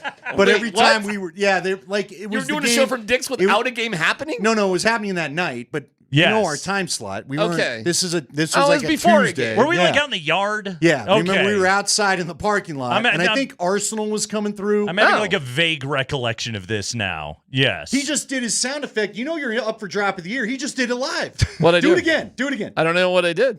Wow. Oh, wow. You just did it. You just did it. You're up for drop of the year. You didn't even know it. Your signature.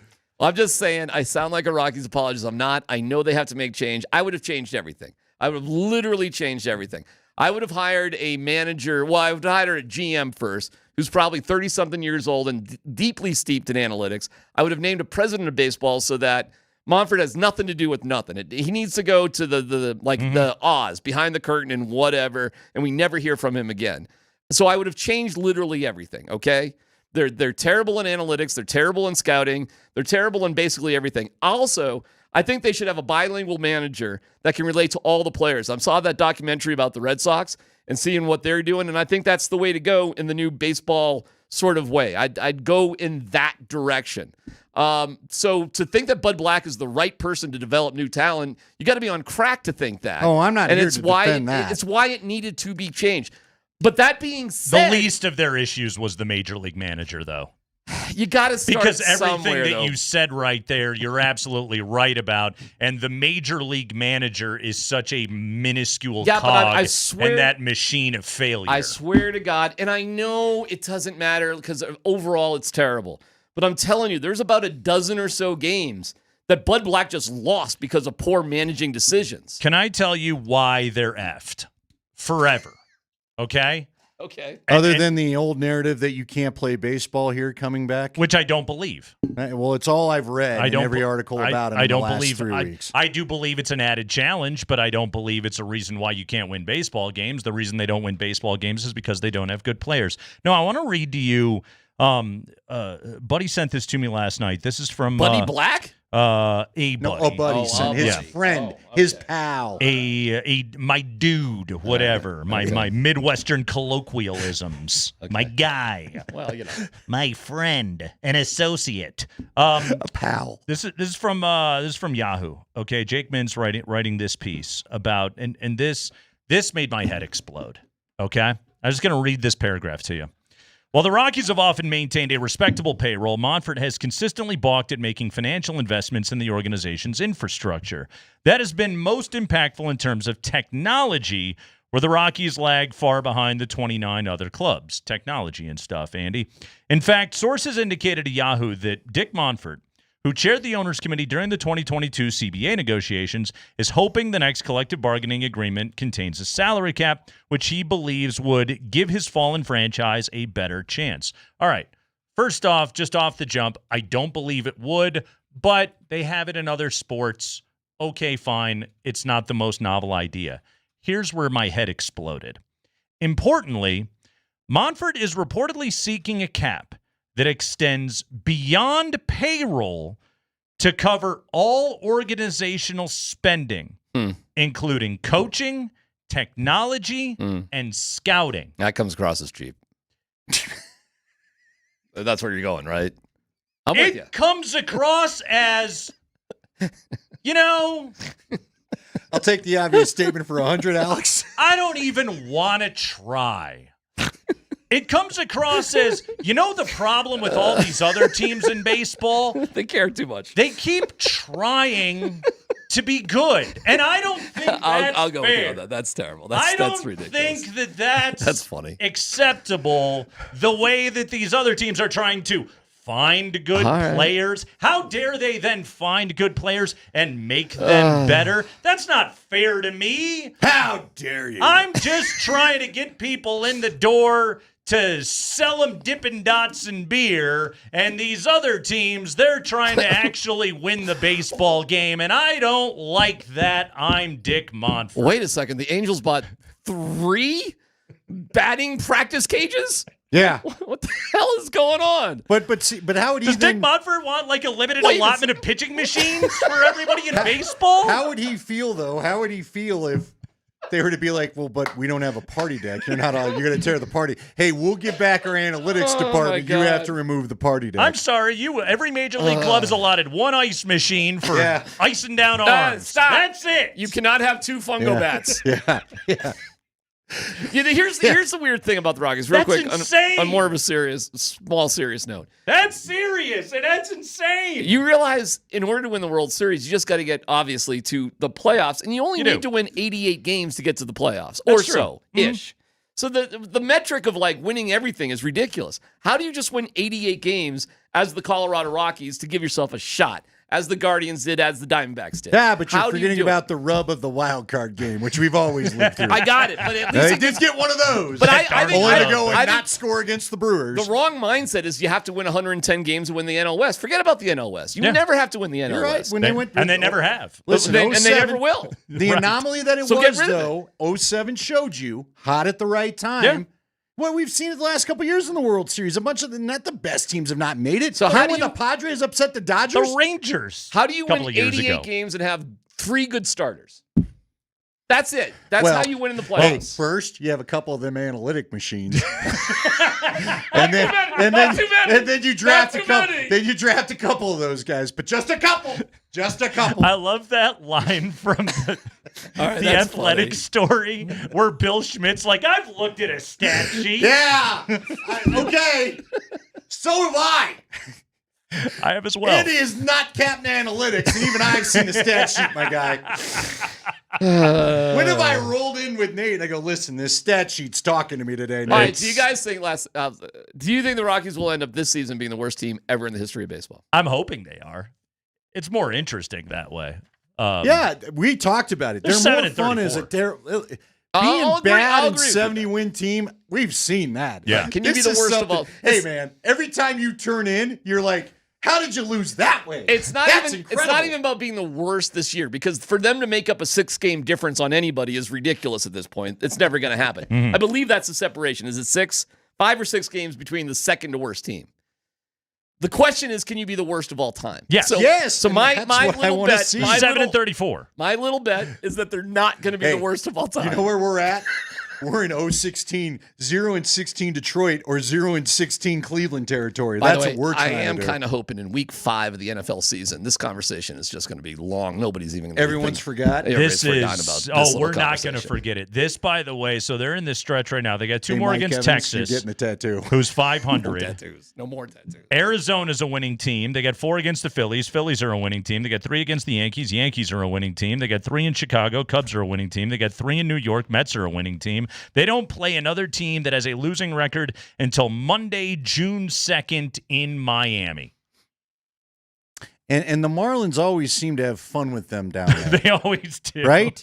Like, no matter how bad the Marlins are. Let's be honest, every team in baseball has fun when they play the Rockies. It's a good time to play Colorado. Yeah.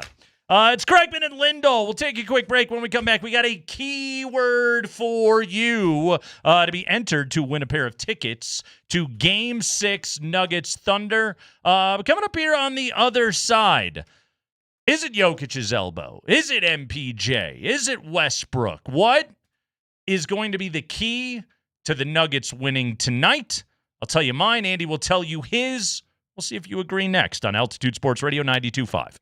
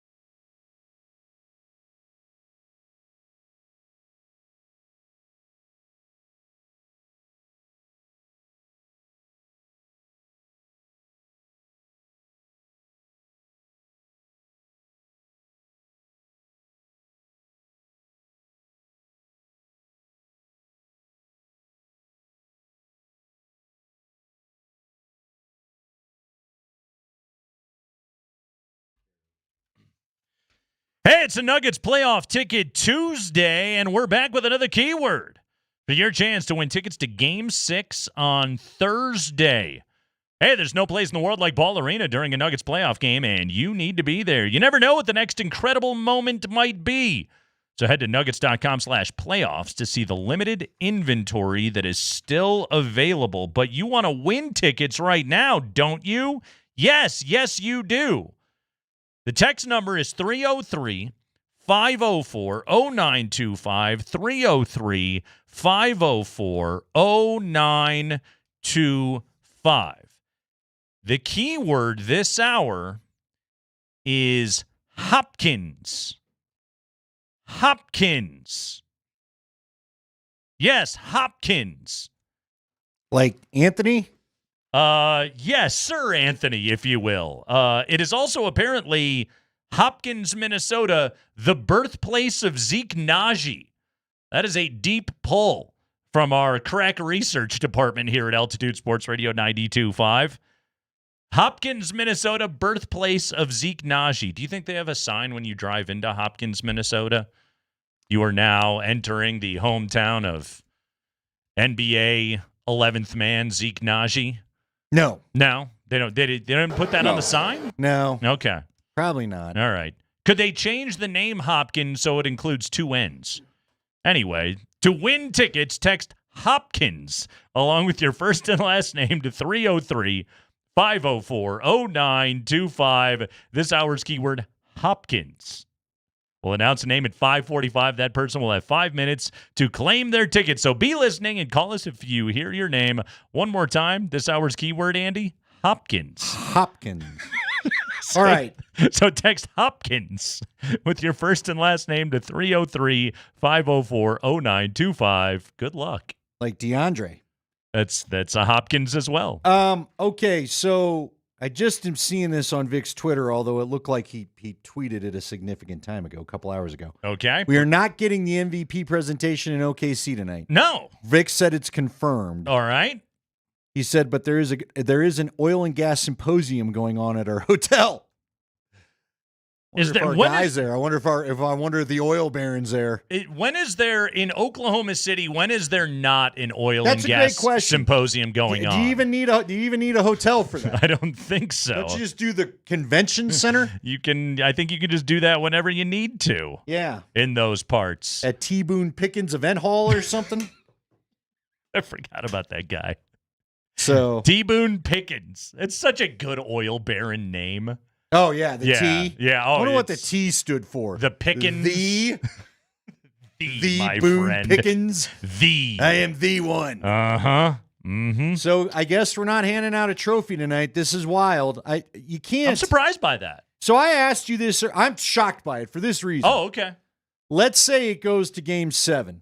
Like, you're not going to be handing out the hardware Thursday in Denver unless it's going to Nikola, right? Correct. So let's say you get to a Game 7. Do you think that Shea wants to deal with that prior to a Game 7? I would guess a true competitor doesn't want any of that nonsense before a Game 7. I don't know. When does it ever hurt to get told you're the best basketball player in the league? When it's not right before Game 7. Doesn't everybody like a compliment? Not right before Game 7. Don't you want to get fluffed right before Game 7? I don't think so. Right before the biggest game of the year, have everybody tell you you're the best? Probably not. I like compliments whenever I can get Here's what I'd like about it. Go ahead and do it as Jokic sits on the other bench and goes, oh, you passed me up again, huh? That's what I'm saying, let me go show man. you a little something. Yeah, that's kind of why I wanted it to happen tonight. The last time, let's see. The last time Nikola Jokic was playing a Game 5 in a 2-2 series. Well, I guess it was technically last round, and he was really bad in Game 5.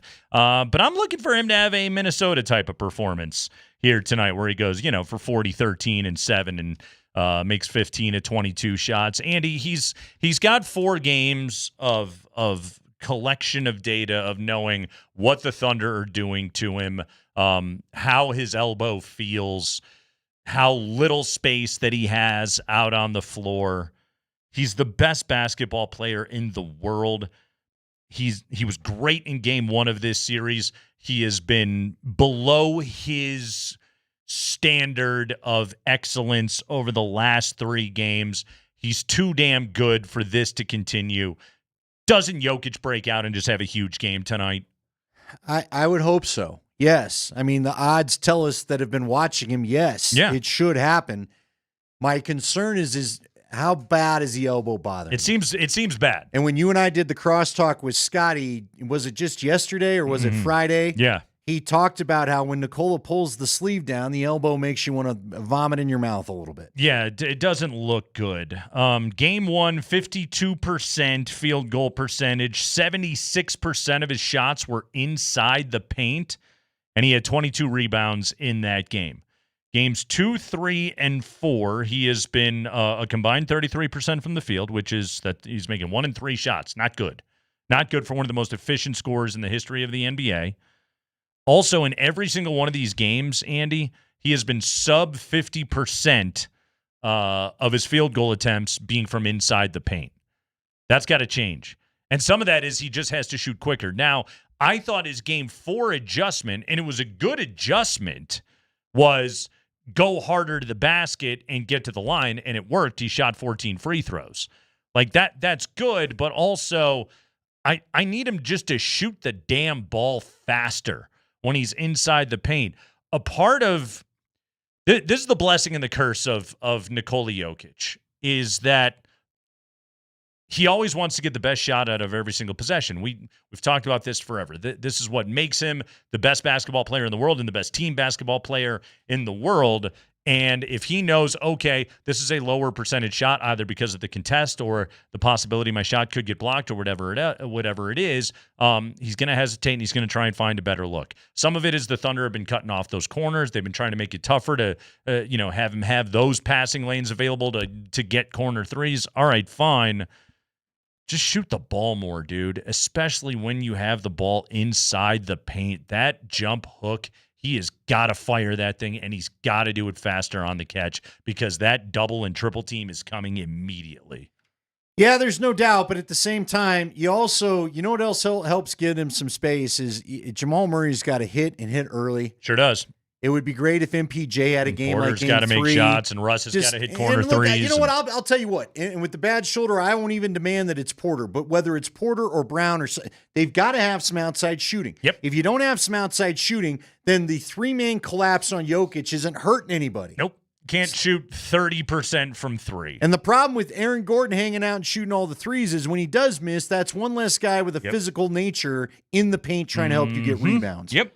So somebody, a guard needs to be hitting their shot tonight if you're going to get this done. In his career, Jokic, 52% shooter in the playoffs. This series at 39%, lowest of any playoff series by nearly 10%. That's, again, not great what we're seeing out of Nikola. And to me, that's the adjustment I want out of him, is just shoot the ball faster. And I'm aware, like, hey, I'm just a, 5'11" nerd on the radio here in Denver telling the greatest basketball player on the planet going up against one of the nastiest defenses we have ever seen in this league. Hey, why don't you just shoot the ball faster? I have a simple solution for you. Like, Nikola Jokic, forgets more about basketball before breakfast than I'll never know in my life. So I'm aware of that, but this is what I'm seeing right now in the moment. I want faster shooting of the basketball. You want to win tickets to Game 6? Text the keyword Hopkins along with your first and last name to 303-504-0925. Hopkins, as in Hopkins, Minnesota, birthplace of Zeke Naji, which I will be honest, I did not know. No, I had no idea. I did not know that. A Hopkins, Minnesota, that anybody that was in my realm of consciousness was from there. From there, born there. Where is it? We talking northern part of the state? Is it near the real cold, or is it, at least is there south? Is there a balmy part of Minnesota that I didn't hear about? Let's see. It appears to be north of Minneapolis. All right. That's all I got for you. To your point about the quick shooting, yeah, I think they all need to take your advice. I felt like Jamal, Christian, and MPJ all at points the other day. Now, they weren't hitting their shots, and I think that led to it. But you've got take the shot before they get that extra step to you. Don't let him get in your sphere of consciousness. Yeah. Christian Brown has been bad about that. Christian Brown's been good at a lot of things, but the up and down confidence of him launching the 3-ball, yeah, I really wish he could find a good place with that shot, because he's another guy that they will leave open more than Jamal or Murray. I want Joker shooting the ball faster. By the way, I suppose it's more west of the Twin Cities. I just want to make sure that I'm giving proper respect to Hopkins, Minnesota. What's their average temperature? What's the weather like? Let's see. They do have a Wikipedia page. Good. Let's see. It's How many people are from there? Population 19,079 in the last census. Okay. Doesn't sound like people are enjoying their stay in Surrounded Hopkins. by the larger suburban communities of Minnetonka, St. Louis Park, and Edina. All right. Mm-hmm. Let's see. Famous people from Hopkins. Zeke Najee listed on there? Great question. Now I'm trying to find it. Here we go. Notable people. Paige Beckers is from Hopkins, Minnesota. She's #1 overall pick in the WNBA draft. They seem there to you like go. their basketball there. Not a hockey community as much. Number of people that have played in the NHL. Wait, what? A lot of veteran quarterback and 2-time Super Bowl winner Peyton Manning attended Tanglin Elementary School in Hopkins during the time that his father, Archie Manning, quarterbacked the Minnesota Vikings. So not all bad. So not from, but he spent some time there. Zeke Najee is not listed, by the way. That's unfortunate. Yeah. Mm-hmm. By the way, how about this? How about the Vikings getting 2 international games in the same year? Matter of fact, back-to-back weeks. One of those they're is like playing in 2 different cities. That's like a 1 home game, 1 road game situation, It is, right? They're not, but it's wild. End of October, Yeah. start of November. Andy, what's your key? Okay? I want faster shooting out of Jokic. What do you need to see tonight for Denver to steal a Game 5 on the road? I do consider it a steal. They're a heavy underdog tonight. They're back on the road in the Thunder's building. But for them to have a chance to close it out on Thursday, where you can be at the game if you text Hopkins to 303-504-0925, along with your first and last name. But what are you pointing at tonight? Well, one of the weird stats that I like to lean on is when Aaron Gordon scores 20 or more, they're undefeated in this postseason. That's a good stat. Let's go ahead and let's focus on letting Aaron get a little more offense if he needs to. Yeah. Some threes getting launched wouldn't be bad. But honestly, it's the easy key is Jokic needs to play better. And it's so funny. Don't you feel bad? Like, I like your key being about not better. Here's a way to do it. Shoot sooner. Yeah. He had 27 last game. You know? Yeah. But an inefficient 27. I know, dude, but it's just wild that the guy that still led him in scoring is the guy we're asking more from, but Right. heavy is the crown. Listen, here's the problem.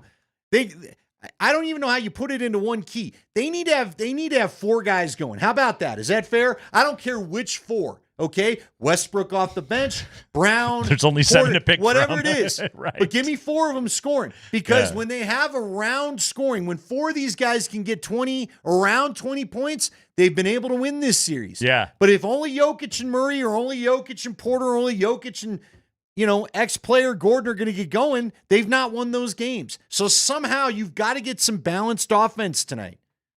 Balance out the offense.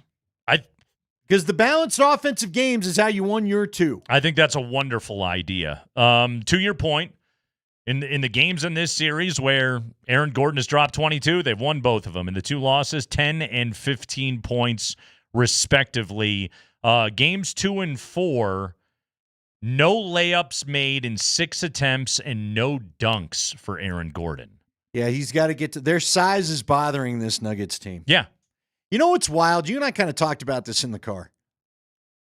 I feel like the Nuggets, I know it's just a pipe dream and fun talk show radio fodder. I would think about trying to find a way to get Giannis on this team. The Western Conference is so dang, well, not just because he's a great player. Yeah. You need more size on this Nuggets team, which is a little bit nuts.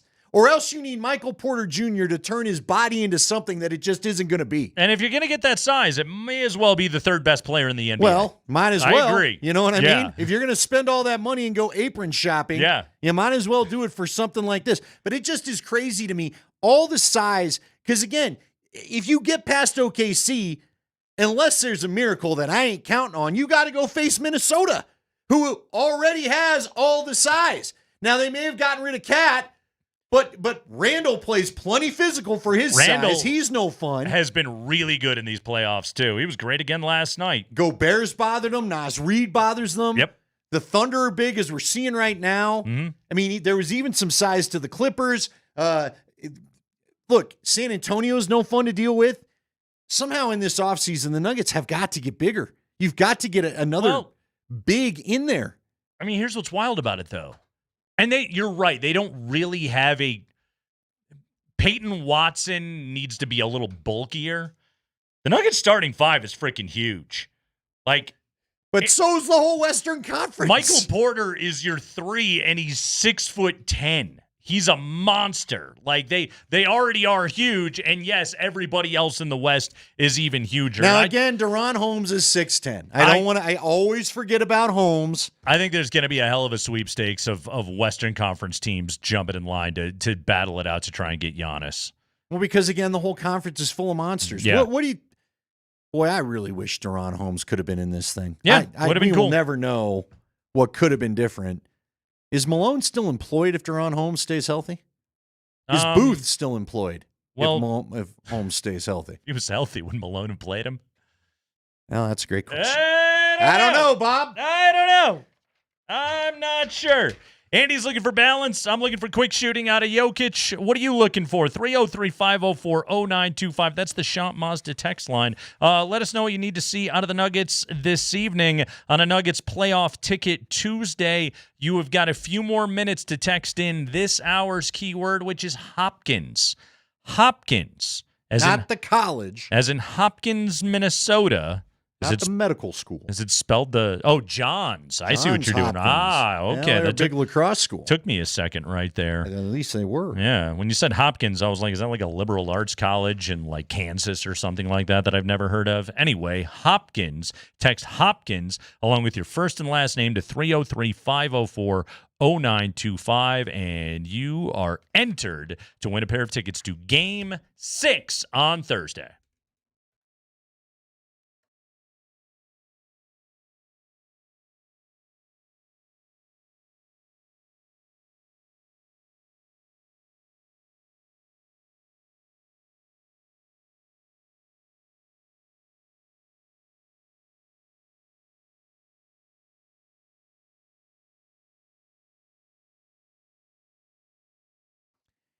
Guys, Andy Lindahl here for the Rocky Mountain Men's Clinic. If you are looking to talk to someone about low testosterone, which is a topic you hear a lot about on men's driven stations like Sports Talk, maybe you've heard about it. You don't know what to look for as far as symptoms. For me, it was really kind of getting up and feeling good about the day and then wanting a nap about halfway through. That's not great.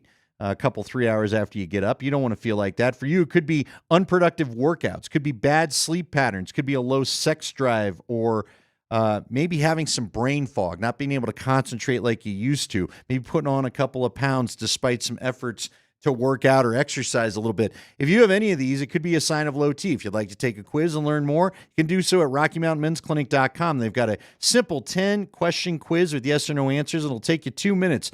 Schedule your first consultation with the Rocky Mountain Men's Clinic. They'll draw your blood and have your results in 30 minutes. You'll talk to a Colorado licensed medical provider who will review the results with you, and you can discuss your options on whether to start on testosterone or not together. Cost of the appointment's $99. It does include that T and PSA test, but if you sign up for testosterone treatment day of your visit, that visit is free. So if you want to maybe get back your gains in the gym, your sex drive, you want to just get back to feeling yourself, get rid of the brain fog, go talk to the Rocky Mountain Men's Clinic. 5 locations throughout Colorado to serve you, including Fort Collins and the Springs. Call them today, 720-440-7900 or RockyMountainMen'sClinic.com.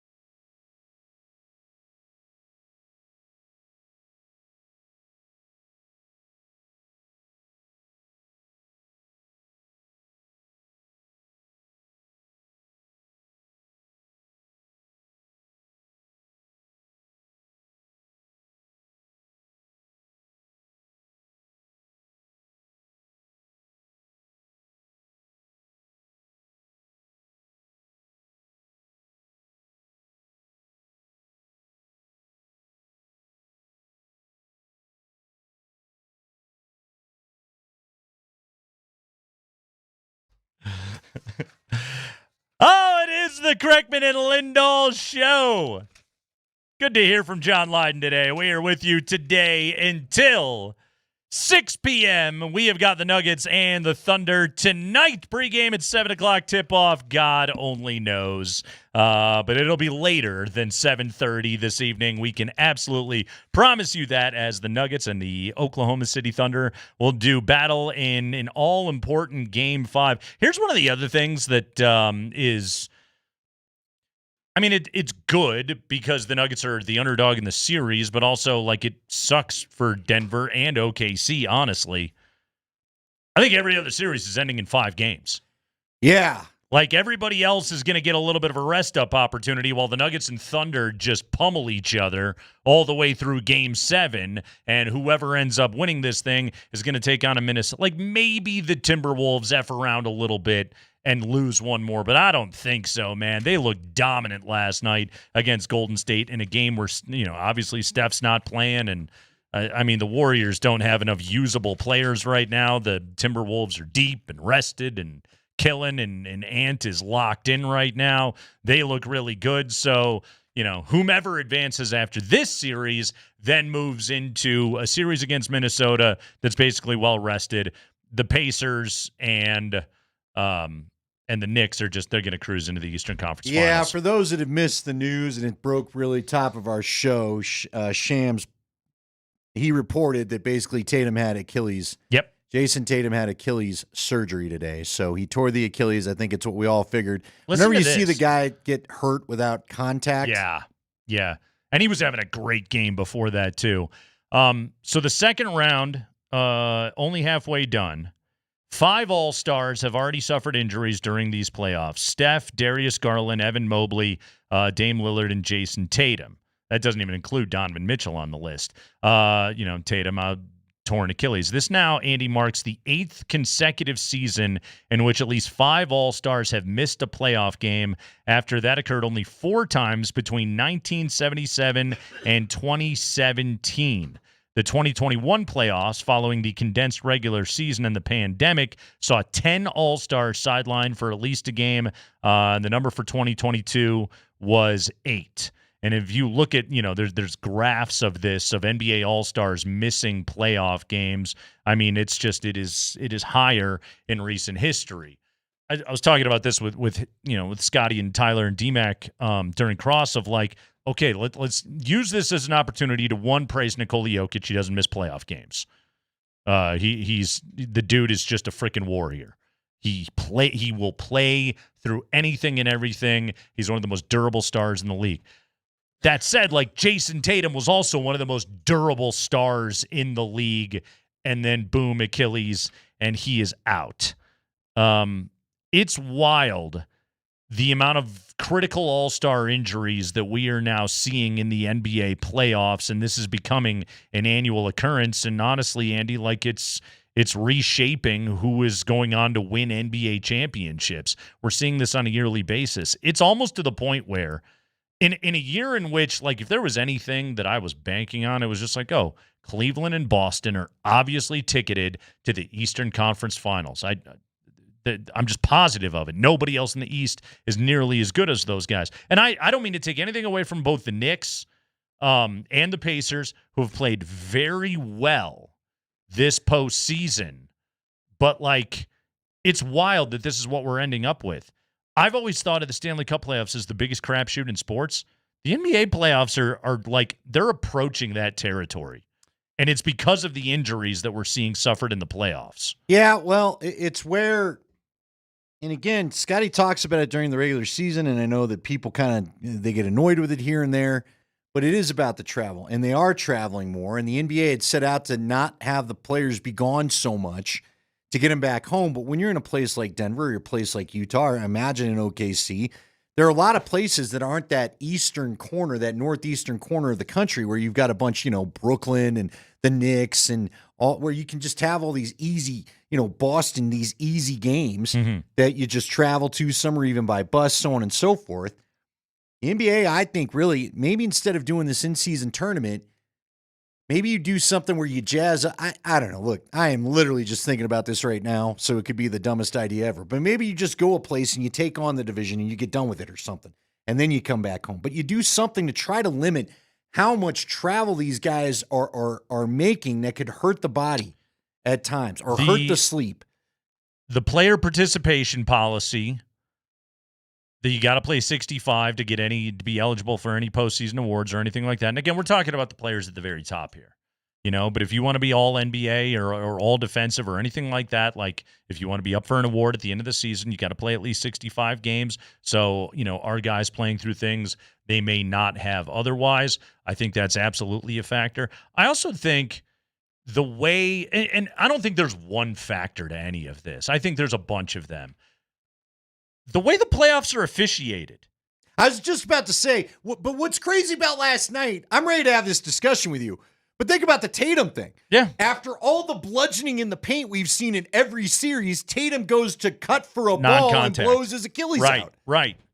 But it's, okay, the average NBA player moves on the floor more today than they ever have in the pace and space era of the game. They do tracking on these things to figure out how much the players are moving. The game is played faster today.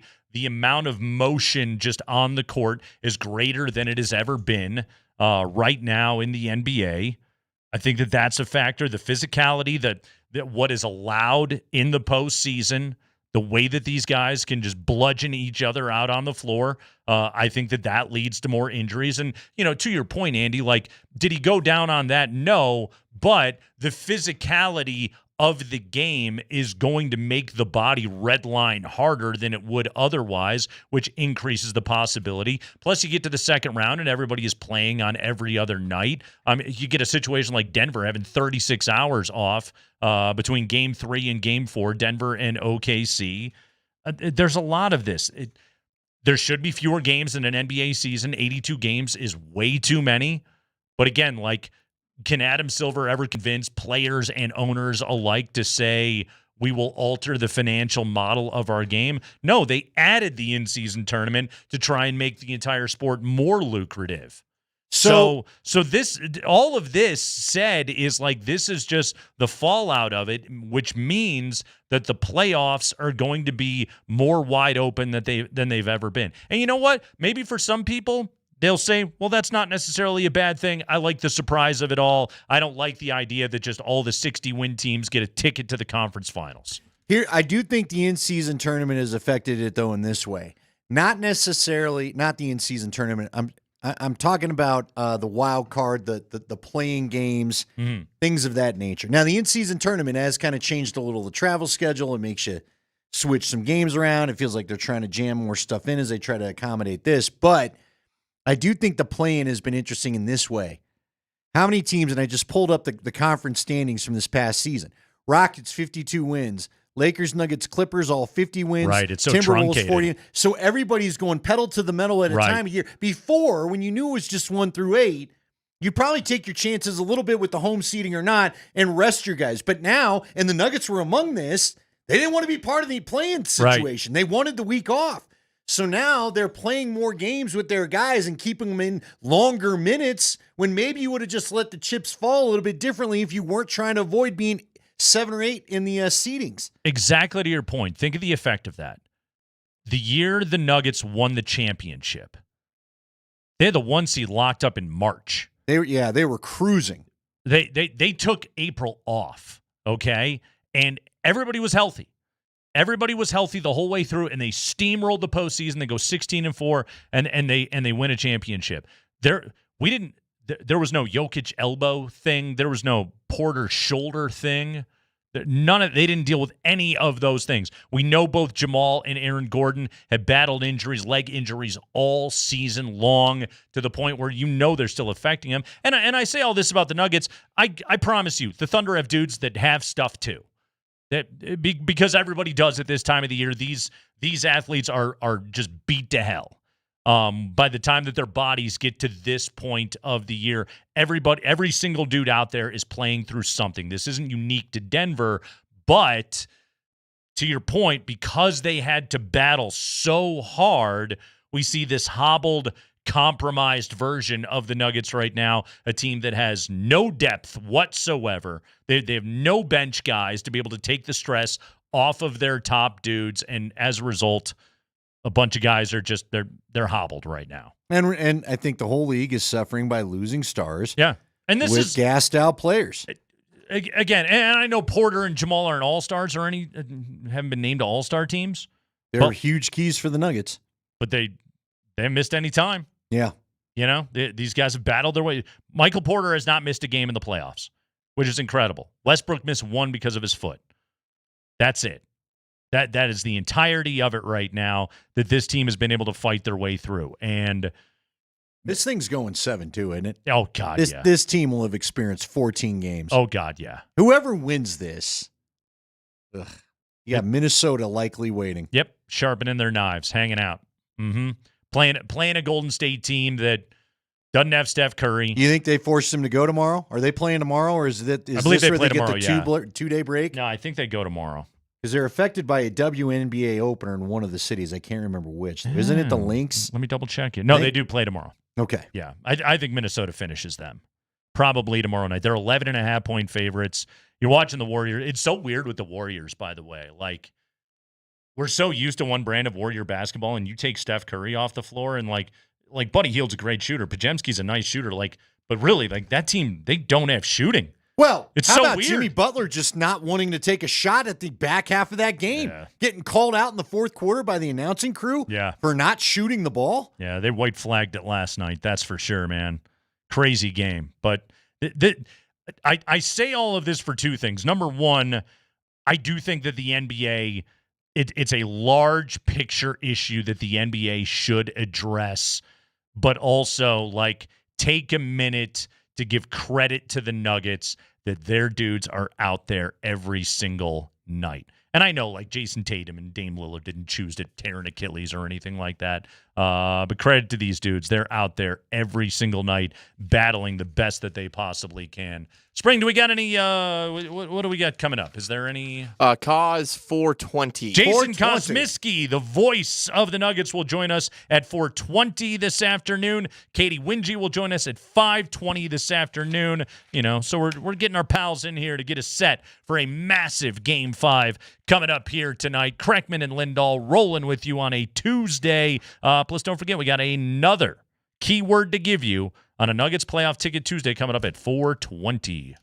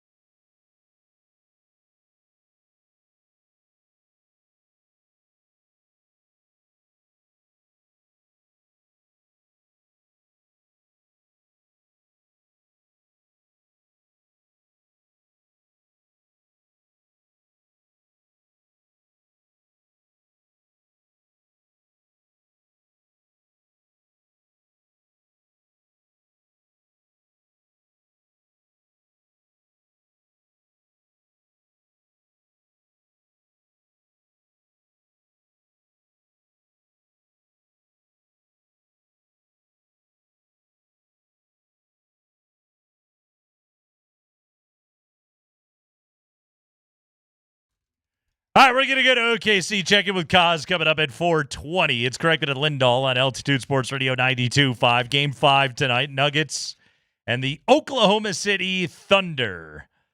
Critical Game 5, knotted at 2 games apiece.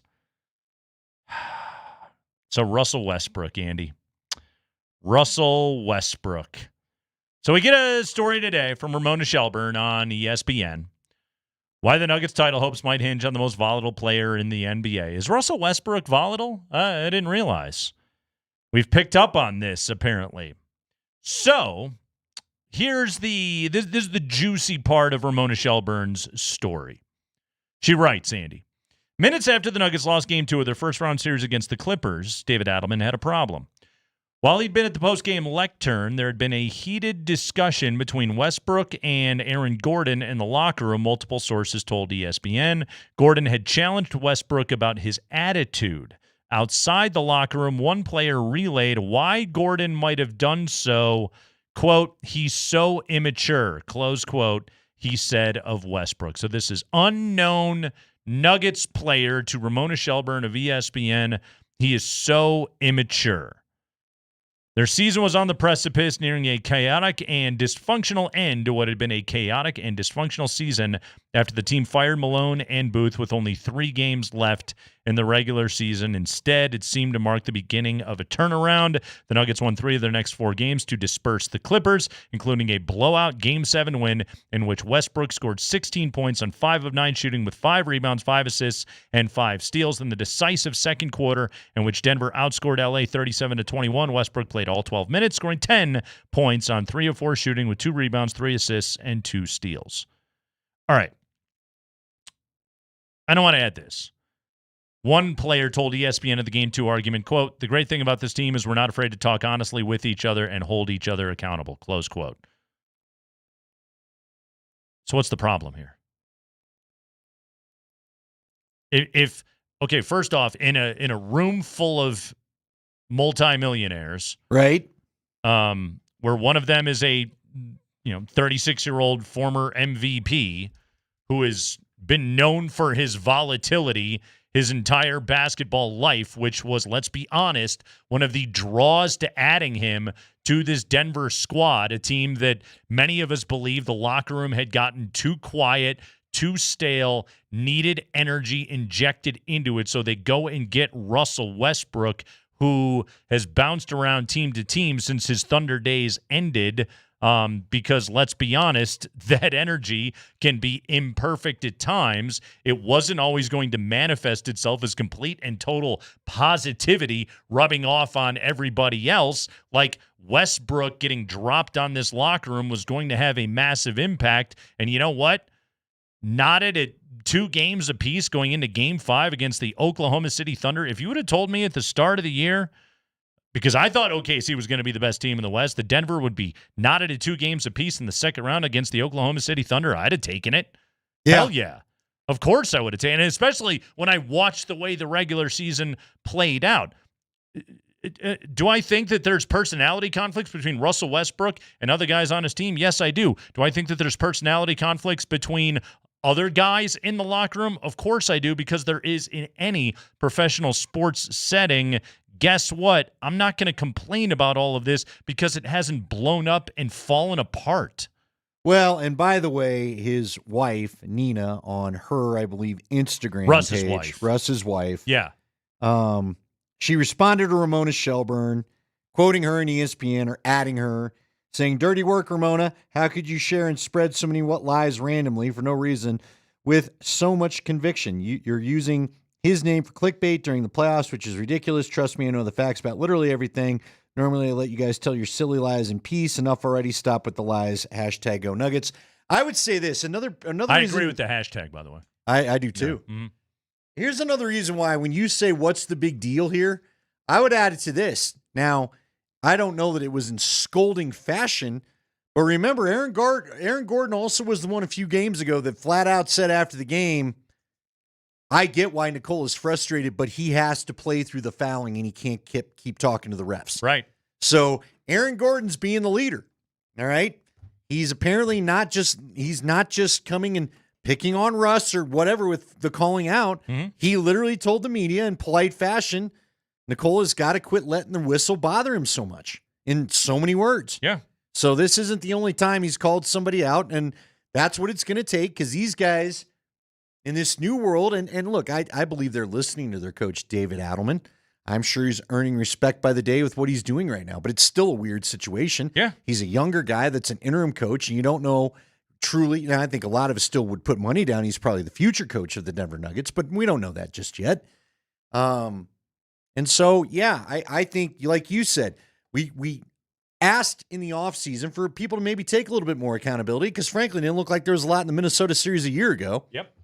And from what I can tell, since this has been said to Russ, he's responded in a positive way. So, first game that Russ played with David Adelman as his head coach was the Sacramento game, and what he plays 17, 18 minutes that night. Jalen Pickett closed the game. Yeah. He was out there because Russ wasn't playing well.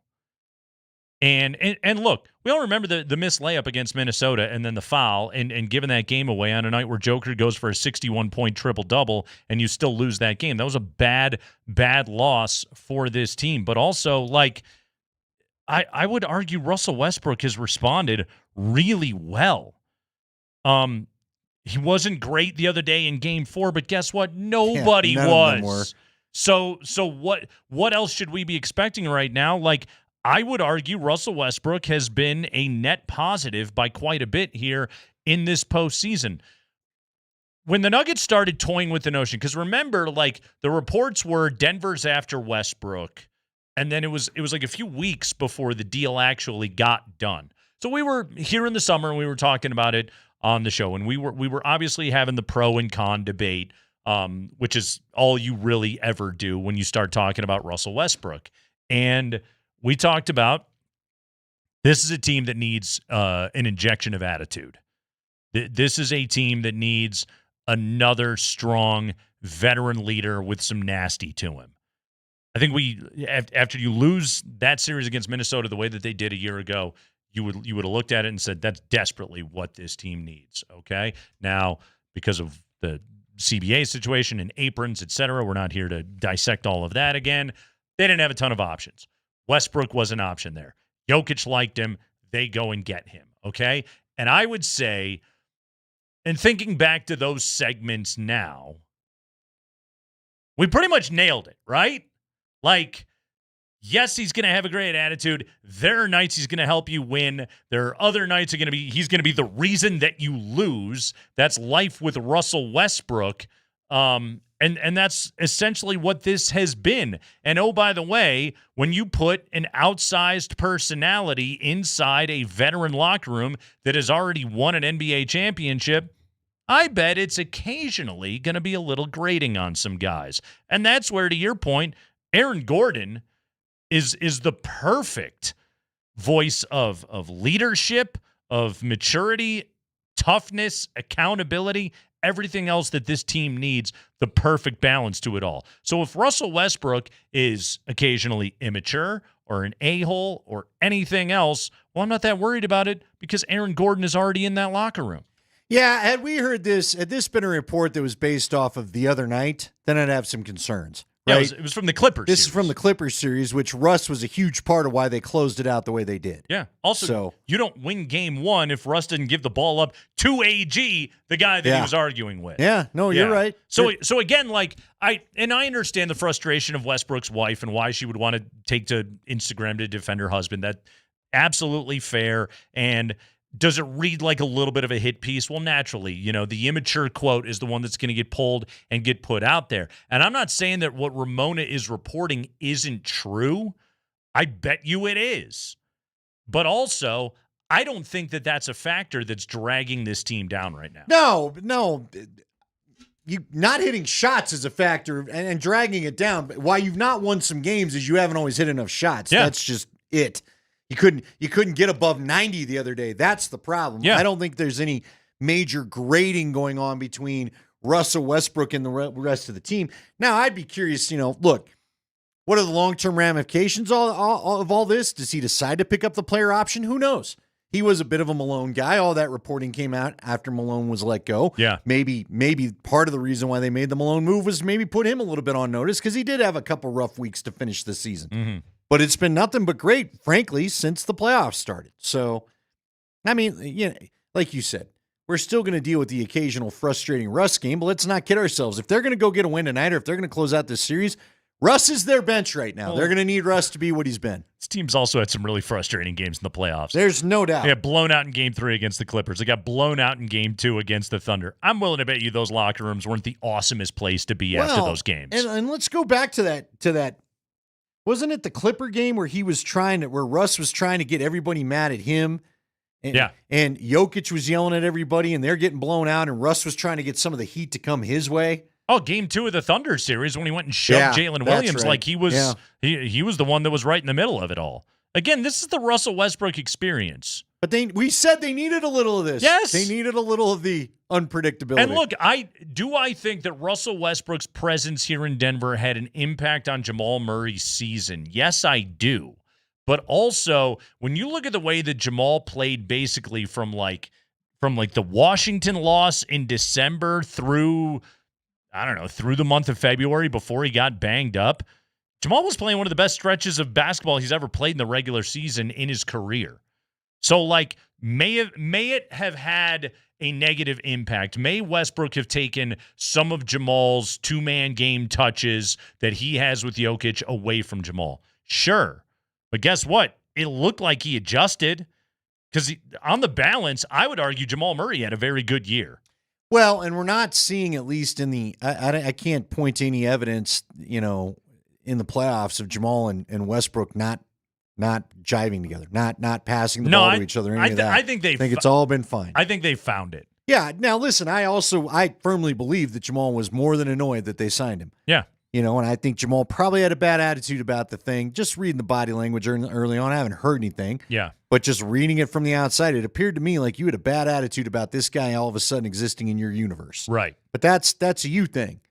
And it's been fine, it seems like, the better part of the last part of the season. And again, without this guy in the playoffs, you're not in the second round. And you're not going to make it to the third round without him either. Damn right. Yeah. So go out and play well tonight, Russ. Hopefully this will piss Russ off in all the good ways, and he can go out and have a good game in Game 5. They need someone mad. Yeah. They need some energy to carry it past because they look tired. Yeah, no kidding. So we got Game 5 coming up tonight. We're going to go to Oklahoma City. We're going to talk to Jason Kosmiski. But first, guys, we got another keyword. You want to go to Game 6 on Thursday night? You want to experience the electricity of a ball arena playoff game atmosphere, Nuggets and Thunder, potential closeout game for the Nuggets. That's right, I said it, closeout game for the Nuggets. You want to be there. Well, we have got another keyword that you can text in to 303-504-0925 to get yourself entered to win tickets to Game 6. We're going to give you that keyword on the other side of this commercial break. So keep it right here. You'll hear Jason Kosmiski. You'll hear your keyword. You'll be all set for Game 5 and potentially tickets to Game 6 coming up next on Altitude Sports Radio 92.5.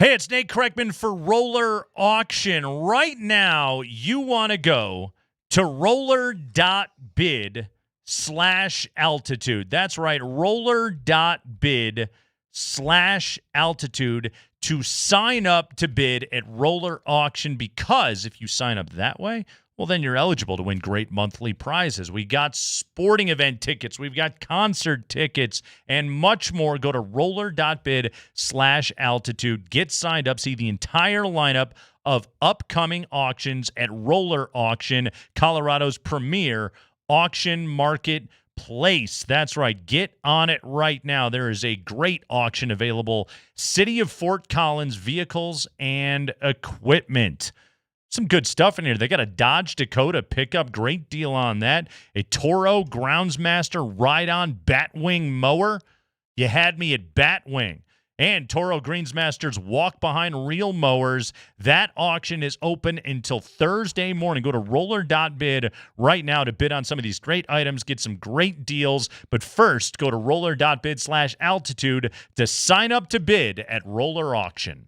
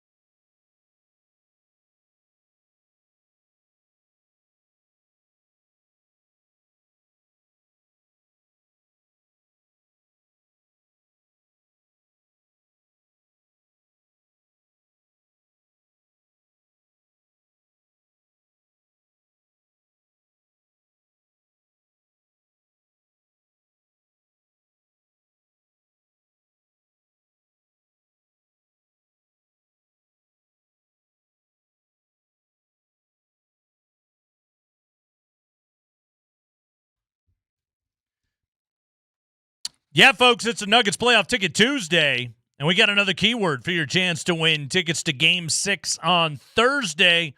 No place in the world like Ball Arena during a Nuggets playoff game. You need to be there. You never know what the next incredible moment might be. So go to nuggets.com/playoffs to see the limited inventory that is still available. But if you want to win tickets, you got to text the keyword to 303-504-0925 right now. That's 303-504-0925. Along with your first and last name. This hour's keyword, Sombor. Sombor. Text Sombor along with your first and last name to 303-504-0925. We'll announce a name at 5:45. That person will have 5 minutes to claim their tickets, so be listening. Call us if you hear your name. One more time, this hour's keyword, Sombor. So text Sombor with your first and last name to 303-504-0925. 504-0925. Best of luck. Why are we doing that town, Nate? I think the Nuggets Spent have a night there once. Nuggets have a dude that's from there. You watched the Sanford, baby! Yeah. Let's go to not Sombor. Let's go to Oklahoma City. We welcome in. Are they similar?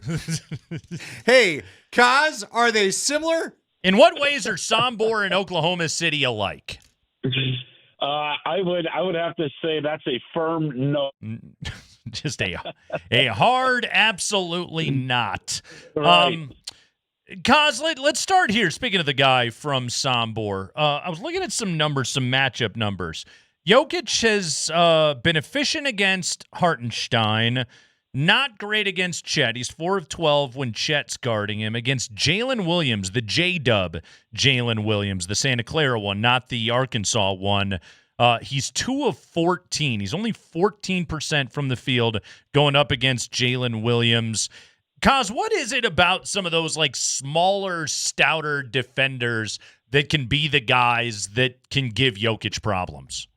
Yeah, I think what they do, Nate, is they just get into his breadbasket. So when you have a giant that's trying to dribble and, you're already underneath his chin, you disrupt not only his opportunity to dribble, but also his opportunity to move with his hips. And so it kind of just sticks him there. At least that's what I think anyway. So I can see that. It's happened from time to time, especially like if you have a big on him.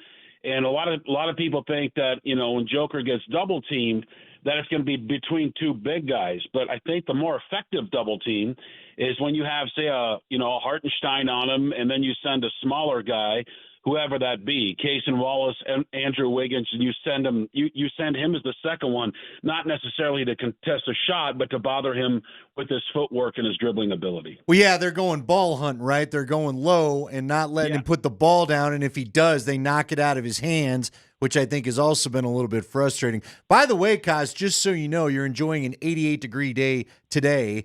Tomorrow will be 96, 86, 92, 91. In Sombor, had you been there, highs of 65, 74, 62, 65, 66, and plenty of rain. Sombor sounds lovely. Yeah, Sombor is a little more, a little more doable this time of year. All right, Kaz. Go ahead. I am curious. Nate and I talked about this. I feel like Nate's big key to this game is Jokic shoot the ball a little bit quicker. Don't let the defense collapse on you. You got that shot. Take the shot, big fella. For me, I'd like to see at least 3 other dudes and Jokic go along. 4 guys, rounded scoring. How do they get back to that tonight? Well, I mean, it's hard, man. First of all, this just in Oklahoma City is a good basketball team. I mean, they don't make it easy on you. But I agree with you both. You can do both, by the way. You guys don't have to always argue. You can do both of those things. No. That's why we're here. But you're right. Like, if you could get somebody else to come with Jokic, and here's a problem, and it's a tough hand that Adelman got dealt. I mean, 3 games before the postseason starts, and then you're just trying to make it through that first round with the Clippers, right? And so you commit to whatever rotation that was in order to get you to that round or through that round. Somehow they did it. Now you're in this round. But now as you start looking at things, you're basically using a 6.5-man rotation versus 10. And that's not sustainable. But if that's what you're going to do, that means all 6 have got to be good. You know what I mean? And that's why, Michael Porter Jr., I tip my hat to him. I saw him getting help taking his jersey off when we were in the Clipper series. I'm not sure I'm supposed to say that, but that's what it was. That was a Clipper series. So he's playing hurt. Everybody can pile up all these excuses, but if you're out there, you're going to have to make an impact. The Denver Nuggets win more games not when Jokic scores 30 or 40 or 50 points. They win more games when he has 12 or more assists. And why is that? Is because when he has a handful of assists, that means other dudes are doing their job. Yeah, and he's averaging 5 assists a game right now in this series, which is absolutely crazy. We're talking to Jason Kosmiski, voice of the Nuggets. You'll hear Kos on the call tonight, 7:45-ish, when we get to tip-off down there at the Paycom Center in Oklahoma City. Kos, this group right now, you mentioned David Adelman before and getting dealt a tough hand. Like, nobody has ever coached fewer regular season games before going into the playoffs than David Adelman in NBA history. Tonight will be his 15th game as the head coach of this team. Again, it's not the most massive sample size, but what are some things that maybe you've picked up on, if anything, where the David Adelman-led Nuggets are different than what they were under Michael Malone?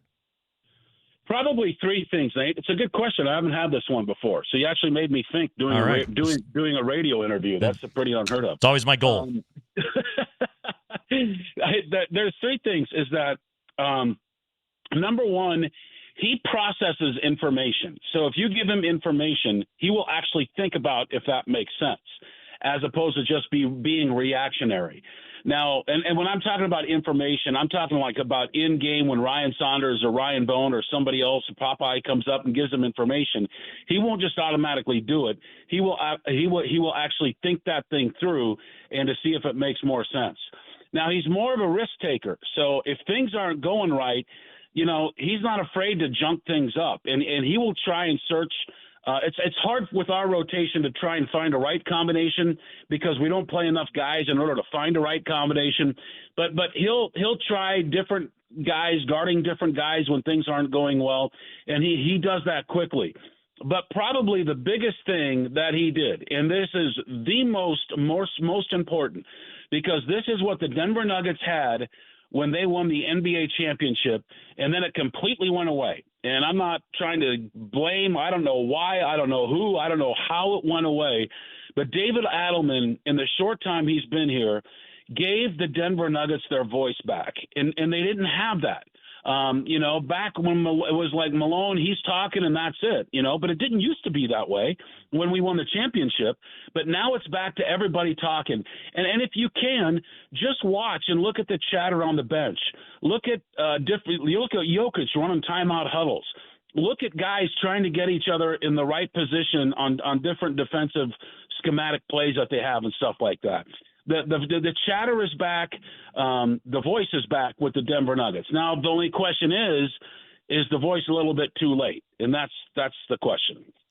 All right, Nate and I just had this discussion. It was based off the reporting of Ramona Shelbourne, but curious, how important is Russell Westbrook to this whole equation? Yeah. Ramona writes an article on how the Nuggets are going to win the NBA championship. I mean, I love her, but come on, man, let's get through this series first. Nate or Andy, when you're playing six dudes, 6.5 guys, everybody's important. And Westbrook's I get it. He's a frustrating player. Like sometimes, he makes you want to throw a trash can across the room. But the other times he does some really, really good things. And here's what I know about Westbrook is that whether it's a Tuesday night in Salt Lake City or game number 5 in the Western Conference semifinals, you're getting the same Russell Westbrook. That guy goes 100 miles an hour 100% of the time. Good, bad, or indifferent, that cat leaves it all on the floor. You will never hear anybody said that Russell Westbrook isn't working hard. So, yeah, is he important? Yeah, everybody's important when you're playing 6 guys. I mean, let's get real. Yeah, no, it's absolutely. Kaz joining us right now from OKC. Kaz, thinking about this from both Adelman and Dagenhalt's perspective right now, and you've been calling playoff basketball for a long time. You know the roadmaps of deep series like this. Where are we at by the time you get to Game 5? Does anybody have any adjustments left? Are there any surprises left, or have we reached the point of the series where these two teams just know each other inside and out, and it's flat out going to come down to execution and shot making? Yeah, that's it, Nate. There's no more, nobody's going to throw a box and one at you. There's nothing, you're playing whoever you have. They're playing the guys they're comfortable with. There's nothing that's going to be fancy. I just think what wins these games now is, and it's all the stuff that it's not very sexy sports talk radio, but they're cliches for a reason. I mean, it's all about effort and energy and execution, the 3 E's. Man, I'll tell you what, though, as a Nugget fan, that Game 4, man, you hate to see a season come down to 1 or 2 quarters, but boy, I bet the Nuggets wish they could have that one back. It was just too bad that everybody was just dead ass tired. Yeah, shooting disappeared in the fourth, and it didn't show up in the first. Jason Kosmiski, he shows up all 4 quarters and overtime. Every single time he takes the air, you'll listen to Kos tonight on the call, 7:45-ish or so from Oklahoma City, where apparently Shai Gilgeous-Alexander will not be getting his MVP trophy tonight. Kos, go have a great call, man. Thank you, as always. All right, fellas, let's bring back a W to Denver and make this thing real interesting. Yeah, get it done in 6. There he goes. That's Jason Kosmiski on a Nuggets playoff ticket Tuesday. You want to enter to win tickets to Game 6?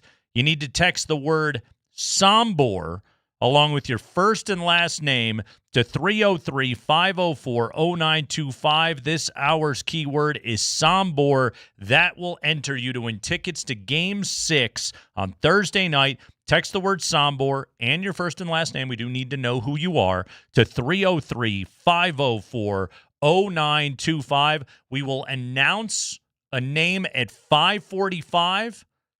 And if we call your name, you will have 5 minutes to claim your ticket. So be listening and call us if you hear your name. Got to be listening at 5:45. Sombor. I feel like Kos was on his game today. That was good. Well, I hope the Nuggets follow. I would really, really like that. A couple of things. I want to go back to what he had to say about Adelman and maybe some of the things that are a little bit different about this team. He talked about Adelman as a little bit more of a risk taker. I think he's right about that because I do feel as though I have seen this team. Okay, one of the things that I want to make perfectly clear when we have these kind of conversations, Michael Malone is the greatest coach in Denver Nuggets history. Sure. Okay? And Michael Malone is going to get a job this offseason if he wants it and will be a successful coach again in the NBA because the guy's a really, really good basketball coach. But he does do things differently than Adelman. One of the things that Malone did, for better or for worse, I always felt about going into a playoff series, Malone was always a very good preparer of his team, had solid game plans going into both at the start of a series and from game to game. But, and this is, I think, what Kos is talking about, he didn't necessarily make big in-game adjustments. Malone was more of a, I trust my preparation. I trust my staff's preparation, and I trust that this will be successful, for better or for worse, okay? Because sometimes coaches can just overthink this stuff, over-adjust these things from one time out to the next, and you just end up with a team that's a mess, okay? Other times, if you know how to push the right buttons at the right times, you can have a lot of success. I think Adelman's been around this group long enough that he knows what to trust. But I like the way Kos put that. He's a little bit more of a risk taker. First off, I love the zone that they've been using against the Thunder. I think it's been successful. When you hold Oklahoma City to 92 points, you should win that game. They didn't because they couldn't make a shot to save their life. But defensively, I thought they had a great game plan in Game 4. It did not go your way because you couldn't get buckets. And, you honestly, putting Jamal Murray, hiding him essentially on Chet Holmgren defensively has been really good in this series. It's like mostly been Porter and Jamal Murray that have been guarding Chet Holmgren, and like Chet's not killed them in the slightest bit. Also, Jokic has done a good job against Chet so far this series. Chet Holmgren, defensively, massive factor. Offensively, hadn't really done much in this series. Yeah, Adelman, though, has also been, now, he's been quick with the trigger, too, but he's tried other combos. He has tried DeAndre Jordan. He has tried giving it a go. What do we see? Straw their last game. Pickett made an appearance real quick. He's given all these guys. He's trying to find something. He just doesn't trust him. Well, as soon as it goes south, he gets him out of there. He's probably going to have to keep doing that, though. He's going to have to keep doing that. Again, he's tried the last 3 games? Where was the one game where he left Jokic in and it almost bit him? Was that even back in the Clippers series? Yeah. I feel like now he knows I've got to give Nikola at least a few minutes rest. What did he get, about 2-3 in the other day before he brought him back in? I think it was around the high 9-minute mark before he brought him back in, but he at least bought Nikola a couple minutes rest to start the quarter before bringing him in. Yeah, and they were -5 without him. I know they were, but again, if it looked like Nikola was tired down the stretch. He probably could have used a couple more. Real quick on the numbers, by the way, Andy. Championship run, 3 dudes averaged at least 12 minutes a game off the bench, and Brown, Green, and Brown. This year, it's Westbrook's playing 25 minutes. P. Watt's playing 13 minutes. Nobody else is averaging above 8 minutes per game in this postseason. They don't trust anybody. Well, that's part of the problem. Again, it's why people have lost jobs. Mm-hmm. But at least he's given it a go. I wish the results are better. Yeah. But at least he's trying to give it a go. Hey, the Nuggets are still deeper than the Warriors. The Nuggets are deeper than the Warriors. The problem is they won't be facing the Warriors if they get to the next round. Doesn't seem all that terribly likely. I hope I'm wrong about that. I'm just making a point of it's going to happen. It could be worse. Not by much. It could be not by much. Yeah, 6.5 dudes. That's it. I legitimately, and I think, what did P. Watt play? 8.5 minutes. Peyton Watson played 8.5 minutes in Game 4. I think he's been good in this series. Not great, but he's been good. If you want to kick that up to 12, 13 minutes tonight, 14 minutes tonight, give him some run. Can I give you the key to P. Watt, though? And it's going to sound weird. The key to P. Watt is Westbrook. Mm. If Westbrook is making his shots reasonably, then you can live with P. Watt's uncertainty. No, you're right. But when they're both kind of doing what happened the other night where no one's really making the shots. Well, yeah, and then the Thunder... Russ kept throwing up threes from the corner and couldn't make any of them. And the Thunder don't have to guard anybody. Right, and then that becomes a problem. They'll just look at him and they're like, I'm gonna stand right here next to the 3-time MVP. Till you make one, I'm not leaving. You guys have fun with all that. But if Russ is going, then it becomes a problem. No, you're right. You're absolutely right about that. And frankly, if Russ can get going and pull people out to the corner, or at least get some of the spacing better, then P-Watt can get inside and work his magic with his length. I like that his wife is angry going into this game. I hope that's a good motivating factor. Do you think for she Russell calls him Westbrook. up and gives him the big kind of? I think she lets him know. Would it be a pep talk? I'm assuming he follows her on Instagram. I think he's seen the story. I think he knows. Yeah. Hey, whatever it takes to get you fired up. So Nuggets. How often does your wife's story pop up on Instagram? I got to be honest with you, I don't always see mine. Abby's not a regular story poster. Well, but when she does, they always pop up. I always make sure to see it. Mm-hmm. My kids might, yeah. I don't always get a regular dose of what they put up there. Wow. So maybe Russ hasn't seen it. I'm just saying, don't go being so sure, guy. Is Russ on Instagram day of a game? I'm going to go out on a limb and say she yes. Text him the story to make sure he sees it? I'm going to go out on a limb and say You yes. think so? Yes, I think Russell Westbrook looks at Instagram the day of a game. Yes. These guys have nothing but time on their hands. No, I get that. When he's got the trainer working on his legs and everything before the game, what do you think he's doing with the phone in his hand? Just like staring at film the whole time? Buying the fits from the Met Gala? I don't know. He is. Remember, he was a fashionista for quite a while. He still is. He was like the original show up in quite the outfit guy. He very much still is. By the way, did Jokic burn the Joker suit? Did we find out? It's a great question. Get rid of that It thing. was a good look. It was a great I'm bummed look. about it. I'm really bummed. Suit. You know what? Don't burn it. Put it away. Let Okay. it get a warm up before a regular season, like before the Christmas game. Break it out one one more time. Let it have another chance. Okay. Dude, Yeah. it was too good a look. Don't just kick the suit out of Yeah, bed. I don't blame it all on the suit. Okay. What's the rule on that? Like if you I only wear suits to weddings and funerals, but like if you like say you wear like a fancy tux to the Oscars. Sure. And then The Dumb and Dumber look. And then somebody else wins. You're just, Chalamet wins and you're just sitting there like a loser, stuck there. You got your speech in the pocket, never even get to break it out or anything like that. Do you view that as your loser tux after that? It's a great question. I don't know. I know Chris Harris used to tell me with his shoes, if he wore a pair of shoes and it was either a bad game or they'd been on a couple of bad losses, they were gone. Yeah, get them out They're of there. out of there. Yeah. He had to get a new one. Yeah. So I mean, like they have to wear the same uniform all the sure, time, but obviously. he can change the shoes. Yeah. Suits, though, that's a different question. But the Joker suit, it was so perfectly. It's a good That was suit. not an off-the-rack suit. You got to let that suit have another chance. Oh, it's custom. You know it is. It was Not a at good that suit. size.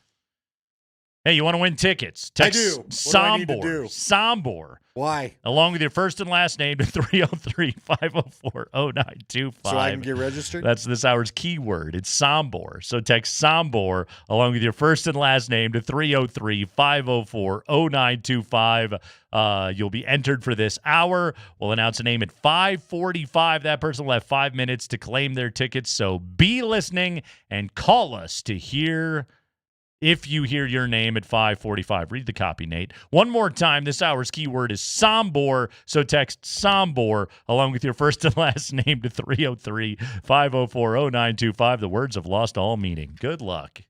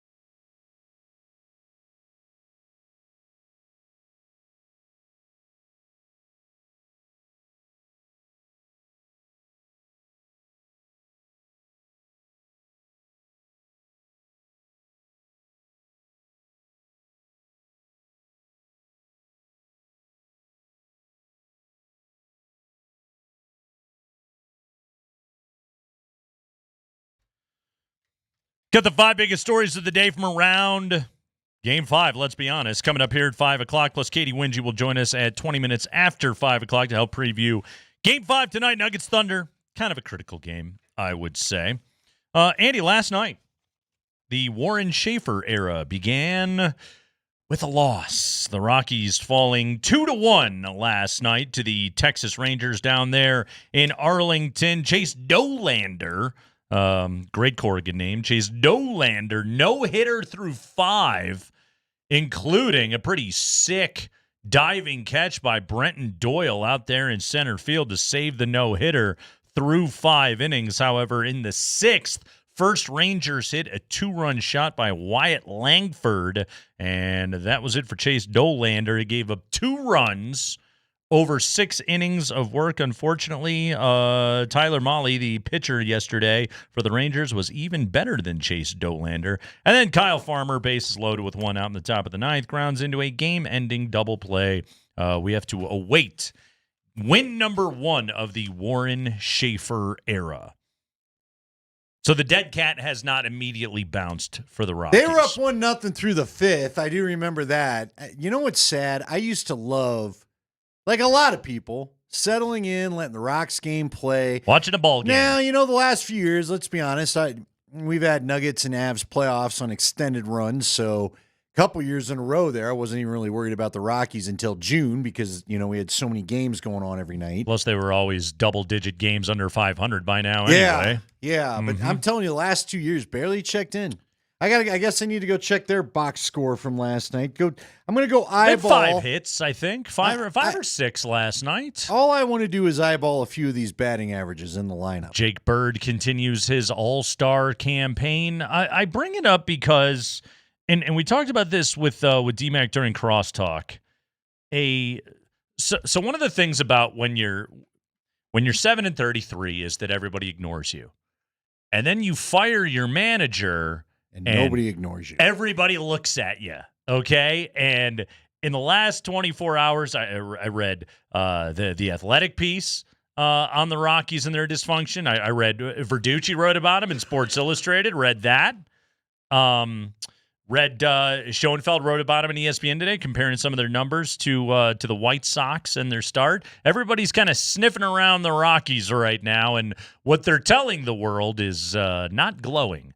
The reviews on what's going on with this club, but the line that maybe stunned me the most, okay, was this coming to us from Yahoo Sports. Jake Mintz wrote an investigative piece into what's going on with the Rockies right here and their many, many issues that have been going on with this team. And, they've talked about the inability to, develop good professional players, that they draft some talent. Their amateur scouting department is relatively well-respected within the industry. However, he writes, while the club has struggled mightily in recent years to develop youngsters into impact big leaguers, while teams such as the Mets, Mariners, and Guardians are respected for getting most out of their pitchers, the Rockies have acquired a polar opposite reputation. Their big league players rarely get better. I'd agree with that, especially when you look over the last couple of years. That's why Chase Dollander, there's so much hope there. Add on to this, as we know, the Rockies are well behind in terms of use of technology, analytics, etc., in developing their players. As Jake Mintz writes, the Rockies lag far behind the 29 other clubs. In fact, sources indicated to Yahoo that Dick Monfort, who chaired the owners committee during the 2022 collective bargaining negotiations, is hoping the next CBA contains a salary cap, which he believes would give his fallen franchise a better chance. All right, quick stop on that. While I am not in favor of a salary cap in Major League Baseball, I weirdly tend to look at the billionaires that own Major League teams and say, I don't know, why don't you spend your money on it? But fine, okay? They have salary caps in other sports. It's not a completely out-of-bounds argument. This one is. Monfort is reportedly seeking a cap that extends beyond payroll to cover all organizational spending, including coaching, technology, and scouting. So we're all supposed to spend the same amount of team or insane amount of money on how good the team is, on prepping the team, right? On preparing how to draft players, right? How to, once they're in your organization, help them get better. The use, and as we know, there's massive technological advances in the sport of baseball. I mean, stop motion cameras and everything else, measuring spin rate on pitchers and everything else like that. Andy, like, they come up with new fancy stuff that they put in these labs every single year that I don't even know about. Okay,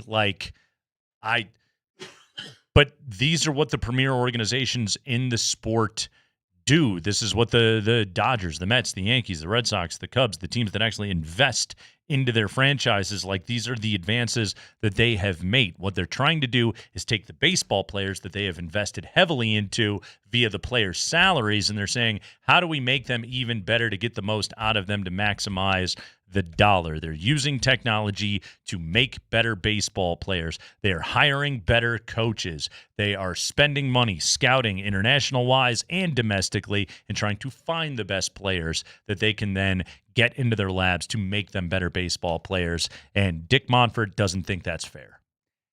You know what's crazy about this? Aside from the fact that, again, some of these expenses should have been assumed when you bought a team. We live in a city where the football team's building a $100 million practice facility. That I've been told is going to knock everybody's socks off. It's going to look like something that the University of Texas has. Yeah. Which, for those who don't know, a lot of these college teams have way better facilities than the NFL teams. Sure do. So we have one owner that would like to cap what everybody just spends on doing business, period, and another set of owners that is sparing no expense, like John Hammond building Jurassic Park. Deep cut right there, but we got there. Seriously, like, what Dick Monfort is saying, reportedly seeking a cap on trying to be good. That's the most loser stuff I've ever seen. It's shocking. He doesn't like how the other teams are trying to get better. And here's the other thing that's nuts about it all is, like, okay, teams like the Cleveland Guardians and the Milwaukee Brewers and the Tampa Bay Rays, okay, and the Minnesota Twins, like, these organizations, they don't necessarily contend every single year, but they take their resources that they have in place and they invest it into the development of baseball players. Like, if Dick Monfort wants to have a cap on salaries, he doesn't like the way that the Dodgers and the Padres spend like drunken sailors inside his own division, and he thinks that's unfair. Again, like, while I think he should spend more money, I can acknowledge his argument. That one, though, like, oh, okay, well then how do you counter that? You develop players. That's the market imbalance that you can take advantage of then, Dick Monfort, like the Brewers, the Guardians, the Rays. These organizations that they do all that scouting, they find the players, then they make them into better players, and then they build a winning culture and a winning baseball organization. And Dick Monfort says that's not fair. I don't think you should be able to do that, even though that's literally the only chance that his club has because he doesn't want to have a top payroll in the game. Basically, what Dick Monfort is complaining about is how everybody else tries to be good and win. That's what he's complaining about. I know. I don't even look, dude. I don't even know how to respond. It's insane. It's and what I think he's got to be careful with is how many other ball clubs are going to come back then and say, well, if you want to play this game, then what if we start trying to control how much money you get to make off not only the park but the real estate around it, which he's already maximizing. With McGregor Square, he's changed his ballpark to add, the rooftop bar that we've talked about and all the other stuff. Other owners could come back and play that game too. Why do you, in all seriousness, what is the point of owning a baseball team? What is you're already, you have generational wealth. You're set, man. Like, if you're gonna spend the money, invest in the baseball team. And oh, by the way, okay, what did Dick Monfort pay for the Rockies? What would he make if he sold the place today? Okay, what would he, 20 times his initial investment, whatever it may be? You would think. Yeah. Okay. Like, just try, man. Just try, and don't complain about everybody else trying. That's insanity to me. What is the point of all of this? This is how we get to this place where you're 7-34 now on the year because you think everybody else should stop trying so hard to be good at baseball. Yeah, I don't know, man. Look, dude, I'm telling you, I don't even know what to say. It's I don't insanity. even know how we're talking about this. It's insanity. I don't, and not because you brought it. I'm saying I don't know how this quote exists. It's crazy. It's Kreckman and Lindahl. Back to Game 5. Nuggets Thunder tonight. You're going to hear from Adelman. You're going to hear from Jokic. You're going to hear from AG. All coming up next.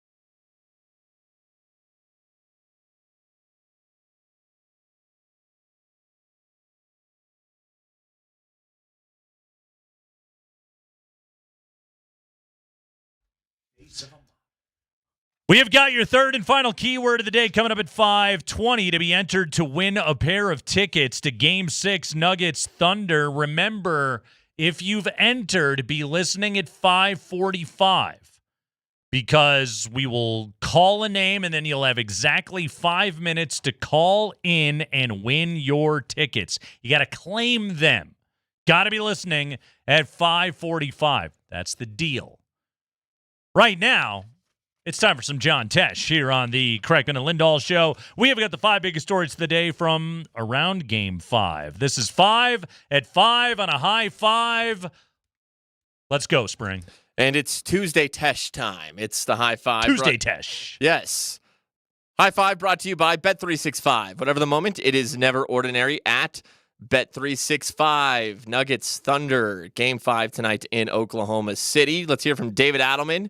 Following the Nuggets Game 4 loss, he was asked how the Nuggets can counter the depth of the Thunder roster. Well, we just have to get more from more people, and I have to, maybe play more than 8 guys. I felt like it was, once we pushed it to 8, I really stayed with a shorter rotation thinking that we had a chance to kind of push that thing, and take control of the game because both teams were so exhausted at that point.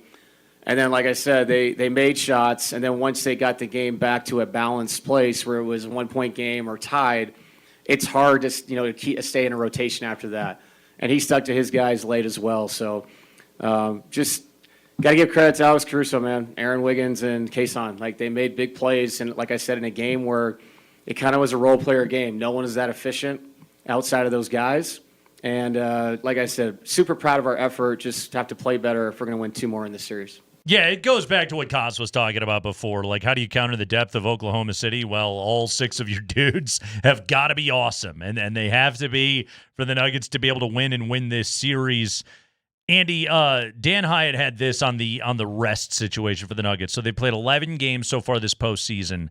8 of them have been played on just 1 day rest.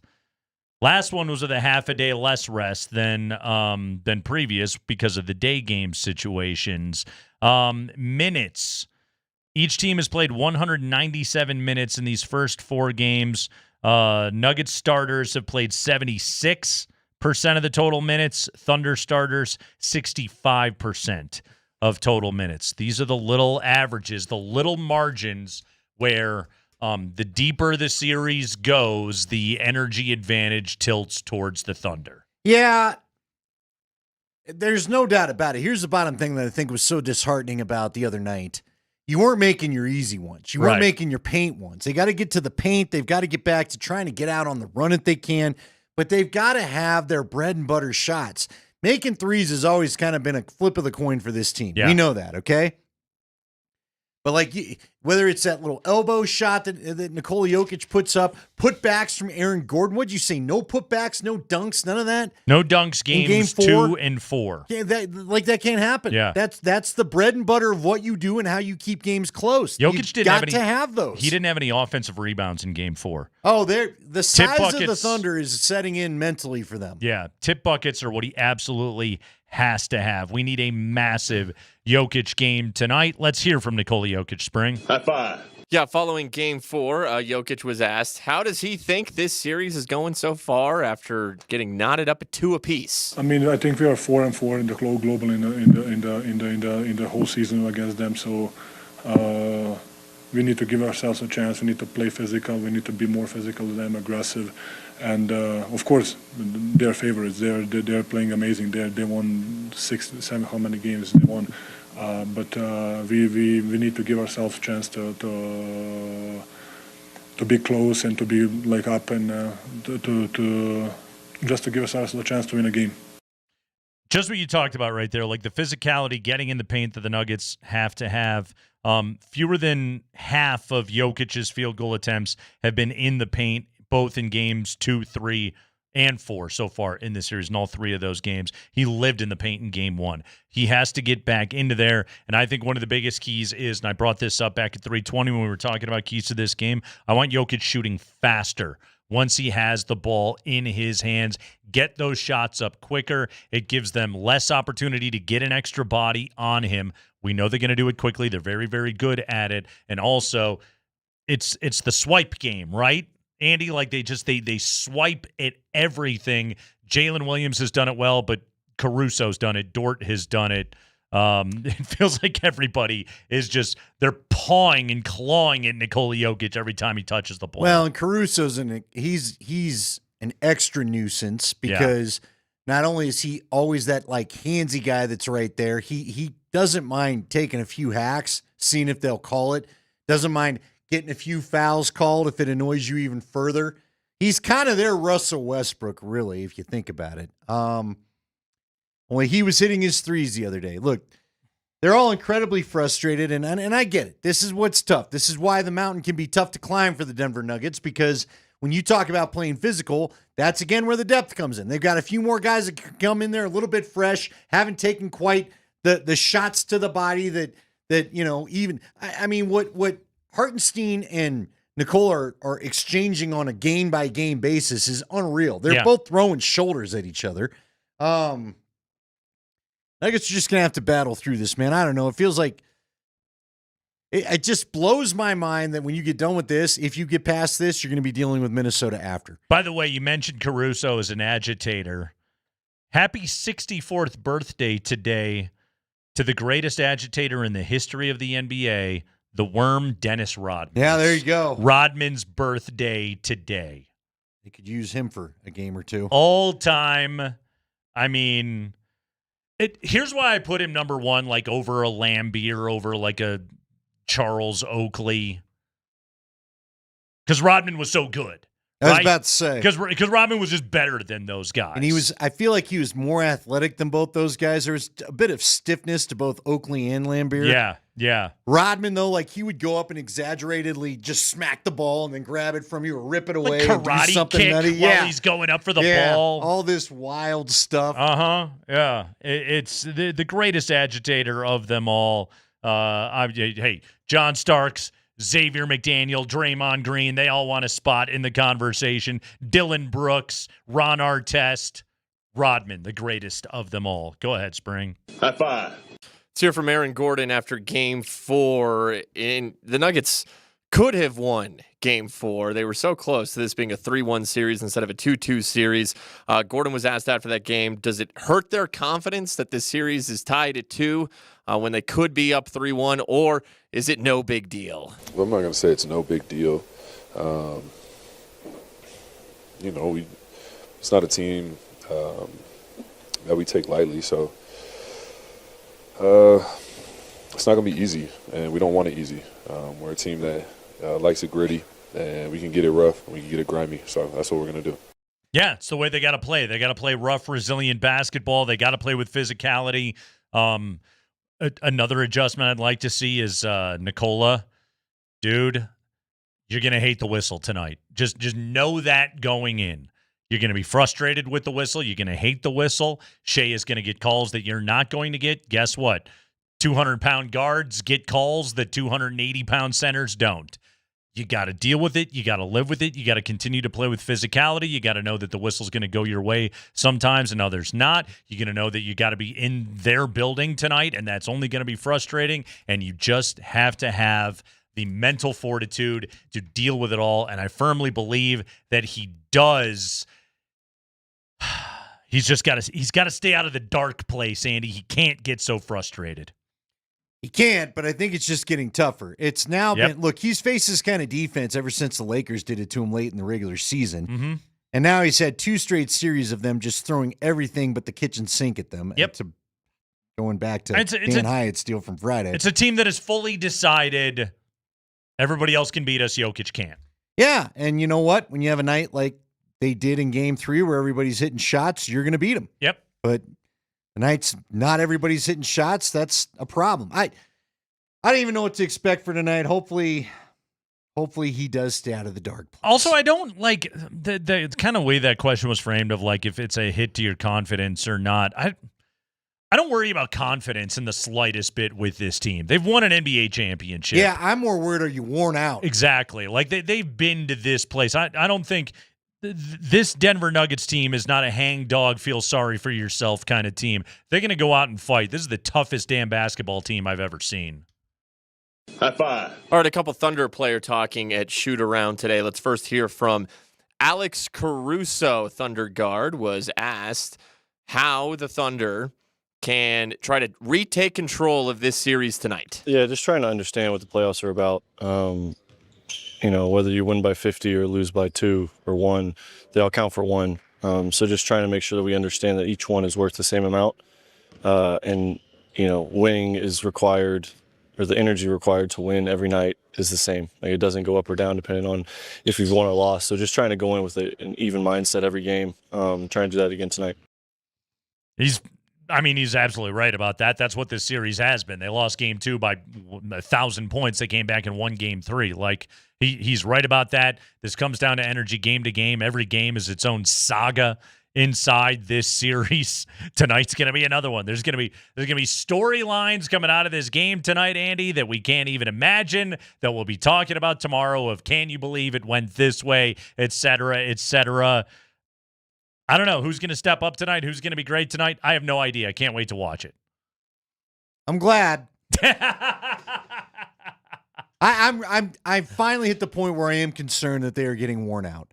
You should be. It just feels like the beating that especially Nikola and Aaron have taken. Yeah. Because I think that, the physical toll is what leads into the stat that you talked about for games 2 and 4.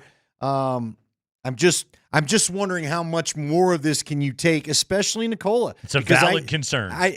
There's no other reason for his shot to be as off as it's been. Mm-hmm. I think the guy is worn out after 11 games of pugilism. Yeah.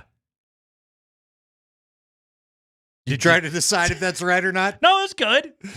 Pugilism, yeah. They're boxing in there, absolutely. Yeah. What if we give him the big Q-tips from American Gladiator?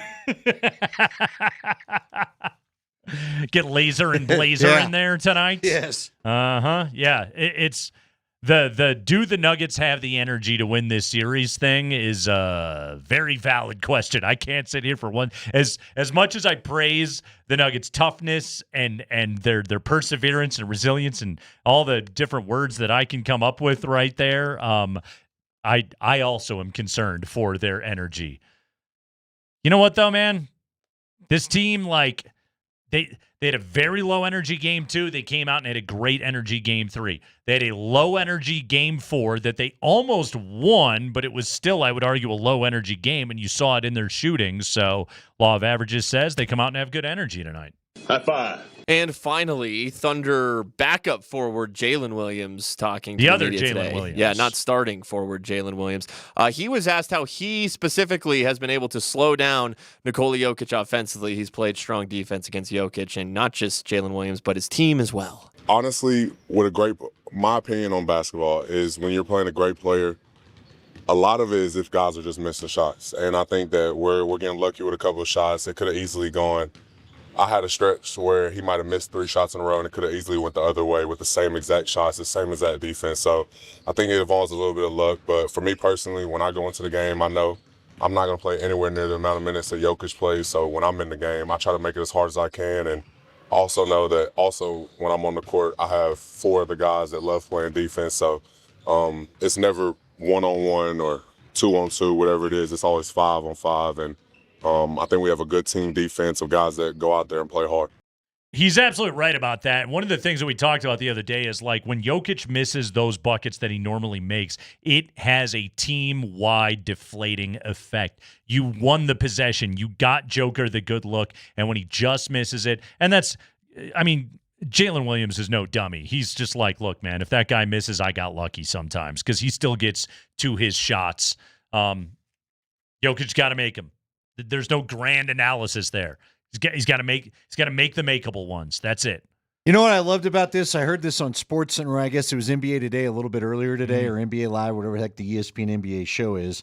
A couple of guys had to talk about the defense on Jokic, and they were all very careful not to poke the bear and say, yeah, we've really wrapped him up. Yeah. They're all acknowledging this guy could change and go off at any point, so I think it's kind of nice the respect he's still getting. Yeah, no, these guys aren't dumb. No, yeah. No. We're not motivating him. Yeah, maybe Oklahoma City's the one asking not to give the MVP trophy till they think they got this thing wrapped up. Don't piss him off, okay? Jokic got to be huge tonight. Katie Wingy will tell us coming up here on the other side if we can expect a huge bounce back game out of Big Honey tonight. That's coming up. Plus, keyword, your third and final keyword to enter to win tickets to Game 6 right here on the other side.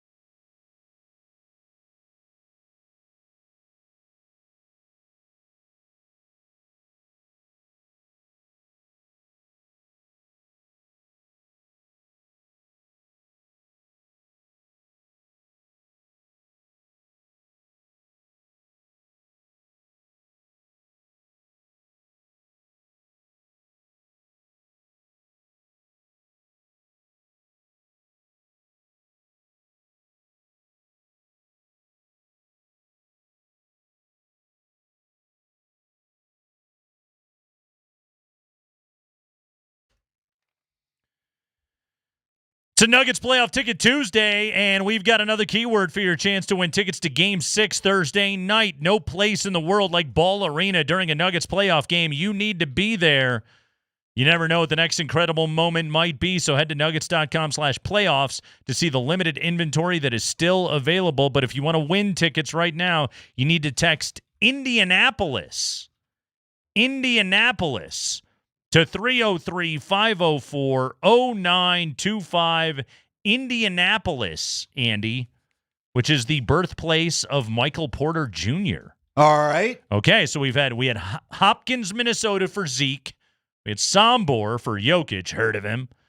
And we have Indianapolis for Michael Porter. He was apparently born in Indianapolis. So anyway, the keyword is Indianapolis. Text Indianapolis along with your first and last name to 303-504-0925. We'll announce a name at 5:45. You will have 5 minutes to call in and claim your tickets. So be listening and call us if you hear your name. One more time, this hour's keyword is Indianapolis. Text that along with your first and last name to 303-504-0925.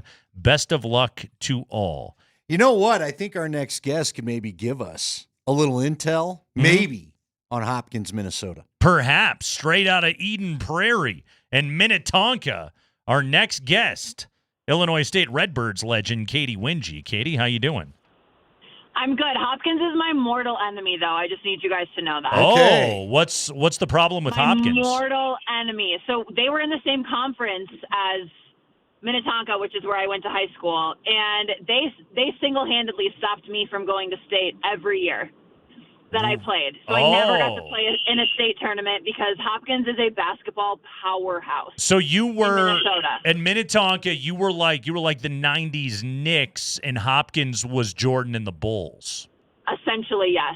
Yes. Wow. And it still just breaks my heart a little bit when I hear that. So we started this interview off on a great note, you guys. Good. Well done. Good. Have you discussed this with Zeke Naji before? We've talked about it, but that's more of a Minnesota bond. I tend to kind of look past the Hopkins with him. Okay. I push it to the side. You know, there is some common ground there. So. Gosh, there's only 19,000 people there, according to Wikipedia there, Katie. But they can all ball, apparently. Wow. In Hopkins, yeah, man, it is. I think it's evened out a little bit since I was in school, but, man, whenever we played them, they were the team to beat in Minnesota. Okay. Was there any one particular player on that team that you really hated that you want to call out on Denver radio right now? Let's have it. No, I don't really. It was a full team. It was the collective? Team, but like Paige Becker's played there, and she is the next up-and-coming thing. You know, she's in the WNBA. She played incredibly well at UConn. It's pretty good, yeah. That's the type of player that Hopkins breeds. So, yeah, it was tough. Okay. Tough going. That's you know, if they're producing players like Paige Becker's, I don't know if Minnetonka ever stood a chance, Katie. I'm sorry. I know. Yeah. I tried my hardest, you guys. I tried my hardest. Okay, so will the Thunder tonight, will they be the Hopkins to the Denver Nuggets Minnetonka? I hope not. Katie hates this interview so much right now. I know the good people tuning into your wonderful program are here for the Hopkins Minnetonka rivalry discussion. Absolutely. However, I just think I'm excited for this game. I really am. It feels obviously very familiar because we're once again tied up 2-2. Now it's a best-of-3 series. This feels very similar to the Clippers series in that it's going to be a tough, gritty, grinded out type game. At least I think that's what the Nuggets want it to be. It seems like when they can slow the pace down and make it a half-court battle, that works in their favor. They have to make more shots, though, guys. They just have to. Otherwise, they're not going to make it out of this series. Nikola Jokic, he's accumulated some legendary Game 5 performances in his NBA career, obviously most notably Game 5 last year against Minnesota when he went for 40 points on 22 shots, just one of the single greatest performances, individual performances we've ever seen, Katie. Here's the thing on Jokic, with the elbow, with the fatigue, with what the Thunder are doing to him, I'm aware we're talking about the greatest basketball player on the planet, but like a Game 5 like he had last year against the Timberwolves, does he have that in him right now? That's a great question. I think he always has a game like that in him. But he's not going to intentionally set out to have that. And I know that probably sounds ridiculous, but he's such a player that is reading the defense, taking what they give him, understanding situation. Yes, we've seen him struggle the past 3 games against this Thunder team, but when games have been close down the stretch, he has found ways to score. He has found ways to step up. So I'm optimistic that if this game is close, a similar situation may happen. He might understand what's at stake here as well, and we might see him be more aggressive tonight, similarly to what we saw in Game 1. But the reality is the way the series has been officiated, and I don't want to get into that too much because it's so out of your control in terms of what you can do, what changes you can make. But the reality is the way it's been officiated, he can't do very much. They're letting guards be very physical with him.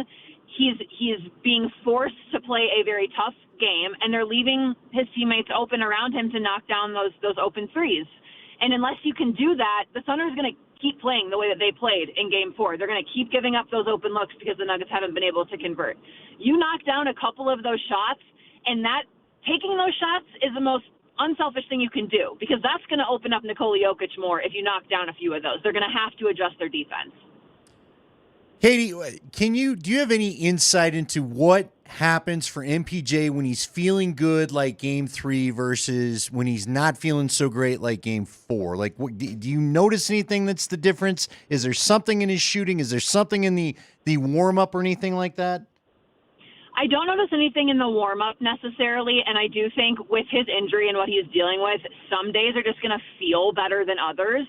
Sometimes when he gets the shot pregame, it really is going to help him, and some games it doesn't help as much. And I don't know the rhyme or reason or the medical science behind that. However, I do think when he is more active at tip-off in terms of getting himself involved in plays, offensive rebounding, cutting to the basket, finding ways to score inside, when he sees his first couple go in, whether it's a 3 or whether it's a free throw or whether it's in the paint, he sets himself up for success much better in that way. When he's hanging out, running around, not super aggressive, that's when you start to see him put a little bit more pressure on himself. That's when you see him start to maybe feel his shoulder a little bit more, think about it a little bit more, because he hasn't had as many looks. So he really wants to take advantage of the looks that he gets.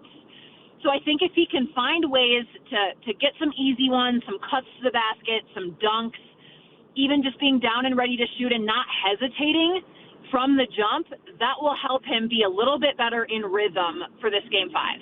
Talking to Katie Wingy. She's getting you all set for Game 5 tonight. Katie will be on Altitude Television pre- and post-game. She joins us right now on the Ramos Law Hotline. Car accident, you need Ramos Law, medical doctor and attorney. Visit ramoslaw.com. Katie, we talked about this with Kaz last hour. We've been talking about it really throughout the course of the show. Like, outside of the obvious of like, hey, make more of your shots. Does David Adelman have any key adjustments that he can throw at the Thunder? Are there even any adjustments left when you're essentially playing 6.5 dudes? Yeah, I mean, I think your point about Nikola Jokic having big Game 5s, Jamal Murray had a massive Game 5 against the Clippers just the last series. And I think the Nuggets have kind of figured out how to help Jamal the last couple games, making him an off-ball handler, allowing him to take a couple possessions off and having somebody else initiate the offense, running him off of screens, trying to get him free of Lou Dort, who has just been a magnet to his hip this whole series, it feels like. And that's when you see Jamal get really worn down, when he's having to handle the ball and get into the offense and organize his team and handle that type of pressure and contact and physicality the entire time.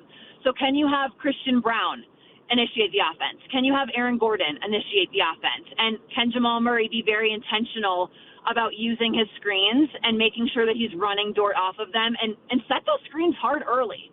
Like, make Dort feel what it's going to be like having to fight through that defensively from the very beginning of this game. I think that can help Jamal Murray get free. Those are some very small adjustments that I think could really help. Same thing with Nikola Jokic. David Adelman is such a brilliant offensive mind that I'm sure he's going to the drawing board in between these games and thinking, okay, what actions can I put Nikola Jokic in that might free him up a second sooner or get him the ball in a position where he is most comfortable, that's creative, that's new, that's different, that the Oklahoma City Thunder haven't seen yet.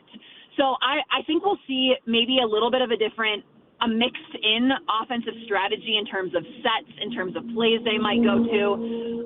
But a lot of this, unfortunately, or fortunately, whatever way you want to look at it, glass half full, glass half empty, is like toughness, physicality, and being able to be mentally tough and power through with that fortitude of like, hey, no matter what OKC throws at us, no matter how this game is officiated, we're going to stay together and keep this game close because we know how to execute down the stretch.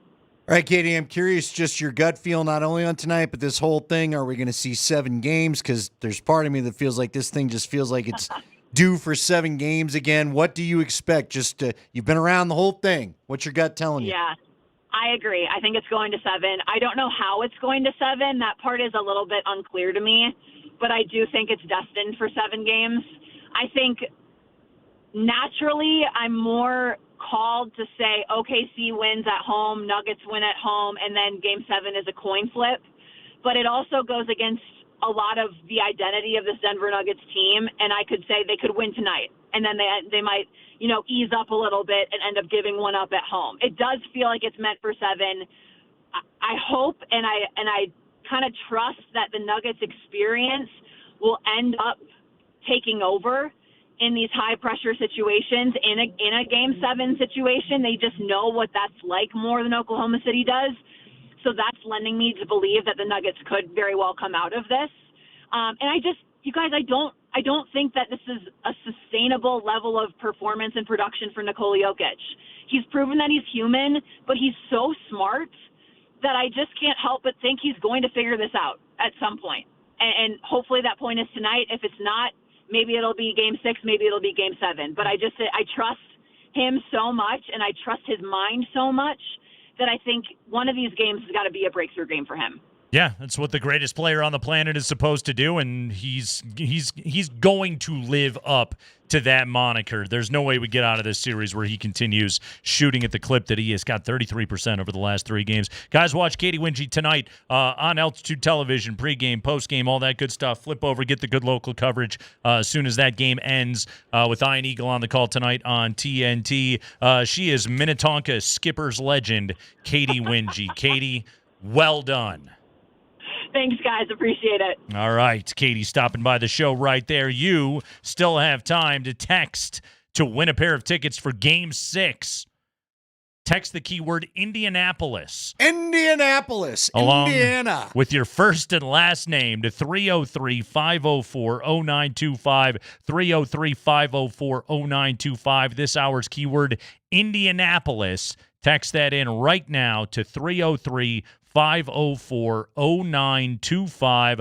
We'll announce a name at 5:45. That person will then have 5 minutes to claim their ticket. So be listening and call us if you hear your name. Dude, why do the Nuggets and the Stars have to play on the same dang day? 6 o'clock, Jets Stars. I only asked that because it's like the Nuggets lost the other night. Miko's going off and doing Miko thing. Why? Why combine the two? He only had 1 goal the other night. Still had like 4 points or something. 3 points, I think. Yeah, he's been unbelievable. He leads the playoffs in goals right now. Yeah. He's ahead of McJesus. But that's what he would do. He did that as an Av. Nobody should be surprised. Yep. He would go on these heaters, and then he'd go mighty cold. Mm-hmm.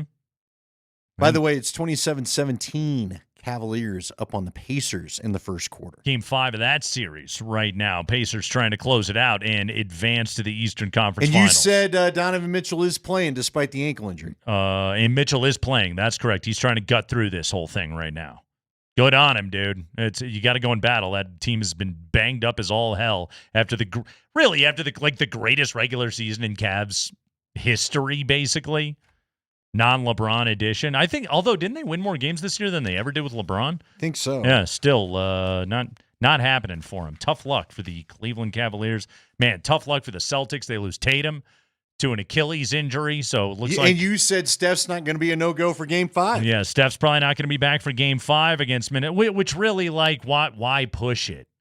That series is very clearly it's Minnesota's. Like, Steve Kerr's no dummy, and Steph's getting up there. Is it worth it to try and push that guy through in this series right now? And don't you feel like just watching Minnesota? I don't know that Steph Curry would have made a difference necessarily in the outcome. Now, it probably extends it to more games if he goes off on a couple more shooting nights. Yeah. And I know they won the first one, but that's just what Minnesota does. The Timberwolves are locked in right now. They really look like they are locked and ready to do this thing. Their size, their depth, their youth. It's all happening for them right there, which, hey, it's a well-constructed basketball team.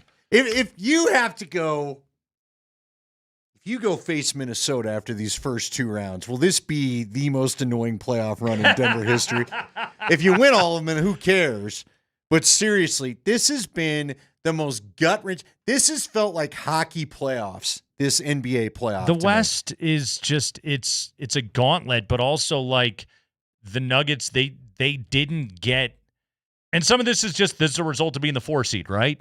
But like you're in the middle. They didn't get any stinkers in there, and that's what happens when you're smack in the middle. You don't get to play Memphis, who hates their new coach or anything like that. Like you got to go play the Clippers, who are absolutely locked in, and you're barely able to survive that series. And now you got to go play the best team in the West in Oklahoma City. And if you survive that, then you got to go up against Minnesota. You know what I'd love to see tonight out of the Nuggets too, that we just haven't really seen much this series is a true run. A run where, like the Game 5 against the Clippers, oddly enough, where you just went on a nice little run, you got your 20-point lead, and you just called it a night. You cruised on home. You know what I mean? They've not had that this whole series. The only time anybody had a 20-point lead was when Oklahoma was whooping them Game 2. What you just said right there, I don't think that's going to happen. No, I would put money that it doesn't. But also, I don't know on this series. I really don't. I firmly believe that one game has not carried to the next so far in this series. Look, there's a chance that the Nuggets go out tonight and get their doors blown off a la Game 2. There's a chance that the Nuggets go out tonight and Jokic has a much greater offensive game. And, hey, Russ hits a corner 3 here and CB hits a corner 3 there and Peyton Watson hits a shot off the bench, and they have defended Shea well enough in this series. They've done a really good job on Shea Gilgeous-Alexander so far in this series that they stay in this thing and it becomes a fourth-quarter slugfest and Denver can pull this thing out. I believe that's the kind of basketball game we're going to watch tonight. I don't know what the result is going to be because coin flip games can go either way. But then once again, I don't know. Maybe the Nuggets just go out and shoot 60% in the first half and they're up 18 at the break. I don't know. Yeah, it'd be cool if they did because they've not had their enjoyable game the way OKC did. The Nuggets and the Clippers kept trading theirs. Right now, like where I'm at on this right now is I believe this is a 7-game series. My initial pick on this series is Oklahoma City in 6. I disagree with myself from a week ago. I believe this is a 7-game series. Right now, I think it's 60-40 that the Thunder win the series because they're the deeper, younger team with more energy, and of what we can tell, they're less obviously banged up. But again, if you would have told me, hey, give Denver a 40% chance to win this series going into Game 5 in Oklahoma City, I'd have taken it. Well, it is funny, and not funny, haha, but it just feels to me like whichever team decides they're desperate on a given night, that's the only constant in this series. Maybe, yeah. You know what I mean? Yeah. Whoever has felt more desperate is the team that has won. And maybe having coughed up the fourth quarter of Game 4, the Nuggets will feel that desperation. I hope. But then I could see Oklahoma City feeling the backs against their wall, and they show up on Thursday. Well, now there's going to be both these teams need to be desperate. This Minnesota series is going to be open over real soon. There's that aspect, and if you're the Thunder, like you have to have this game tonight. You can't risk having to go play and potentially have a back against the wall closeout game in Denver. But you need to make them feel that if you're the Nuggets. This is theater. Yeah, watch it be an 80-75 game. I think it wouldn't surprise me. It wouldn't surprise me in the slightest bit. It's the Kreckman and Lindahl show. We'll take a break. When we come back, you've been entering all day to win tickets to the Nuggets and Thunder Game 6. We'll announce a name, and you'll have 5 minutes to call when we return. So make sure you keep it here. Don't miss your name.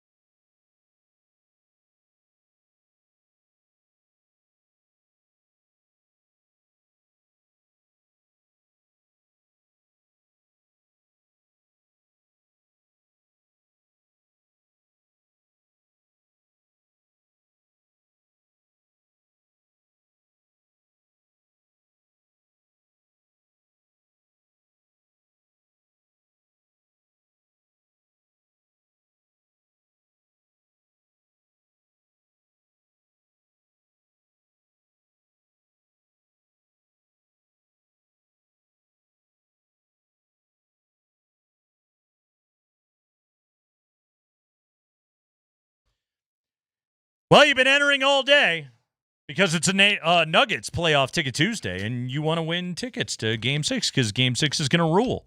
Nuggets are going to close out the Thunder. It's going to be great. You can be there in the building. You've been texting Hopkins, as in Hopkins, Minnesota, home of Zeke Naji, and as we learned, arch rival of Katie Winge's Minnetonka Skippers. At 4:20, you texted in Sombor, birthplace of DeAndre Jordan. Actually, Nikola Jokic. Just making sure everyone's paying attention. And finally, Indianapolis, birthplace of Michael Porter Jr. I did not know that one either. So here we go. It is time for us to announce a name for you to claim your tickets for Game 6. You'll have 5 minutes to call 303-504-0925. Spring, can we get a drum roll, please? 2 tickets. Game 6. You could be there on us if you call 303-504-0925 in the next 5 minutes. Spring's going to start the stopwatch. Clark Griswold, the name is? Darnell Mills. Darnell Mills. You're on the clock, Darnell. Get to it, Darnell Mills. Brother of Patty Mills. 303-504-0925. 303-504-0925. Darnell Mills. 303-504-0925. Spring has started the stopwatch. You have 5 minutes clock to go. Or at least the miss Game 6 clock. Well, best of luck, Darnell Mills. Darnell Mills. Darnell. And only Darnell Mills. 303-504-0925. If he does not call, yes, another name shall be called. Shall be announced. And then you'll have a chance. By the way, do you know the actual hometown of your guy, DeAndre Jordan, which is not Sombor, Serbia? I actually don't know. What was it? Houston, Texas. Ah, Houston. Okay. A Houstonite. You know, Jokic does call him the Black Serbian, though. That's true. That's so. And they do the little kiss thing or whatever, the greeting. But he's from Houston. I'm glad we're not from a heavy kissing culture. I'm with you. As a germaphobe, I prefer. You know, again, I'm barely at fist bump. Look, the problem is with anymore. the kissing culture is some people, they just get in there a little too much. They do. You know what I mean? They like the smooching. Yeah. Mm-hmm. Just, you know, I don't need a mark on the cheek. I just, you know, a simple, here we go. Yeah, that's just fine. The hugging is fine. It gives you options. You know, you can go big 2 hands. You can go side. Yeah. I don't need the whole smooching. Kissing thing. No. Nobody knows each other that well. No. Mm-mm. What is the point of a kiss on the cheek, by the way? What really does it accomplish? So basically your argument is if it's not foreplay, it's a waste of time. Yeah, I've known a few people that leave a little too big a mark on the cheek, and you're like, do I rub it off in front of you? Is that the hint? Don't do that again? So if it doesn't end in the full commitment to affection, what's the point? Look, if we're not building up to something, I don't need the kissing on the cheek. I don't have time for your cheek smooching. I had a girlfriend in college that used to like to do the big lipstick thing and then plant one right on me as we would leave. That's funny. It is till you can't get it off. You're like, all right, now I look like I've only got half my clown makeup on.